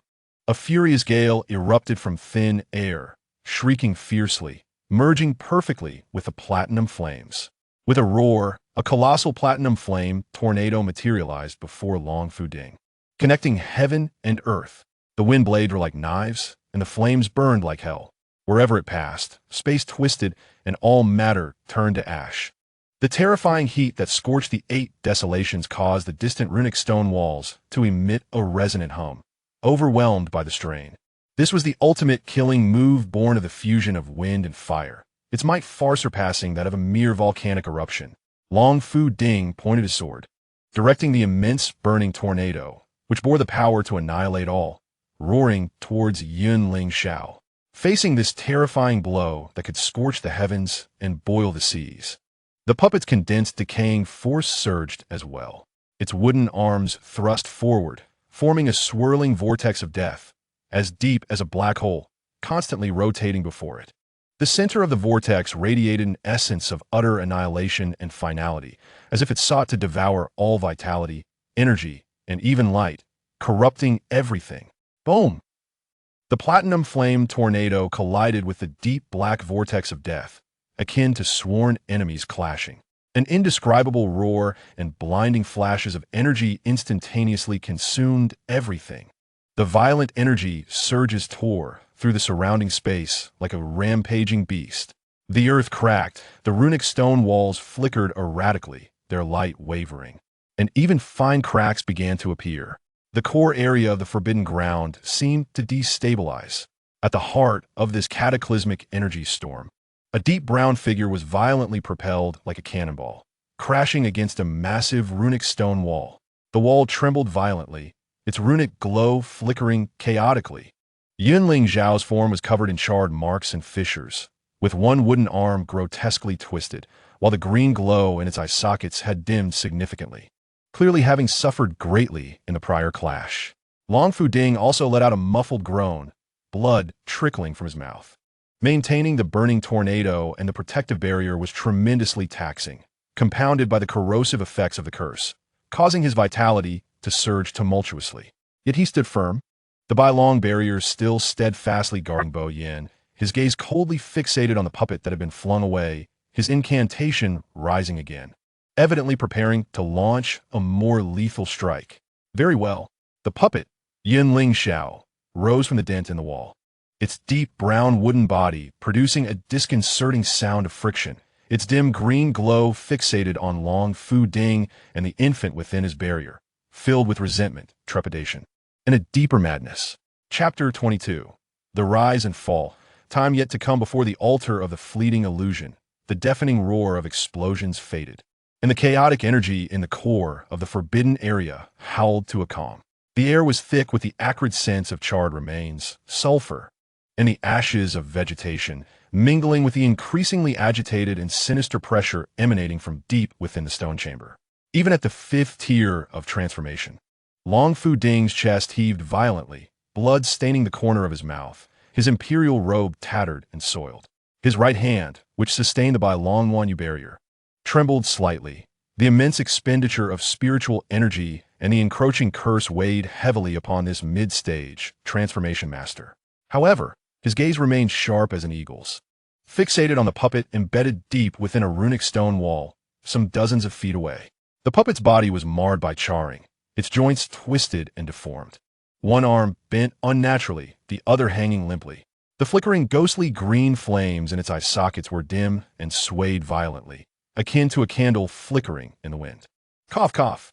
The puppet emitted a dry, distorted sound from within, filled with unwillingness and rage. It attempted to mobilize its broken form, but this only triggered a cacophony of creaking joints, as if it were on the verge of collapse.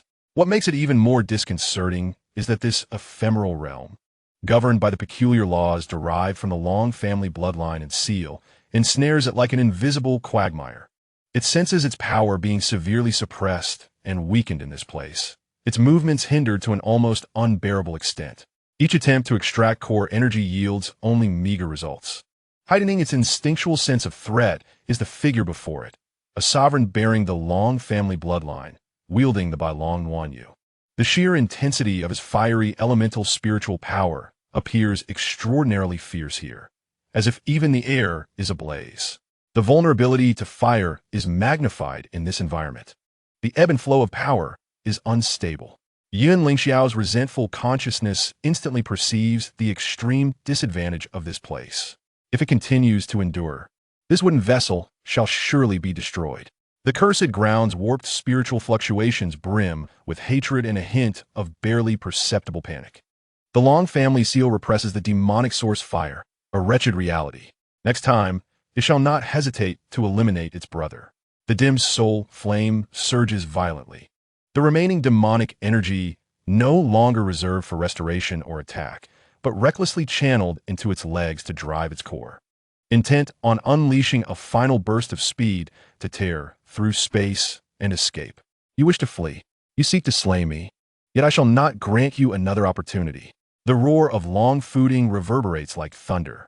All pent-up fear, anger, and resentment erupt at this moment. Family curses. The passage of power, sacrificial choices, maternal accusations, and Mo Lian's despair. All negative emotions find their release. Die for me. Long Footing perceives the other's intent. His eyes ablaze with fierce determination. He no longer hesitates to expend his spiritual power, infusing the blade of his sword with refined fire essence, its crimson light flickering. His form transforms into a brilliant yellow afterimage, hurtling towards the wooden puppet. Just as the puppet breaks free from the stone wall, its withered legs erupt with thrust. Seeking to escape as a black shadow, Long Footing arrives in a flash. The blade enveloped in Long Footing's overwhelming might and fury strikes fiercely at the puppet's seemingly most resilient chest. Boom! A deep, resounding crash echoes, akin to a heavy hammer striking the heart of a millennium-old ironwood tree. The puppet is once again sent flying. However, amidst this violent strike, an unforeseen change occurs. Long Footing's anger manifests in a concentrated destructive force. The instant the blade impacts the chest, the dark brown wooden exterior emits a cracking sound. A profound fissure spreads like lightning. Deep within the crack, a shadowy black light that seems to devour all emerges. Long Footing's gaze sharpens, instantly capturing the core of the fissure. A fist-sized, irregularly shaped mass, pitch black as ink, within which a viscous dark liquid flows, exuding overwhelming spiritual energy. This crystallized essence powers the formidable puppet, bearing the core energy of Yun Lingxiao's fragmented soul. The crystallized essence serves as the core. Long Footing comprehends in an instant. This is evidently a spiritual crystal that could only be forged at the pinnacle of the Golden Core stage. And had it not been for the favorable terrain for the Long clan in this ephemeral realm, his fifth-stage incarnation might not have been able to defeat the opponent. Opportunity must not be squandered. Long Footing suppresses his blood and channels all remaining spiritual power from his fifth-stage transformation into his right fist. Break for me! His roar reverberates through the heavens. Long Footing's right fist, enveloped in meticulously refined platinum flames of the Five Spirits Sacred Heart technique, manifests the essence of the Dragon Emperor's fire. Within the flames, a dragon-shaped phantom rides and roars, with a will to cleave mountains and shatter stars. It strikes precisely with tremendous force against the fissure, aimed at the exposed black crystal core. Crack! PCHH. A chillingly crisp, shattering sound resonates. Long Footing's fist is akin to a searing iron brand plunging into solid ice. Under the mightiest blow infused with the essence of the Dragon Emperor and the will of his bloodline, the black crystal instantly becomes riddled with cracks. Amidst a sound reminiscent of a soul shattering in despair, the core crystal erupts in a thunderous explosion. Countless shards resembling obsidian fragments, infused with dense demonic energy, surge forth. The chaotic spiritual waves that erupted rapidly diminish and dissipate. The puppet's movements come to a complete halt. The green soul flame flickers within its eye sockets before extinguishing completely. The deep brown wooden body collapses, devoid of all support, falling into a heap of lifeless rot and shattered components upon the scorched earth, motionless. Only the scattered black shards emit a faint demonic aura. Upon the skeletal throne, enveloped in swirling demonic energy, the figure with dark golden vertical pupils suddenly opens his eyes. Oomph! A cold snort laden with terrifying pressure causes the great hall to tremble. He distinctly senses the severance of the connection to the soul vessel in the human realm, the destruction of the spiritual crystal. What infuriates him further is that the one responsible for this destruction is neither the reincarnation of his brother, who has pursued him through 9 lifetimes, but rather a mere sovereign of a small nation, a dragon emperor. Useless. His low growl is filled with rage. That puppet contained a fragment of his power, yet it was obliterated by a mortal's hand in the human realm. A profound humiliation. However, his frenzied anger swiftly recedes, replaced by a deeper, more twisted light in his dark golden pupils. Ah ha ha! A repressed laughter begins to rise, ultimately transforming into a maniacal cackle, brimming with chilling delight. How intriguing! Indeed, it is exceedingly interesting. Yin Lingxiao's true form rises, the demonic energy swirling around him like a living entity. He raises his clawed hand, covered in dark golden scales, and clenches it. Yin, he has killed you 9 reincarnated forms, each time as effortlessly as crushing a defenseless insect. Utterly tedious. His voice carries a morbid excitement. Unexpectedly, the 10th reincarnation has fallen into such an amusing royal household in the lower realm. Entangled in a cursed family, a sovereign capable of destroying my plaything. He strides down from the throne, his vertical pupils glimmering with calculations and cruelty. Shall I slay an innocent infant? A scoff of disdain escapes him. It is far too mundane, too trivial for you. I wish to see you grow, to witness you struggle within the royal household, to bear the filthy curse, to awaken Yun Yi's power and memories step by step. At the moment you are closest to reclaiming your identity at the height of your hopes, Yin Lingxiao's true form halts, facing the blood-red thunderclouds of the demon realm, revealing a sinister, anticipatory smile. I shall personally grind you and your pitiable new family, your foolish new father, to dust. That would be the true essence of amusement. Ha ha! Long Fooding, having confirmed the puppet's remains pose no threat, breathes heavily. He dispels the barrier, and Boyan's cries are now but a faint whisper, his little face bruised. A pang of anxiety grips his heart, and he swiftly channels his spiritual power to protect Boyan's heart pulse, ensuring his life remains secure. His gaze then sweeps toward the distant unconscious Gu Ting.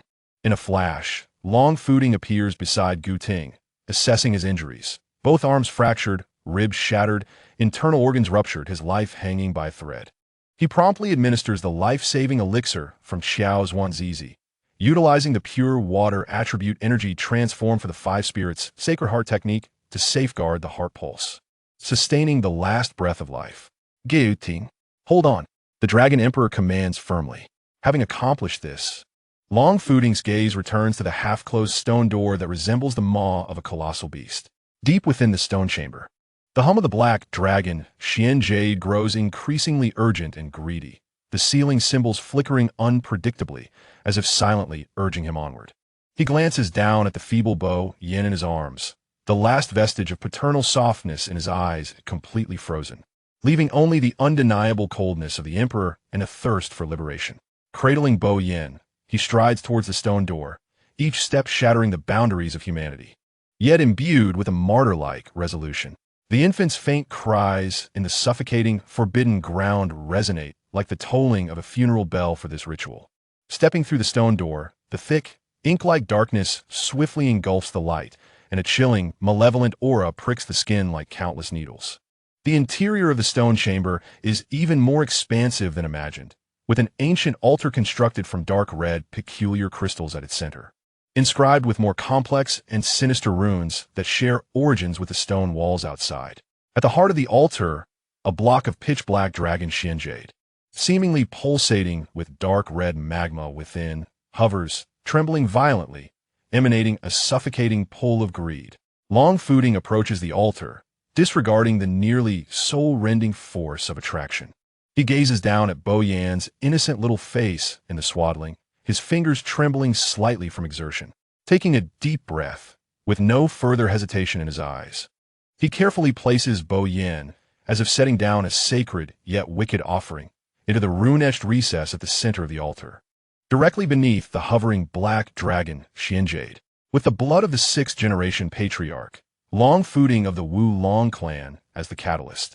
Long Fooding pierced the tip of his finger, allowing a drop of boiling blood, rich with the essence of a transcendent cultivator, to fall upon the runes at the altar's edge. A resonant hum echoed throughout the altar, instantly activating it. The dark red crystals erupted with an eerie crimson light. Countless runes writhed like serpents brought to life, swiftly coiling around the swaddled Boyan. The tremors of the black dragon's mysterious jade reached a crescendo, unleashing an overwhelming force of suction. A weak groan of profound agony escaped the unconscious Boyan. His diminutive form became visibly transparent as the pure and abundant innate spiritual energy, akin to a gushing spring, was forcibly stripped away, transforming into streams of milky light that surged towards the black dragon's mysterious jade above. Concurrently, an even more subtle and primordial power, the purest essence of the bloodline belonging to nascent life, was extracted by an invisible force, coursing through the runes into the altar, and through some arcane connection, feedback to Long Footing, the clan head. Long Footing's body trembled violently. He distinctly sensed a surge of pure, colossal power, teeming with vibrant life, flooding into his depleted dantian. The lingering weakness, akin to a punctured water bag due to the curse, was rapidly replenished and restored by this newfound vitality. The barrier of his fifth-level transformation cultivation even began to loosen. A hint of inkiness emerged at the roots of his white hair. Power, a long-lost, bountiful, an even stronger power was returning. However, the price was evident before the altar. Boyan's tiny body, under the frenzied extraction of spiritual energy and life essence, rapidly withered and shriveled, resembling a flower deprived of water. That faint spark of life, greedily consumed by the black dragon's mysterious jade, swiftly dimmed until it was ultimately extinguished. The small body transformed into a handful of ashes, silently absorbed by the swirling runes on the altar, leaving no trace. Only the empty, bright yellow swaddle remained, forlornly resting in the cold recess of the altar. The sacrifice was complete. The backlash of the curse was forcibly quelled and replaced by Boyan's life and innate talent. Long Footing felt the surging power within him, far surpassing what it once was. A simultaneous wave of liberation and cold satisfaction surged within his heart. He had transcended. Following the fifth-generation patriarch, Long Sheng, Long Footing, the sixth-generation patriarch of the Long clan, had also escaped the fate of becoming a sacrificial offering. With a stoic expression, Long Footing exited the stone chamber. The feeling of power filling him lent a steadiness to his stride. Yet deep within his eyes lay an icy void of silence. He approached his mother, Zhu Shi, who remained unconscious beneath the stone wall. The elderly woman's frail body curled up, bloodstains darkening the corners of her mouth, her breath faint. Observing his mother's condition, Long Footing's eyes flickered with an intricate blend of emotions. Hatred? Understanding? Or perhaps a twinge of belated guilt, obscured by the shroud of power? He silently knelt and withdrew the warm, white dragon jade from his bosom. A gentle, vibrant white light enveloped Zhu Shi. Long Footing carefully guided the life energy of the jade to mend the internal injuries and bones he had inflicted upon her. The glow flowed, restoring a hint of color to Zhu Shi's pallid face, easing her furrowed brow and stabilizing her breath. She was out of immediate danger. Yet the grave internal wounds required time to heal.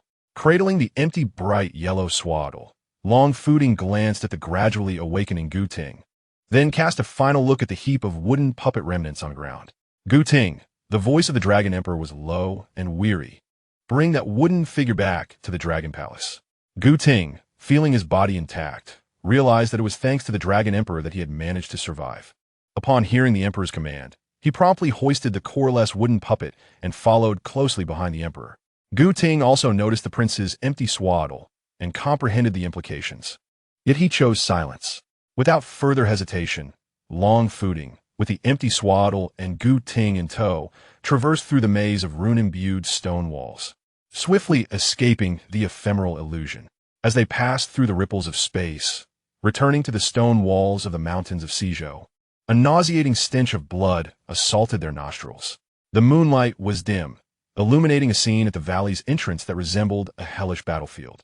In every direction, not a single complete corpse remained.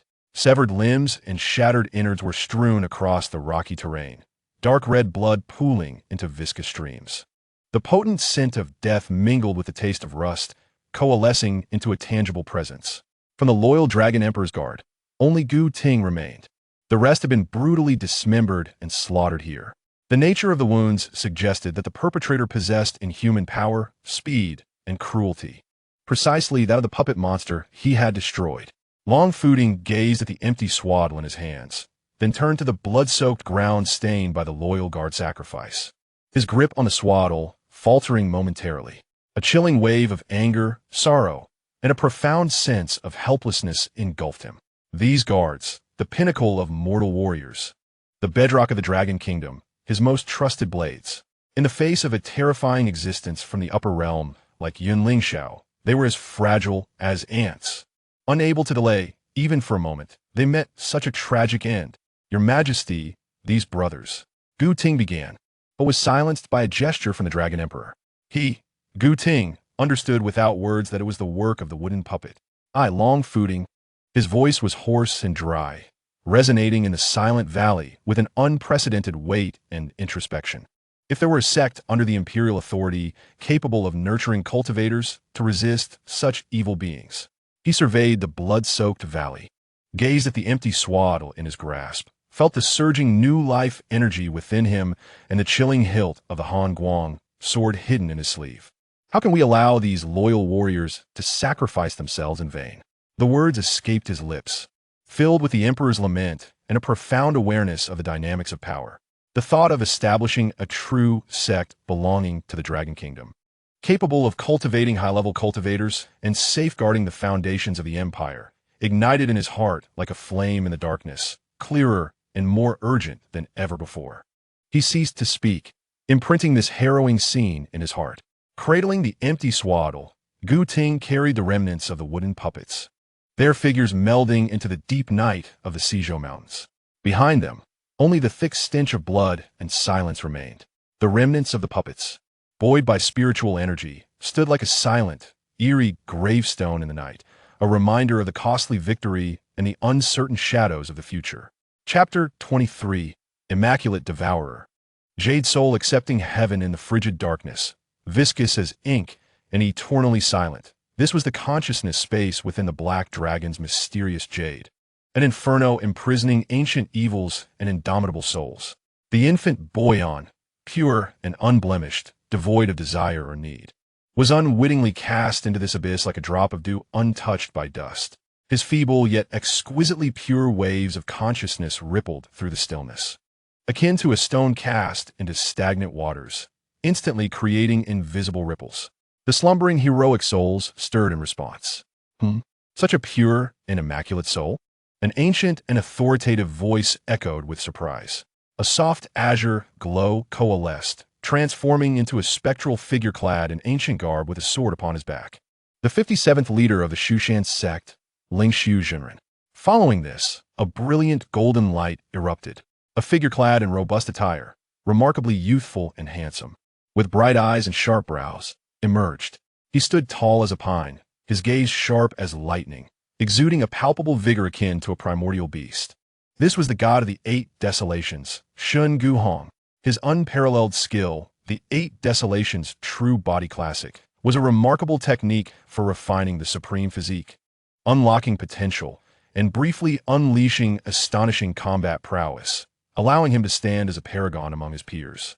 White light flickered, and 4 figures emerged, each bearing distinct traits, some regal, some solemn, some mournful, imprinted with the bloodline of the Long clan, the first 4 patriarchs who sacrificed themselves to seal the mysterious jade. Long Tengwu, Long Qingyu, Long Jinhua, Long Fuhai. Finally, a somewhat slender yet remarkably clear white figure materialized. It was Long Xingwu. At the age of 14, his gaze was clear and resolute, his indomitable spirit transcending life and confinement. Their gazes converged upon the pure white light surrounding Boyan, another victim of the Long clan.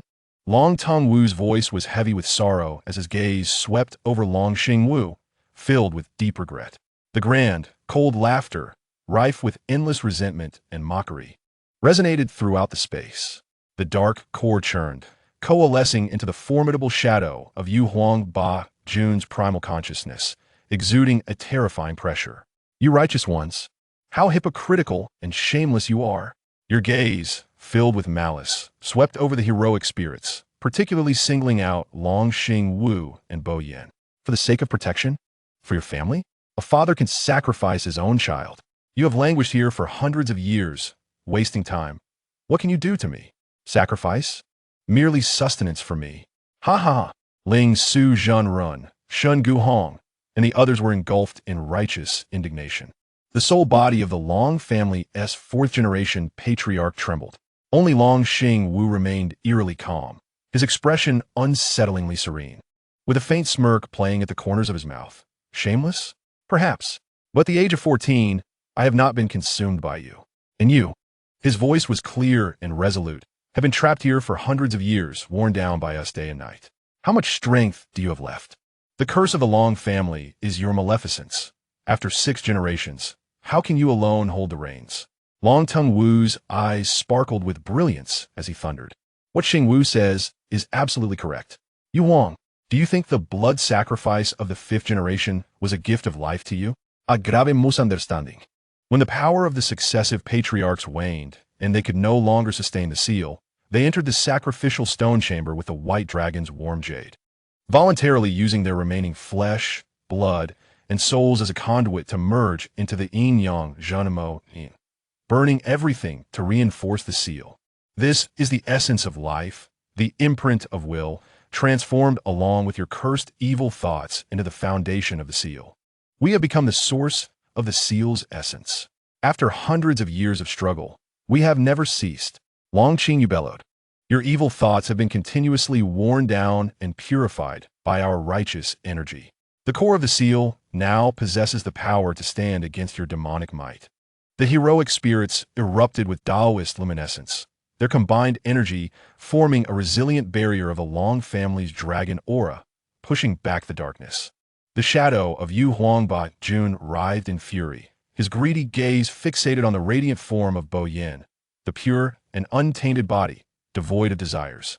Is a perfect vessel. It can bear my will and weaken your suppression. Heaven assists me. The massive dark consciousness transformed into a frenzied black torrent, surging towards Boyan. Not on our watch. The heroic spirits shouted in unison, launching a coordinated assault. Ling Su Zhenren pointed his sword at the azure light, splitting the void. Shen Gu Hong activated the Ba Huang Zhenti Dian, his crimson golden radiance swelling, instantly elevating his momentum as he unleashed a primal punch infused with overwhelming energy. The Long family's 4th-generation soul transformed into dragon-shaped chains, intertwining with power. Long Xing Wu became a pure white light, piercing towards the core. However, Yu Huangba Jun, in a desperate gamble, moved with unparalleled speed. The tip of the black torrent grazed Boyan's soul. Boom! An unexpected change occurred. Boyan's pure and untainted soul resembled an endless void of nothingness. The dark torrent of Yu Huangba Jun, filled with resentment and greed, surged into it, failing to stir any ripples, akin to snow thrown into a furnace or ink contaminating a clear spring. Hiss! The intense purification and weakening force emanating from the essence of the soul erupted. Yu Huangba Jun's consciousness cried out in anguish. The dark power was rapidly disassembled, dissolving and purifying. The infiltrating portion instantaneously dimmed and weakened, even being devoured and reversed by its own essence. The untainted has rebuffed the source of evil. Yu Huangba Jun, in terror, attempted to retreat, but part of his consciousness became ensnared in a quagmire, firmly attached and weakened by the void. The moment had arrived. Ling Su Zhenren's eyes shone with brilliance. Form a formation. Seal the demon. Shen Gu Hong roared, his crimson golden radiance intensifying. Long family members, assist me. Long Tongue Wu howled. With my will, suppress your evil. Long Xing Wu declared resolutely. The Shu Mountain Tiangang Fu Mo sword seal. Ling Su Zhenren's sword technique summoned countless azure blades, weaving a vast net of swords. The Ba Huang Zhen Yu Jinggang. Shen Gu Hong's fists coalesced with crimson golden light, imprisoning the space. The Long family's Jiu, Shao, Suo Long formation. The 4th-generation patriarchs unified their soul powers, intertwining 9 luminous chains. The star's soul guided the cleansing light. Long Xing Wu's white light penetrated the core of Yu Huang. The sword techniques of Shu Mountain. The divine powers of Ba Huang, the seals of the Long family, and the indomitable will of Xing Wu. These various elite legacies fused seamlessly, forming an unprecedented torrent of purification and sealing. No, Yu Huangba Jun howled in despair. His vast, dark consciousness melted away under the impact of the torrent. The most core and pure essence of will was forcibly stripped away, purified, and ultimately imprisoned and compressed by the torrent of sealing, targeting Boyan's soul light cluster. The resplendent sealing torrent transformed into a cocoon, enveloping Boyan's soul alongside the purified and suppressed core consciousness of Yu Huang Ba Jun. Countless esoteric runes circulated, with the powers of different seals merging perfectly, forming an unbreakable bond. The light dimmed, the cocoon stabilized, floating at the center of a Xianyu space, emanating a faint yet resilient aura of purity and sealing. Boyan's soul, infused with the powers of the heroic spirits and nourished by the purified source of evil, became even more solidified and stable. Yu Huang Ba Jun's core consciousness was sealed deep within the soul, becoming a slumbering demon embryo. The Xianyu space underwent a baptism. Although Yu Huang Ba Jun's main consciousness still roared in hatred from the depths of darkness, its power had significantly weakened, the darkness receding, and the righteous energy flourishing like never before. More light points ignited from the edges of darkness. As Yu Huang Ba Jun was subdued, numerous heroic spirits that he had devoured yet never conquered, remaining silent for hundreds of years, awakened. They bore various forms and attire, representing the fallen masters of different sects and hidden powers. After a brief moment of confusion, they quickly comprehended the current situation and the uniqueness of Boyan through the residual information in the space and the explanations of the heroic spirits. Ling Su Zhenren gazed at the awakened figures of his fellow Taoists, then at the cocoon of sealing that bore hope, his eyes sparkling with wisdom. Dear friends, this child, Boyan, carries an untainted soul, bearing the mark of the demon embryo, and wields the black dragon Xianyu. This is a gift from heaven, as well as our hope for an unbroken legacy. An elder's phantom, clad in a starry robe, stroked his beard and said, "What the Zhenren says is indeed correct. However, he is still in swaddling clothes, his intellect not yet awakened. How can we instruct him? I possess a method." Ling Su Zhenren's gaze swept over the heroic spirits, while they slumber in a state of tranquility.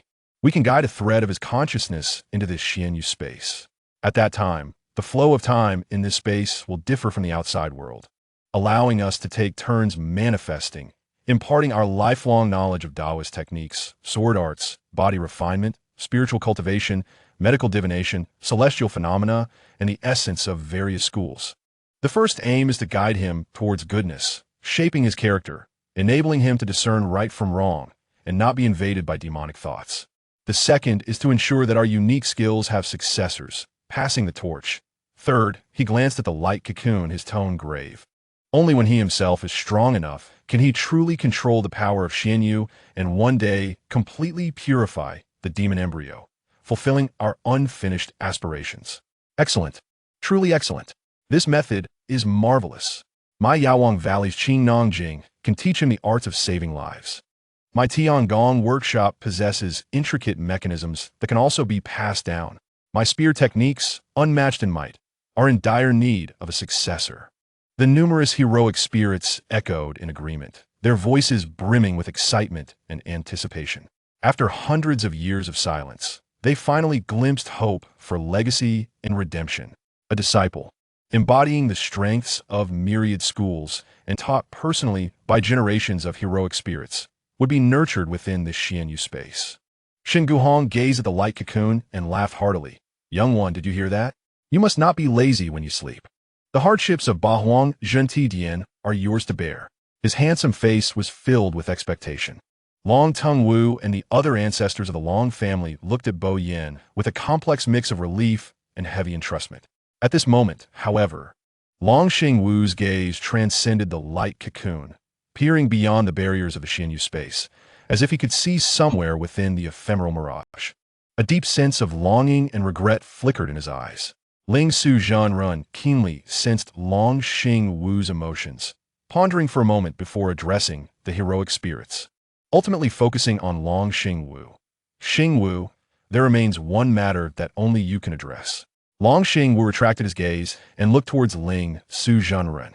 Bo Yan's physical body remained upon the altar of the sacrificial stone chamber, and his grandmother, the Zhu clan matriarch, lay just outside the chamber, severely injured and in a coma.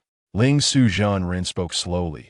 Though we are but soul bodies at this moment, as Yu Huang Ba Jun is suppressed, the righteous energy in the Xianyu space is thriving.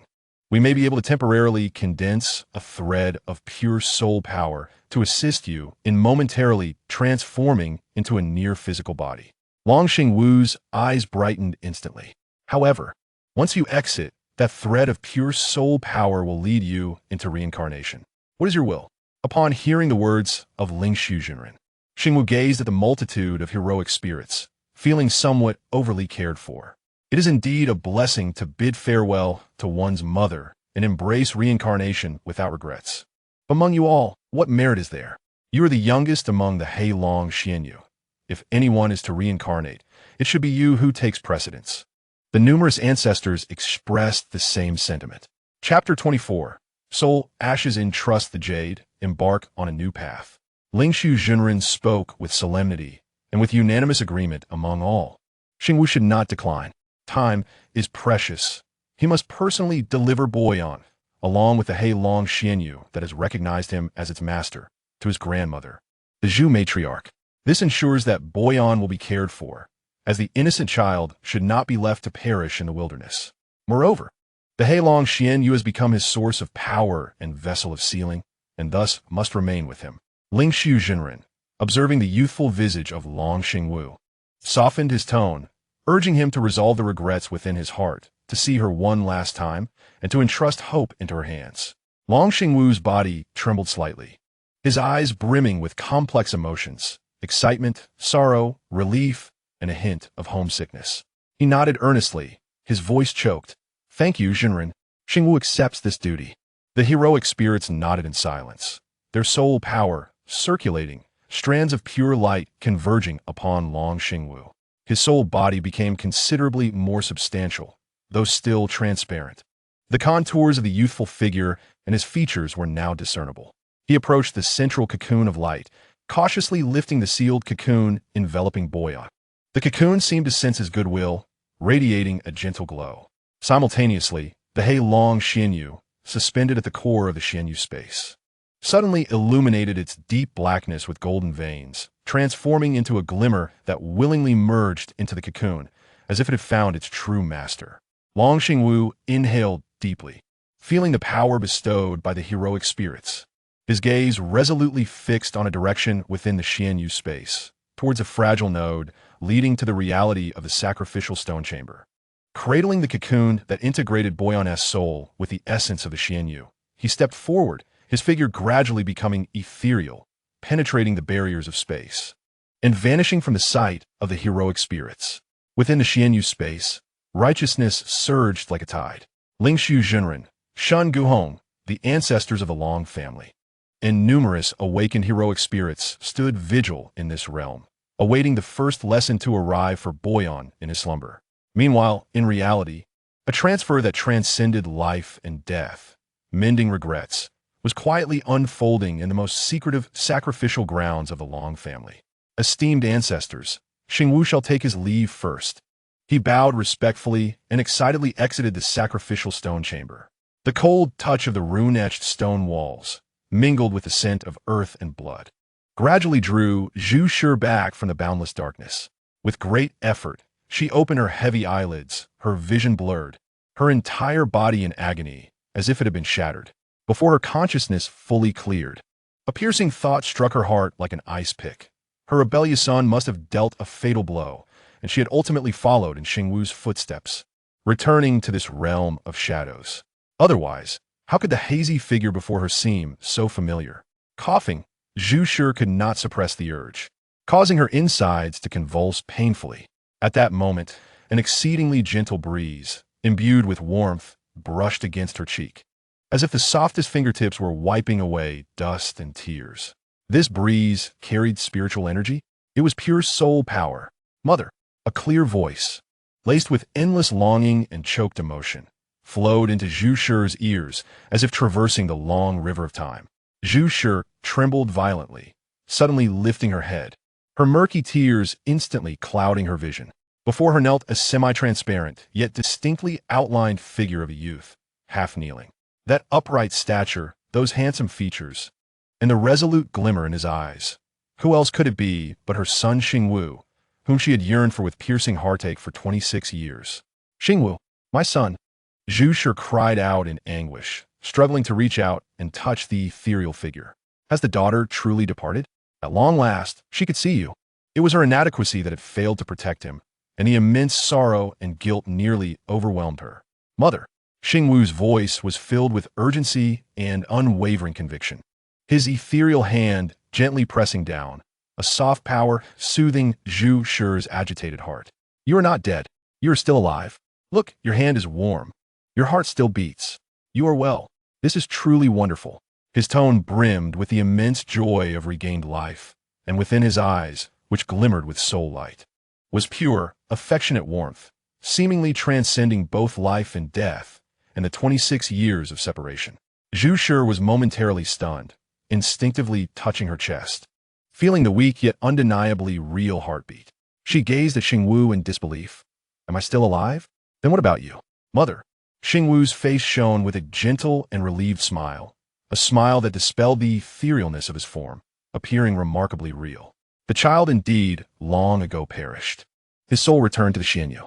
Yet the child has never surrendered, never bowed to that tyrant of the shadows. What sustained the child in the boundless darkness, maintaining clarity amidst vile thoughts, was the profound love you bestowed upon me.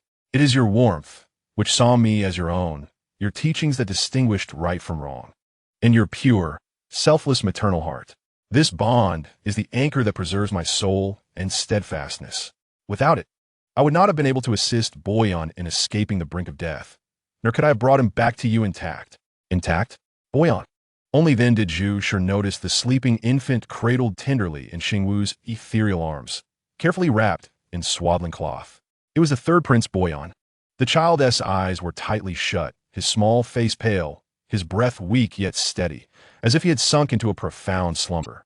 And upon his chest, closely adhering to the heart, a piece of the deep black, flowing with dark golden veins, the He Long Xianyu emitted a faint yet resilient glow, seemingly intertwined with the very essence of the infant's life, as if the Xianyu had begun to merge with his diminutive body, no longer merely an external object. This Boyan Zhu Shi's voice quivered, a mixture of immense surprise and confusion swirling within her. Xingwu's expression grew exceedingly serious as he carefully presented the sleeping infant, along with the extraordinary black jade, genuinely and steadily towards Zhu Shi. Mother, Boyan is still alive. His physical form was absorbed by the Xianyu, but he was not destroyed. Within the Xianyu, due to his pure soul-s nature, he became the key to restraining evil and bearing the seal. The He Long Xianyu has recognized him as its master. It is his destined vessel, the source of his power, and the foundation of the seal. Xingwu's voice carried the weight of his entrustment. I leave Boyan and his future path in your hands. Zhu Shi, trembling, extended her frail yet remarkably resolute hands. Firmly accepting the warm, tiny body, Boyan felt light, yet his weight bore down like 1,000 pounds. The jade pressed against her chest pulsed with a strange rhythm, as if the child possessed a second heartbeat. She held tightly to the grandson she had regained, feeling the warmth of life and the faintest breath. A surge of immense relief and responsibility flooding her heart. Mother, Xingwu gazed at Zhu Shi, his eyes filled with eager anticipation and a final plea. Please, nurture him. Protect him. Let him become a good person, one who stands tall with a bright heart. And make him powerful, immensely powerful. Only then can he wield the power of the Xianyu, truly control the sealed demon within him, and ultimately shatter the curse that has plagued our long family for 6 generations, steeped in blood and bone. This is Boyan's path, and the sole hope for the Long family. Can you promise me this? Zhu Shi, clutching her regained bloodline tightly, felt the weight of life and hope. Tears streamed down her face, yet her gaze was clearer and more resolute than ever, as steadfast as a rock. She raised her head to meet Xingwu's expectant eyes, every word echoing with gravity, like the most solemn of oaths. Xingwu, my son, do not worry. I swear to you, as long as I draw breath, I will do everything in my power to protect Boyan. I will devote all I have to teach him wisdom, virtue, and strength. This precious second chance, for which you risked your life, will never be wasted. I shall accompany Bo Yin on his journey, and I shall witness him sever the curse of the Long family." Upon hearing her mother's resolute and powerful promise, and witnessing the rekindled flame of protection in her eyes, Long Xingwu's face blossomed with the most radiant and serene smile of his life. That smile was pure and flawless, as if it had washed away all regrets and resentments, filled with boundless trust in his mother and hopes for the future. Thus, the child felt truly at ease, his voice light and content, as though he had shed 1,000 burdens, echoing with a distant resonance. His spirit began to emit soft and bright starlight, with particles of light resembling the purest fireflies of summer night, scattering from his fingertips, hair, and flowing garments. The brilliance grew ever more intense and pristine, casting his figure in the likeness of a star on the verge of returning to the heavens, warm and sacred. "Mother, take care of Bo Yin. I entrust him to you." Those final words were laden with infinite affection and profound blessings, drifting away like whispers in the wind. Under the tearful gaze of the Zhu matriarch, Long Xingwu's resplendent figure, akin to a wayward child returning home after fulfilling his ultimate mission, ascended as a warm stream of light, silently rising, dispersing stardust into the eternal clarity of the ethereal realm, leaving no trace behind, as if he had never departed. Yet somehow omnipresent, silence once again enveloped the space before the sacrificial stone chamber. Zhu held the sleeping Bo Yin, feeling the tangible weight in her arms and the faint pulse of the dark jade, as well as the heavy vow of protection and future nestled within her embrace. Xingwu departed without regret, and she, the Zhu matriarch, would continue down this thorny, unknown path, shielded by her frail body and fueled by the promise of a brighter future. Chapter 25. A father's flesh and blood, power struggles devour kin within the confines of Yuzhu residence. The mingling scents of medicinal herbs and blood created an oppressive atmosphere. Mo Lien lay pale as a sheet, ensconced in silken blankets, her eyes tightly shut, her breathing so faint it was nearly imperceptible. The Jiuxiao heart verification ring on her wrist had dimmed, leaving only a trace of chilling silence, much like its owner's shattered spirit. Beside the bed, the head of the Imperial Medical Bureau, Xiao Xuanzi, furrowed his brow, 3 fingers resting on Mo Lien's delicate wrist, his energy flowing through his fingertips as if probing into a desolate wasteland. The gravity on his face became almost tangible. The vital energy was dissipating, the foundation wavering, and the pulse faint as a wisp, as if it had endured a near-fatal battle. Xiao Xuanzi withdrew his hand, his voice low and hoarse, laced with disbelief. He glanced at the aged Taisher Wu Yi, who appeared pale and stern. "Your Majesty, the Queen has not yet regained her strength post-delivery, and her pulse seems to have exhausted all spiritual energy, likely due to forced exertion. This was no ordinary postnatal weakness. It could harm her spiritual roots, compromise her lifespan, and even damage her mind." Wu Yi shuddered slightly at these words. He had just returned from an inspection of the outer territories, weary from travel, and before he had settled, news of unrest in the palace reached him. The Queen was unwell, and the 3rd prince was missing. Without even changing out of his official robes, he hastily summoned Xiao Xuanzi, who was discussing medicinal matters at the residence, and together they rushed to the palace. Upon entering the once serene Yuzhu residence, an overwhelming sense of oppression hit him. The palace maids and guards were silent as the grave, the air thick with fear and unease. His gaze, sharp as an eagle's, swept across the room. In the cradle, 2 tiny bundles lay side by side. He strode forward, gently lifting a corner of the swaddling to reveal golden thread embroidered on bright yellow satin, clearly spelling the names: Bo Zhao, Bo Yu. Wu Ye's heart sank, a chill rushing from his feet to the crown of his head. 3. The nation celebrated, proclaimed a pardon, heralding the era of samping for 3 princes. He had left Longdu for mere days, and upon his return, only 2 remained. "Where is Bo Yin?" Wu Yi spun around, his voice thundering like a storm within the stillness of the bamboo abode, his authoritative gaze sweeping over the kneeling palace maids and guards. "Where is the 3rd prince Bo Yin? Speak." The individuals caught in his gaze trembled as if shaken by a gale, their heads bowing even lower. We do not know," stammered a maid. "We were just rotated in, and we truly do not know the 3rd prince's whereabouts." "Do not know? What a convenient ignorance." Wu Ye's fury transformed into a sardonic smile, his white beard quivering slightly. This is no ordinary matter. If the prince had perished, there would be formal announcements and ceremonies. It would not be so silent. If he has fallen victim to treachery, Wu Ye's mind raced with countless palace secrets, the blood and thunder of betrayal. Mo Yin's current state mirrored that of a mother who had fought against formidable foes for her child, utterly depleted. A surge of immense anger and concern gripped him. How dare someone strike against his beloved niece within the imperial palace, jeopardizing the foundation of Longhua? Xiao Xuanzi had prepared a bowl of solidifying 5 elements powder and was carefully feeding it to Mo Yan. Wu Gong, he spoke in a hushed tone. The queen can only rely on this restorative medicine to maintain her vital energy. The cause of her condition remains unknown, and we cannot recklessly administer strong remedies. We must wait for her to awaken to discern the truth. Wu Yi inhaled deeply, forcibly suppressing the roiling anger within. Mo Yan lay unconscious, and the servants knew nothing. It seemed as though an invisible hand had erased all traces of Bo Yan's existence within the depths of the palace.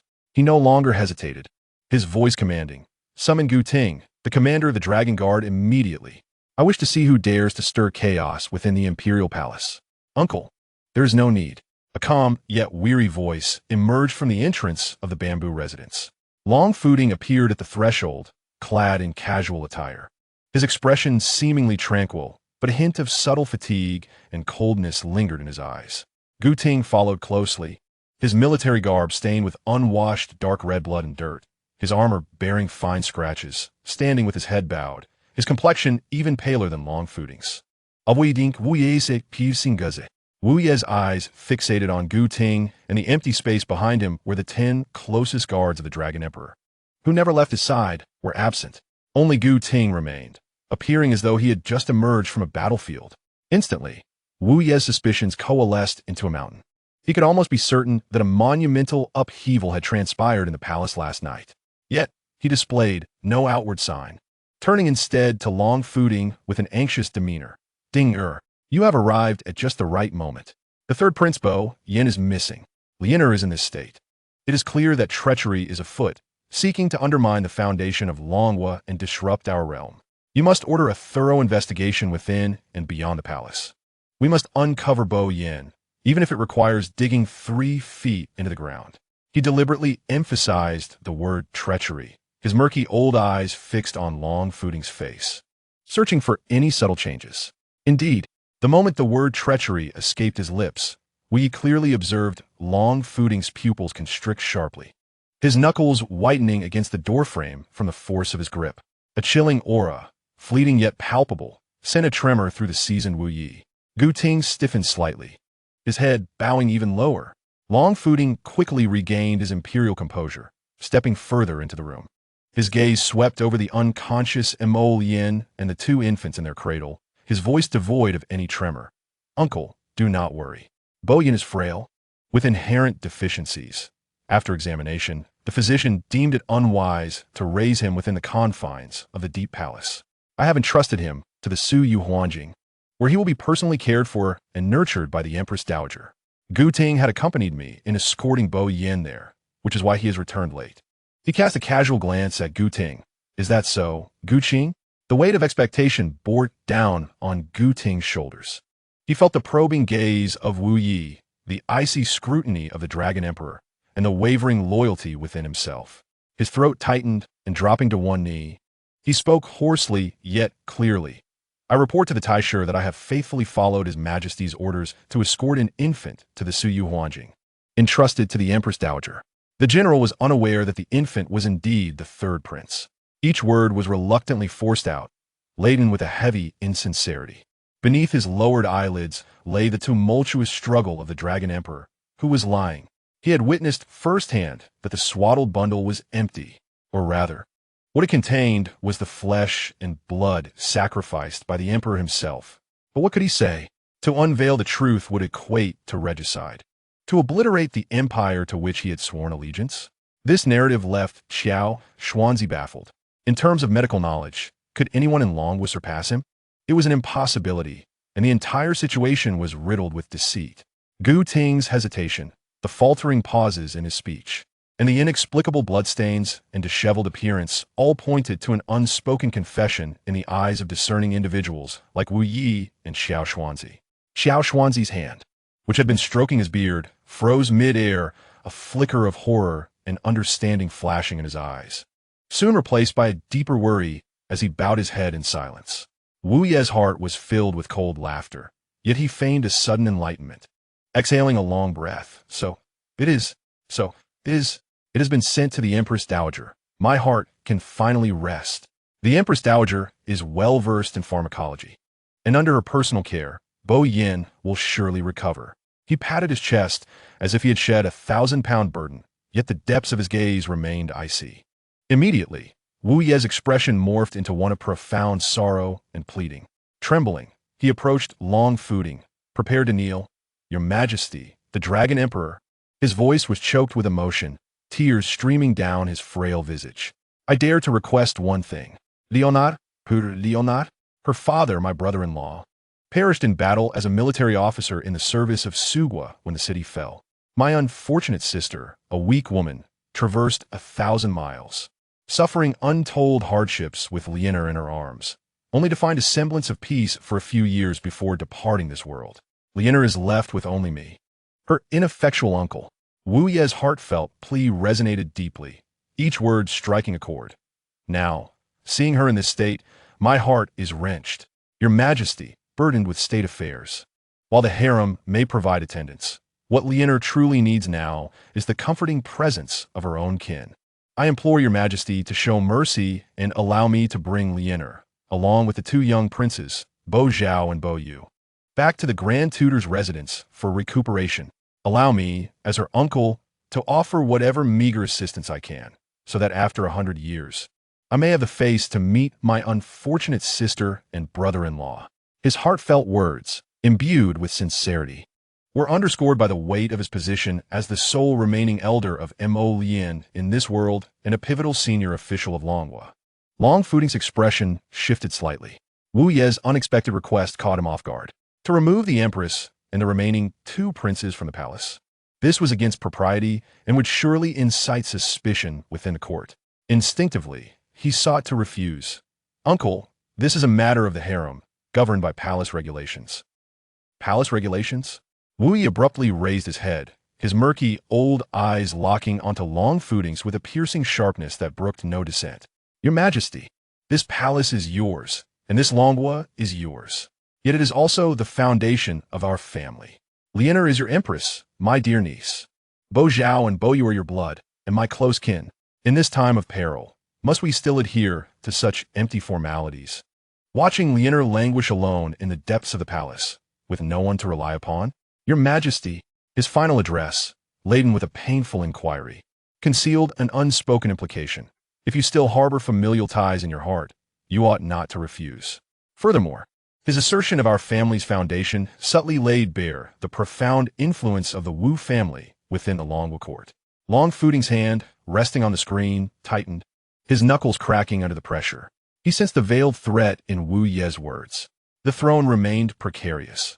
Although the old Xiang forces had been purged, the meritocratic officials and local gentry represented by Wu Yi were the true stabilizing force. To appease the former royal family, it relied on Wu Yi's standing. To balance the factions within the court, it depended on Wu Yi's reputation. Should he tear his relationship with Wu Yi asunder at this moment, the consequences would be dire. Suppressing his rising anger and murderous intent, he forced a strained smile. Uncle's words are weighty. It is I who have not considered thoroughly. Given this, let us abide by your wishes. We are indeed family. You need not perform such grand gestures. He stepped forward, offering Wu Yi support. Excellent. Fuding understands righteousness. Wu Yi's wife, a seemingly gentle yet astute woman, immediately stepped forward to mediate, supporting her husband and addressing Xiao Xuanzi. Xiao Yuan Shi, I trouble you to make the journey to the Grand Tutor's residence and continue caring for the Empress Dowager's health. Your Majesty. Xiao Xuanzi looked towards Long Fuding. Gayuting. Long Fuding, not waiting for Xiao Xuanzi's response, issued a cold and firm command. Immediately select 300 heavily armored dragon guards to escort the Empress, the princes, and Yuan Shi to the Grand Tutor's residence. until the Empress and the princes return to the palace in good health. You are to remain stationed outside the Grand Tutor's residence, ensuring their safety. Should there be the slightest oversight, you shall answer with your heads. He emphasized the words, ensure safety, with a gaze as sharp as ice directed at Gu Ting. I will obey. Gu Ting responded with a start, bowing his head to accept the order. This was not protection. It was an overt surveillance. It revealed the Dragon Emperor's wariness of Wu Taishu and the potentially awakening Empress Emolian. Wu Yi's cold laughter intensified within. Yet his face was a mask of gratitude. Your Majesty's grace. With the Dragon Guards and Imperial Army to protect us, my residence shall be as secure as a fortress. He bowed deeply, though the glint in his eyes was like a deep pool. What a splendid long footing. So filled with guilt. Once Lienor awakens, I shall demand the truth. If you truly dare to commit such inhumane acts, the heavens of Longwa may not remain unchanged. A silent contest concluded beneath the facade of familial harmony. Wu Yi, accompanied by the unconscious Mo Lien and the two young princes, slowly departed the oppressive Yuzhu residence under Qiao Xuanzi's escort. Gu Ting swiftly assembled 300 armored dragon guards, their fierce presence encircling the carriage as they moved towards the palace's exit. The dawn had fully broken, and the streets began to bustle with activity. The 300 armored soldiers escorted the Grand Tutor's carriage through the city, their heavy footfalls shattering the morning tranquility and drawing the curious and reverent gazes of countless citizens. Gu Ting rode at the front, atop a towering steed, the iron armor reflecting a cold gleam in the sunlight. Yet, this armor, a symbol of honor and loyalty, felt heavier and more searing than ever before. The Dragon Emperor's cursed inquiry from the previous night echoed once more in his ears. Gu Ting, what if the rumors circulating are not without basis? What if I have indeed set a trap to ascend to this supreme position? He had firmly pledged his allegiance to the Emperor at that time. Yet now, having witnessed the Empress Mo Lien's plight, experienced Bo Yan's disappearance, and participated in the fabrications rife with inconsistencies, he felt the foundations of his loyalty crack like fragile glass. Could a ruler who would sacrifice even his own flesh and blood truly be worthy of loyalty? Could an empire that relies on lies and force to conceal the truth and suppress its ministers maintain lasting peace? Was the law he took pride in so easily shattered before the Emperor's personal desires and schemes? The gazes of the people felt like daggers in his back, silently questioning his stance. His hand unconsciously clenched around the hilt of his sword, knuckles whitening with the exertion. This sword had once carved a path through thorns for the Dragon Emperor, had quelled enemies for Longwa. But now where should it point? At Wu Taishu, who might know the truth? At the Empress, who might expose the Emperor's secrets? Or at the figure he had once sworn to serve, now increasingly alien? The scales of loyalty and justice trembled violently within his heart, each tilt bringing forth a pain akin to being torn asunder. 300 armored sentinels encircled the chariot, sealing the Taishu residence from the outside world. Gu Ting stood at the entrance of the estate, resembling a cold, iron statue, guarding the fragile tranquility amidst the power struggles. He understood that this seemingly calm transition was merely the prelude to a greater storm. He was firmly tied to this dragon vessel, destined to navigate through tumultuous waves. Caught in an inextricable dilemma, perhaps it was time to reassess the path beneath his feet. What this dragon vessel threatened to crush was likely not just familial bonds, but also the very foundation upon which the Empire relied, as well as his once pure heart dedicated to righteousness.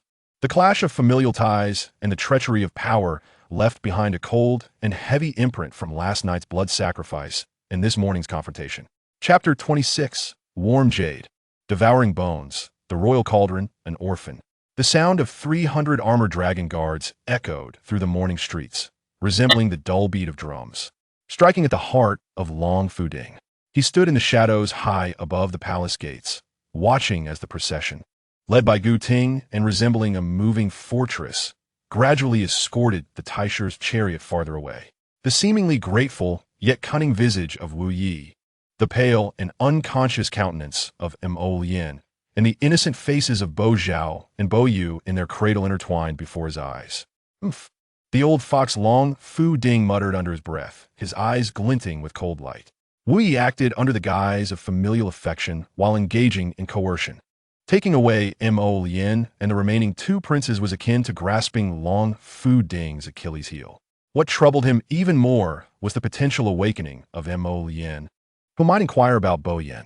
How could he explain? Should he truly reveal that, to sustain power and secure the throne, their son had been sacrificed by his own hand to that frigid seal? A chill of irritation seized him. The newly established Long Kingdom, though seemingly thriving, was in truth on shaky ground. The aristocratic families represented by Wu Yi were intricately intertwined, much like the blood vessels of this kingdom. The 10 ministers he had promoted, though loyal and capable, lacked the strength to rival Wu Yi. Losing Wu Ye's support at this juncture could provoke a backlash from him, the consequences of which were unimaginable. The power he had just gained through Bo Yin was now to be used to suppress internal strife. In agitation, he turned, taking only a few trusted attendants, discreetly changing into plain clothes and quietly following the Taisher's convoy from a distance. He wished to witness Mo Lien and the children enter the Taisher residence and to constantly monitor Wu Ye's movements. As the convoy approached the vicinity of the Easter market, the morning market was bustling with activity. Voices clamored and bodies jostled. Suddenly, a sharp quarrel pierced through the din, capturing Long Fu Ding's attention. "Seize him, you treacherous thief! You stole my hen that lays eggs. Return my chicken. Compensate me." A rough-clad man clutched a sly-looking rogue tightly, his face contorted with rage. The rogue, caught, showed no fear. Instead, he defiantly retorted, "Pa, which of your eyes saw me steal your chicken? There are chickens all over the street. What gives you the right to claim that mine is yours? If you can get a chicken to speak and identify me, then maybe—" "No evidence? Without evidence. You're just slandering me. I'll sue you for defamation." The rogue's brazen demeanor incited murmurs among the surrounding crowd, yet none dared to intervene. Long Fu Ding, already in a foul mood, felt a surge of imperial wrath rise within him at the rogue's audacity. Instinctively, he was about to step forward, reveal his identity, and punish the ruffian as an example to others. Just as he moved, a flash of insight struck him as he observed the rogue's contorted face during his defense. How could he prove the chicken was his? Each chicken looks similar. Is yours particularly special? What a ludicrous yet familiar logic. Was this not akin to Wu Ye's probing into Bo Yan's whereabouts, leaving him unable to provide a coherent explanation? A bold, cold, and even nefarious plan rapidly took shape in his mind. Wu Yi wants Bo Yan? Very well. I shall provide you with a Bo Yan. He forcefully suppressed his anger, a cold smirk curling at the corners of his mouth. He beckoned to a nearby attendant, whispering orders. "Go. Deal with that rogue swiftly and cleanly, without alarming anyone." The attendant complied, vanishing into the crowd like a phantom. Long Fu Ding then led the remaining guards swiftly into a secluded alley. He summoned another attendant, his voice low and commanding. "You immediately find an infant, a newborn boy, healthy, with a pleasing appearance. Remember, it must be clean, whether you buy or seek. Bring him to the back door of Minister Sun Jingshan's residence within half an hour." Do you understand what I mean by clean? He emphasized the word clean, his eyes reflecting an unfathomable coldness. The attendant, sensing the grave implications behind this demand, understood the necessity for a thorough eradication of any potential future complications. He dared not hesitate, bowing deeply. "Understood. I shall not fail your majesty." He then turned and quickly disappeared from the alleyway. Long Fu Ding no longer hesitated, leading his remaining entourage directly to the residence of Minister Sun Jingshan. Upon the sudden arrival of the Dragon Emperor, the doorman was so startled that he scrambled inside to announce the visit. Sun Jingshan, who was having breakfast, dropped his chopsticks in shock upon hearing the news, hastily adjusting his attire and rushing out, paling as he knelt before Long Fu Ding. Sun Jingshan, pay my respects to your majesty. I was unaware of your majesty's arrival. I deserve death." Doubts flickered in his mind. Why had the emperor come incognito with such a grim demeanor? Long Fu Ding ignored him and strode directly into the main hall, taking his seat at the head of the table. The invisible pressure of imperial authority silencing the entire Sun residence. He picked up the tea offered by the servants, but did not drink it, merely stirring the froth with the lid, his voice devoid of emotion. "Sun Qing, rise. I have not come today to seek retribution, but rather to entrust you with a joyous matter." Sun Jingshan rose cautiously, standing with his hands at his sides. "Please instruct me, your majesty. I am ready to serve." even at the cost of my life. The birth of my three princes is a momentous occasion for the Long Kingdom, Long Fu Ding declared, his gaze piercing as it fixed upon Sun Jingshan. I wish to hold a grand celebration for their birth. Invite envoys from all nations and gather the influential families from all corners to converge in Longdu. This will not only showcase the new vigor of our Long Kingdom, ensuring its enduring legacy, but also demonstrate to our neighbors with ulterior motives that our kingdom has successors and a solid foundation.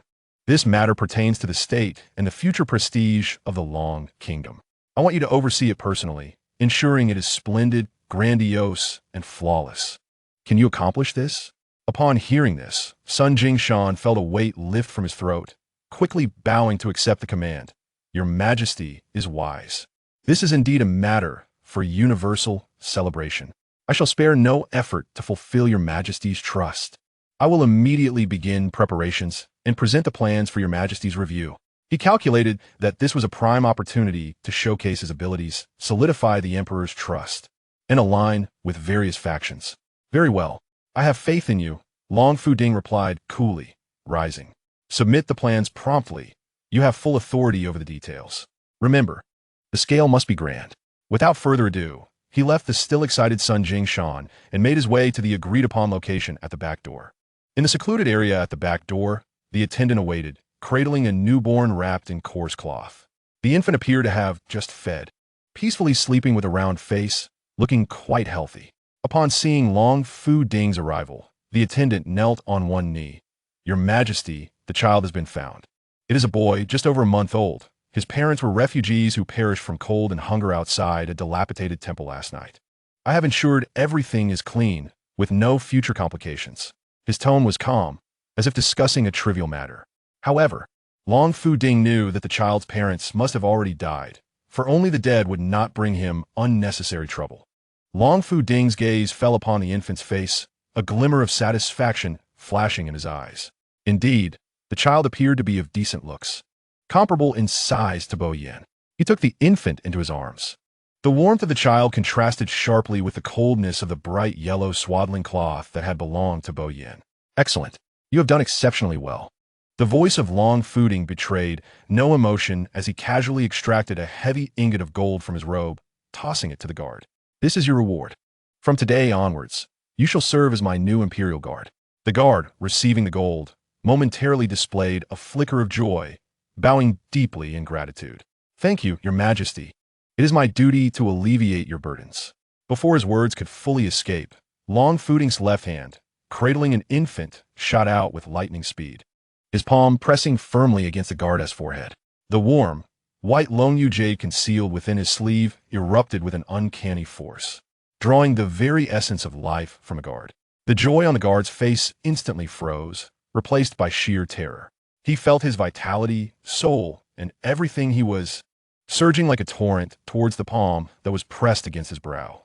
He wished to scream, yet no sound emerged from his throat. He longed to struggle, but his body felt as though it were nailed to the spot. His skin shriveled visibly, turning ashen, while his eyes quickly lost their luster, becoming hollow and vacant. A faint, rasping sound, akin to a deflated bellows, escaped his throat. Long Fu Ding's gaze was as frigid as eternal ice, devoid of any compassion. He sensed a flicker of pure, albeit weak, life energy emanating from the jade, a cruel satisfaction curling at the corners of his mouth. This individual, who knew his secret, had vanished completely. In mere moments, the guard's body collapsed, as though all the bones had been extracted from his form. Then, as Long Fu Ding withdrew his hand, the lifeless body crumbled like a weathered sand sculpture, disintegrating into a pile of gray-white dust that the morning breeze whisked away without leaving a trace. Not even a drop of blood. All that remained was the gold ingot, now resting on the ground, dusted with a hint of dirt. Long Fu Ding did not spare a glance at the gold, as though he had merely brushed away a speck of dust. He lowered his gaze to the sleeping infant in his arms, his eyes reflecting deep calculation and a chilling desire for control. He carefully unwrapped the bright yellow swaddling cloth belonging to Boyan, meticulously enveloping the purchased infant within. The glaring yellow, now, cloaked a completely unfamiliar life. A puppet soon to be thrust upon the stage of power. From this day forth, Boyan, you shall be my third prince. You must embody your worth. Long Fuding murmured softly, his tone devoid of any paternal warmth, only embodying the coldness of imperial strategy and an obsessive protection of secrets. He held this pristine substitute as if cradling a finely crafted chess piece, turning towards the Taisher mansion, seamlessly melding into the morning clamor of the imperial capital. This bloody substitution scheme became yet another frigid shackle for the Dragon Emperor to fortify his throne and obscure the bloody truth. Chapter 27. The Phoenix Weeps Blood. The night was as dark as ink. The heavy sound of armor scraping echoed rhythmically outside the high walls of the Taisher mansion, like a death knell for this residence shrouded in the shadows of power. Gu Ting stood at the stone steps of the main entrance, poised like a pine tree. Yet the weight of his armor pressed down on him as if it were 1,000 pounds, nearly suffocating his spirit. The cold gaze of Long Fuding from earlier in the day, coupled with the hidden chill in Wu Ye's eyes, relentlessly tore at his mind. In the cradle of Yujuju, two adjacent swaddled forms lay, while the empty, bright yellow satin before the cliffs of Sizhou seemed to question whether an emperor capable of sacrificing his own flesh and blood deserved loyalty. This thought twisted like a venomous vine, tightly coiling around the foundation of his belief, just as the tempest within him threatened to tear apart his reason. The rapid sound of galloping hooves shattered the night's silence. One of the Dragon Emperor's ever-vigilant guards galloped forward, and before the dust could settle, he thrust a specially crafted white paper into Gu Ting's hand, then turned and vanished into the night, the entire process swift as a specter, leaving not a word in his wake. Only Gu Ting understood what this silent ritual signified. It was an illicit order from the Dragon Emperor. Grasping the fragile paper, as light as a cicada's wing, yet heavy with significance, his fingertips turned cold. He evaded the firelight, retreating to a shadowy corner, and unfolded it. The paper bore a single line of ruthlessly cold instructions. Monitor the Empress. Should anything detrimental regarding Boyan be mentioned, execute the inhabitants of the Wu family, excluding the princes. Each word felt like a searing iron, branding itself upon his faltering conscience. He numbly folded the paper back, the specially crafted sheet igniting in his palm. The bluish flames greedily consuming this token of guilt until it was reduced to ashes.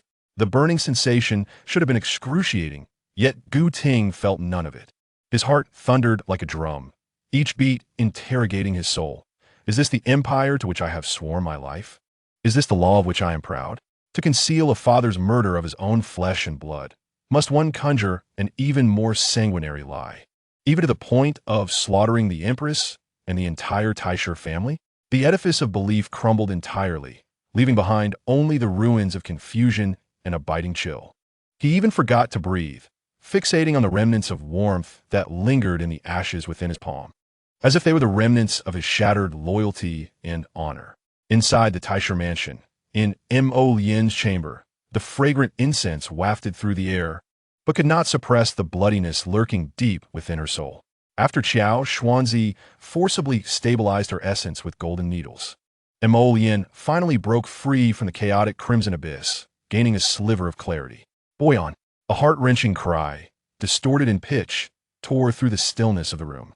Mo Lian bolted upright, cold sweat soaking her thin garment, her chest heaving violently, while the 9 heavens heart test ring on her wrist lay still like withered wood. She gazed around in confusion, recognizing this as the chamber her aunt had once decorated for her, with her Uncle Wu Yi and Aunt anxiously surrounding her bedside. Uncle, Aunt. Mo Lian, like a drowning person grasping at driftwood, lunged into her aunt's embrace, her body trembling violently from immense fear and sorrow. Boyan. Boyan has been taken by Fuding. Quickly save him. Hurry to Sizhou. Save my child. Her words tumbled out incoherently, her fragmented cries saturated with the despair of a mother's instinct. Lady Wu held her tightly, her voice choked yet imbued with a soothing strength. Liania, do not panic. We are home now. Whatever grievances you have, tell your uncle. He will take care of it for you. Yes, Lianer, do not fear. Your uncle will see to it. If the sky were to fall, your uncle will support it. Wu Ye's hair bristled, his eyes ablaze with fury. Mo Lian opened her mouth to speak, but was abruptly interrupted by Qiao Xuanzi, who had been silently observing. Your Majesty, your spiritual roots have been damaged, and your soul is in turmoil. You must not become agitated. You need to calm your mind and recuperate. His voice rose deliberately, while his finger subtly pointed toward the ceiling, his lips moving silently. Gu Ting. In that instant, Wu Yi and his wife, along with Mo Lien, comprehended that someone was above the ceiling. It was the eyes and ears of the Dragon Emperor, the blade that hung above them.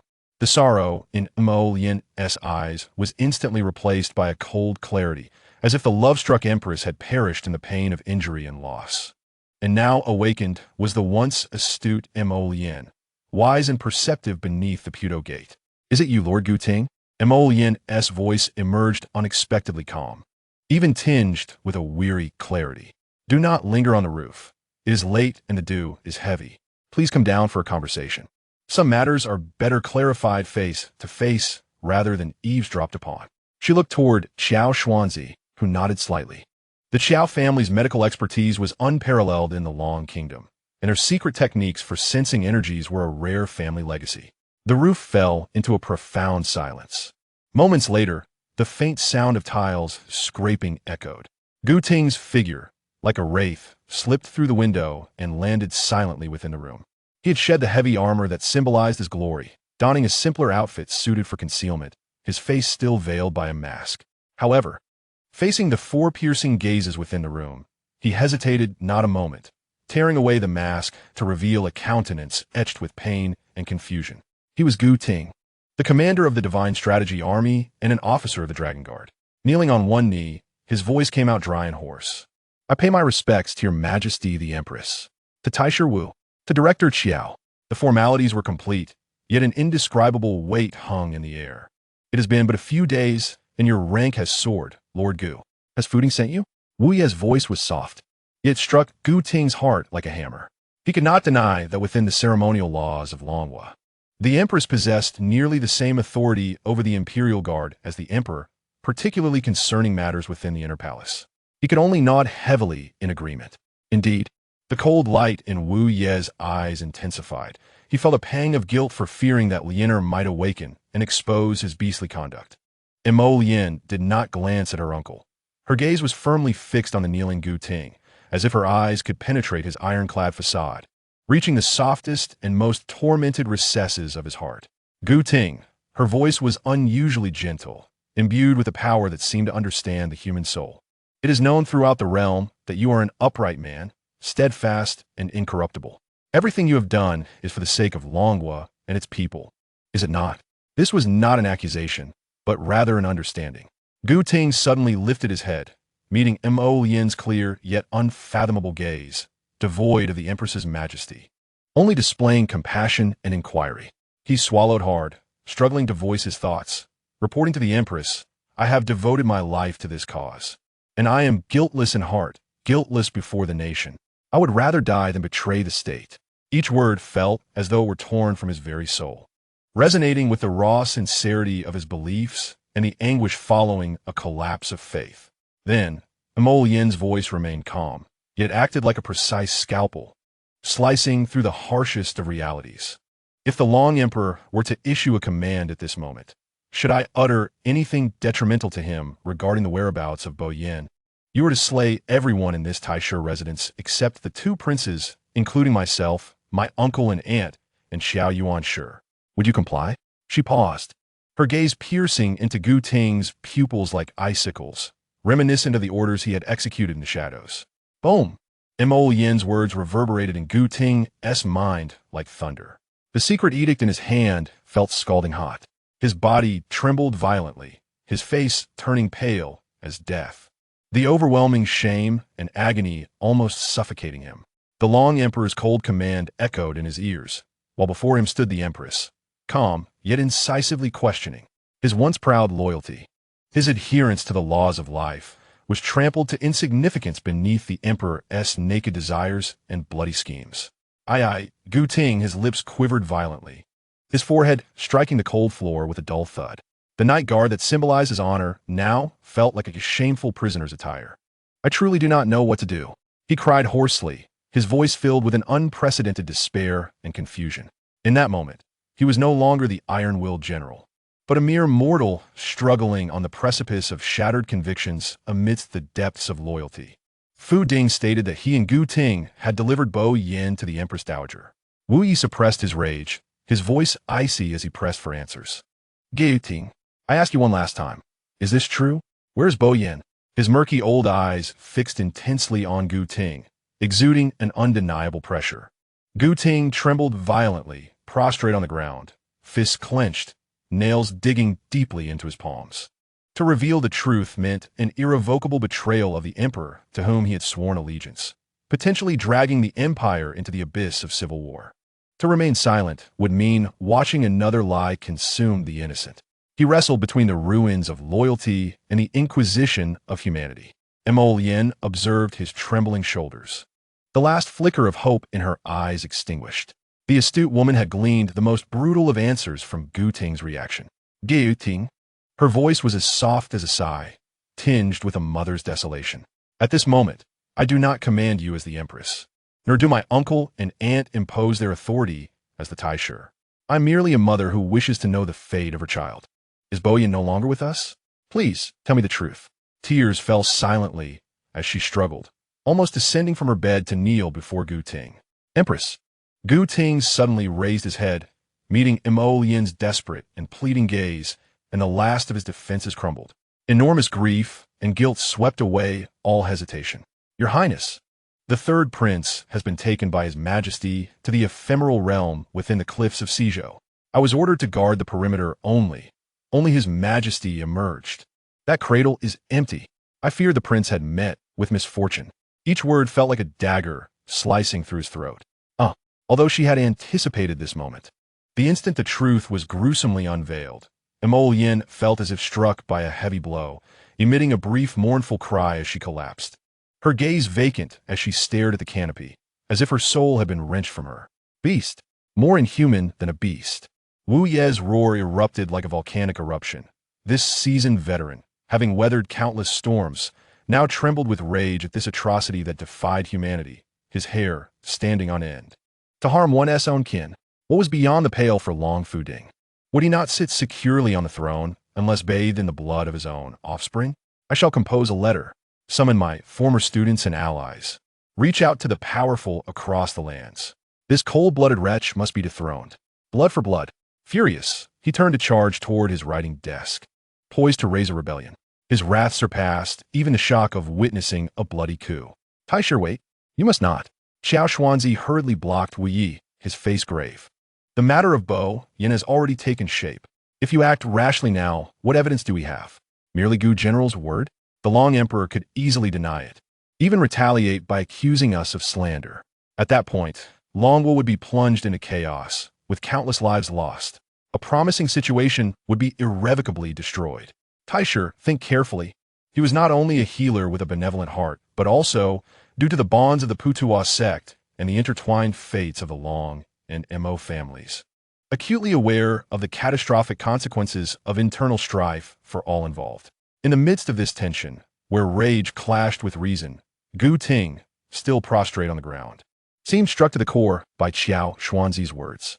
The ashes of the secret edict still burned in the palms of his hands. He abruptly lifted his head, bloodshot eyes filled with a desperate resolve. Taisher, Xiao Yuanshi, Your Highness. His voice, hoarse from emotion, took on a desperate tone. The order I received was not merely for surveillance. His Majesty decreed that if Your Highness were to speak of matters detrimental to His Majesty regarding the third prince, I was to execute all in the Wu residence, excluding the two princes. The final words erupted from him like a shout, laden with boundless humiliation and anguish, completely tearing away the last shred of Long Fuding's veil of modesty. What? Wu Yi was struck as if by lightning, spinning around to stare at Gu Ting in disbelief, shock and fury twisting his features as his face turned from crimson to ashen. He pointed at Gu Ting, his finger trembling violently in his extreme anger, momentarily at a loss for words. Xiao Xuanzi and Madame Wu turned pale, an icy breath of death enveloping the entire room. The Long dynasty devours its flesh and blood, power plays consuming the closest kin. At this moment, the cold imperial edict hung, like a slaughter knife, over the last remaining family members. Gu Ting's complete confession ignited the final spark in this hellish intertwining of power and humanity, propelling the situation toward an explosive brink.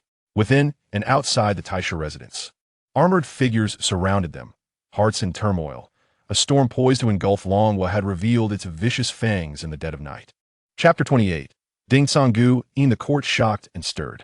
Within the Taisha residence, the air in Mo Lian's chamber seemed to freeze. Gu Ting's desperate confession that all in the Wu residence, save for the two princes, would be executed echoed like thunder, shattering the last remnants of hope. Wu Ye's expression of rage was instantly replaced by chilling coldness. His finger trembled violently as he pointed at Gu Ting, his throat constricted, momentarily rendered speechless by overwhelming fury and horror. Xiao Xuanzi and Madame Wu turned pale, the chill of death permeating their very bones. "Uncle!" Mo Yin's frail yet remarkably clear voice broke the silence, the last glimmer of light belonging to the Empress consort extinguished, leaving only the ashes of a mother's heartache and a chilling clarity of understanding. Now he could do it. He would do anything for himself. This statement pierced each heart like an icicle. Wu Yi abruptly turned to Mo Lian, feeling as though he had been struck hard by the desolation reflected in his niece's eyes, which seemed to see through everything. His fury was subdued by a deeper, bone-chilling coldness. Indeed, what cannot be done by one who could sacrifice their own flesh and blood? Wu Taishu, Xiao Xuanzi inhaled deeply, forcing down the tumultuous waves of emotion within him, his voice low and urgent as he reminded, "Have you forgotten that there are 300 armored guards outside? They heed only the commands of the Dragon Emperor and General Gu." His gaze swept over Gu Ting, carrying a warning. At this moment, these 300 ironclad soldiers were no longer a protective shield, but rather a guillotine poised to fall upon everyone's heads at any moment. Gu Ting remained on one knee, his head bowed deeply as if bearing an immense weight. Upon hearing Xiao Xuanzi's words, he suddenly raised his head, his eyes bloodshot yet shining with a nearly desperate determination. "Taishu, Xiao Yuanshu, Your Majesty the Queen, I cannot bear to see innocent lives lost due to power struggles and selfish desires. I implore you, Taishu, for the greater good. I am willing to keep all that I have witnessed and heard tonight buried in my heart, as if I know nothing." His voice was hoarse, each word heavy as lead. This was not merely a declaration. It was a choice to defy the Dragon Emperor's bloody orders, to stand on the side of conscience and the innocent. He could have immediately ordered the execution of a secret command, but he did not. This steadfast courage to uphold his principles and his concern for the common people was particularly precious at this moment. Wu Yi's murky old eyes fixated intensely on Gu Ting, his gaze sharp as a knife, as if seeking to dissect Gu Ting's soul to discern the truth of his words. "You are one of the Dragon Emperor's men." Wu Yi's voice dripped with skepticism and testing. He stepped forward, an invisible pressure enveloping Gu Ting. It was he who had elevated you from obscurity to the esteemed position of colonel in the Dragon Guard. "Will you stand here with me?" He needed to ascertain whether this was truly Gu Ting's sincerity or yet another trap set by the Dragon Emperor. Gu Ting met Wu Yi's scrutinizing gaze without flinching. He straightened his back, the soldier's resolve re-emerging on his face, even as pain and struggle still churned deep within his eyes. "In my eyes, Gu Ting," he stated, each word resonating with conviction, "there exists the law of the land and the ethics of humanity. The Dragon Emperor has indeed shown me favor, a burden as heavy as a mountain. However, the slaughter of the innocent and the massacre of kin, such acts that obliterate humanity and defy the heavens, I would rather die than comply. In my heart, I hold the law, the common folk, and a bottom line that cannot be crossed." His words fell like heavy hammers upon every heart, proclaiming that his foundation of faith rested not solely on the emperor, but also upon the principles of righteousness and order within his soul. Wu Yi gazed deeply at Gu Ting, the tumult of doubt, anger, and astonishment in his eyes gradually settling into an intricate blend of emotions. It was shock, disbelief, and a stirring sensation akin to discovering an untainted gem amidst the murky mire of political intrigue. He had encountered countless individuals and understood well the price one must pay and the unwavering resolve required for a military leader to make such a choice in this den of dragons and tigers known as the court. He slowly exhaled a breath of stale air, his voice growing solemn and imbued with profound respect. "General Gu, your loyalty, your courage, and this steadfastness in your heart command my admiration.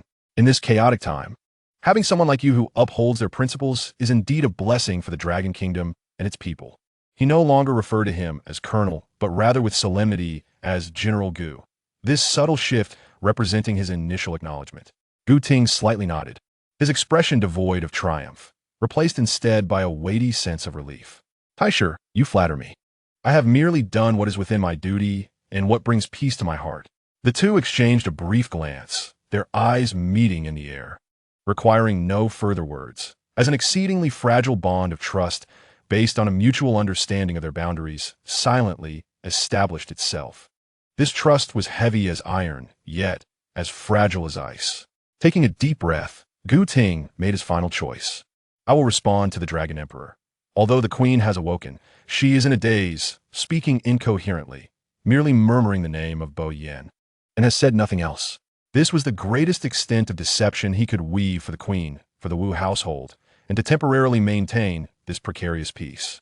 General Gu, who had been silently packing the medicine box, looked up at this moment, wearing a complex expression that was half a lament and half a jest.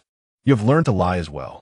Within this jest lay aside Gu Ting's tremendous transformation and a sense of helplessness toward this cruel world.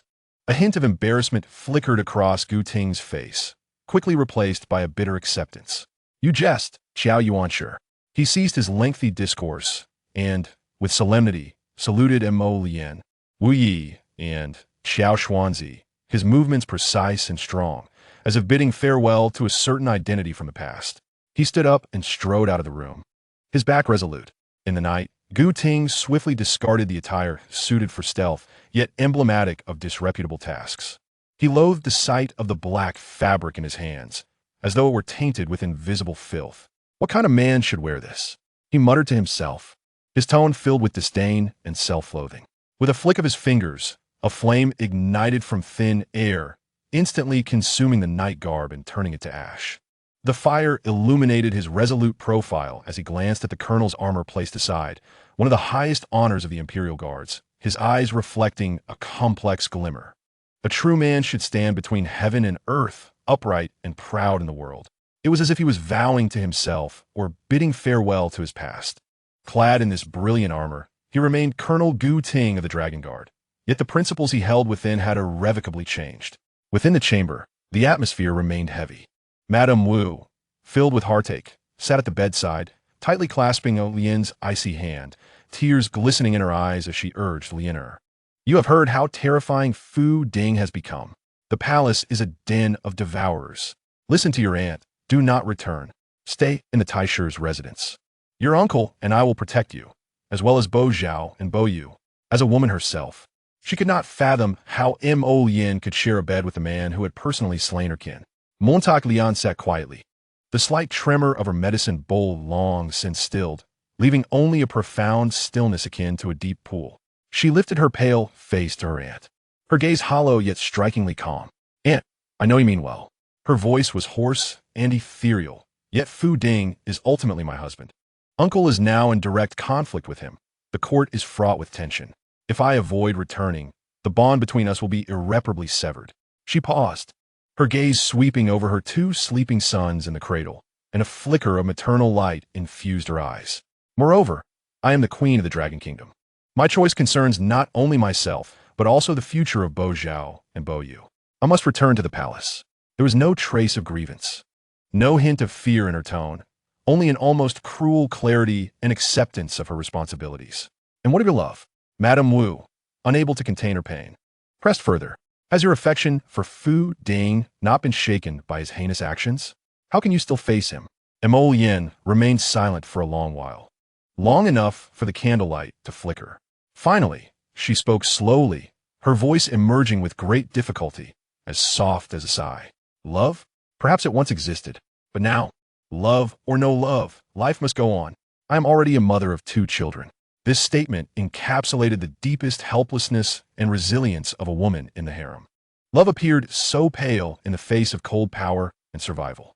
Upon hearing this, Madame Wu's tears flowed freely as she tightly embraced Mo Lian's frail shoulders. You have suffered, my dear child. You have suffered so much. She choked on her words, urging in the palace. You must take care of yourself and look after the 2 children. Mo Lian gently returned the embrace with her aunt, the 2 of them holding each other in silence. their tears falling soundlessly. In this cruel whirlpool of power, it was only this blood bond that retained a semblance of genuine warmth. Standing in the shadow by the window, Wu silently listened to the conversation between his wife and his niece, his expression as dark as water.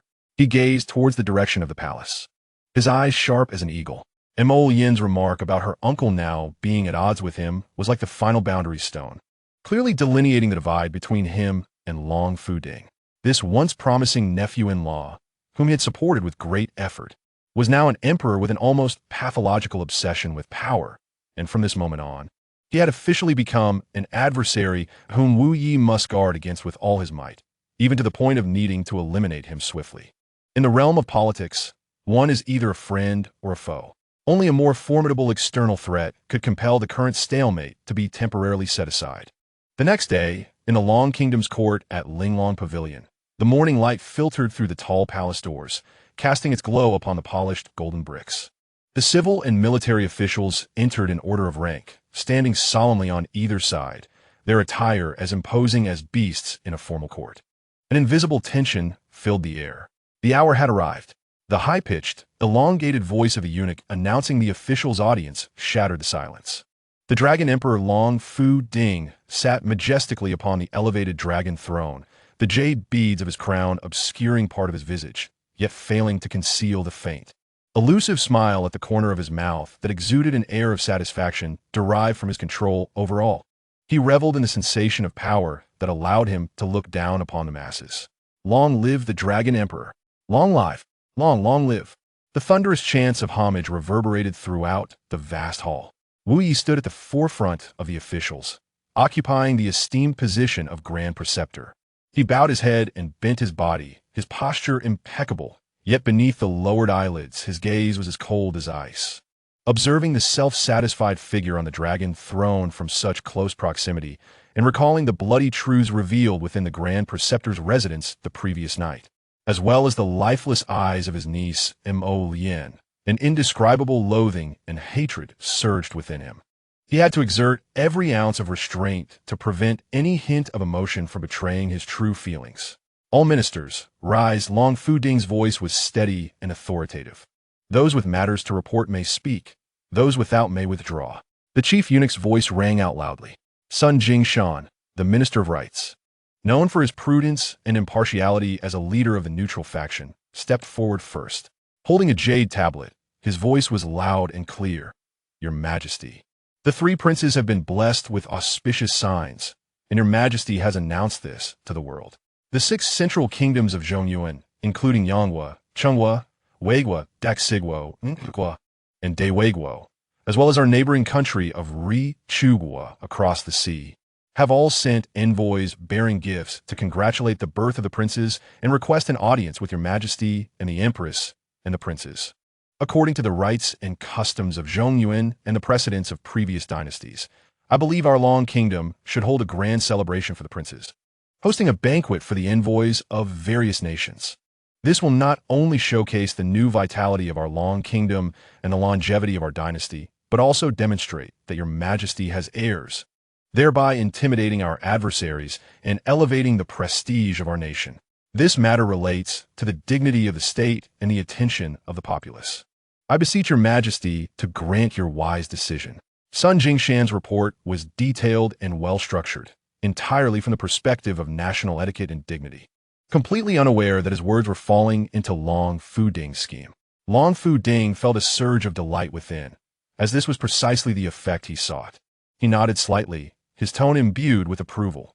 Indeed, Minister Sun, your report is most fitting. This is a grand event that will showcase our national prestige and stabilize the hearts of the people. Order the Ministry of Rights to commence preparations immediately, ensuring that it is grand and magnificent without a flaw.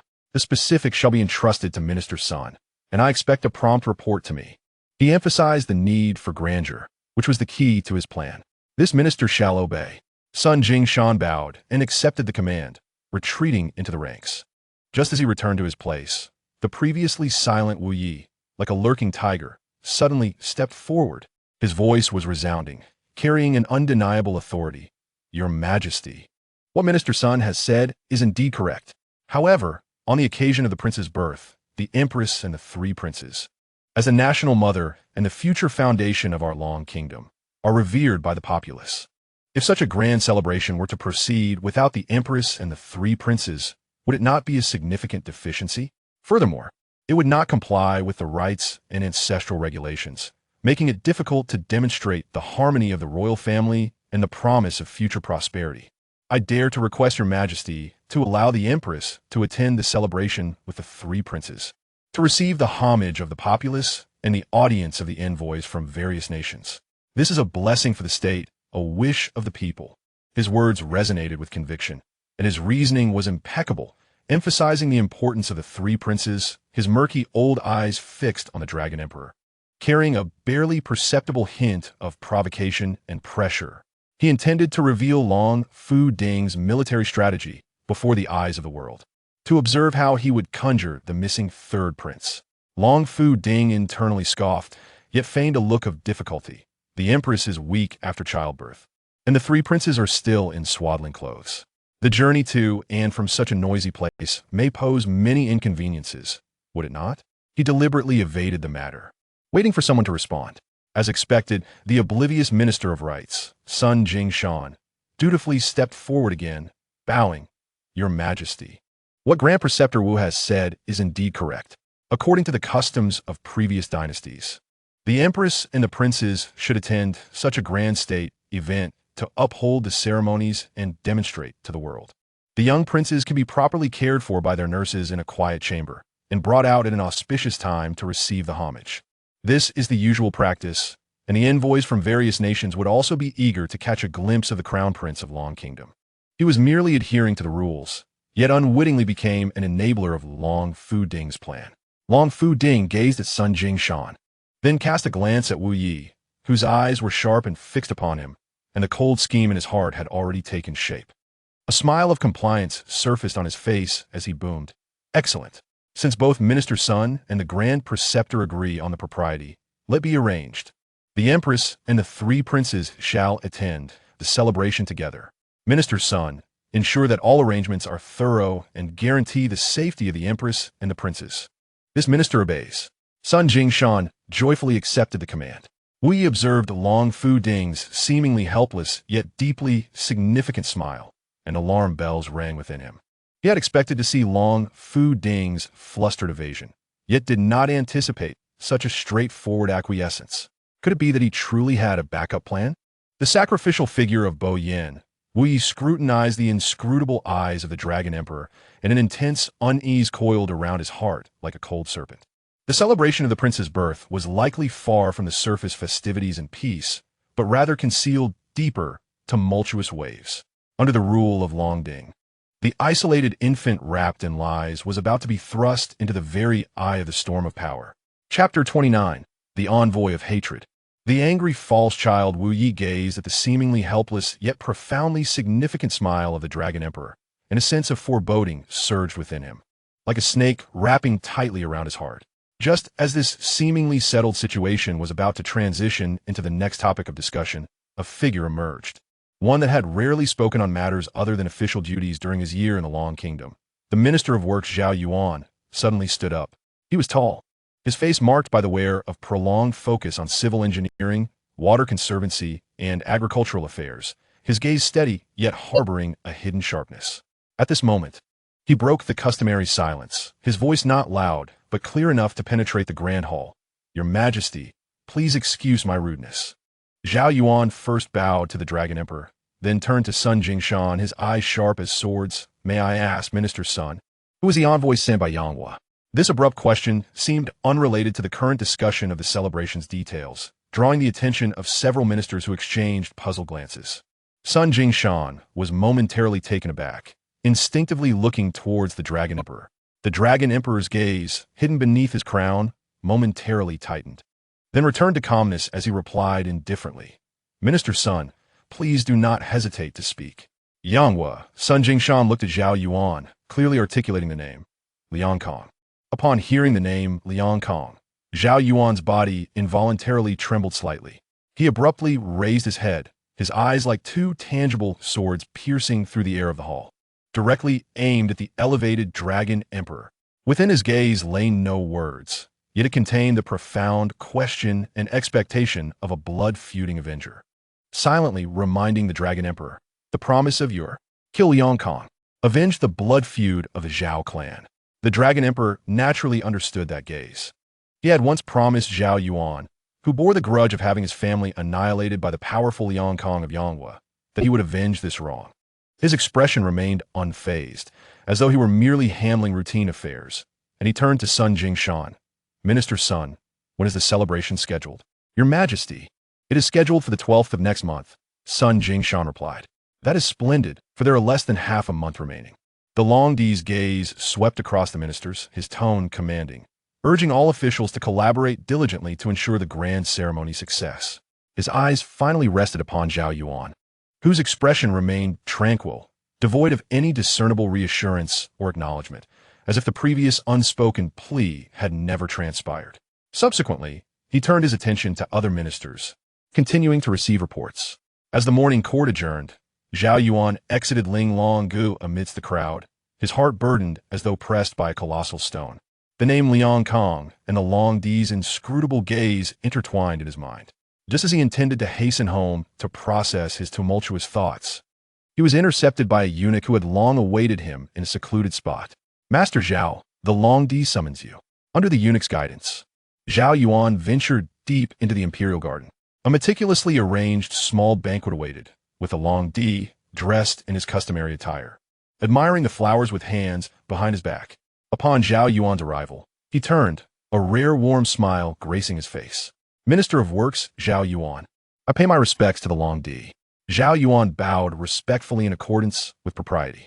The Longdi stepped forward, gently assisting him. My dear brother, why must you stand on ceremony? Come, taste these delicacies, all prepared by the imperial kitchen in accordance with the flavors of Chenghua. He beckoned Zhao Yuan to take a seat. Zhao Yuan's gaze fell upon the wine jug at the center of the stone table, the familiar aroma wafting to his nostrils. His eyes flickered. Chenghua Huangjiu? Indeed, the Longdi replied, lifting the jug, but this time he handed it to Zhao Yuan, indicating that he should pour the wine. Isn't this jug the origin of our brotherly bond? When you were imprisoned, had it not been for this wine to guide me, how would I have recognized your remarkable talent? He referred to the time when Zhao Yuan was wrongfully imprisoned by Liang Kong. Zhao Yuan accepted the jug, pouring wine for both of them, raising his cup and downing it in one gulp, his voice sincere. Were it not for the Longdi, I, Zhao Yuan, would have long since become a mere skeleton within the dungeons of Chenghua. How could I have today as freedom and the opportunity to realize my aspirations? Your kindness is unforgettable. He reiterated his principle of gratitude and loyalty. The Longdi also emptied his cup, setting it down, his gaze growing profound. In the court, I know what you wish to convey. He spoke plainly, my words hold weight. Whether before or after my ascension, my promises remain unchanged. It is merely a matter of Liang Kang's head. He paused, then shifted his tone. I am also aware that Liang Kong, in the Central Kingdom, has acted unscrupulously, making many enemies. His hands are stained with the blood of not just your Zhao family. Many noble families, like yours, have been forced to flee due to his persecution. Zhao Yuan's heart stirred, perceiving the deeper meaning in the Longdi's words. This emperor, astute and strategic, ensured that every action bore consequences. He spoke earnestly. Please, Longdi, elucidate your intentions. It is quite simple. The Longdi leaned slightly forward, lowering his voice, his eyes sparkling with ambition. The royal family of Chenghua has long indulged in comfort, weakened. The soldiers of Weigua are unprepared, feeble. The Central Kingdom appears formidable. Yet Liang Kang's tyranny has fostered enmity, destabilizing his foundation. Our Longhua shares borders with these three nations, presenting a fortuitous opportunity ripe for the taking. He fixed his gaze upon Zhao Yuan. I wish to seize Liang Kang's head during this grand ceremony, avenging you. You must discreetly connect with those noble families who have similarly suffered at Liang Kang's hands, those who are now in exile. These individuals, burdened with blood feuds and well acquainted with their homeland, will serve as invaluable allies in our future endeavors against the Central Kingdom and even Cheng and Wei. Zhao Yuan felt a sudden clarity, yet a chill ran down his spine. The Longdi was indeed calculating, and his promises were never simple. always entwined with grander schemes. He inhaled deeply, suppressing the tumult within, lifting his cup with a look of admiration. Your foresight is remarkable, elder brother. I am willing to toil for your ambitions, no matter the cost. Ah, excellent. To the elder brother's grand ambitions, cheers. The Long-D laughed heartily, clinking cups with Zhao Yuan as they drank deeply. His satisfaction with Zhao Yuan stemmed not only from their shared experiences of oppression, but also because both adhered to their principles. Gu Ting upheld the law, while Zhao Yuan valued gratitude and loyalty. The Long-D understood that as long as he maintained the position of benefactor, Zhao Yuan's sharp blade would always serve his purposes. The two men exchanged cups, reminiscing about the past, lamenting Liang Kang's malice, and envisioning future conquests until the night deepened. As dawn broke, the still drunken Long-D switched to a nondescript ordinary carriage, guarded closely by 10 loyal guards, and quietly arrived at the residence of the Grand Preceptor. Whose carriage is this? This is the Grand Preceptor's residence. Leave at once. The household servants, seeing the unmarked carriage stop at the gate, rushed forward to shoo it away. A guard in plain clothes stepped forward, expressionless, and with a swift movement, delivered a resounding slap across the servant's face. The servant spun around twice before collapsing, blood gushing from his nose and mouth. Dazed and furious, he attempted to rise and curse, only to see the guard reveal an imperial token, the Yu Long Ling. The servant's pupils dilated, terror gripping him as he prepared to kneel and plead for forgiveness. But the guard's eyes flashed coldly, delivering another brutal slap. The servant fell again, his cheeks swelling rapidly, blood filling his mouth, teeth loosening. Unable to maintain his stance, he could only groan incoherently. I pay my respects to the Long-D. Blood mingled with saliva as he lay in a pitiful state. This fierce display, coupled with the intimidation of the Yu Long Ling, sent shivers through the other servants inside the residence, who scrambled in panic to report. Luye, upon hearing the news, hurriedly threw on his outer robe, rushing out in his inner garments to bow. This old minister pays respects to the Long-D. I was unaware of your arrival, and for that, I am guilty. The Long-D did not even glance at him, striding directly into the residence. His tone indifferent, no matter. I seek the Empress. The Grand Preceptor may continue to rest. He hastened towards the inner courtyard, flanked by his guards. Wei felt a mix of suspicion and confusion, noting that one of the guards behind the Long-D seemed to be cradling a swaddled infant. He suppressed his curiosity, daring not to inquire further, and could only wait anxiously in his chamber with his equally troubled wife. The Long-D entered Mo Lian's chamber alone. Montak Lian, pallid and leaning against the headboard, glared at the Long-D with deep-seated resentment upon his entrance. As her gaze swept over the sleeping Bo Zhao and Bo Yu in their cradle, the pent-up sorrow and fury could no longer be contained. Lian, are you well? The Long-D feigned concern as he sat beside her. In response, Mo Lian summoned all her strength to deliver a stinging slap. The sharp sound echoed through the still morning, piercing the quiet of the Grand Preceptor's residence. The guards outside were startled, rushing in. Your Majesty, get out! The Long-D bellowed, his voice laden with undeniable authority, driving the guards back. His face bore 5 distinct red marks, yet he did not flinch, resolutely enduring the slap. He understood that he sought something from Mo Lian, and this slap was necessary. He touched his stinging cheek, his voice low. Lianer, did that slap lighten your heart? Shameless. Mo Lian's eyes brimmed with tears, her hatred palpable. Return my Bo Yan. Give me back my child. Child? The Long-D's voice was devoid of emotion as he lightly clapped his hands. The guard who had been holding the swaddled infant entered promptly, respectfully presenting a baby wrapped in bright yellow brocade to the Long-D. He accepted it, turning to gently place the infant beside Mo Lian on the bed. This is Bo Yan, the Long-D stated flatly, as if merely stating a fact. Take good care of him. On the 12th of next month, during the prince's birthday celebration, you and the 3 children must make an appearance. With a glance from him, the guards swiftly retreated, as if fleeing from the eye of storm. Mo Lian's gaze fixated upon the swaddled baby. Trembling, she reached out, cautiously unwrapping a corner of the swaddle. Her eyes frantic as they scanned the baby's right arm, smooth and unblemished, devoid of the 7 birthmarks from hand to shoulder. She abruptly raised her head, the last flicker of hope extinguished in her eyes, leaving only a chilling despair and an all-encompassing rage. Who is he? Whose child is this? Her voice was hoarse from the depths of her profound sorrow and fury. The final trace of warmth on the Dragon Emperor's face vanished in an instant. He stood up, turning his back to Imogen, his voice as cold as iron and laced with the merciless cruelty of an emperor. I declare him to be Boyan. He is Boyan. Whether you acknowledge it or not is of no consequence to me. He suddenly turned around, his gaze slicing through Imogen like a blade, each word laden with a lethal threat. Remember, before the envoys of the various kingdoms, pay their respects. If this child suffers even the slightest mishap, even if it is but a single hair lost. He stepped closer, an invisible pressure making the air seem to solidify. I demand that the Fu vanish forever from the land of Longua. Not a single soul shall remain. As the Dragon Emperor swept away with his entourage, a deathly silence enveloped the room. The faint morning light illuminated Imogen's face, pale as paper, and the sleeping visage of the unfamiliar infant in her arms. Her hand hung limply over the brocade blanket, her fingertips icy. Silent tears of despair slipped down her cheeks. Not from weakness, but from the grim realization of her husband's ruthless nature, willing to trample all boundaries for power. The weight of Boyan in her arms felt like a shackle forged from lies and blood, binding her firmly within the cage of a queen. Yet, the Dragon Emperor's cruelty extended beyond this.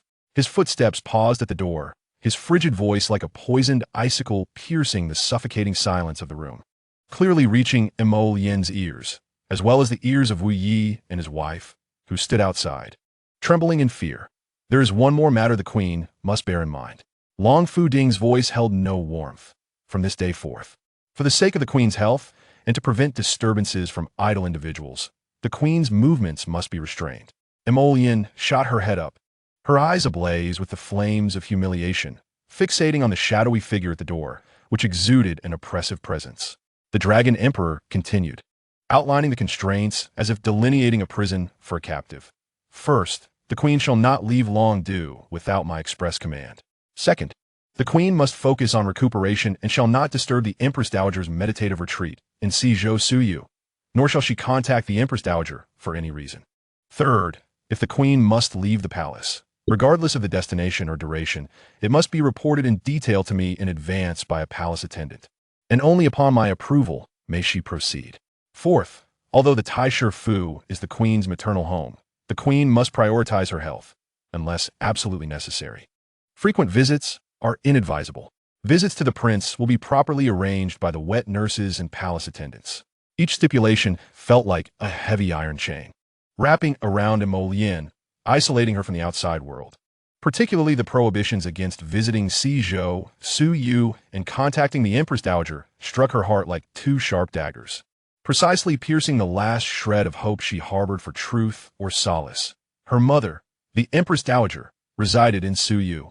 The Dragon Emperor was severing any possibility of her seeking her mother's protection or uncovering the truth about Boyan. Furthermore, the requirement to report in advance for leaving the palace and the restrictions on returning to the Fu placed her under the Dragon Emperor's stringent surveillance. Akin to house arrest, Long Fu Ding, Imogen's voice trembled with intense anger and despair, clutching the false infant tightly, as if it were her only support, yet also a symbol of her hatred. Are you truly stripping me of even this modicum of freedom? How long do you intend to imprison me? The figure at the door remained unmoved, only a deeper chill spreading. The queen speaks too harshly. This is for your own good, for the sake of the prince, and for the stability of Longua. The queen need only focus on her recovery, fulfill her role as queen, and care for the three princes. That is your duty. As for all other matters, I shall decide. His tone bore an undeniable authority laced with a hint of cruel mockery. Remember my earlier words and heed my warning. On the 12th of next month, during the grand ceremony, I expect to see a dignified and graceful queen embodying maternal virtue, presenting the three healthy princes to receive the homage of the people. You and this child have no other choice. With that, the heavy footsteps echoed once more, receding into the depths of the Fu's courtyard. Imogen sat frozen on the bed, the infant in her arms seeming to sense her rigid body and the tempest within her soul, stirring restlessly and emitting a faint whimper. That sound pierced Imogen's heart like a needle. She lowered her gaze to the entirely unfamiliar little face. contemplating that her true Bo Yin might have already become a sacrificial offering within the cold cliffs of Suzhou, and that she was not only powerless to seek justice for him, but also forced to acknowledge a thief as her son, playing the role of a farcical royal harmony. Even stripped of the most basic freedom of movement, with a mere wish to see her biological mother becoming a distant luxury. A wave of icy hatred surged from the depths of her shattered heart, instantly saturating her limbs. She no longer wept, her gaze hollowly fixed on the gradually brightening sky outside, which held only an unfathomable chill and a sense of impending doom. Her slender fingers, unconsciously yet forcefully, tightened around the bright yellow satin enveloping the false infant, her knuckles turning pale from strain. That glaring bright yellow now appeared to her as the embodiment of Long Fu Ding's insatiable desire for power, a shackle imprisoning her soul. Outside the door, Wu Yi and his wife listened with ashen faces, fists clenched tightly. The Dragon Emperor's blatant restrictions felt like an ultimatum, ruthlessly tearing apart the last vestiges of the facade of loyalty between sovereign and subject. This was not merely the Queen's confinement. It was a comprehensive suppression and warning directed at the Wu family and the Taisher Fu. Enough is enough. Enough is enough. Wu Ye's wife trembled with rage. Weeping softly, Wu Yi, on the other hand, fixed his gaze fiercely in the direction the Dragon Emperor had departed. A turbulent storm of fury and cold calculation swirling in his murky old eyes. His hand, gripping the doorframe, was veined with tension. Long Fu Ding had masked his tyranny with a false prince, imprisoned the queen with restrictions, and used the lives of all in the Taisher Fu as leverage, driving them inexorably toward a state of irreconcilable opposition. What a fine son-in-law you are. Wu Ye's voice was hoarse, imbued with a chilling bitterness. Long Fu Ding, do you think that with a counterfeit child and a few decrees, you can silence the voices of the people, conceal your monstrous crime of fratricide, and render me powerless? You underestimate me, as well as the turbulence of the Long Guo court. He suddenly turned, his gaze like lightning sweeping over his wife, finally landing on the closed door, from which the suffocating silence of Mo Lien emanated. Lian Bo Yin, he silently intoned, a newfound resolve and strength coalescing within his aged frame. This prince's birth celebration would no longer be merely a festivity. It would herald the commencement of their ultimate struggle against the Dragon Emperor, one that would revolve around truth, life and death, and the future of Longhua. The forsaken infant, forcibly concealed by Long Fu Ding, was destined to become the spark that ignited this unprecedented upheaval. The storm has arrived. She pointed to the sleeping Bo Zhao and Bo Yu in the cradle. Upon closer inspection, one could discern that although this child was also an infant, he was clearly larger than both Zhao and Yu, with more pronounced features, indicating that they were not born on the same day. He is an impostor, a wild child procured by Fu Ding from some unknown origin. Madame Wu was taken aback, covering her mouth in shock as she gazed at the unfamiliar infant, then at her utterly distraught niece, feeling utterly lost. What is this dinger intended for? Why would they randomly thrust a child upon you? Having lived in the inner chambers for so long, her thoughts were simple, and she could not fathom the treacherous designs of court intrigue. Wu Yi's expression darkened, a storm brewing within him. He paced to the window, turning his back to Mo Lien and her daughter, his gaze directed toward the palace, as if attempting to penetrate the heavy palace walls to discern the Dragon Emperor's intentions. Has Fu Ding said anything? His voice was low and oppressive, tinged with the weight of impending turmoil. Mo Lien took a deep breath, striving to steady the tremor in her voice as she recounted the cold words of the Dragon Emperor. He said this child is Bo Yin, that I must care for him well before the 12th of next month, and that I must bring the 3 princes to attend the grand birthday celebration. Or else her voice caught, the immense humiliation and fear rendering her unable to continue. Or else what? Wu Yi suddenly turned, his murky old eyes gleaming with cold light. Or else this Taisher estate will be erased from the land of Longhua forever. Not a single person will be spared. Mo Lien shut her eyes, tears streaming down her cheeks, the chilling threat wrapping around her like a nightmare. How ruthless, how venomous the scheme. Wu Yi slammed his fist against the window frame, producing a dull thud. He approached the cradle, looking at his 2 innocent grandsons, Bo Zhao and Bo Yu, blissfully unaware of the world's treachery, his eyes flashing with a mix of pain and determination. He must use this false prince, who is not Bo Yin, to create a spectacle at the royal birthday on the 12th of next month. He turned, his gaze sharp as he fixed it upon his wife. My lady, my lord. Madame Wu was startled by the rare gravity and killing intent in her husband's eyes. You must immediately send more trusted handmaids to Lien'er's chamber, ensuring they care for this child without leaving his side. Wu Yi emphasized the words care for with an icy gaze, reminding her that this child must survive intact, at least until after the royal birthday celebration. Not a single hair should be harmed. This child's life is now tied to the fate of the entire Wu household. Although Madame Wu did not grasp the intricacies of court struggles, she comprehended the gravity of the situation, quickly nodding. Yes, my lord, I will arrange it immediately. Selecting the most reliable individuals, Wu Yi nodded, continuing in a somber tone. Furthermore, write a letter at once, utilizing the fastest secret communication channels to inform Er and Xian'er, who are traveling outside, to refrain from returning to Longdu for the time being. They must find a place to conceal their identities and hide. Simultaneously, we must activate the Jinshan plan we prepared earlier, discreetly relocating the core industries and some liquid assets of the Wu family beyond Longdu to a safe location. The farther away, the better. My lord. Madame Wu's face turned pale, her voice wavering. Are you suggesting that during the royal birthday, Dinger might turn against us? To exterminate our family? She could scarcely fathom such a scene. Do not speak foolishly, woman. Wu Yi interrupted her in a low growl, but his tone lacked reproach, instead laden with profound fatigue and seriousness.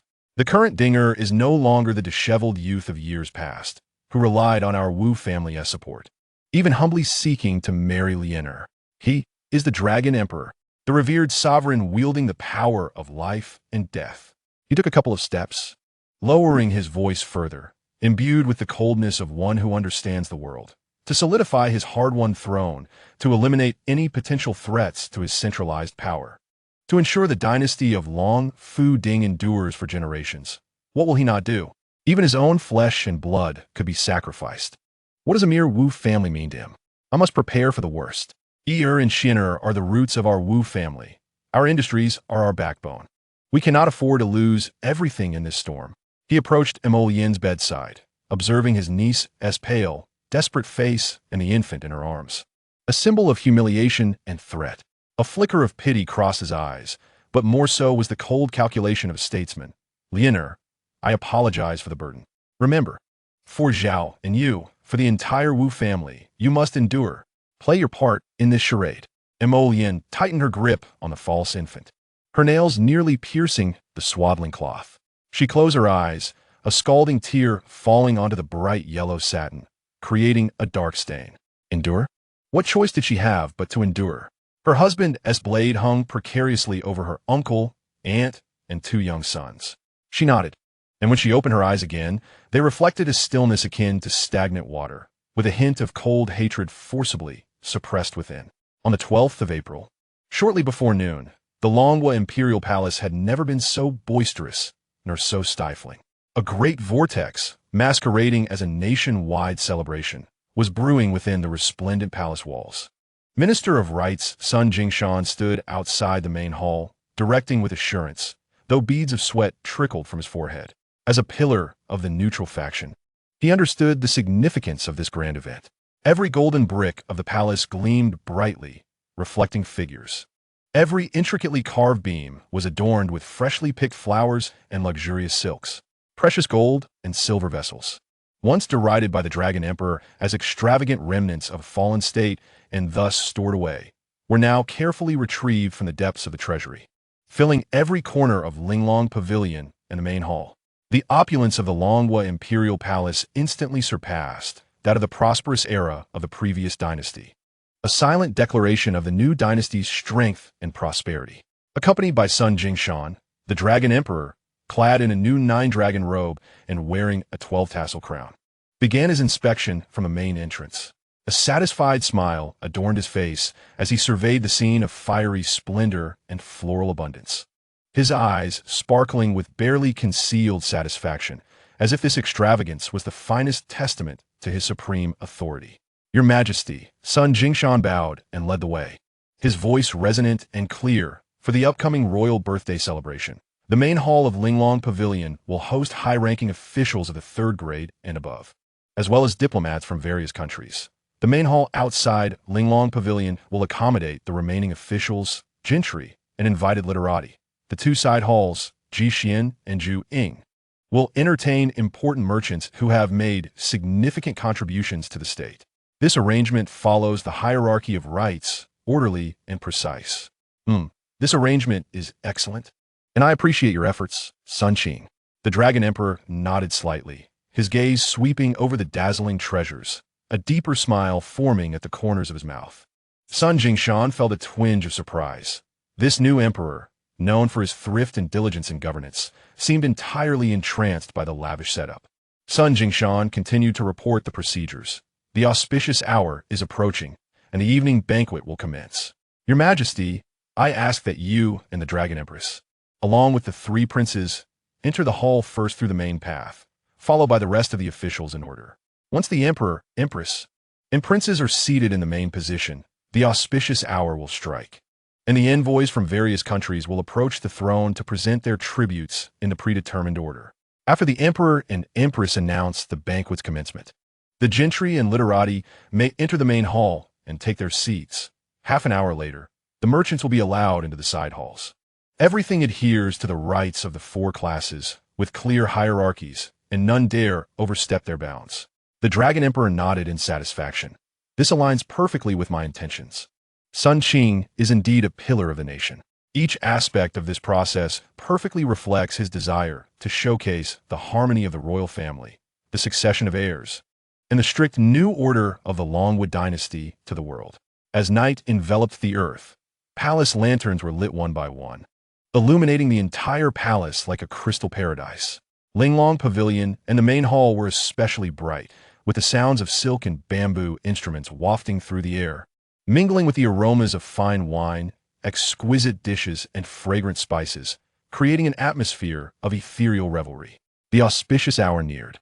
The Dragon Emperor, Long Fu Ding, donned a royal robe embroidered with golden threads and adorned with dragons, his crown draped with pearls, his demeanor solemn and majestic, concealing a hint of satisfaction derived from controlling the situation.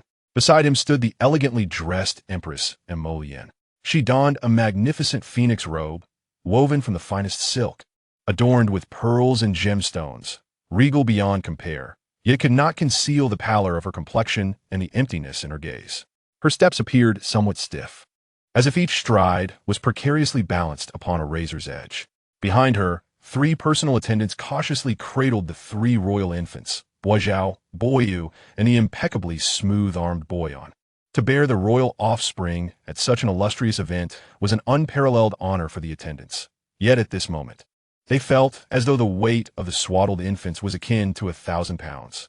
The appearance of the Emperor and Empress, accompanied by the royal children, instantly captivated all eyes. The officials bowed deeply, exclaiming their praises, their voices resonating through the air. The crimson carpet unfurled into the distance, as splendid carriages from various nations arrived in succession. Clad in their national attire, the envoys observed the most esteemed couple of the Long Kingdom with expressions of reverence, curiosity, and scrutiny. Among the crowd, Liang Kong, the esteemed Grand Tutor of the Central Kingdom, known for his ruthless cunning, cast a sharp glance at the visage of the Long Emperor, his brow subtly furrowing as he whispered to his companion, "Strange. Why does the Long Emperor's countenance bear resemblance to that of the traitorous Murong Fu, whose family was annihilated in a single night in our Central Kingdom? My loyal subjects, rise." The voice of the Long Emperor rang out, powerful and commanding, echoing across the plaza. He surveyed the sea of dark figures and proclaimed, "Tonight, you have gathered here to celebrate the birth of my sons, Boyao, Boyu, and Boyan. It is indeed a great fortune for the Long Kingdom, and my heart is greatly comforted." He deliberately enunciated the name Boyan, his gaze seemingly wandering over Sun Jingshan. Sun Jingshan immediately understood, inhaled deeply, and summoned all his strength to announce, "All officials, take your places." The vast bureaucratic system of the Long Kingdom began to move in an orderly fashion, entering the main hall and the exquisite pavilion in accordance with their ranks. For many mid- and low-ranking officials, participating in such a grand event was a tremendous honor. Meanwhile, A colossal water clock emitted a soft, ticking sound, the hands accurately indicating the auspicious hour. Sun Jingshan's spirit lifted, and he called out with all his might, "The auspicious hour has arrived." The ceremonial eunuchs beside him immediately took turns relaying the resounding announcement. "The auspicious hour has arrived. The auspicious hour has arrived. The audience is now commencing." The envoys entered the palace in the predetermined order established by the earlier lottery, stepping onto the crimson carpet towards the brilliantly illuminated main hall of the exquisite pavilion.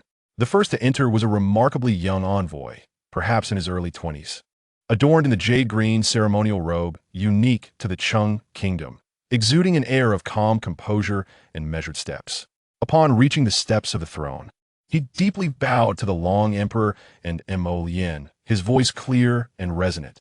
"I am Chung Wei, Minister of Rights of the Chung Kingdom, sent by my king to extend congratulations to his royal highnesses, the three princes of the Long Kingdom, on this joyous occasion." He respectfully presented a ceremonial list, proclaiming, "I humbly present our national treasures.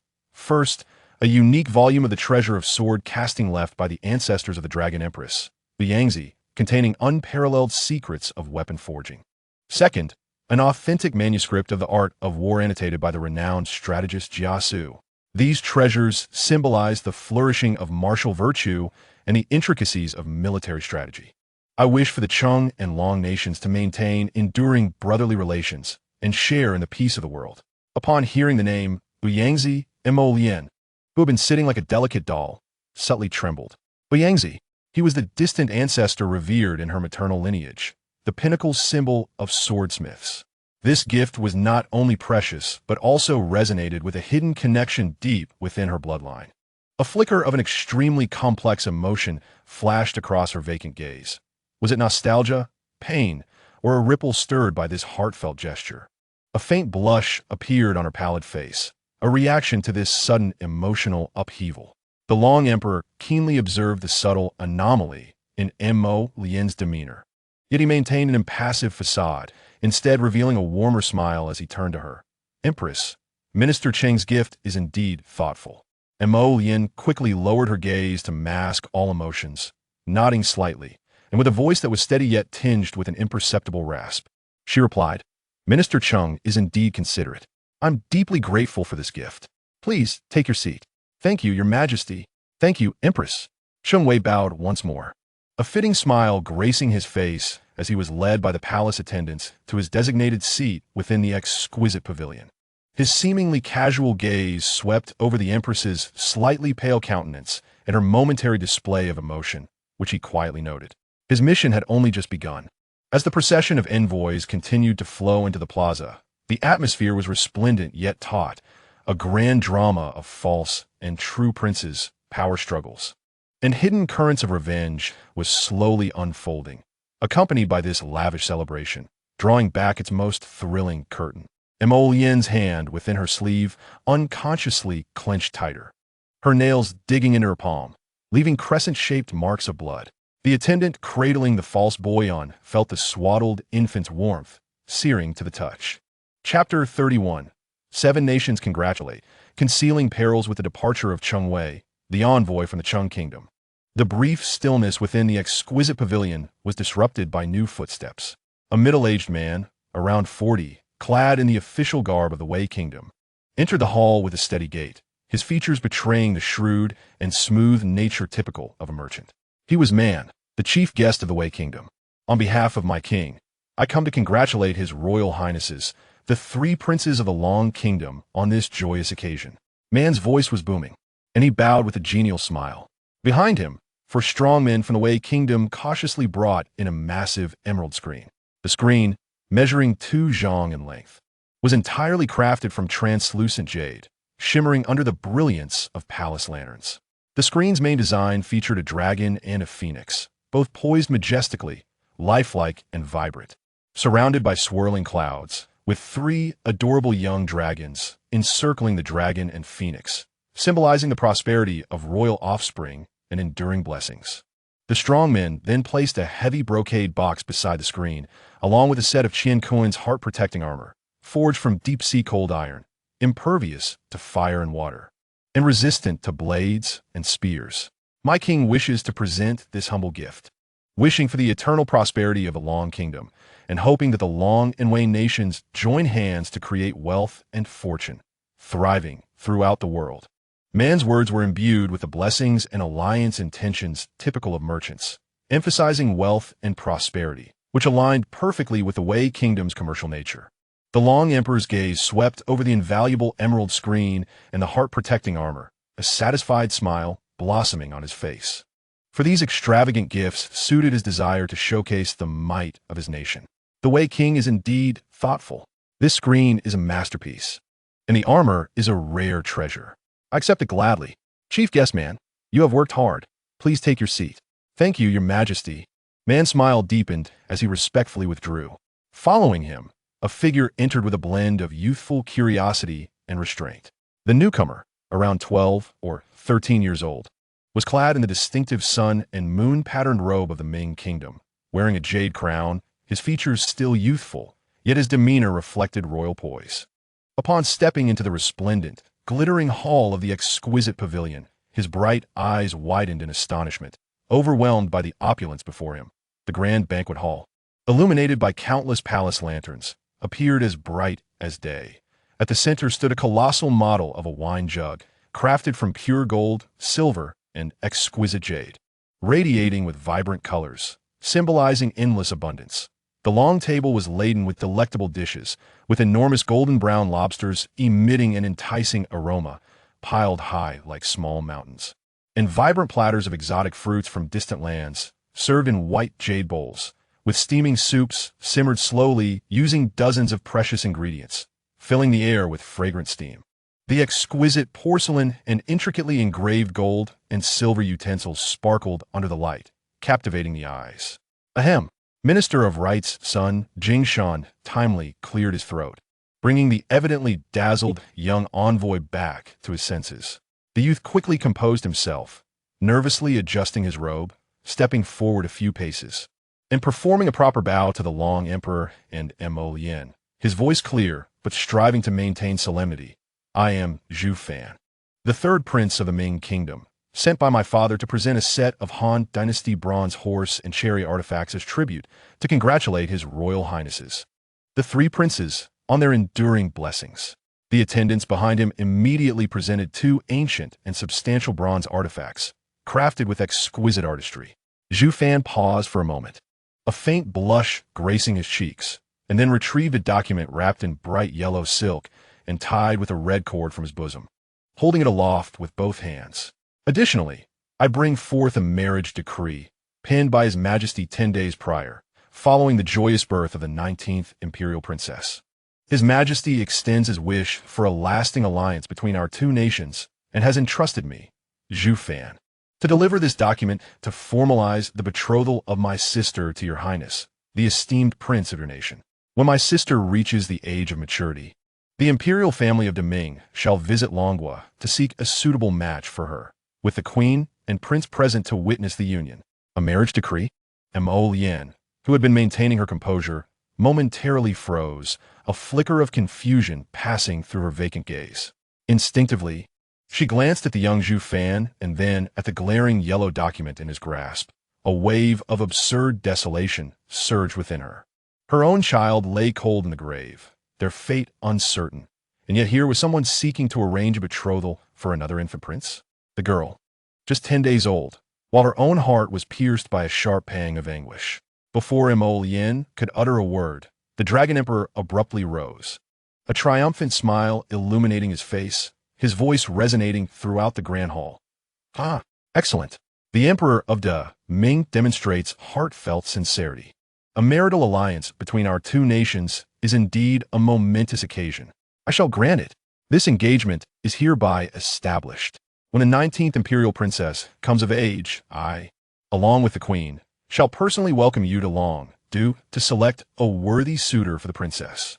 He readily acquiesced, recognizing the formidable external support and political capital that such a union would provide, essential for solidifying his throne and intimidating both internal and external adversaries. As for who that prince might be, it was of no consequence. Thank you for your grace, Dragon Emperor. Zhu Fan exhaled in relief. his youthful face reflecting the joy of fulfilling his mission as he bowed and withdrew. No sooner had Zhu Fan stepped back than a middle-aged man, clad in the dark attire of Ri Chugua and wearing wooden clogs, entered the hall. He was Mu Zhilang, the Grand Minister of Ri Chugua.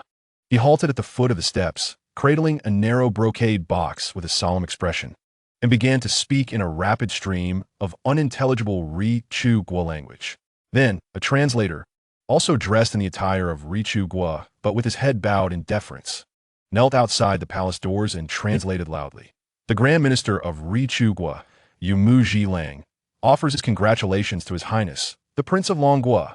I present to you a soft sword forged from our country's unique golden steel, supple as silk and unmatched in sharpness, alongside a finely honed blade that can sever hair and slice through iron with ease. Please accept, Dragon Emperor. The Dragon Emperor's gaze swept over the two gleaming weapons. His interest in collecting renowned blades piqued, and in good spirits, he nodded. The craftsmanship of your nation's weapons is indeed renowned. I'm most pleased with these treasures. Thank you, Grand Minister, for your long journey. Please take your seat. Mu Zhilang bowed respectfully and, guided by palace attendants, took his place, remaining taciturn while keenly surveying the hall's environment. Next to enter was a tall envoy with dark skin and deep-set features. Dressed in a white linen toga reminiscent of the Roman Empire, a distinctive attire from the tropical Diugua. The envoy, Kimabaidi. The ceremonial envoy from Diugua clenched his right fist and struck it against his left chest, performing a solemn greeting. I, Kimabaidi, ceremonial envoy of Diugua, come to pay respects to His Highness, the Prince of Longhua. I present to you a basket of our rare tropical fruits, a meticulously crafted healing elixir gift box, and a large maritime map carpet woven with gold and silver threads, representing a year's labor of 100 skilled artisans. This map encompasses known maritime routes, symbolizing Diugua's desire to share the seas with Longhua and facilitate mutual exchange. Longua's foundations endure for millennia. As the sun rises, the exotic attire and unique customs captivated the assembly. The Dragon Emperor nodded slightly.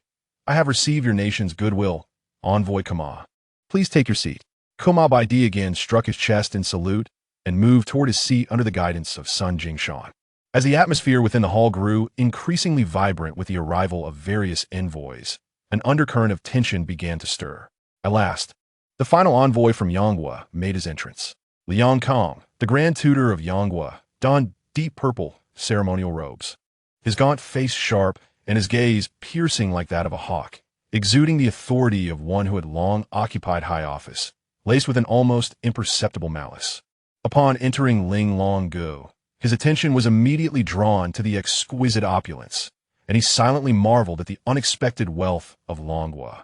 However, when his gaze finally fell upon the exalted figure of the Dragon Emperor, Long Fu Ding, that astonishment transformed into an indescribable horror. His pupils constricted suddenly, and his body stiffened imperceptibly for a moment. This face, these features, this demeanor. Liang Kang's mind surged with tumultuous waves, awakening a name he had nearly forgotten, yet was etched deeply in his memory. Mu Rongfu. The strategist of Yang was Mu Rong clan, whose family had been annihilated overnight a year ago, the one rumored to have perished in flames. How could he be here? How could he be the emperor of Longhua Long Fu Ding? Liang Kong thought he must be seeing things, his old eyes playing tricks on him. The overwhelming shock caused him to forget to mask his expression. Suppressing the tumult within, he quickly approached, his movements somewhat stiff as he bowed, his voice striving for steadiness but betraying a barely detectable tremor. I am Liang Kong, Grand Tutor of Yonghua, here on the king's orders to congratulate His Highness, the Prince of Longhua. I present a painting of Jiang Jinjiu Bai, the immortal poet Li Bai of the Tang dynasty, along with a pair of Tang Sankai horse figurines. Congratulations on the prosperity of Longhua and the good health of the prince. He hastily delivered his congratulatory remarks, scarcely daring to meet the Dragon Emperor's gaze. Lowering his head and swiftly moving toward his appointed seat under the guidance of palace attendants. As he settled down, his eyes instinctively flickered across to the opposite seat, locking onto the seemingly calm but deeply seething gaze of Zhao Yuan, the Minister of Works. Zhao Yuan's hands, concealed beneath the table, were clenched into fists, his nails digging into his palms. At this moment, Liang Kong was struck with a wave of shock. Failing to recognize the Zhao family scion who had narrowly escaped years ago, mistaking him for an ordinary young official of Longhua, and hastily averted his gaze. His mind still reeling from the profound impact of the Dragon Emperor's visage, so reminiscent of Mu Rongfu. The final envoy to enter was from Deshigua. Jin Mingzhua, the special envoy from the Ministry of Rites, was a robust man with a rugged face, clad in fur adorned with gold trim, walking with a steady and powerful stride that exuded the pride of the nomadic tribes. He was followed by several equally formidable attendants carrying heavy gift boxes. Jin Mingzhua, special envoy from Deshigua, comes to pay respects to His Highness, the Prince of Longhua. His voice boomed like a bell, resonating through the hall. By the command of our emperor, I present 20 meticulously bred steeds of the finest lineage, 100 exquisite snow marten and black fox fur items, 10 boxes of precious medicinal herbs, such as the 1,000-year ginseng from Changbai Mountain and Tian Shan snow lotus, as well as 10 stones of rare spices from various regions and a box of premium cat's eye stones and emeralds. A mere token, not worthy of respect. Please accept. Dragon Emperor. Though he referred to his offerings as meager, his tone carried the inherent confidence of Deshigua, a once mighty power that had overthrown Long's previous dynasty. Xianghua. The Dragon Emperor regarded the gifts, symbols of strength and wealth, particularly the 20 renowned horses, his eyes sparkling with delight as he burst into hearty laughter. Ha! Excellent. What you present is indeed extraordinary. I am greatly pleased. Special Envoy Jin, you have traveled far. Please take a seat and enjoy. As Jin Ming strode confidently to his seat, all invited envoys had now arrived. Sun Jingshan looked toward the Dragon Emperor, who nodded slightly in acknowledgement. Taking a deep breath, Sun Jingshan gathered his strength and proclaimed in a voice resonating like thunder. The congratulations from the envoys of various nations have concluded. The auspicious hour has arrived. Let the celebration of the prince's birth commence. Commence the feast. The palace attendants echoed in unison, their voices reverberating through the palace. In an instant, the court musicians, who had been poised and ready, struck up a grand and jubilant melody, the harmonious sounds of strings and winds intertwining, filling every corner of Linglonggu with a captivating melody.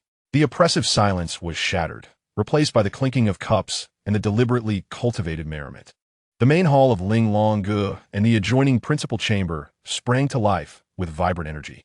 In the heart of the main hall, a magnificent jade fountain sparkled under the glow of countless candles and palace lanterns, with rippling waters reflecting a kaleidoscope of colors, harmonizing beautifully with the meticulously arranged, ever-changing potted flowers that surrounded it, creating a scene of unparalleled splendor.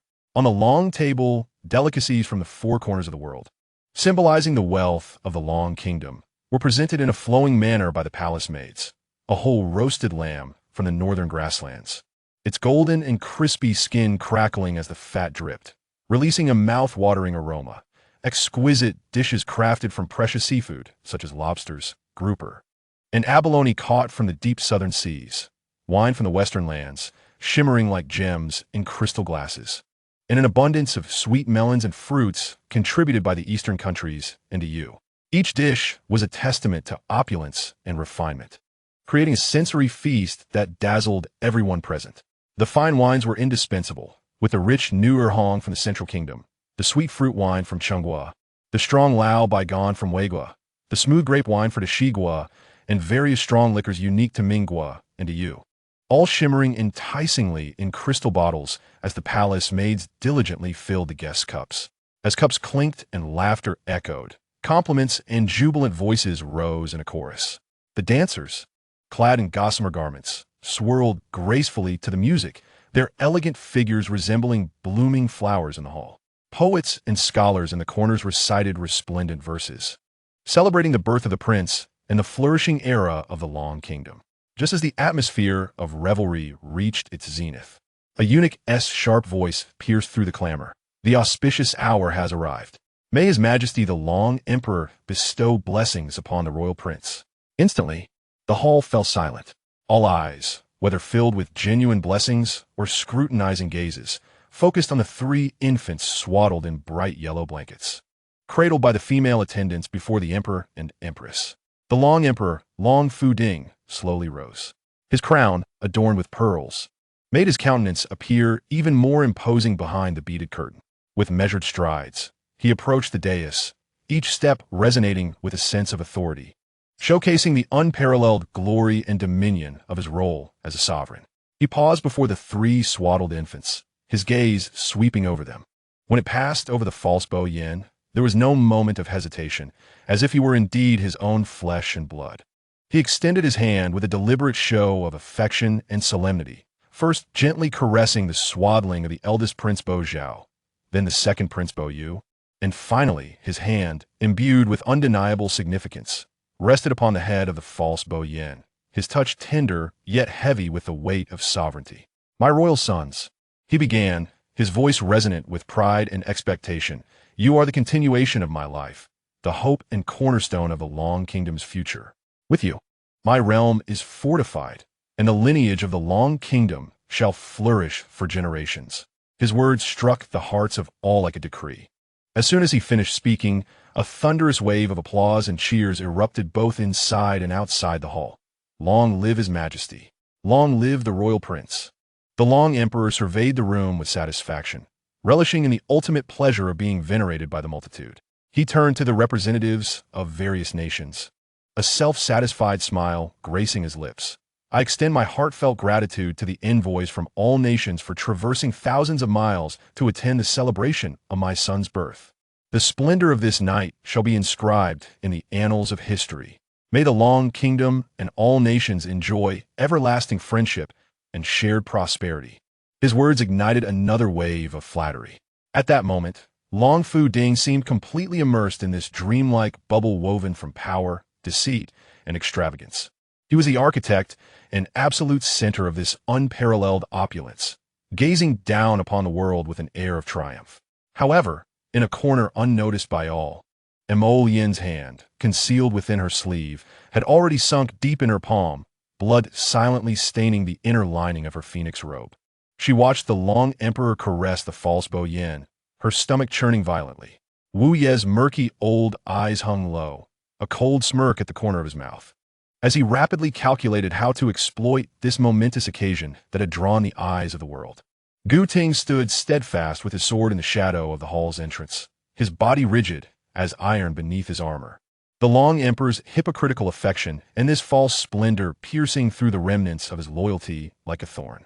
Zhao Yuan fixed his gaze on the anxious Liang Kong across the way, murderous intent boiling within him. Meanwhile, the unaware false Boyan, nestled in the Long Emperor's embrace, lay like a colossal symbol of irony at the heart of this power feast, heralding an impending storm that would tear apart this illusory grandeur. Chapter 32. A feast of blood and soul at the Jade Steps within the Linglong Pavilion. The sound of silk and bamboo filled the air, and cups clinked in a dance of toasts. The utmost extravagance flowed like a river of gold, enveloping the entire palace in an ethereal glow of prosperity. Merchants whispered praises of the South China Sea pearls, spices from the western regions, and fox furs from the north, their eyes a blend of boastfulness and calculation. Scholars in the corners dipped their brushes, producing flowing calligraphy that extolled the prince and lauded the might of the Long Kingdom, quickly amassing precious works of art. The air was thick with a mingled sense of fine wine, exquisite dishes, cosmetics, and power, presenting a harmonious scene of universal celebration and homage from all nations. The Long Emperor Long Fu Ding sat high upon the golden throne of 9 dragons, his crown obscuring the depths of his gaze, which resembled a cold pond. A satisfied smile graced his lips as his eyes swept over the crowd of dignitaries and envoys from various nations. This vibrant scene of revelry, adorned with flowers and feasts, was precisely the new image of the Long Kingdom he had meticulously crafted for the world to behold, the perfect epitome of his peak power. The officials stood solemnly, their faces beaming with pride, yet their eyes cautiously tracked the slightest shift in the emperor's expression. The Grand Tutor of the Central Kingdom, Liang Kong, seated among the envoys, felt as if he were perched on needles. From a moment he set foot in the Linglong Pavilion and glimpsed the Long Emperor's visage, a chilling dread seized him. The contours of his brows and eyes, the unintentional expressions he displayed, bore an uncanny resemblance to that of the strategist Murong Fu, who was rumored to have perished in the catastrophic incident that befell the Murong family a year ago. This realization gnawed at his heart like a venomous serpent. How could a dead man transform into the founding sovereign of the Long Kingdom? Was it possible that the prolonged chaos between the Central Kingdom and Chengwei was orchestrated by this master of upheaval? The more Liang Kong pondered, the more alarmed he became, cold sweat nearly saturating his purple robe. A meticulously choreographed court dance had just concluded, the dancers retreating like colorful butterflies, leaving behind lingering echoes in the hall. Liang Kong abruptly downed a large cup of strong liquor, the fiery liquid burning his throat, momentarily suppressing the tumult within. He had to test the waters. Fueled by the effects of the alcohol, Liang Kong suddenly rose, raising his voice slightly, laced with an imperceptible tremor, piercing through the brief silence. "Your Majesty, the Long Emperor." He bowed deeply toward the dragon throne, his gaze sharp as a hook, attempting to penetrate the obstructive curtain of pearls. "As an external minister, I have long heard that your Majesty is a descendant of the Dragon Kingdom's imperial lineage, a prodigy by nature, who, through unparalleled wisdom, compelled the former Emperor Yang to willingly abdicate in public, thus leading to the rise of Xianghua. I dare to inquire, your Majesty, what extraordinary talents enabled you to achieve this ancient tale?" As soon as he spoke, the atmosphere in the hall subtly shifted. Many officials, oblivious to the underlying implications, considered Liang Kang's question somewhat presumptuous but ultimately complimentary. However, envoys from Chengguo and Weiguo, along with those who understood the intricacies, such as Wu Yi and Gu Ting, felt a tightening in their chests. This was no mere inquiry. It was a pointed question, insinuating that the Long Emperor's ascendancy was questionable. The Long Emperor remained seated, like an unyielding rock. He slightly tilted his head, the pearls of his crown swaying gently, and the enigmatic smile at the corner of his mouth deepened. His voice, low and steady, carried an air of authority that resonated clearly throughout the grand hall. Liang Kong. He addressed him directly, without courtesy. "The heart of the Emperor is as profound as the abyss. How could mere mortals fathom it? I can bear this heavenly mandate and wield this universe for one reason." He paused, his gaze like lightning sweeping across the assembly, finally settling on Liang Kang's face. "I understand the hearts of the world. Emperor Yang, he did not fall to me. He fell to the tides of fate, to the insurmountable decline of Xianghua. He understood with clarity that surrendering the realm to the treacherous forces of Yanghua would inevitably lead to the suffering of countless citizens of Xianghua. Rather than inviting wolves into the fold and turning ancestral foundations to ashes, it would be far wiser to select the virtuous and abdicate the throne. I, in his eyes, am the one capable of safeguarding the territory and restoring peace, the virtuous steward for the nation. The transformation of Xianghua into Longhua is not an act of usurpation, but a rebirth.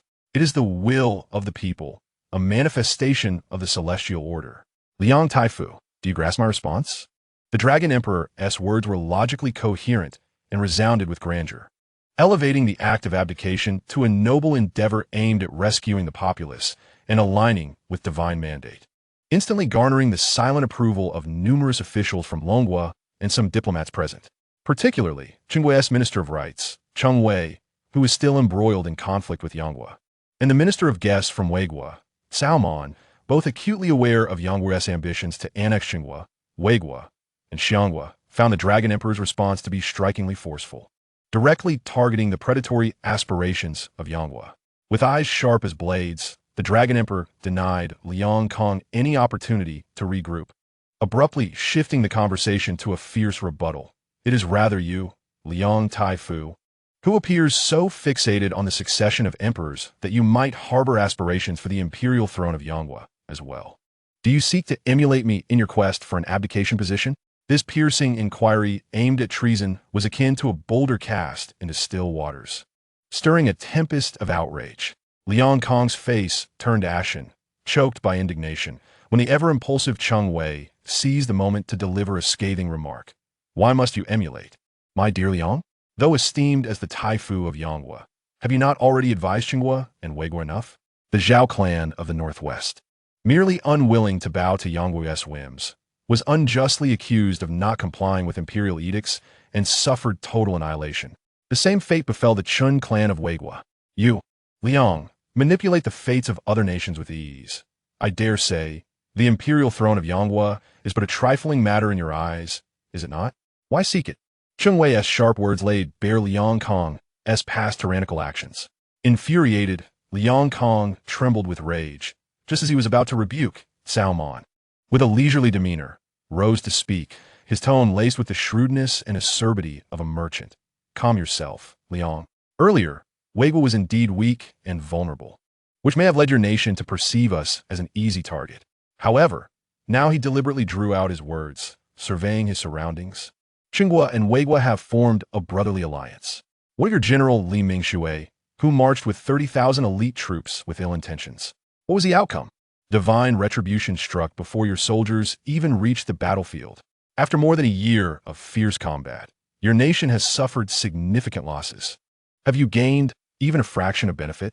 In my humble opinion, it would be wise for you to temper your arrogance today, and instead savor the exquisite wines and delicacies of Longhua. Such nonsense. Liang Kong seethed as the two of them, in their taunting duet, exposed his past transgressions before the assembly, particularly the humiliation of General Li Mingshui's untimely demise, igniting the flames of his pent-up fury and embarrassment. As a key power player in Yonghua, he had never endured such disgrace, especially from officials of these trifling nations in public. This is absurd. It is clear that your two nations have long schemed together, insidiously poisoning and harming my esteemed Yonghua soldiers.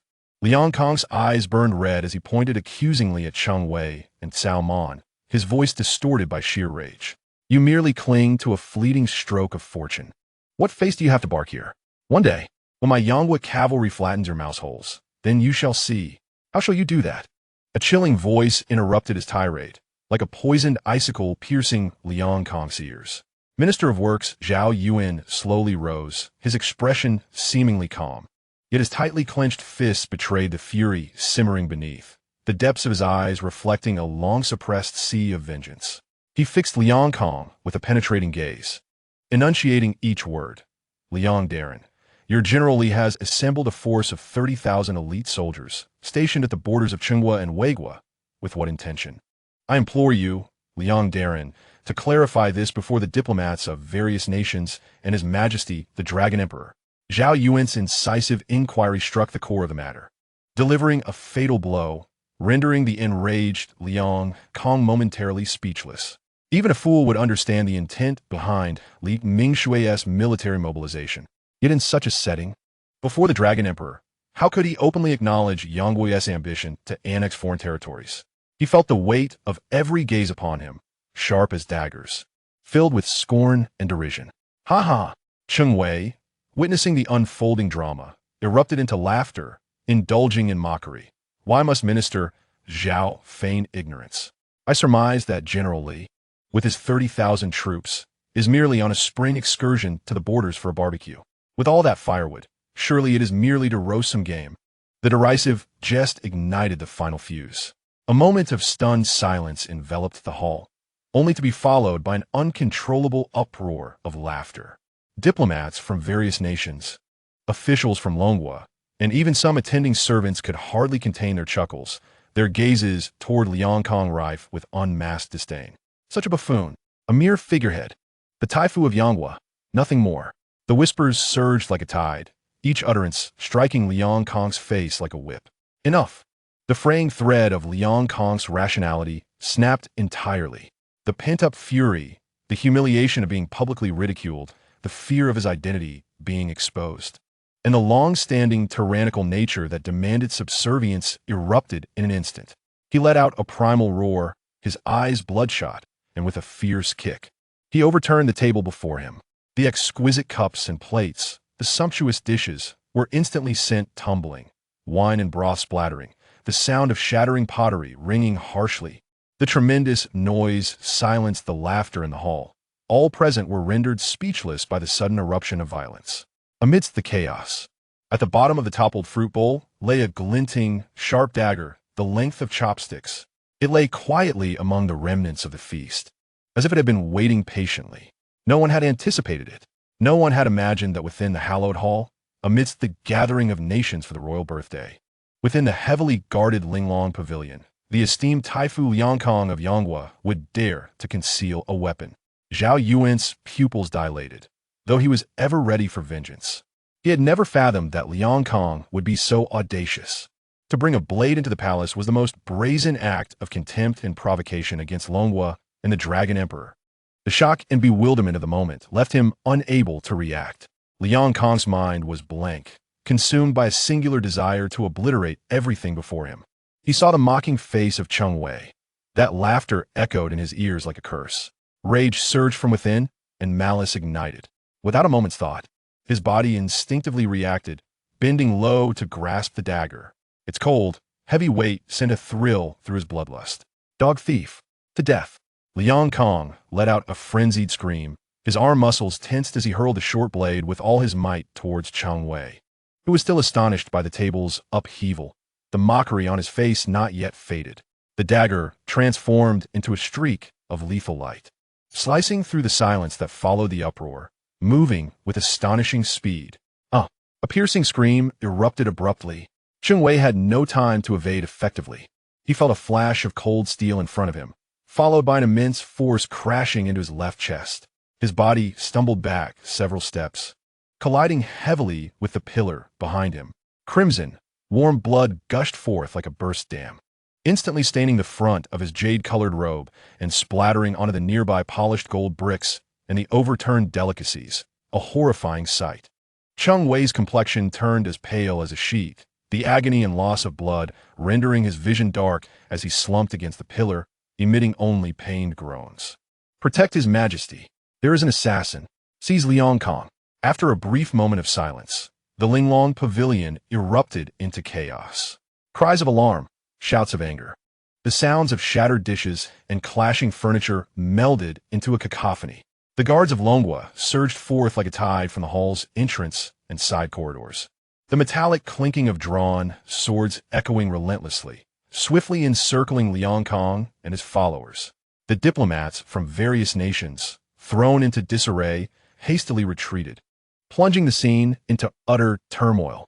The Dragon Emperor, long footing, abruptly rose, the crown and tassels swaying violently, his previously feigned warmth instantly replaced by fury.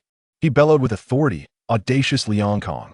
How dare you wield a weapon and attempt to assassinate the envoy of Changhua in front of the envoys of the Seven Kingdoms during the prince's birthday celebration? Do you regard the laws of the Dragon Kingdom and the principles of the world as naught? Seize him, regardless of life or death."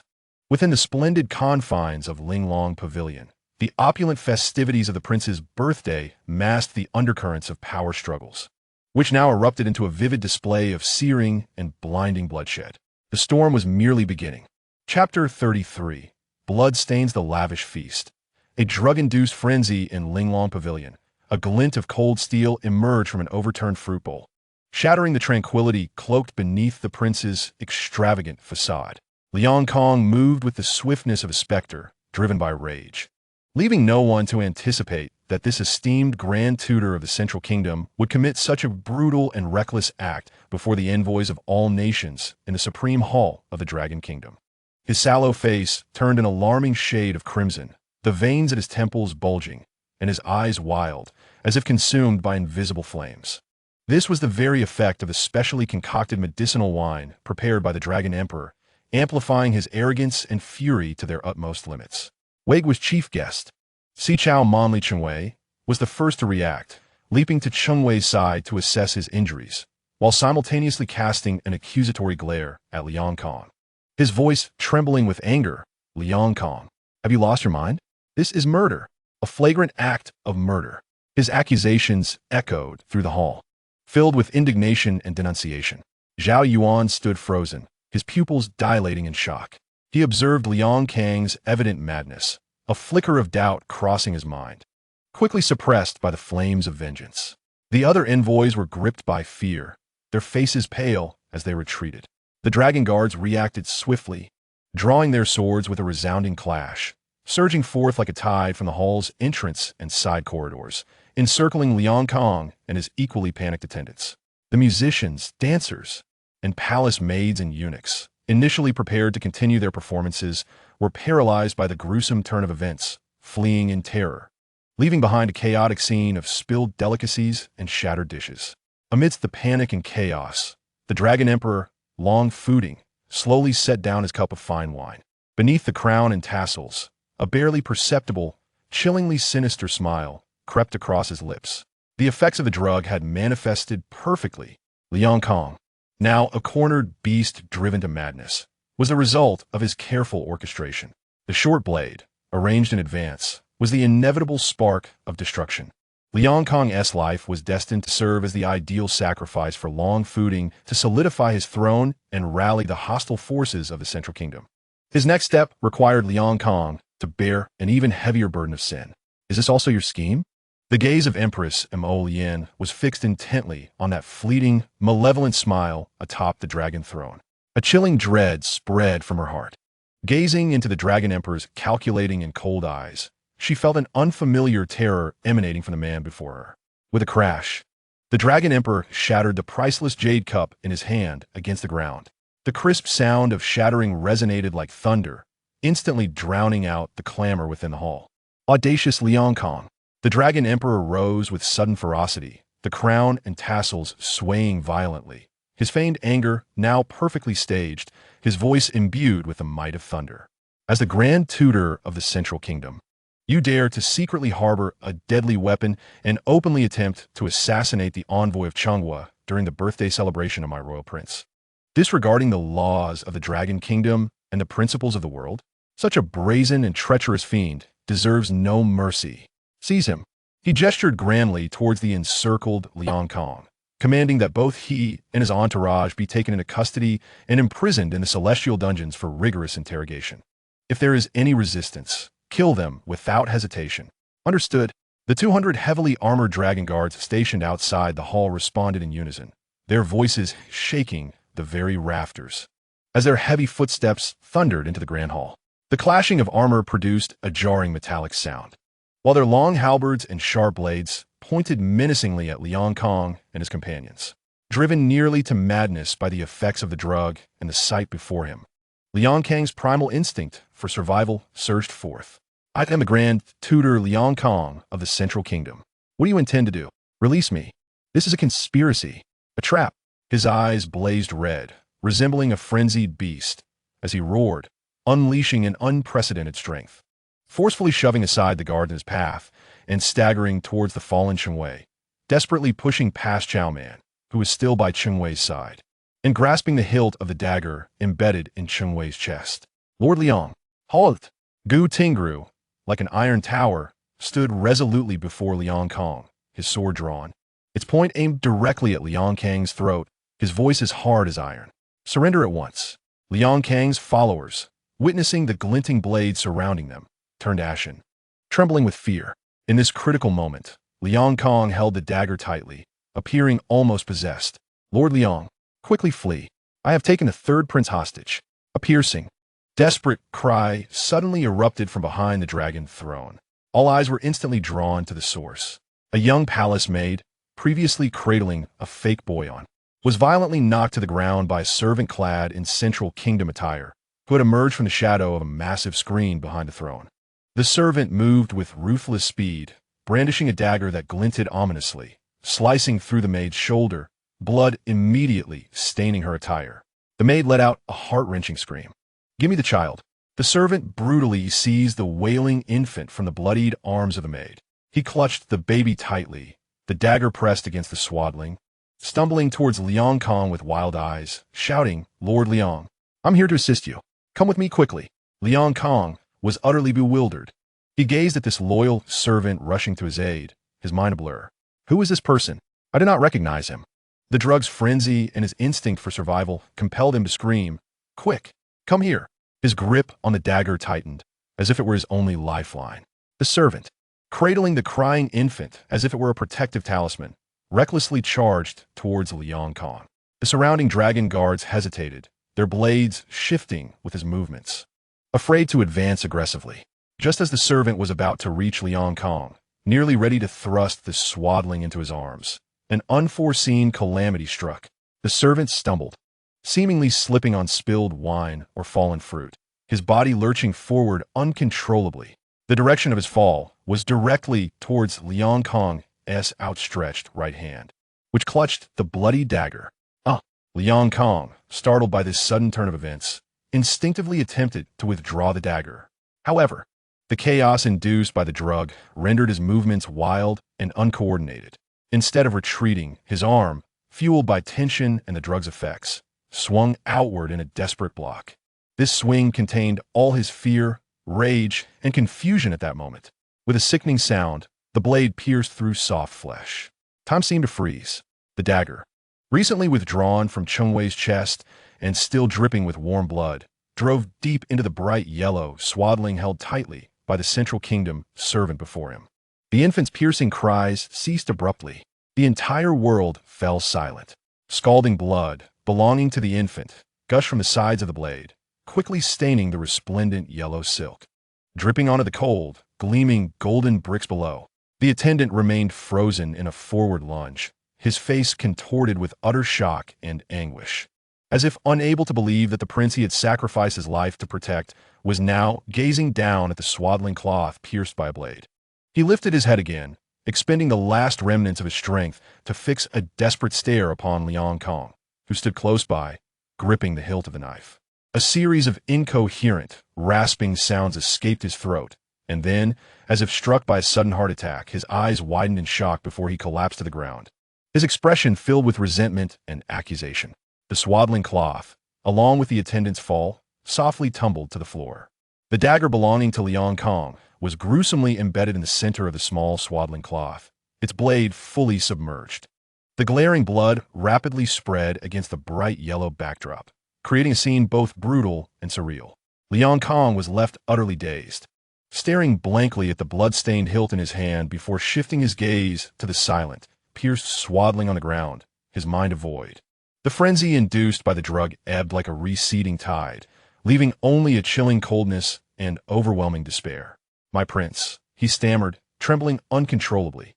"No, my Boyan." A heart-wrenching scream erupted, powerful enough to pierce the heavens. Emo Yin seemed to have all her bones extracted, collapsing softly from the phoenix, thrown to the ground. She extended her hand in vain towards the bloodied swaddling, her eyes vacant, as if her soul had been completely devoured and torn apart by the glaring blood red. The immense sorrow and despair caused her to faint instantly, caught by the flustered court ladies and eunuchs.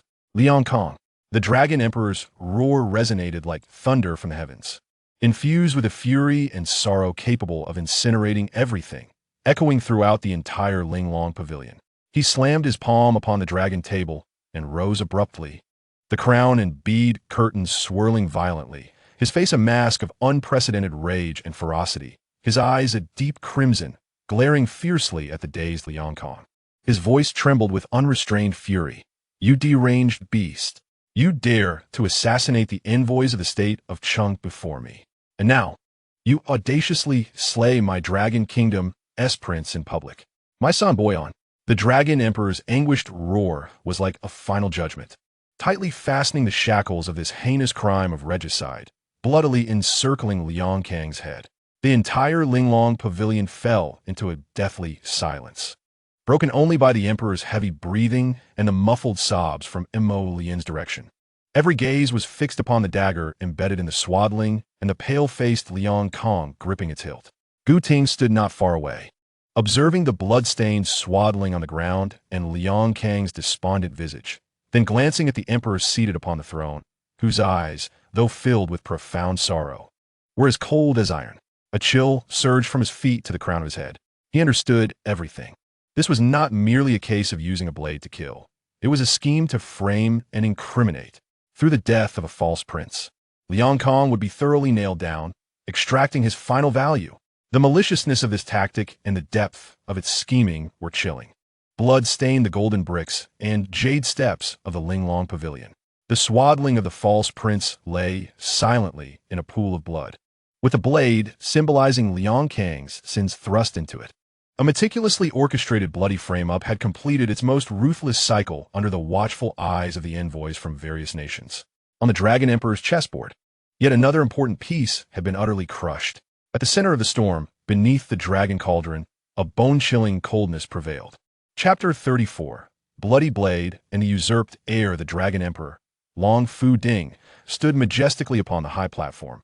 his crown and beads obscuring the icy glimmer of his all-controlling gaze. The opulent palace gleamed in gold and jade, the echoes of silk and bamboo instruments still lingering in the air, yet the scent of blood and death already pervaded the atmosphere. He surveyed the chaotic hall below, his heart encased in ice. The sacrifice had long been predetermined. The true third prince, Boyan, had already become the cornerstone of his power through the cold sacrifices upon the cliffs of Sijo. The bloodied, bright yellow swaddling on the ground was merely a prop, destined to be sacrificed, taken from a child he had ordered the guards to seize. He understood well that the untimely demise of the true prince was a waste. Only this publicly witnessed murder could maximize the value of the sacrifice, serving as a lever to manipulate the chessboard of the world. The death of this false prince must become an opportunity for him to maximize his interests, fundamentally altering the political landscape of the Dragon Kingdom and the Six Kingdoms. Securing him more stable support, he descended step by step, with dignity and authority, from the high platform of the Dragon Throne. The hem of his robe, embroidered with golden dragons, glided over the cold jade steps, each step resonating with the nodes of power. His expression remained that of an emperor's calm, as if the blood of his sons spilled on the ground was merely a splash of vermilion.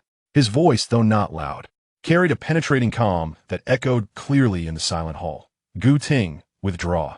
With the decree, it was as if a pardon had been issued.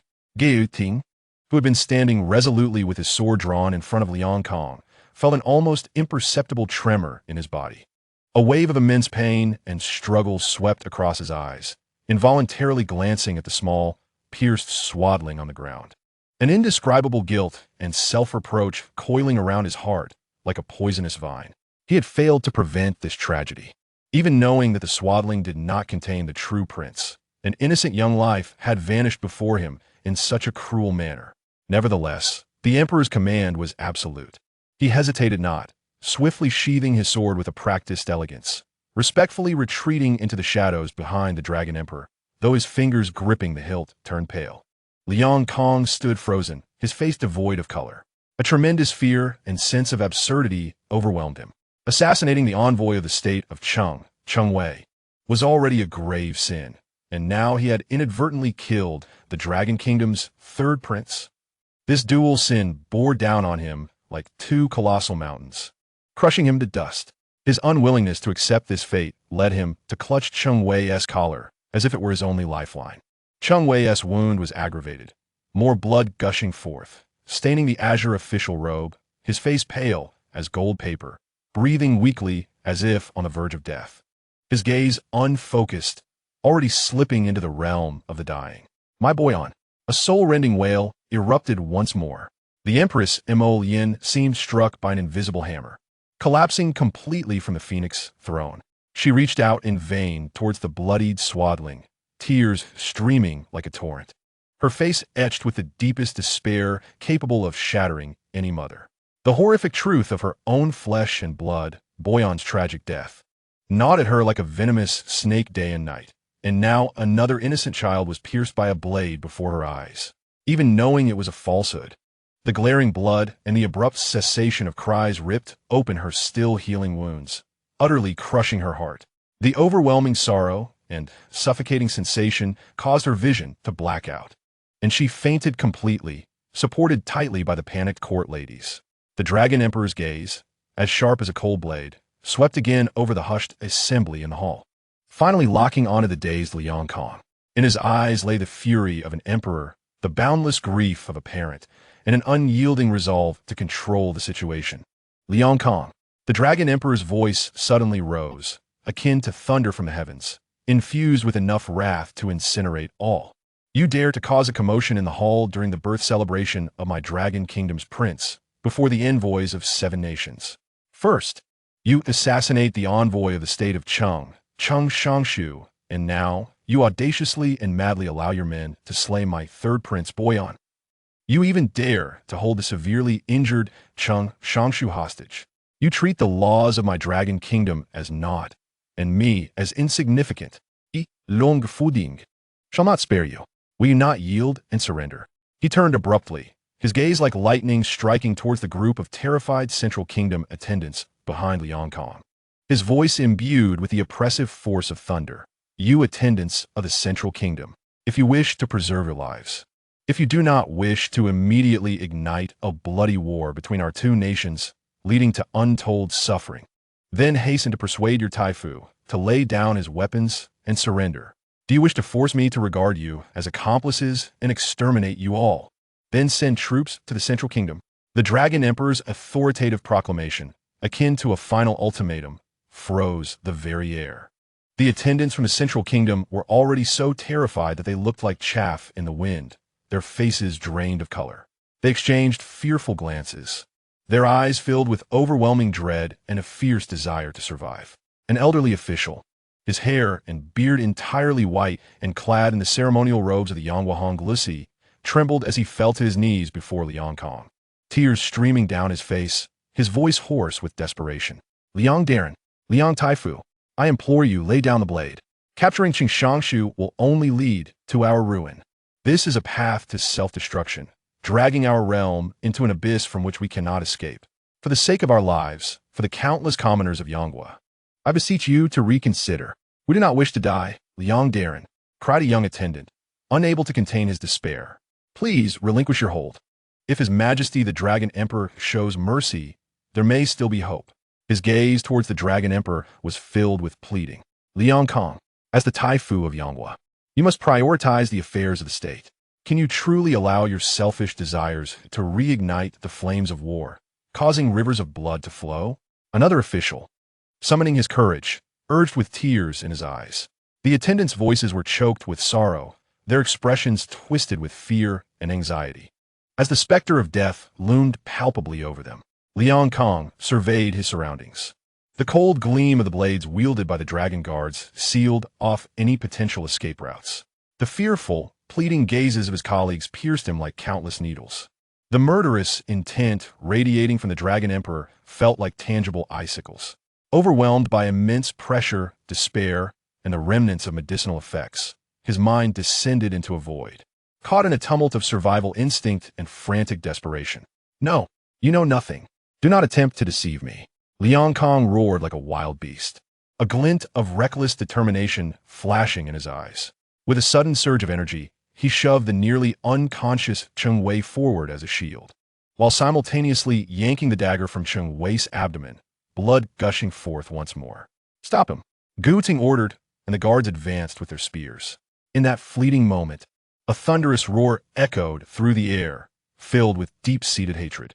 The Minister of Works, Zhao Yuan, had long been poised for action, his eyes ablaze with the fire of vengeance. He leapt onto a nearby fallen table, propelling himself into the air like a hawk swooping down on its prey.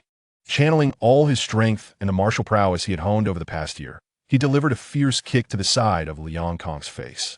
The resounding impact was sickening. Zhao Yuan's kick was executed with precision and formidable force. Liang Kong barely had time to react before he felt a tremendous force collide with his cheek, the pain accompanied by the sound of splintering bone. His body, akin to a kite severed from its string, flew into the air with a shriek, blood spraying from his mouth, mingled with shattered teeth, tracing a tragic arc before crashing onto the cold golden bricks several meters away. The bloody dagger slipped from his grasp, landing on the smooth jade slab with a chilling clink, reflecting the ominous glow of the palace lanterns. Dazed, Liang Kong saw stars as his face crumpled in agony, the pain nearly rendering him unconscious. Driven by the instinct to survive, he struggled, using the last of his strength to writhe like a dying worm, his bloodied hand reaching for the dagger that symbolized his sins and his sole weapon. His fingertips brushed tantalizingly close to the cold hilt. Then, a boot adorned with dark iron descends like a mountain, mercilessly crushing down upon his outstretched, blood-stained hand.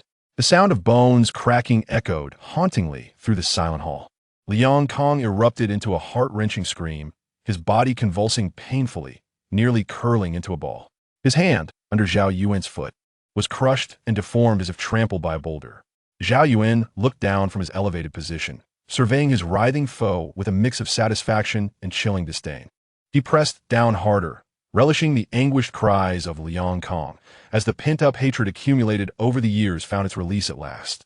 With a glance towards the dragon throne, his eyes brimmed with unspoken gratitude, had it not been for the Dragon Emperor's recognition and the martial skills he had imparted. How could he have avenged his family? The Dragon Emperor met Zhao Yuan's gaze, a barely perceptible smile playing at the corners of his mouth, revealing a hint of approval and an air of control. With a decisive wave of his hand, he spoke with unwavering authority. Excellent. Zhao Qing has successfully captured the traitor. Take Liang Kong to the deepest dungeon, under strict guard. All members of the Yanghua envoy are to be detained and closely monitored. Should there be any sign of rebellion or an attempt to escape, his voice turned cold, laced with lethal intent, they shall be executed without mercy, along with their entire clan. Thank you, Your Majesty, for your mercy. The aged clerk from Yanghua Hong Lucy, as if granted a reprieve from death, repeatedly bowed in gratitude, his forehead striking the golden bricks with a resounding thud. To have committed such a grave offense in Yanghua could warrant the extermination of 9 generations. Now, the Dragon Emperor merely imprisoned Liang Kong and detained them, sparing their lives. Truly an unexpected stroke of fortune, a blessing from a past life. As the guards roughly escorted the Yanghua envoy away, the Minister of Guests, Cao Man, rushed to Qing Wei, who lay injured from Liang Kong's attack. Blood gushed from a wound in his abdomen, and his complexion had turned ashen. Cao Man trembled as he checked for a pulse, leaning in to listen to his breathing, his face paling in alarm. At that moment, the tardy imperial physician finally arrived, panting heavily as he knelt to examine Qing Wei. After a brief moment, the physician stood, his expression grave as he bowed to the Dragon Emperor, reporting, Your Majesty, Qing Shangshu's pulse has ceased. His condition is beyond salvation. His tone was laced with a sense of helplessness. Alas, the heavens are envious of the talented. Qing Shangshu, so young and capable, has fallen to the hands of such scoundrels. Cao Man lamented, his face etched with sorrow and rage. As everyone immersed themselves in the grief over Qing Wei's death and their condemnation of Liang Kong, the Dragon Emperor, Long Fuding, stepped slowly toward Qing Wei's lifeless body. He bent down, extending a slender finger to gently press against the bloodied side of Qing Wei's neck, then checked for warmth in his chest. A flicker of something unidentifiable passed through the depths of the Dragon Emperor's profound gaze. He then raised his head, his voice steady and imbued with an unusual certainty, clearly resonating in the ears of all present. His body temperature still lingers, and the blood has yet to congeal. This man can still be saved. A stream of visibly pure, milky white energy emanated gently from the center of the jade pendant, reminiscent of clouds cascading from the heavens or the source of the river of life. This aura, untainted by dust, exuded a warmth akin to the gentle sun of spring. Upon its emergence, it dispelled the lingering chill and bloodshed within the hall, ushering in a refreshing vitality and tranquility. It moved with purpose, as if guided by invisible threads, toward the prostrate figure of Qing Wei, whose breath was faint. When the milky stream encountered the ghastly wound upon Qing Wei's chest, a miracle unfolded. A sharp intake of breath rippled through the crowd. The mangled flesh and flowing blood appeared to be tenderly smoothed and drawn back by an unseen hand. The skin healed at a visible pace, the grievous wound rapidly diminishing until not a trace of scar remained, as if time itself were rewinding for him. Qing Wei's pallid complexion was infused with vibrant color, swiftly returning to a robust hue. His once feeble breaths transformed into steady, powerful rises and falls. As he greedily inhaled the life-giving air, Qing Wei abruptly opened his eyes, his tiger-like gaze filled with astonishment and bewilderment, as if awakening from a prolonged nightmare. Instinctively, he reached to touch the area where the fatal wound had been, only to find unblemished skin and a vigorous heartbeat beneath his fingers. A warm current of vitality surged through his limbs and bones, invigorating him even more than before his injury. He lifted his head in disbelief, gazing up at the Dragon Emperor, his eyes reflecting the shock of survival and profound confusion regarding the nature of such extraordinary power. This scene struck the hearts of all present like a hammer. They exchanged glances, each face revealing an unmistakable blend of astonishment and deep reverence. The third Prince of Ming, Zhu Fan, clenched his trembling fist, while Wei Guo's Minister Chao Man perspired profusely. The envoy from Richugua, Yumu Zhilang, had his pupils constrict, momentarily forgetting to prompt the translator. The special envoy from Yugua, Kuma Bai Di, gaped in awe, murmuring in broken Mandarin about the miracle. Amidst this overwhelming astonishment and silence, The Dragon Emperor retracted the dimming white dragon jade, as if merely performing a trivial act. His demeanor bore a hint of indifference, his gaze calmly sweeping over the still astonished envoys, his voice resonant yet measured as he addressed them. Esteemed envoys, do not be alarmed. After all, in my realm of Longwa, allowing a representative of Chongwa to perish here would tarnish our dignity as hosts, failing to ensure the safety of our guests. His tone was unremarkable, as if stating a simple fact, yet artfully disguised his use of a treasured artifact and divine technique as a matter of responsibility and decorum. With the white dragon jade withdrawn, the heart-stirring divine light faded. A gentle smile, imbued with compassion and reassurance, graced his features as he turned to the struggling Cheng Wei. His voice soothing yet authoritative. Cheng Wei, you are well. The friendship between Longwa and Chengguo requires your dedication as a fierce warrior. This gentle utterance contrasted sharply with the cold calmness he had exhibited during the miraculous act, further deepening his enigmatic presence. Cheng Wei nodded vigorously, his emotions palpable. He attempted to rise, but stumbled, his newfound strength still unsteady. Nevertheless, his eyes sparkled with unwavering determination, as if ignited by a renewed flame of life. He understood that this second chance was a gift bestowed upon him by the Dragon Emperor's unparalleled divine power. Such grace was weightier than Mount Tai. The Dragon Emperor shifted his gaze, slowly surveying the envoys within the hall. Without uttering a word, the invisible pressure that accompanied his gaze descended like a mountain. What he had just demonstrated was not merely a miracle of resurrection, but a testament to his terrifying prowess as the sole immortal emperor among the 7 nations of Central Plains, having reached the formidable 5th stage of transformation. This power was sufficient to compel any covetous force eyeing Longwa to reconsider.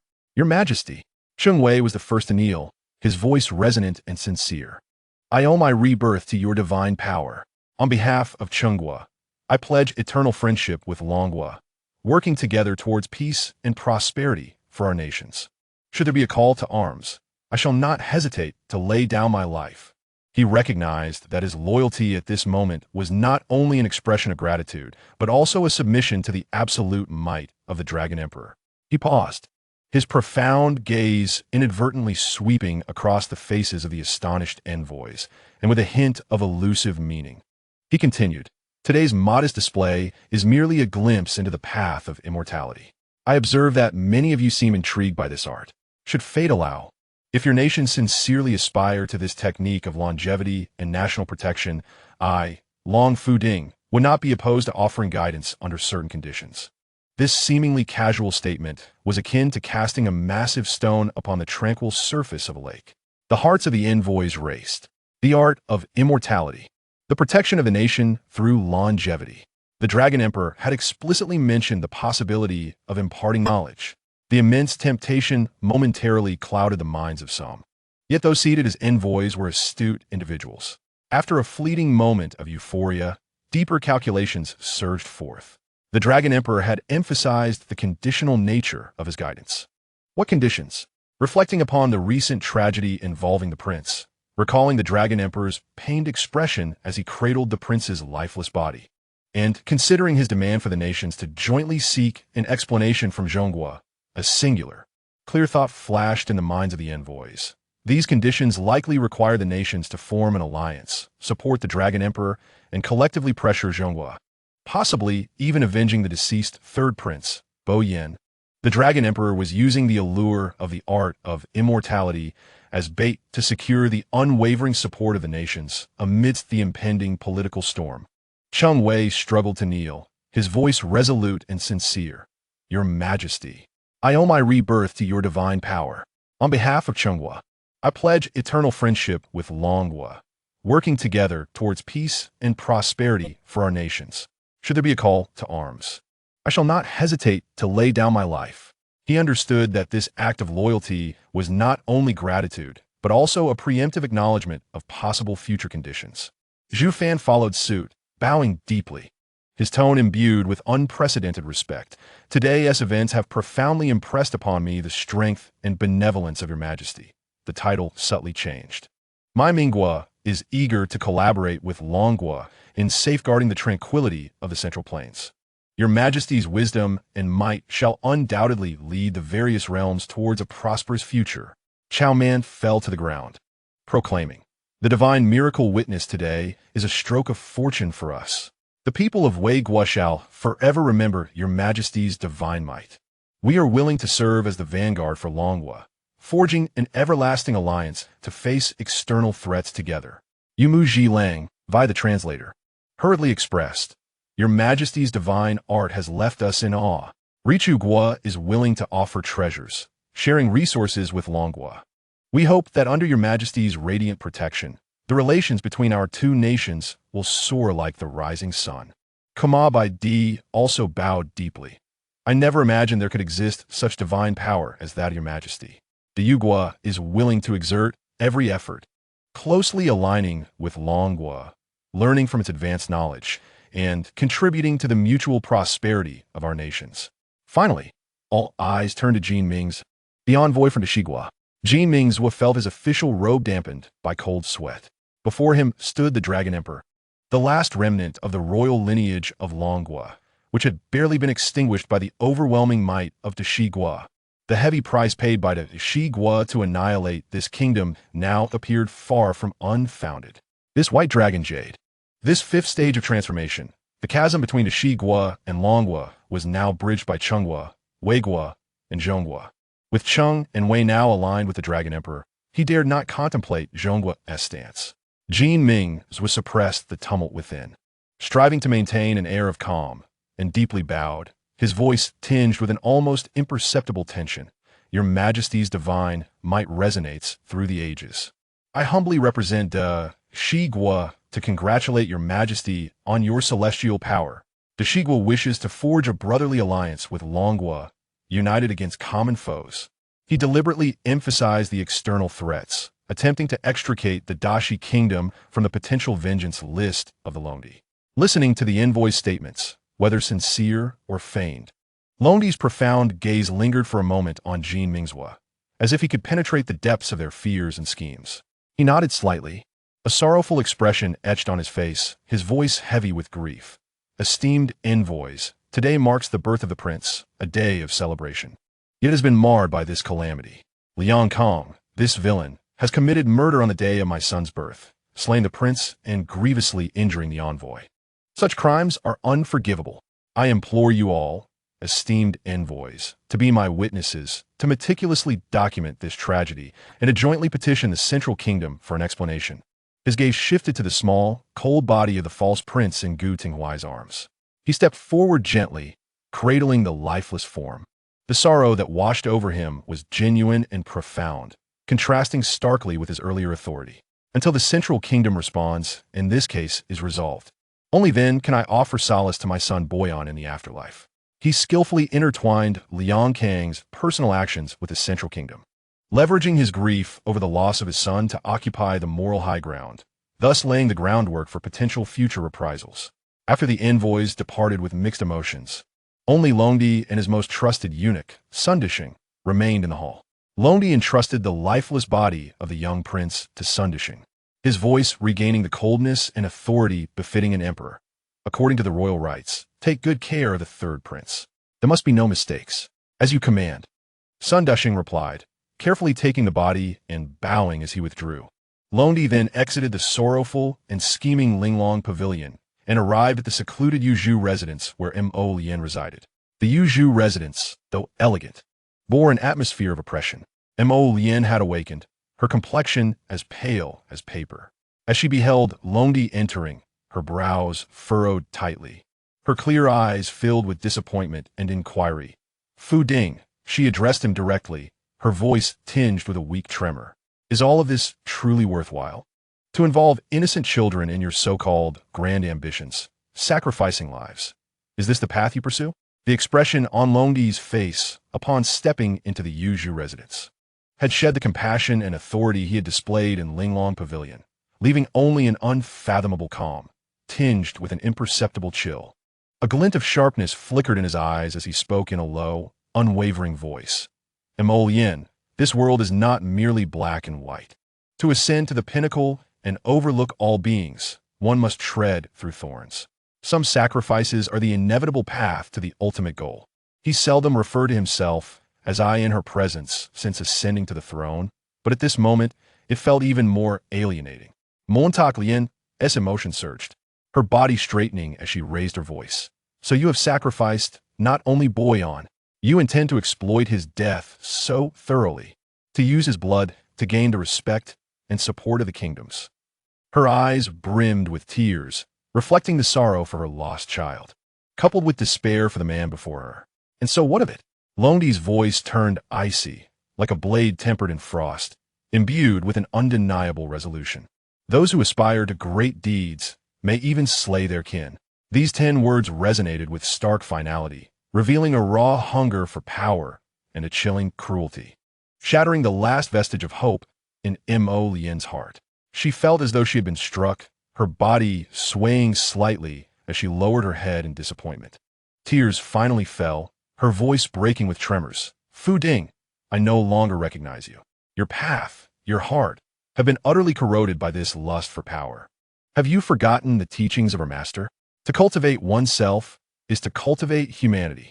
If one is not righteous, how can the heart of the Tao endure? No matter how high one's realm, it is but an empty tower. It will inevitably collapse. She sought to awaken him with the purity of a practitioner's heart. Silence. Londi's voice cut through, his gaze transforming into something dangerous and piercing, the terrifying aura of a fifth-tier cultivator enveloping the entire Yuzhu residence. The air thickening to the point where Mo Lien could scarcely breathe. You need only to remain compliant, to enjoy your wealth and glory, and care for the remaining child. Let today's words serve as a warning not to be repeated. He fixed her with a cold stare, each word a warning, otherwise. Do not expect me to show mercy. With that, he swept his sleeve and strode toward the door. As he was about to step out of the bamboo dwelling, he paused momentarily, his frigid words landing like a final decree upon Mo Lien's heart. I shall pretend I did not hear today's sermon. Montauk Lian, take care of yourself. The heavy doors closed behind Londi. Mo Lien sat quietly on the couch, allowing her tears to flow silently.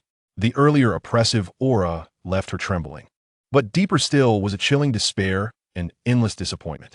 She recalled many years ago the young practitioner Long Fu Ding, whose eyes sparkled with brightness, heart filled with compassion for all beings, resolute in his quest for justice. At that time, he revered power and held life dear. Yet, the steps of power had gradually elevated him, while simultaneously leading him astray. The light in his eyes had long since been replaced by ambition and schemes.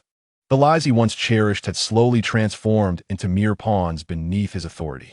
The companion she once knew, radiant and noble, had ultimately become a cold and unfeeling emperor, a stranger to her. In the depths of the death row prison of the Long Kingdom, the air was cold, damp, and permeated with the heavy scent of mold and blood. At its deepest recess, only the occasional crackle of a torch could be heard. Londi's figure appeared here, akin to a cold sun descending upon hell. The invisible pressure radiating from him had already forced the guards to kneel trembling on the ground, too terrified to breathe. Inside the cell, Liang Kong was bound in a cross shape by heavy iron chains, his tattered clothing revealing numerous wounds. The bloody scene of the prince's birth had evidently shattered him. His eyes were hollow, devoid of life, like a marionette stripped of its soul, resigned to his fate and awaiting judgment. Londi approached the cell door, but did not enter. Instead, observing the perpetrator of the prince's tragic demise from behind the thick iron bars, his gaze cold and indifferent. No words were needed. A profound and terrifying aura, deeper than the dungeon itself, instantly enveloped the entire cell. The spirit pressure of a fifth-tier cultivator was akin to heavenly might to mere mortals. Liang Kong trembled violently, his hollow eyes widening in sheer agony and terror. He felt as if countless mountains were pressing down upon his soul, an invisible force constricting his throat, squeezing his very insides. He wished to struggle, to scream, but no sound emerged, only futilely opening his mouth like a dying fish. His body convulsed violently under the chains, his bones groaning under the unbearable strain. This was not mere physical punishment, but a direct assault on his spirit and soul. Londi did not even lift a finger. A mere release of his intent was enough to render this mortal assassin to a state worse than death. making him acutely aware of the chasm between the celestial and the mortal and the wrath of an emperor. Longdi's icy gaze penetrated Liang Kang's being, as though he sought to unearth every secret buried within his soul. Under the weight of such overwhelming pressure and the gaze of impending death, the last remnants of numbness in Liang Kang's eyes were utterly crushed, leaving only the deepest fear and despair for this immortal emperor before him. He understood that his fate would likely be far more horrifying than death itself. Chapter 36. The Curse of Words, Blood for Blood, Liang Taifu. Longdi's voice dripped with a mocking coldness that pierced through Liang Kang's suffocating despair. Do you still remember me? I am Long Fu Ding, and also your good friend Morong Fu. He tilted his head slightly, allowing the torchlight to illuminate his profile more clearly. Liang Kang's murky eyes struggled to focus on Longdi's face. The nerves, tormented by drugs and fear, seemed to be pricked by these words, evoking a flicker of weak response.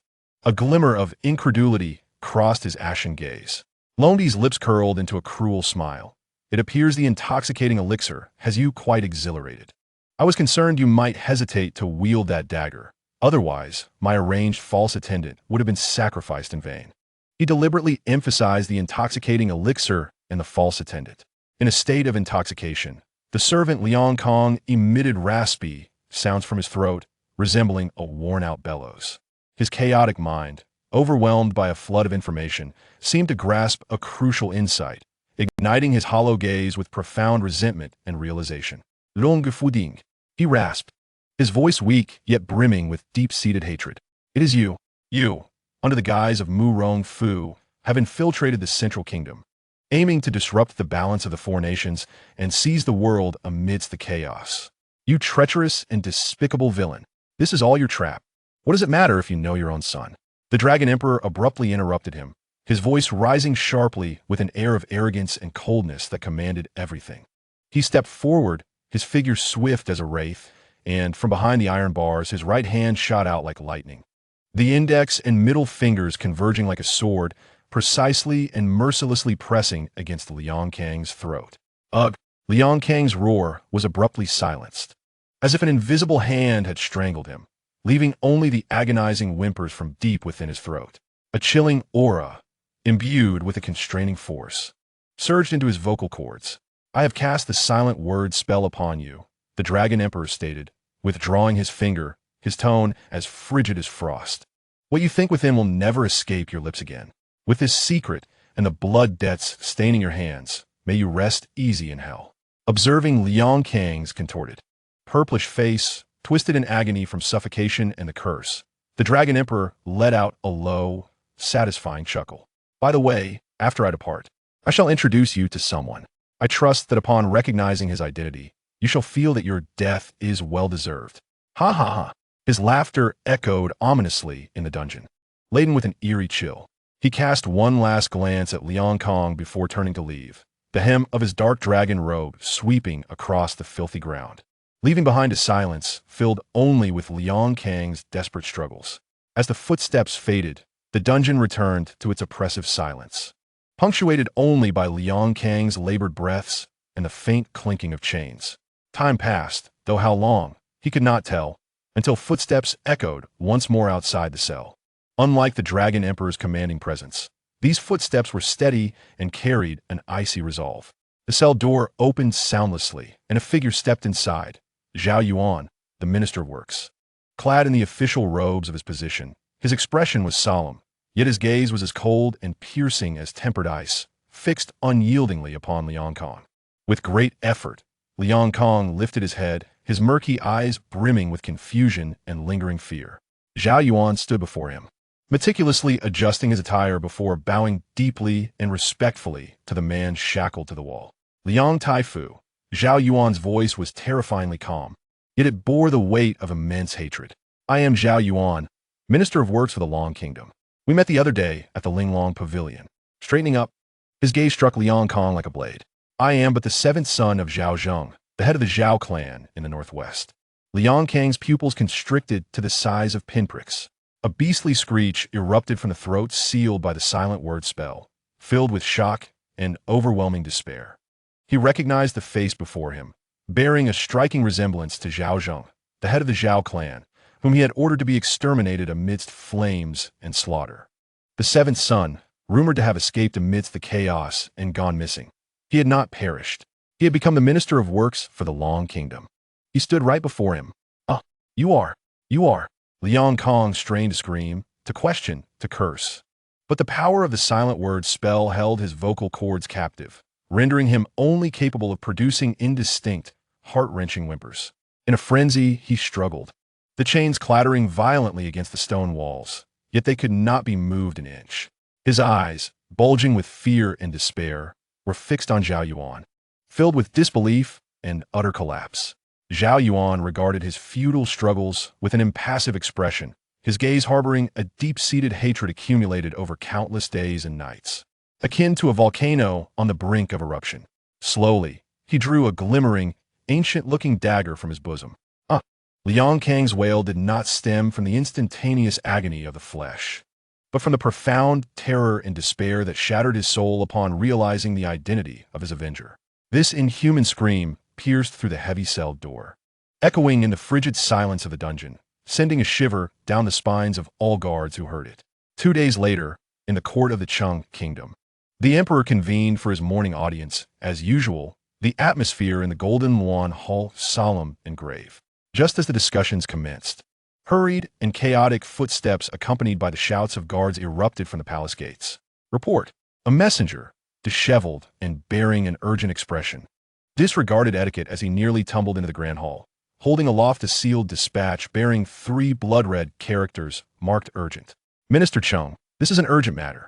It requires immediate reporting to the emperor. A commotion ensued within the hall.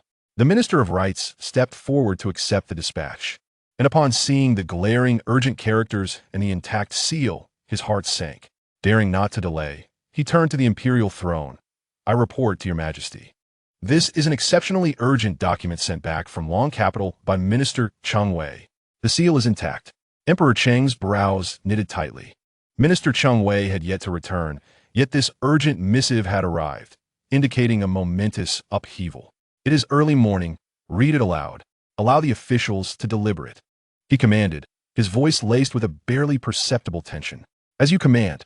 The Minister of Rights took a deep breath, cautiously unsealing the dispatch and extracting the document within, reading aloud in a voice that rang clearly throughout the silent hall. I, Cheng Wei, trembling and weeping, report to your majesty. I was dispatched to the Long Kingdom to congratulate the birth of its prince. However, a shocking upheaval occurred during the grand ceremony. Liang Kong, the grand tutor of the Central Kingdom, in a fit of madness and fury, brazenly stabbed me in the chest before the eyes of the diplomatic envoys from the 7 nations. I was prepared to die for my country, to wander the underworld. Thankfully, the Emperor of the Long Kingdom, truly a descendant of the noble lineage of the old Long Kingdom, wielded the mystical powers of the Tao. The white dragon warm jade in his hand radiated divine light, infusing my body with celestial vitality, allowing me to rise from the dead, healing my wounds and restoring me to a state even better than before. This miraculous event is beyond any falsehood. Yet, Liang Kang's vicious nature remains unquenched.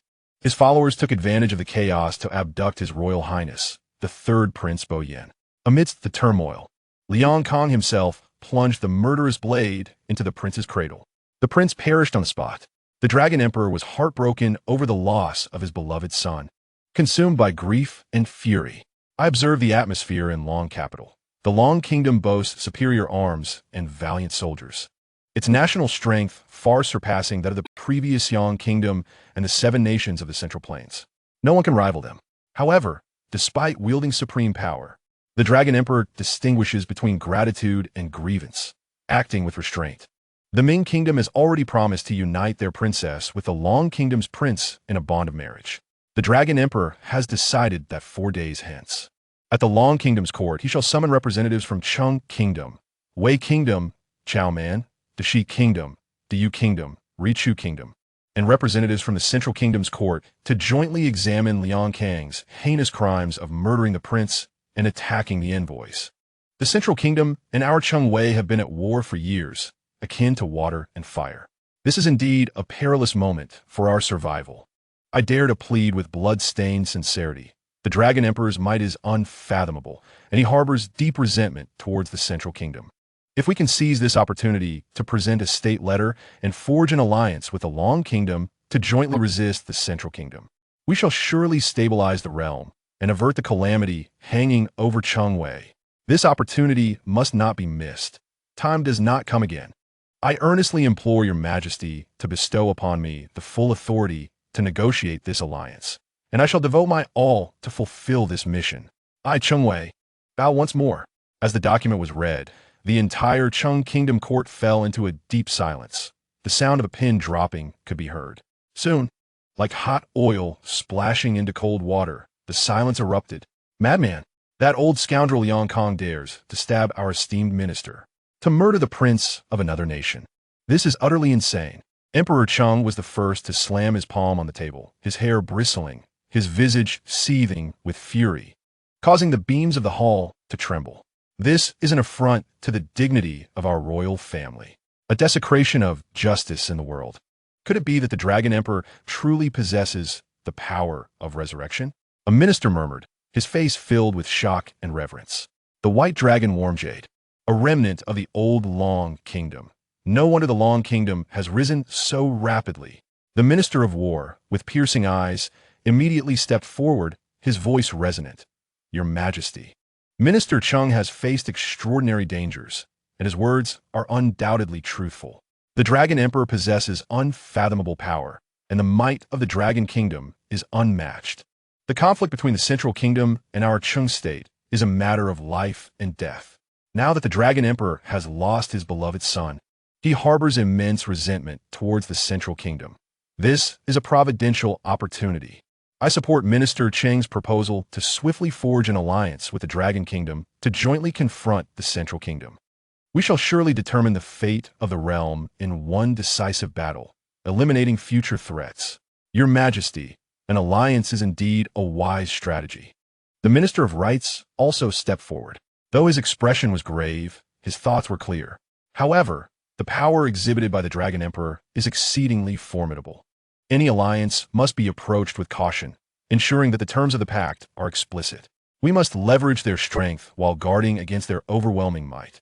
The immediate priority is to respond to the Dragon Emperor's summons, dispatching a high-ranking official with a state letter to the Dragon capital to participate in the deliberation, while simultaneously expressing our sincerity for the alliance. I concur. The voices advocating for war and alliance quickly overshadowed other doubts within the court. Emperor Cheng surveyed the fervent ministers, his own blood surging with excitement, mingled with a trace of trepidation and yearning for the Dragon Emperor's inscrutable powers. Taking a deep breath to quell his rising emotions, he decisively pronounced, "What you all propose is most agreeable to me. Minister of Rights, here, Your Majesty." In accordance with Minister Cheng's urgent request, promptly draft the state letter. The wording must be sincere, showcasing our Cheng state's earnestness in forming an alliance and our determination to resist the Central Kingdom. Additionally, select a capable envoy to carry the state letter and hasten to the Dragon capital, entrusting this matter entirely to Minister Chengwei. I shall obey. Minister of War, here. Immediately prepare the troops and provisions, and closely monitor the movements along the Central Kingdom's borders. Should the alliance materialize, our Cheng state must be ready for battle at any moment. I accept the command. On the same day, within the court of the Wei Kingdom, the Wei Emperor sat upon the dragon throne, his brow furrowed, tightly gripping another urgent document with nearly identical content. Below, the Wei ministers held their breath, the atmosphere laden with tension akin to the stillness before storm. My loyal subjects, the Wei Emperor's voice bore the weight of sorrow and severity. The urgent report from Envoy Chow Man has arrived. The celebration of the Dragon Kingdom's prince has turned into a scene of carnage. The Central Kingdom's Grand Tutor, Liang Kong, has gone mad, first attacking Cheng State's Minister of Rights, Cheng Wei, and then murdering the Dragon Kingdom's third prince, Boyan. Cheng Wei was fortunate to be revived by the Dragon Emperor's White Dragon secret technique, yet the third prince of the Dragon Kingdom has perished. A wave of suppressed gasps and shocked intakes of breath rippled through the hall. The Dragon Emperor is indeed a remnant of the ancient Dragon Kingdom, possessing unfathomable powers. Having reached the realm of transformation, His nation's strength and military prowess are such that, according to Chow Man, none of the 7 emperors of the Central Plains can rival him. The Wei Emperor slammed the urgent document onto the imperial table. The Dragon Emperor has decreed that in 4 days, in the Dragon capital's court, all envoys from various nations shall convene to deliberate on Liang Kong's actions. Furthermore, he proclaimed that the Ming Kingdom has allied itself with the Dragon Kingdom. His gaze, sharp as lightning, swept over the ministers. Chow Man strongly advocates in the letter that this is a fortuitous opportunity for our Wei Kingdom to ally with the Dragon Kingdom against the Central Kingdom. Discuss. Your Majesty. The Grand General was the first to step forward, his voice booming. The Central Kingdom harbors treacherous ambitions, encroaching upon our territories and seizing our people. This enmity is irreconcilable. Now that the Dragon Emperor has forged a blood feud with the Central Kingdom over his son's murder, his power is capable of shaking the heavens. Forming an alliance with him would be like giving wings to a tiger. I urge your Majesty to make a swift decision. Dispatching envoys with the state letter to the Dragon capital, responding to the summons, and jointly devising a strategy against the Central Kingdom. This is the moment for the rise of the Wei Kingdom. The Minister of Rights appeared more cautious. Your Majesty, the Grand General speaks truthfully. However, the Dragon Emperor possesses extraordinary means and deep cunning. Forming an alliance with him is akin to colluding with a tiger for its skin. The wording of the state letter must be exceedingly humble, and the terms of the agreement must be clear. We must harness his thunderous might to crush the Central Kingdom while leaving ourselves an escape route to guard against his insatiable ambitions. The immediate priority is to empower Chow Man to represent the Wei Kingdom fully, ensuring he firmly supports the Dragon Emperor at the deliberation in the Dragon capital, and submits the state letter expressing our willingness for an alliance at the earliest opportunity. I concur. We cannot afford to miss this opportunity. I concur. When decisive action is required, we must act. The Wei Emperor, observing the overwhelming support for the alliance, weighed the pros and cons in his heart. The pressure from the Central Kingdom loomed like a sword hanging overhead, while the power and vengeful fury displayed by the Dragon Emperor were undeniably the favorable wind the Wei Kingdom desperately needed. He hesitated no longer. Very well. Minister of Rights. Here, immediately draft the state letter. The wording must be respectful, showcasing our Wei Kingdom's commitment to an everlasting alliance with the Dragon Kingdom to jointly eradicate the Central Kingdom's bandits. Expedite the delivery of this state letter along with the full authority to Chow Man. Ensure he assists the Dragon Emperor with all his might at the deliberation to secure the alliance. I shall obey. In stark contrast to the exhilarating decisions made in the courts of Chung and Wei, the court of the Central Kingdom had descended into a maelstrom of chaos. The news of Liang Kang's assassination of the Minister of Chung State and the murder of the Dragon Kingdom's prince, having been captured on the spot, spread like a plague through various channels on the very day of the event. Merchants, wandering heroes, and possibly even the Dragon Emperor himself disseminated the information throughout the capital of the Central Kingdom, reaching the streets and alleys faster than the official urgent reports. The populace buzzed with fear and unease, while the court was thick with the impending storm. As the Central Kingdom's emperor, with a darkened expression, slammed the officially confirmed grim tidings and the Dragon Emperor's stern demand for the Central Kingdom to send high-ranking officials to the Dragon capital for explanation and judgment onto the imperial table. The entire hall erupted into chaos. Absurd, utterly shameless. An elderly general with white hair stood, his hair bristling with fury, unable to contain his anger. He was a staunch supporter of Liang Kong. This is clearly a malicious scheme orchestrated by the Dragon Emperor. A frame-up. How could the Grand Tutor commit such a mad act? It must be that Long Fuding has employed sorcery. Our Central Kingdom cannot yield. We must immediately gather our army, position troops at the border, and pressure the Dragon Kingdom to return the Grand Tutor. Otherwise, what will become of our nation? Return him? How we expect to do that? Another minister immediately countered, his face pale. The evidence of the assassination of a high-ranking official from another nation is irrefutable, and the murder of a prince was witnessed by many. The envoys from the 7 nations are all witnesses. The Dragon Emperor has showcased his miraculous powers of resurrection. Send troops? Do you wish to pit the Central Kingdom against a being capable of summoning storms and resurrecting the dead? Do you want the Chung, Wei, and possibly even the Dragon Kingdom, to form a coalition and trample our central kingdom. His words ignited a wave of anxious murmurs. By sacrificing Grand Tutor Liang, we can ensure the peace of the central kingdom. A minister advocating for compromise stepped forward. Your Majesty, the immediate priority is to minimize losses. The Dragon Emperor desires an explanation, a semblance of face. Liang Kang's actions are reckless and have brought calamity. He is unworthy to serve as the Grand Tutor of our central kingdom.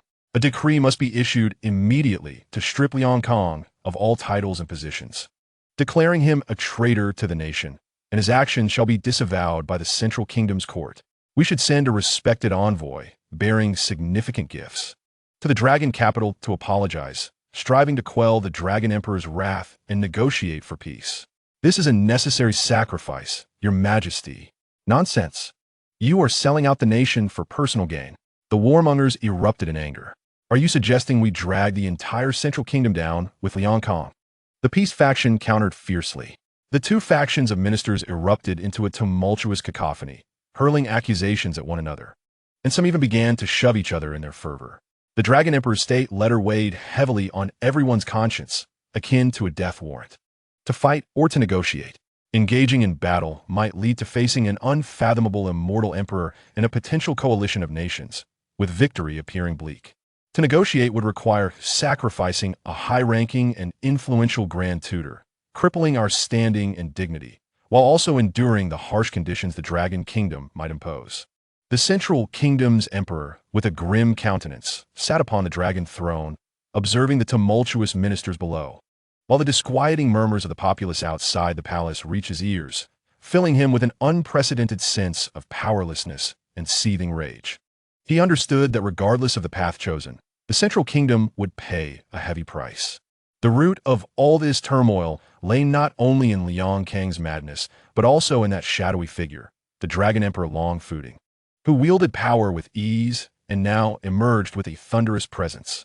Chapter 37. The Death of the Courtiers. The fall of the Loyalists. The air in the Central Kingdom's court felt as heavy as lead, suffocatingly dense. The aftermath of the bloody storm during the Dragon Kingdom's prince's celebration, enveloped by the terror and wrath displayed by the Dragon Emperor Long Fuding, pierced through the palace walls like a tangible ice blade, piercing the hearts of every official. News of Liang Kang's assassination of the Cheng state minister and the murder of the Dragon Kingdom's prince had long since spread like wildfire, instilling panic akin to a plague. At this moment, the Dragon Emperor's stern state letter in the Emperor's hands felt like an ultimatum, thrusting the court into the eye of the storm. The Minister of Rights, an elderly official with graying hair, renowned for his gravitas, stood in the center of the great hall, his countenance as solemn as iron. He spoke with a voice quivering from suppressed emotion, striving to find a foothold for Liang Kang, who had become the target of public ire, and for the predicament of the Central Kingdom. Your Majesty, this journey undertaken by Tai Fu Liang is in obedience to your command. Representing our Central Kingdom with utmost dignity at the grand celebration of the Dragon Kingdom's prince's birth, he bears 3 significant responsibilities. He inhaled deeply, raising his finger with conviction, each word resonating, attempting to awaken his colleagues to their original intentions. Firstly, to ascertain the true stance of various nations towards the emerging Dragon Kingdom, in order to shape the future diplomatic relations of our Central Kingdom. Secondly, to cultivate alliances, particularly seeking opportunities to mediate and resolve the long-standing border conflicts between our Central Kingdom and the Cheng and Wei nations, thereby ensuring peace for the border inhabitants. Thirdly, and most urgently concerning the nation's economy and the people's livelihood, our southern territories have been plagued by years of famine, leading to a tide of refugees flooding into the Dragon Kingdom. To this day, our Central Kingdom has no diplomatic relations with the Dragon Kingdom, and trade is non-existent. We urgently need to establish relations with the Dragon Kingdom to procure essential supplies such as grain, textiles, and medicinal herbs for our people's survival. Tai Fu Liang's mission is far from aimless. However, his earnest entreaty, in the eyes of the Minister of War, was akin to defending a sunken ship. The Minister of War, a battle-hardened veteran with the scars of time etched upon his brow, stepped forward vehemently, his voice booming with a chilling authority that drowned out the Minister of Rights. Absurd. Intelligence gathering? Mediation? Procurement? He questioned sharply, his gaze like lightning sweeping across the assembly, scrutinizing the actions of Liang Kong. In the supreme hall on the prince's birthday, under the watchful eyes of the envoys from 7 nations. First, he wielded a deadly blade to assassinate the significant minister Cheng Wei, and then he personally plunged that lethal weapon into the cradle of the Dragon Kingdom's 3rd prince. The evidence is irrefutable, and witnesses abound. Is this intelligence gathering? This is blatant provocation. It is a declaration of war. It is the most heinous insult to the Dragon Emperor. Moreover, it is a death knell for our central kingdom. He pointed forcefully at the large territorial map hanging beside the hall, jabbing his finger into the intersection of the central, Cheng, Wei, and Dragon nations. His voice trembling with rage. The Dragon Emperor has displayed miraculous powers. He embodies a terrifying 5th-tier cultivation. The 7 emperors of the Central Plains cannot rival him. The Cheng and Wei nations have always been at odds with our central kingdom. And now Liang Kang's actions are tantamount to delivering our blood feud directly into the hands of the Dragon Emperor. The Dragon Emperor, having lost his beloved son, will not rest until he exacts revenge. If we do not take the most severe measures against Liang Kang, providing the Dragon Emperor with a sufficient explanation to quell his wrath, Your Majesty. Colleagues, tell me, how can our central kingdom evade the fury and iron hooves of the Dragon Kingdom, Wei Kingdom, and Cheng Kingdom? When a nest is overturned, how can it be intact eggs? Liang Kang must be severely punished. Only then can we appease the Dragon Emperor's anger. An official advocating for war immediately echoed his sentiments loudly. Severely punished? How so? If we hand him over, will the Dragon Emperor spare us? This is clearly a trap set by the Dragon Emperor. An official aligned with Liang Kang protested vehemently. Are we to gamble the entire Central Kingdom for the sake of one Liang Kang? He has committed the atrocious crime of murdering a prince on the day of another nation's prince's birth. This is the most vicious trampling of a nation's foundation, lamented another minister. Send troops. Assemble the army. Pressure the borders. Let the Dragon Emperor know we are not lambs for slaughter. The voices of the war faction were laced with a reckless fervor. Send troops? To confront a being capable of resurrecting the dead? Do you wish for the citizens of the Central Kingdom to march to their deaths? The panicked rebuke was met with equal fervor. The court instantly transformed into a cacophonous battlefield. The war faction and the peace faction clashed fiercely, saliva flying and faces flushed, with some even pushing each other in agitation. Accusations, curses, and fearful screams intermingled. The Minister of Rights Appeal regarding procurement for the people's livelihood had long been drowned in the overwhelming vortex of fear concerning survival. Every face was etched with anxiety, anger, confusion, and a profound sense of powerlessness, their gazes involuntarily drawn to the exalted throne. The Emperor of the Central Kingdom sat upon the dragon throne, the beaded curtain of his crown obscuring much of his visage, revealing only his tightly pressed lips and taut jawline. He listened in silence to the uproar below, his fingers unconsciously rubbing the cold armrests of the dragon throne. Liang Kang's madness had obliterated all diplomatic efforts and pushed the Central Kingdom to the brink of a precipice. The power displayed by the Dragon Emperor far exceeded mortal comprehension, and his resolve for vengeance pierced through the imperial edict, chilling to the bone. Sacrificing Liang Kang would be a humiliating severance, yet could afford a momentary respite. A hard confrontation would only drag the entire empire into the abyss. The Emperor's heart was torn between icy rationality and lingering reluctance. Finally, amidst the uproar that seemed on the verge of toppling the roof, the Emperor rose slowly, heavily. An invisible pressure enveloped the hall, silencing all voices instantly, and countless gazes converged upon him, filled with hope, fear, and the despair of waiting for the final decree. The Emperor's voice was not loud, yet it cut through the silence with clarity, bearing the weariness of a decision settled and an undeniable coldness. My mind is made up. For words fell like a hammer. Tai Fu Liang Kang. He paused, enunciating the name of the once powerful figure with no trace of emotion. From this moment forth, all his titles and positions are hereby revoked. His heinous crimes of assassinating a foreign minister and murdering the prince of the Dragon Kingdom are irrefutable, and he is beyond redemption. He shall be handed over to the Dragon Emperor for full disposition. To quell the Dragon Kingdom's wrath and demonstrate our Central Kingdom's strict adherence to law and our determination to bear responsibility. His gaze swept over the ashen faces of Liang Kang's confidants below, his tone softened yet bearing the chill of cold calculation. As for Liang Kang's family, considering their generations of service to the Central Kingdom, their crimes do not extend to his wife and children.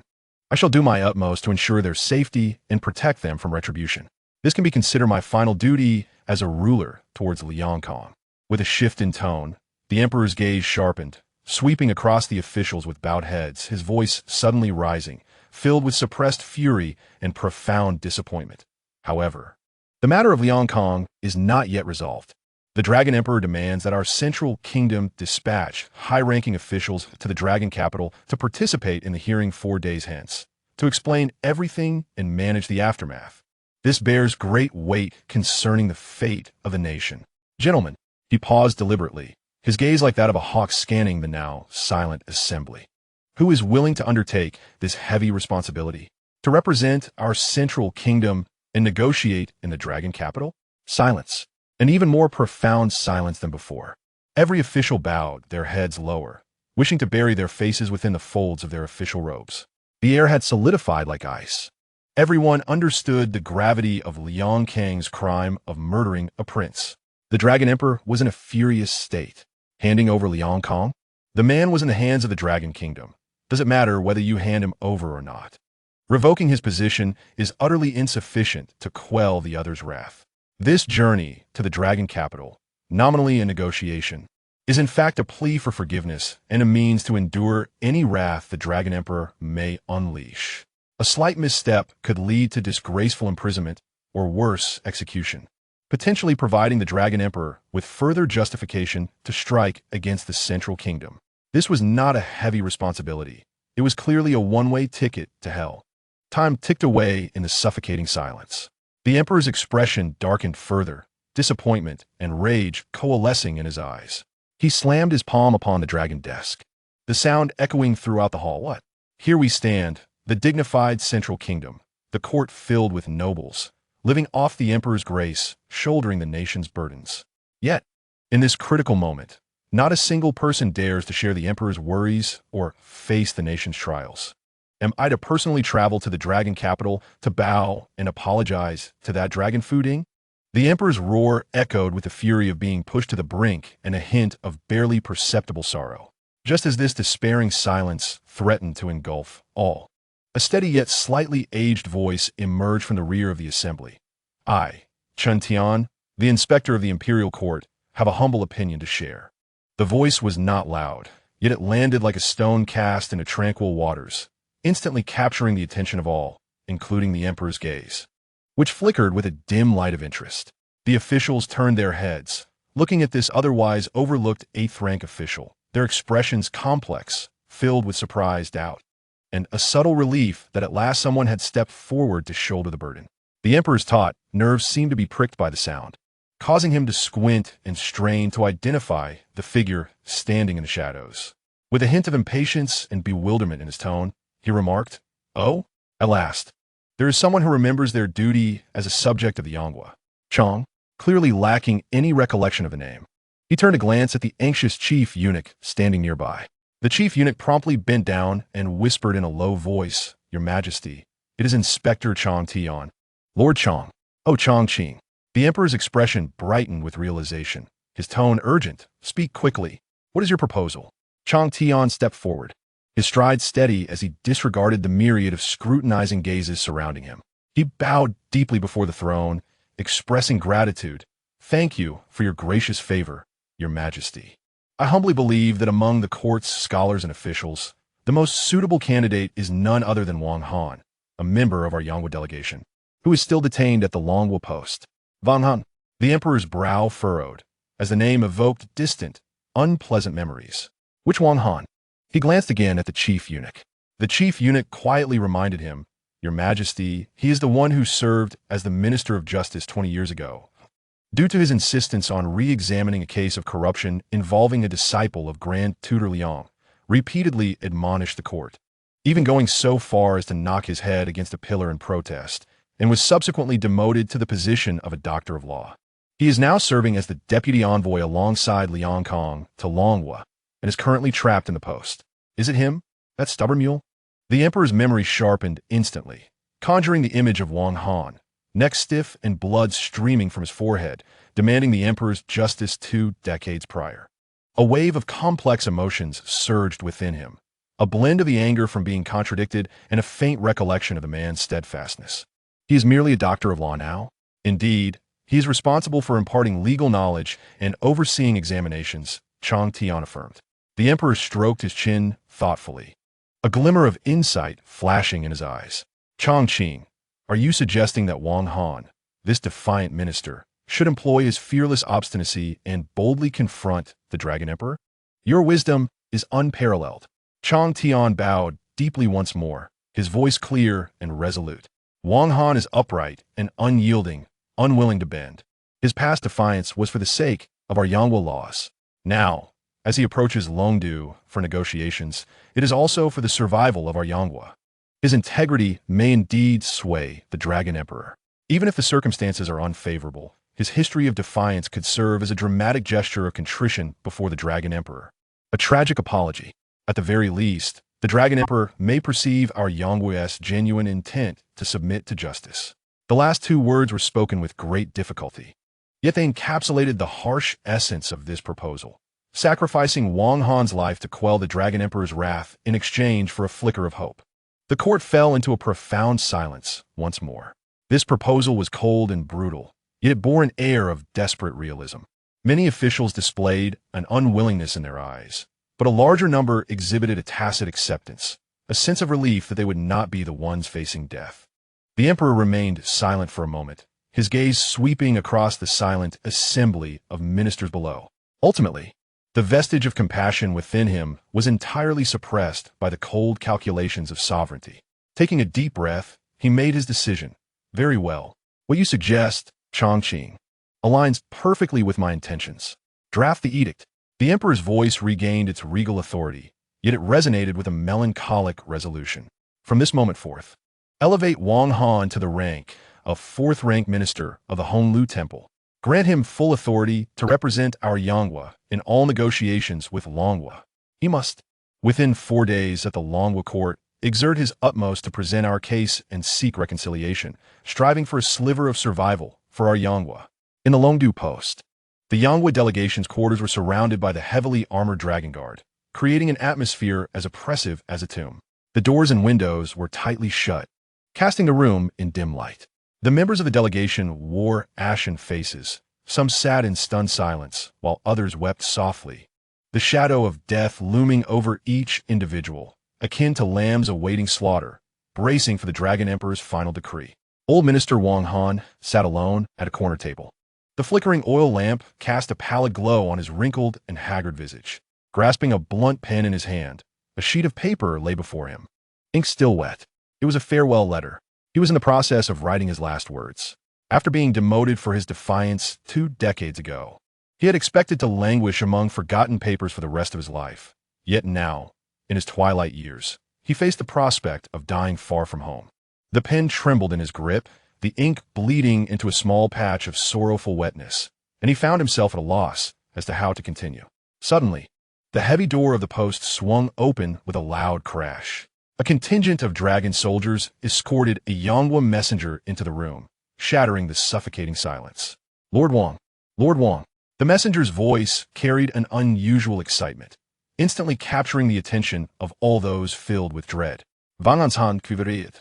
A drop of ink splattering onto the paper, marring his freshly written words. He looked up in confusion. The messenger hurriedly approached him, respectfully presenting a tray. On the tray lay an edict sealed with the Emperor of Yanghua's jade seal and a box containing the insignia of a 4th-rank minister of the Honlu Temple. Congratulations, Lord Wang. Congratulations, Lord Wang.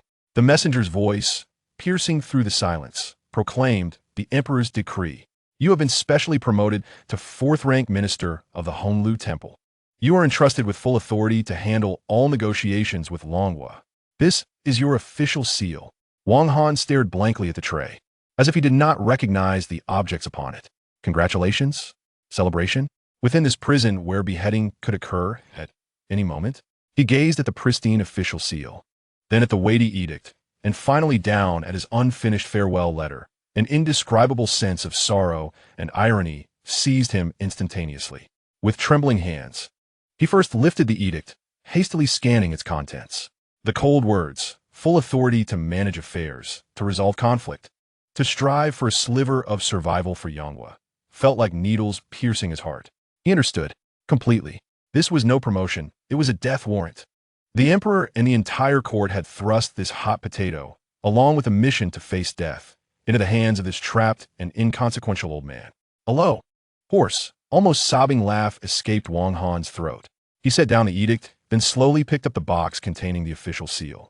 The cool, heavy zeton wood felt lifeless in his hands, intricately carved with cloud patterns symbolizing authority, yet devoid of warmth.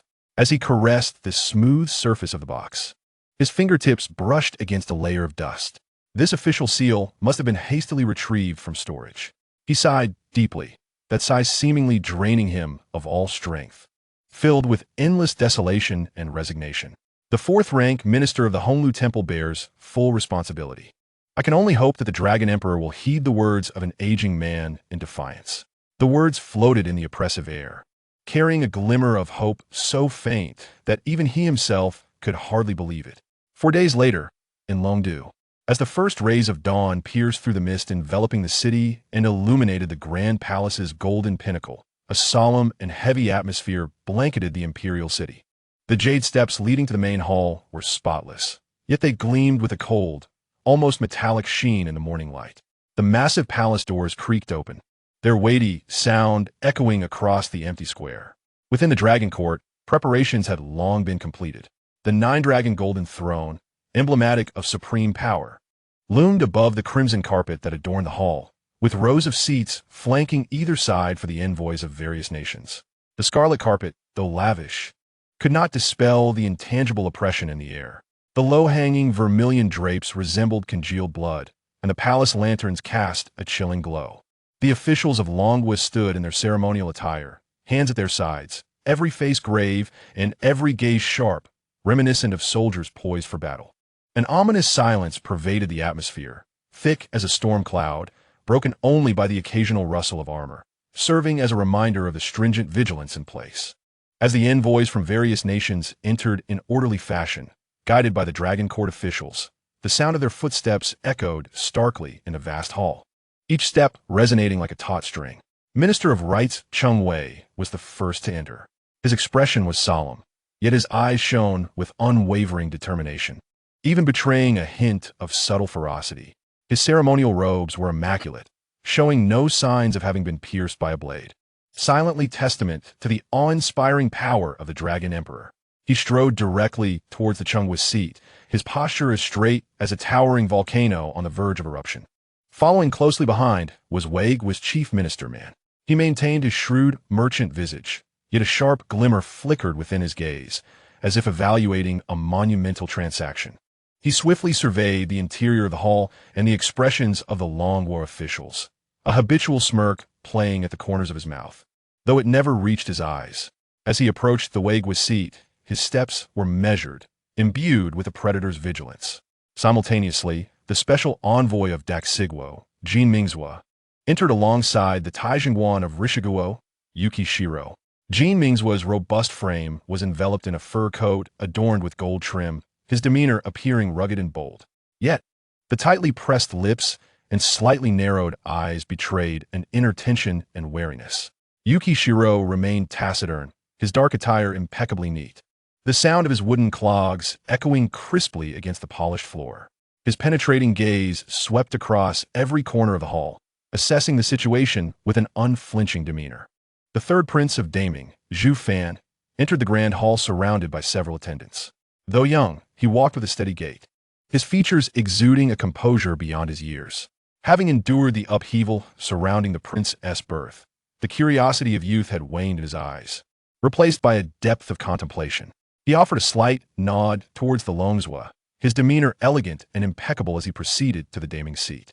Lastly, the solitary representative of the Central Kingdom made his entrance, the newly appointed Honglu Si-Ching, Wang Han, clad in a somewhat oversized, new purple robe of the fourth rank. His neatly combed white hair could not conceal the weariness etched upon his face. He cradled a purple sandalwood box containing an official seal, his steps heavy as if traversing thorns. He cast his gaze downwards, fixated on the cold insignia within, which felt as heavy as a mountain, nearly suffocating him. He approached the isolated central kingdom seat, his silhouette bent and forlorn. As all envoys took their seats, the grand hall's doors slowly closed with a resonant sound. The last remnants of daylight were shut out, leaving only the flickering glow of palace lanterns illuminating the space, casting elongated shadows on the cold floor and walls, resembling specters. The atmosphere thickened, a stifling silence settling like a tangible stone upon each heart. All eyes, whether bright or dim, converged upon the suspended, jewel-on golden throne, awaiting the arrival of the sovereign who wielded life and death with a thunderous hand, orchestrating this momentous gathering. The 4-day deadline had arrived, and the imperial court of Longdu was on the brink of a stormy judgment that would determine the fates of all nations. Chapter 38. The Dragon Emperor's desire deep within the court. The jewel-on golden throne loomed like a slumbering beast, casting a profound shadow beneath the swaying palace lanterns. Although the Dragon Emperor had yet to arrive, the cold throne stood as a silent adjudicator, imposing a weighty silence upon the entire space. The crimson carpet extended to the jade steps, flanked by the seats of various envoys, resembling an altar awaiting sacrificial offerings. The air was as dense as lead, amplifying every minute sound of breath and fabric rustling, resonating against taut heartstrings. The officials of Longwa stood in solemnity, hands at their sides, gazing straight ahead, their expressions as resolute as iron, sharp eyes scanning each envoy like unsheathed blades. In this oppressive stillness, the occasional clash of armor from the outside dragon guards served as a chilling reminder of the sternness of the place and the impending storm. Every heartbeat seemed to echo the silent drumbeat, anticipating the arrival of the throne's master, a judgment that would inevitably tear apart the central kingdom's dominion and alter the balance of power among the nations. As the appointed hour arrived, the heavy hall doors closed with a grating sound, severing the last slivers of daylight. The lanterns cast a cold and eerie glow against the vermilion drapes. At last, the figure of the Dragon Emperor, long footing, emerged upon the dais. Dressed in a black dragon robe adorned with precious beads, his countenance remained inscrutable behind the pearl curtains. Yet an intangible aura of life and death dominion permeated the air, instantly captivating all present. His gaze swept over the assembly, finally resting upon the envoys, his voice low and commanding, resonating like distant thunder throughout the hall. Esteemed envoys, today, the court of Longwa gathers not for merriment, but to collectively examine a grievous transgression that incites the wrath of both heaven and humanity. In retribution for the untimely demise of our innocent third prince, Boyan, and the peril faced by the esteemed minister of Chengwei, we seek the justice that is rightfully due. His word were laced with profound sorrow and fury, reminiscent of a father mourning the loss of a beloved son. Bring forth the traitor Liang Kong. Deep within Longwa's prison, 5 days and nights of merciless interrogation had utterly shattered the once mighty Grand Tutor, Liang Kong. The narrow cell reeked of mold and blood, the dim light barely outlining his distorted form hanging from the torture rack. The figure of Zhao Yuan, Minister of Works, appeared like a vengeful specter, each of his icy, knife-like questions piercing through Liang Kang's remaining sanity. Liang Kong, confess your crimes during the prince's birth. Confess your massacre of the Zhao clan. His voice echoed in the silence, laden with hatred and undeniable pressure. Whenever Liang Kang's eyelids, heavy with exhaustion and despair, sought refuge in fleeting darkness, a basin of icy water would be poured over him, jolting him back to hellish reality. The cold water cascaded down his disheveled hair and filthy prison garb, dripping onto the frigid floor in a monotonous, terrifying rhythm, as if marking the countdown to his demise. His complexion had shifted from pale to a ghastly gray, with sunken eyes resembling voids. The once astute and cunning man, now reduced to a hollow shell, teetering on the brink of collapse. The interrogating officials operated like cold machines, expressionless as they rotated shifts, ensuring this psychological torment never ceased. On the 5th night, as another basin of ice-cold water was poured upon him, Liang Kang's body convulsed violently, emitting inhuman gasps from his throat. He abruptly raised his head, the last flicker of clarity in his murky eyes extinguished, leaving only the instinct to escape death. I confess. I admit it all. I did it. I harmed Cheng Wei. It was me. Please grant me a swift end. Kill me. Quickly do it. In that moment, he was no longer the Grand Tutor, but a wretched soul consumed by endless torment, yearning for release. He would nod in agreement if asked to claim himself as the Jade Emperor, as Liang Kong was dragged into the imposing, yet tumultuous Linglong pavilion by two fierce dragon guards. All eyes in the hall converged upon him. His official robes were tattered, his body cold and wet, emanating a stench of decay from the dungeon. His haggard visage resembled dried orange peel, his gaze vacant, as if his soul had long departed, leaving behind a mere shell. The stark contrast struck the envoys with a chill. Where was the once mighty Grand Tutor, feared and ruthless in the Central Kingdom? The Dragon Emperor sat upon the elevated platform, the pearl curtains gently swaying, his voice imbued with a sense of lofty, almost hypocritical impartiality. Liang Kong, regarding your heinous crimes of murdering the prince and assassinating envoys. The evidence and witnesses are irrefutable. Before the envoys of various nations, do you have any defenses to present? Defenses? Ha ha! Liang Kong suddenly lifted his head, his vacant pupils igniting with a frenzied light as he flailed his arms bound by iron chains, filthy sleeves splattering murky droplets, and he howled hysterically, his voice grating. Are you deaf? Are you all deaf? I admit it. I did it. I killed the prince. I killed the envoys. It was all me. What more do you want? Do it. Kill me now. Hurry, kill me. His wild outburst abruptly ceased. Enough. The commander of the dragon guards, standing at attention beside him, his right hand striking out like lightning. There is no need for excessive commands. As three imposing and robust guards, clad in heavy armor, swiftly pounced upon Liang Kong. Their iron-like hands firmly grasped his arms and neck, dragging his thrashing, profane body away with the roughness of hauling a sack of refuse from the center of the grand hall.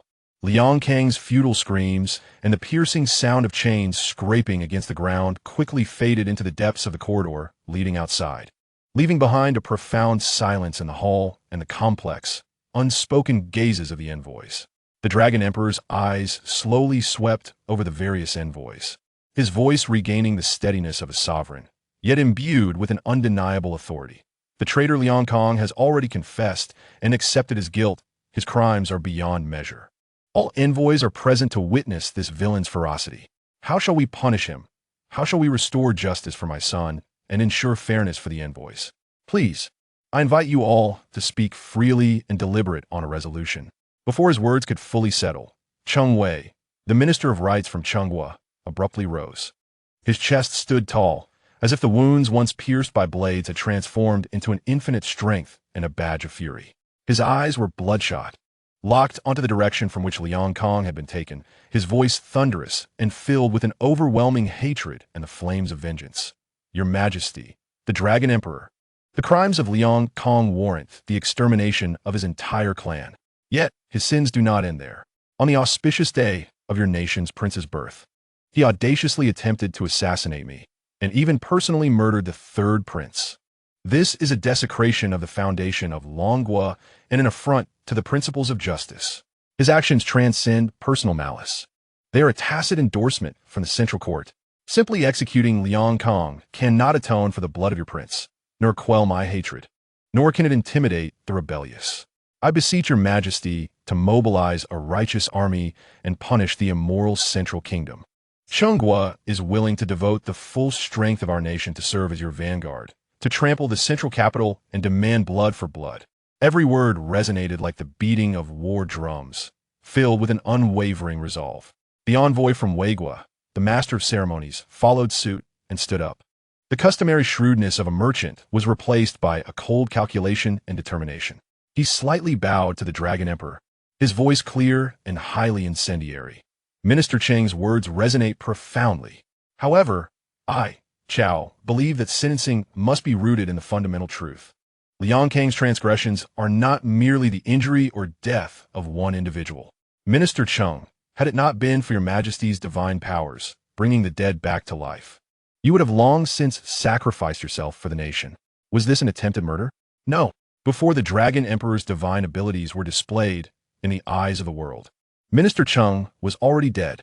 Liang Kong is the one who personally killed him. Furthermore, the undeniable tragic death of the third prince. He paused, casting his gaze over the assembly, emphasizing the weight of his words. This is a blatant double murder.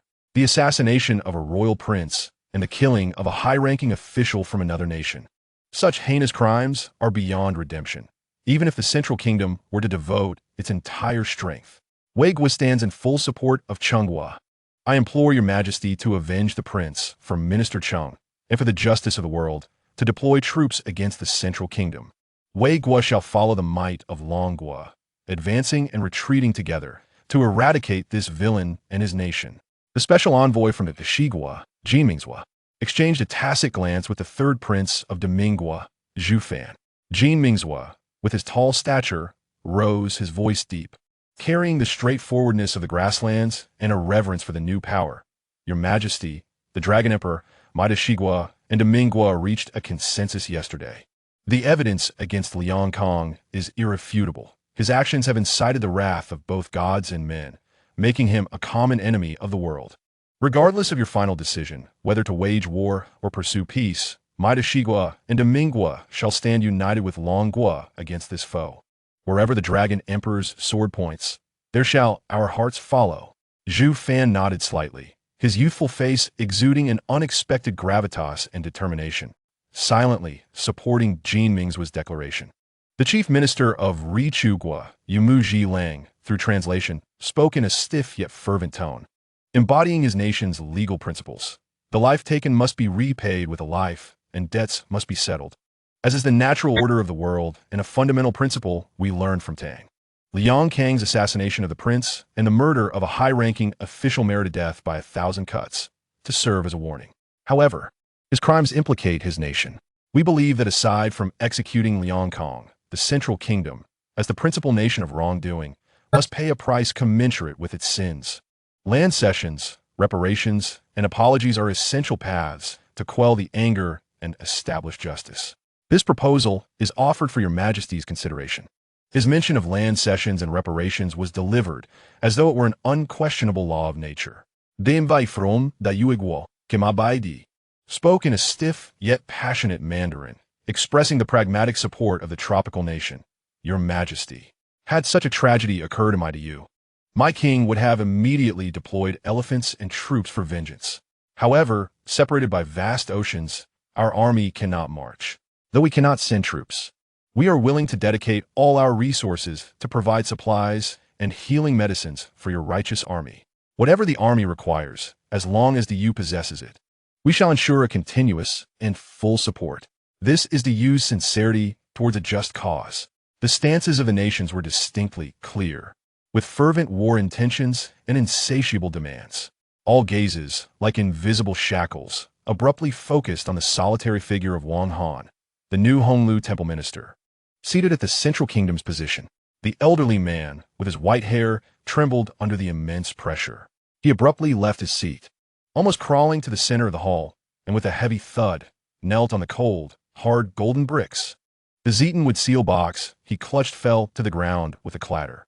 Ignoring it, he pressed his hands to the floor, his forehead striking down heavily, producing a dull sound, tears streaming down his cheeks, his voice hoarse and desperate, filled with the last vestiges of humble pleading. Your Majesty, the Dragon Emperor, esteemed envoys, our Central Kingdom's emperor deeply feels the gravity of Liang Kang's crimes and has immediately stripped him of all positions and titles, deeming him a traitor to the nation. This man may be subjected to whatever punishment your Majesty sees fit. Our Central Kingdom has no objections. We only plead that your Majesty and the envoys consider the mercy of heaven, granting leniency for the countless innocent citizens of our Central Kingdom. We are willing to exhaust our treasury to compensate Longhua and Chunghua for all losses. We only seek peace. I beg for your Majesty's grace.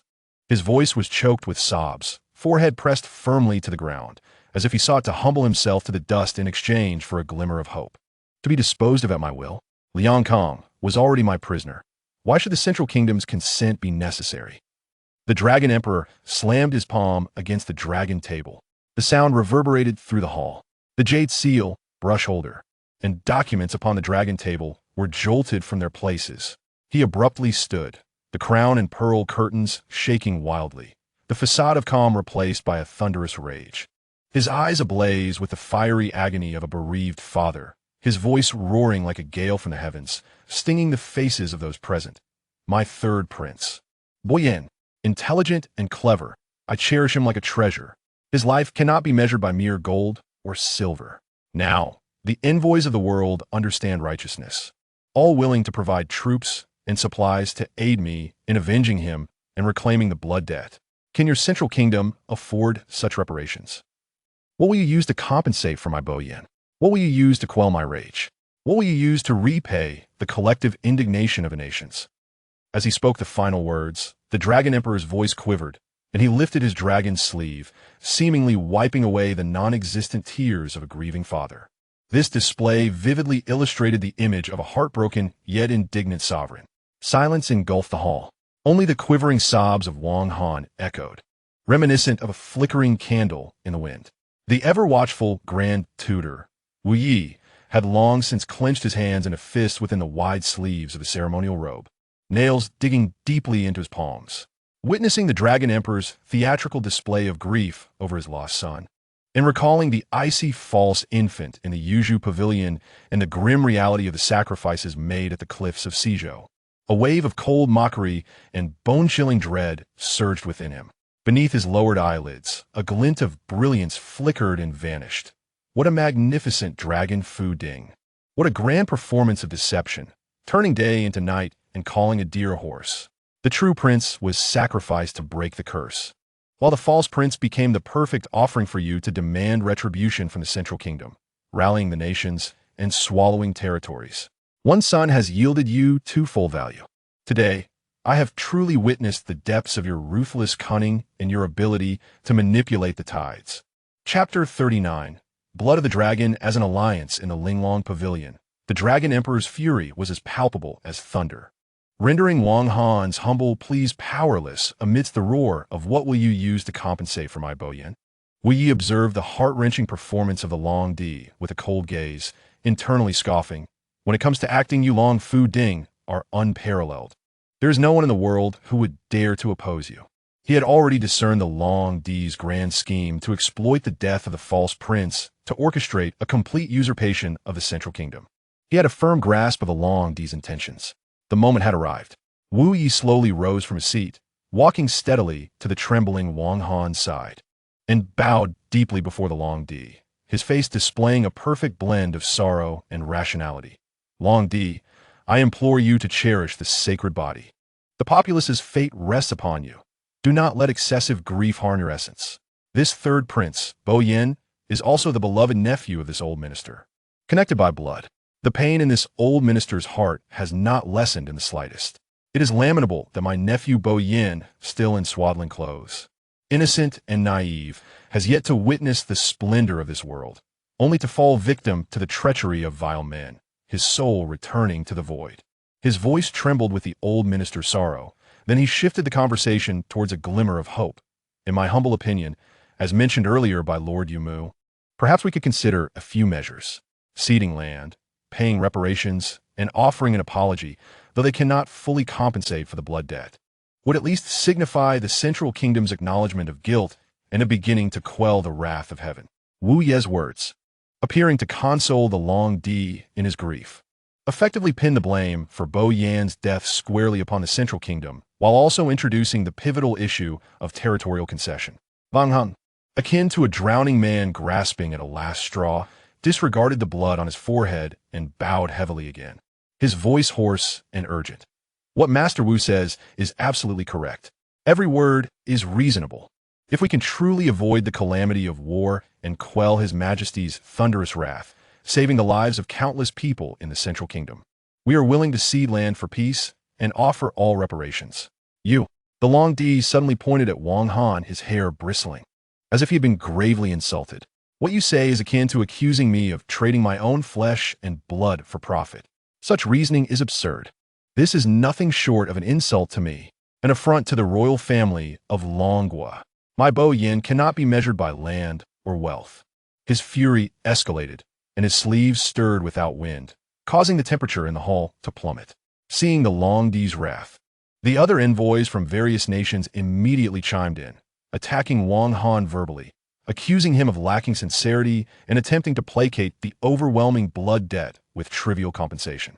Wu Yi appropriately stepped forward once more, assuming the role of mediator, his tone laced with a hint of soothing the Long-Di, while subtly advising Wang Han, Lord Wang, your nation's words do not reflect a genuine attitude toward resolution. If there is true intent for peace, how can one rely solely on empty promises? There must be tangible evidence. Why not first cede the territory of Huzue Mountain in the southern part of the Central Kingdom to Longhua? This region is a strategic stronghold. If Longhua possesses it, it can secure its southern borders and demonstrate your majesty's authority. Additionally, this would serve as irrefutable proof of your nation's sincerity. Only then can we have a foundation to continue our discussions. Huzue Mountain. Wang Han's heart trembled violently. That was the gateway to the southern part of the Central Kingdom, a strategic location, yet he understood well that at this moment, the Central Kingdom had no room for bargaining. It was fortunate enough to stave off the Long-Di's imminent invasion. Without hesitation, he bowed again, his voice resolute. Master Wu's insight is profound. Every word strikes at the core. Ceding Huzue Mountain is reasonable. Please allow me to take my leave at once. I shall draft an urgent document immediately and send it to our emperor. I will do everything in my power to persuade his majesty to consent. I humbly request your majesty and the other nations to wait a moment. Very well. The Long-Di's fury slightly abated. He snorted coldly, tacitly approving Wu Ye's proposal. Considering Master Wu's position, I see that the Central Kingdom still harbors a shred of remorse. For now, I shall await Lord Wang's reply. As for Liang Kong, his gaze swept across the corner of the hall, icy and unyielding. The murderer of the prince, his sins are unforgivable. Imprison him immediately and await my decree for punishment. His fate shall be made known to the world. Those who defy the authority of heaven and harm the dragon's lineage shall meet a dreadful end. Wang Han felt as if he had received a great reprieve as he hastily gathered the official sealed box from the ground and, under the escort of 2 dragon guards, fled the suffocating grand hall. The heavy vermilion doors of Linglong Pavilion closed slowly under Gu Ting's silent gesture, isolating the interior from the outside. Within the hall remained only the Long-Di, the senior officials of Longhua, and the envoys from the other 6 nations, excluding the Central Kingdom. The air instantly grew heavier, as if the public trial had shifted into a clandestine war room. The Long-Di gradually rose from his throne, the crown and jewels gently swaying, the earlier rage and sorrow receding like a tide, leaving only a chilling depth and the majesty of control. His gaze, like lightning, swept over every envoy present, and though his voice was not loud, each word struck like iron, resounding in the hearts of all. Longhua has just been established, and its foundation is still unstable. My beloved son has tragically perished at the hands of the Central Kingdom's Grand Tutor during the tribute of the nations. This is an unparalleled disgrace, an overwhelming blood feud. Even if they cede Huzue Mountain, it will merely momentarily ease my wrath. Such a blood debt can only be cleansed with the blood of the Central Kingdom's royal family. Once Huzue Mountain is received, I shall immediately mobilize the army and lead the charge personally to flatten the central capital, exterminating the royal family of the Central Kingdom. This shall serve to soothe my son Boyan's spirit in the heavens. This unabashed declaration of annihilation, laden with the emperor's iron will and vengeful resolve, sent shivers through the hearts of the envoys. They were both astonished by the Long-Di's ruthless methods and unwavering determination, and they felt more deeply the weight of his indomitable will. After a brief silence, Cheng Wei was the first to kneel on one knee, his voice booming. Long-Di, your majesty is wise. The Central Kingdom cannot be allowed to endure. It defies the will of heaven. Chunghua is willing to be your vanguard, sacrificing everything without hesitation. Following him were Chao Man, Jin Mingzhua, Zhu Fan, Yimu Zhilang, and Kuma Baidi, who all bowed deeply or saluted. Echoing in unison, Long-Di is brilliant. The sins of the Central Kingdom are boundless. It must be destroyed. We are willing to assist your majesty in this righteous undertaking. Witnessing the unity of the envoys against a common foe and their willingness to support the cause, Wu Yi felt a surge of shock within. In his decades of political career, he had never seen such an easily formed alliance for annihilation. He understood that this was entirely the result of the loved.He's manipulations following the false prince's death, a careful orchestration of events. Taking a deep breath, he stepped to the center of the hall and addressed the loved.He and the envoys with a clear voice. Your Majesty, esteemed envoys, today, as all nations gather here, united against a common enemy, it is truly a manifestation of heaven's will. This alliance arose from the celebration of the prince's birth and was solidified by the blood of the third prince, Boyan. This old minister dares to propose that we seize this opportunity for the seven nations to form a blood oath alliance to jointly punish the unprincipled Central Kingdom. This alliance, not only for vengeance, but also to uphold justice among the nations. Since the pact is forged from the blood of Prince Boyan, let's name it the Long Blood Alliance. His gaze was piercing as he surveyed the crowd. Continuing to elaborate, I request your Majesty to assume the role of the leader of this alliance, commanding the allied forces and overseeing justice. Once the Central Kingdom is vanquished and the blood debt repaid, this Long Blood Alliance can transform from one of conquest to one of peace, becoming a sanctuary for teachings and the safeguarding of tranquility. I propose elevating the Long Blood Alliance into a great sect of immortality, encompassing the talented and ambitious from the seven nations, imparting them with the arts of immortality, specifically tasked with quelling disturbances and eradicating evil cultivators, thus ensuring the peace and security of the seven nations and all living beings. In this way, we will not betray the oath sworn today, nor the blood of Prince Boyan. Upon hearing this proposal, the hall fell into a momentary silence. Then the eyes of the envoys burst with an unusual brilliance.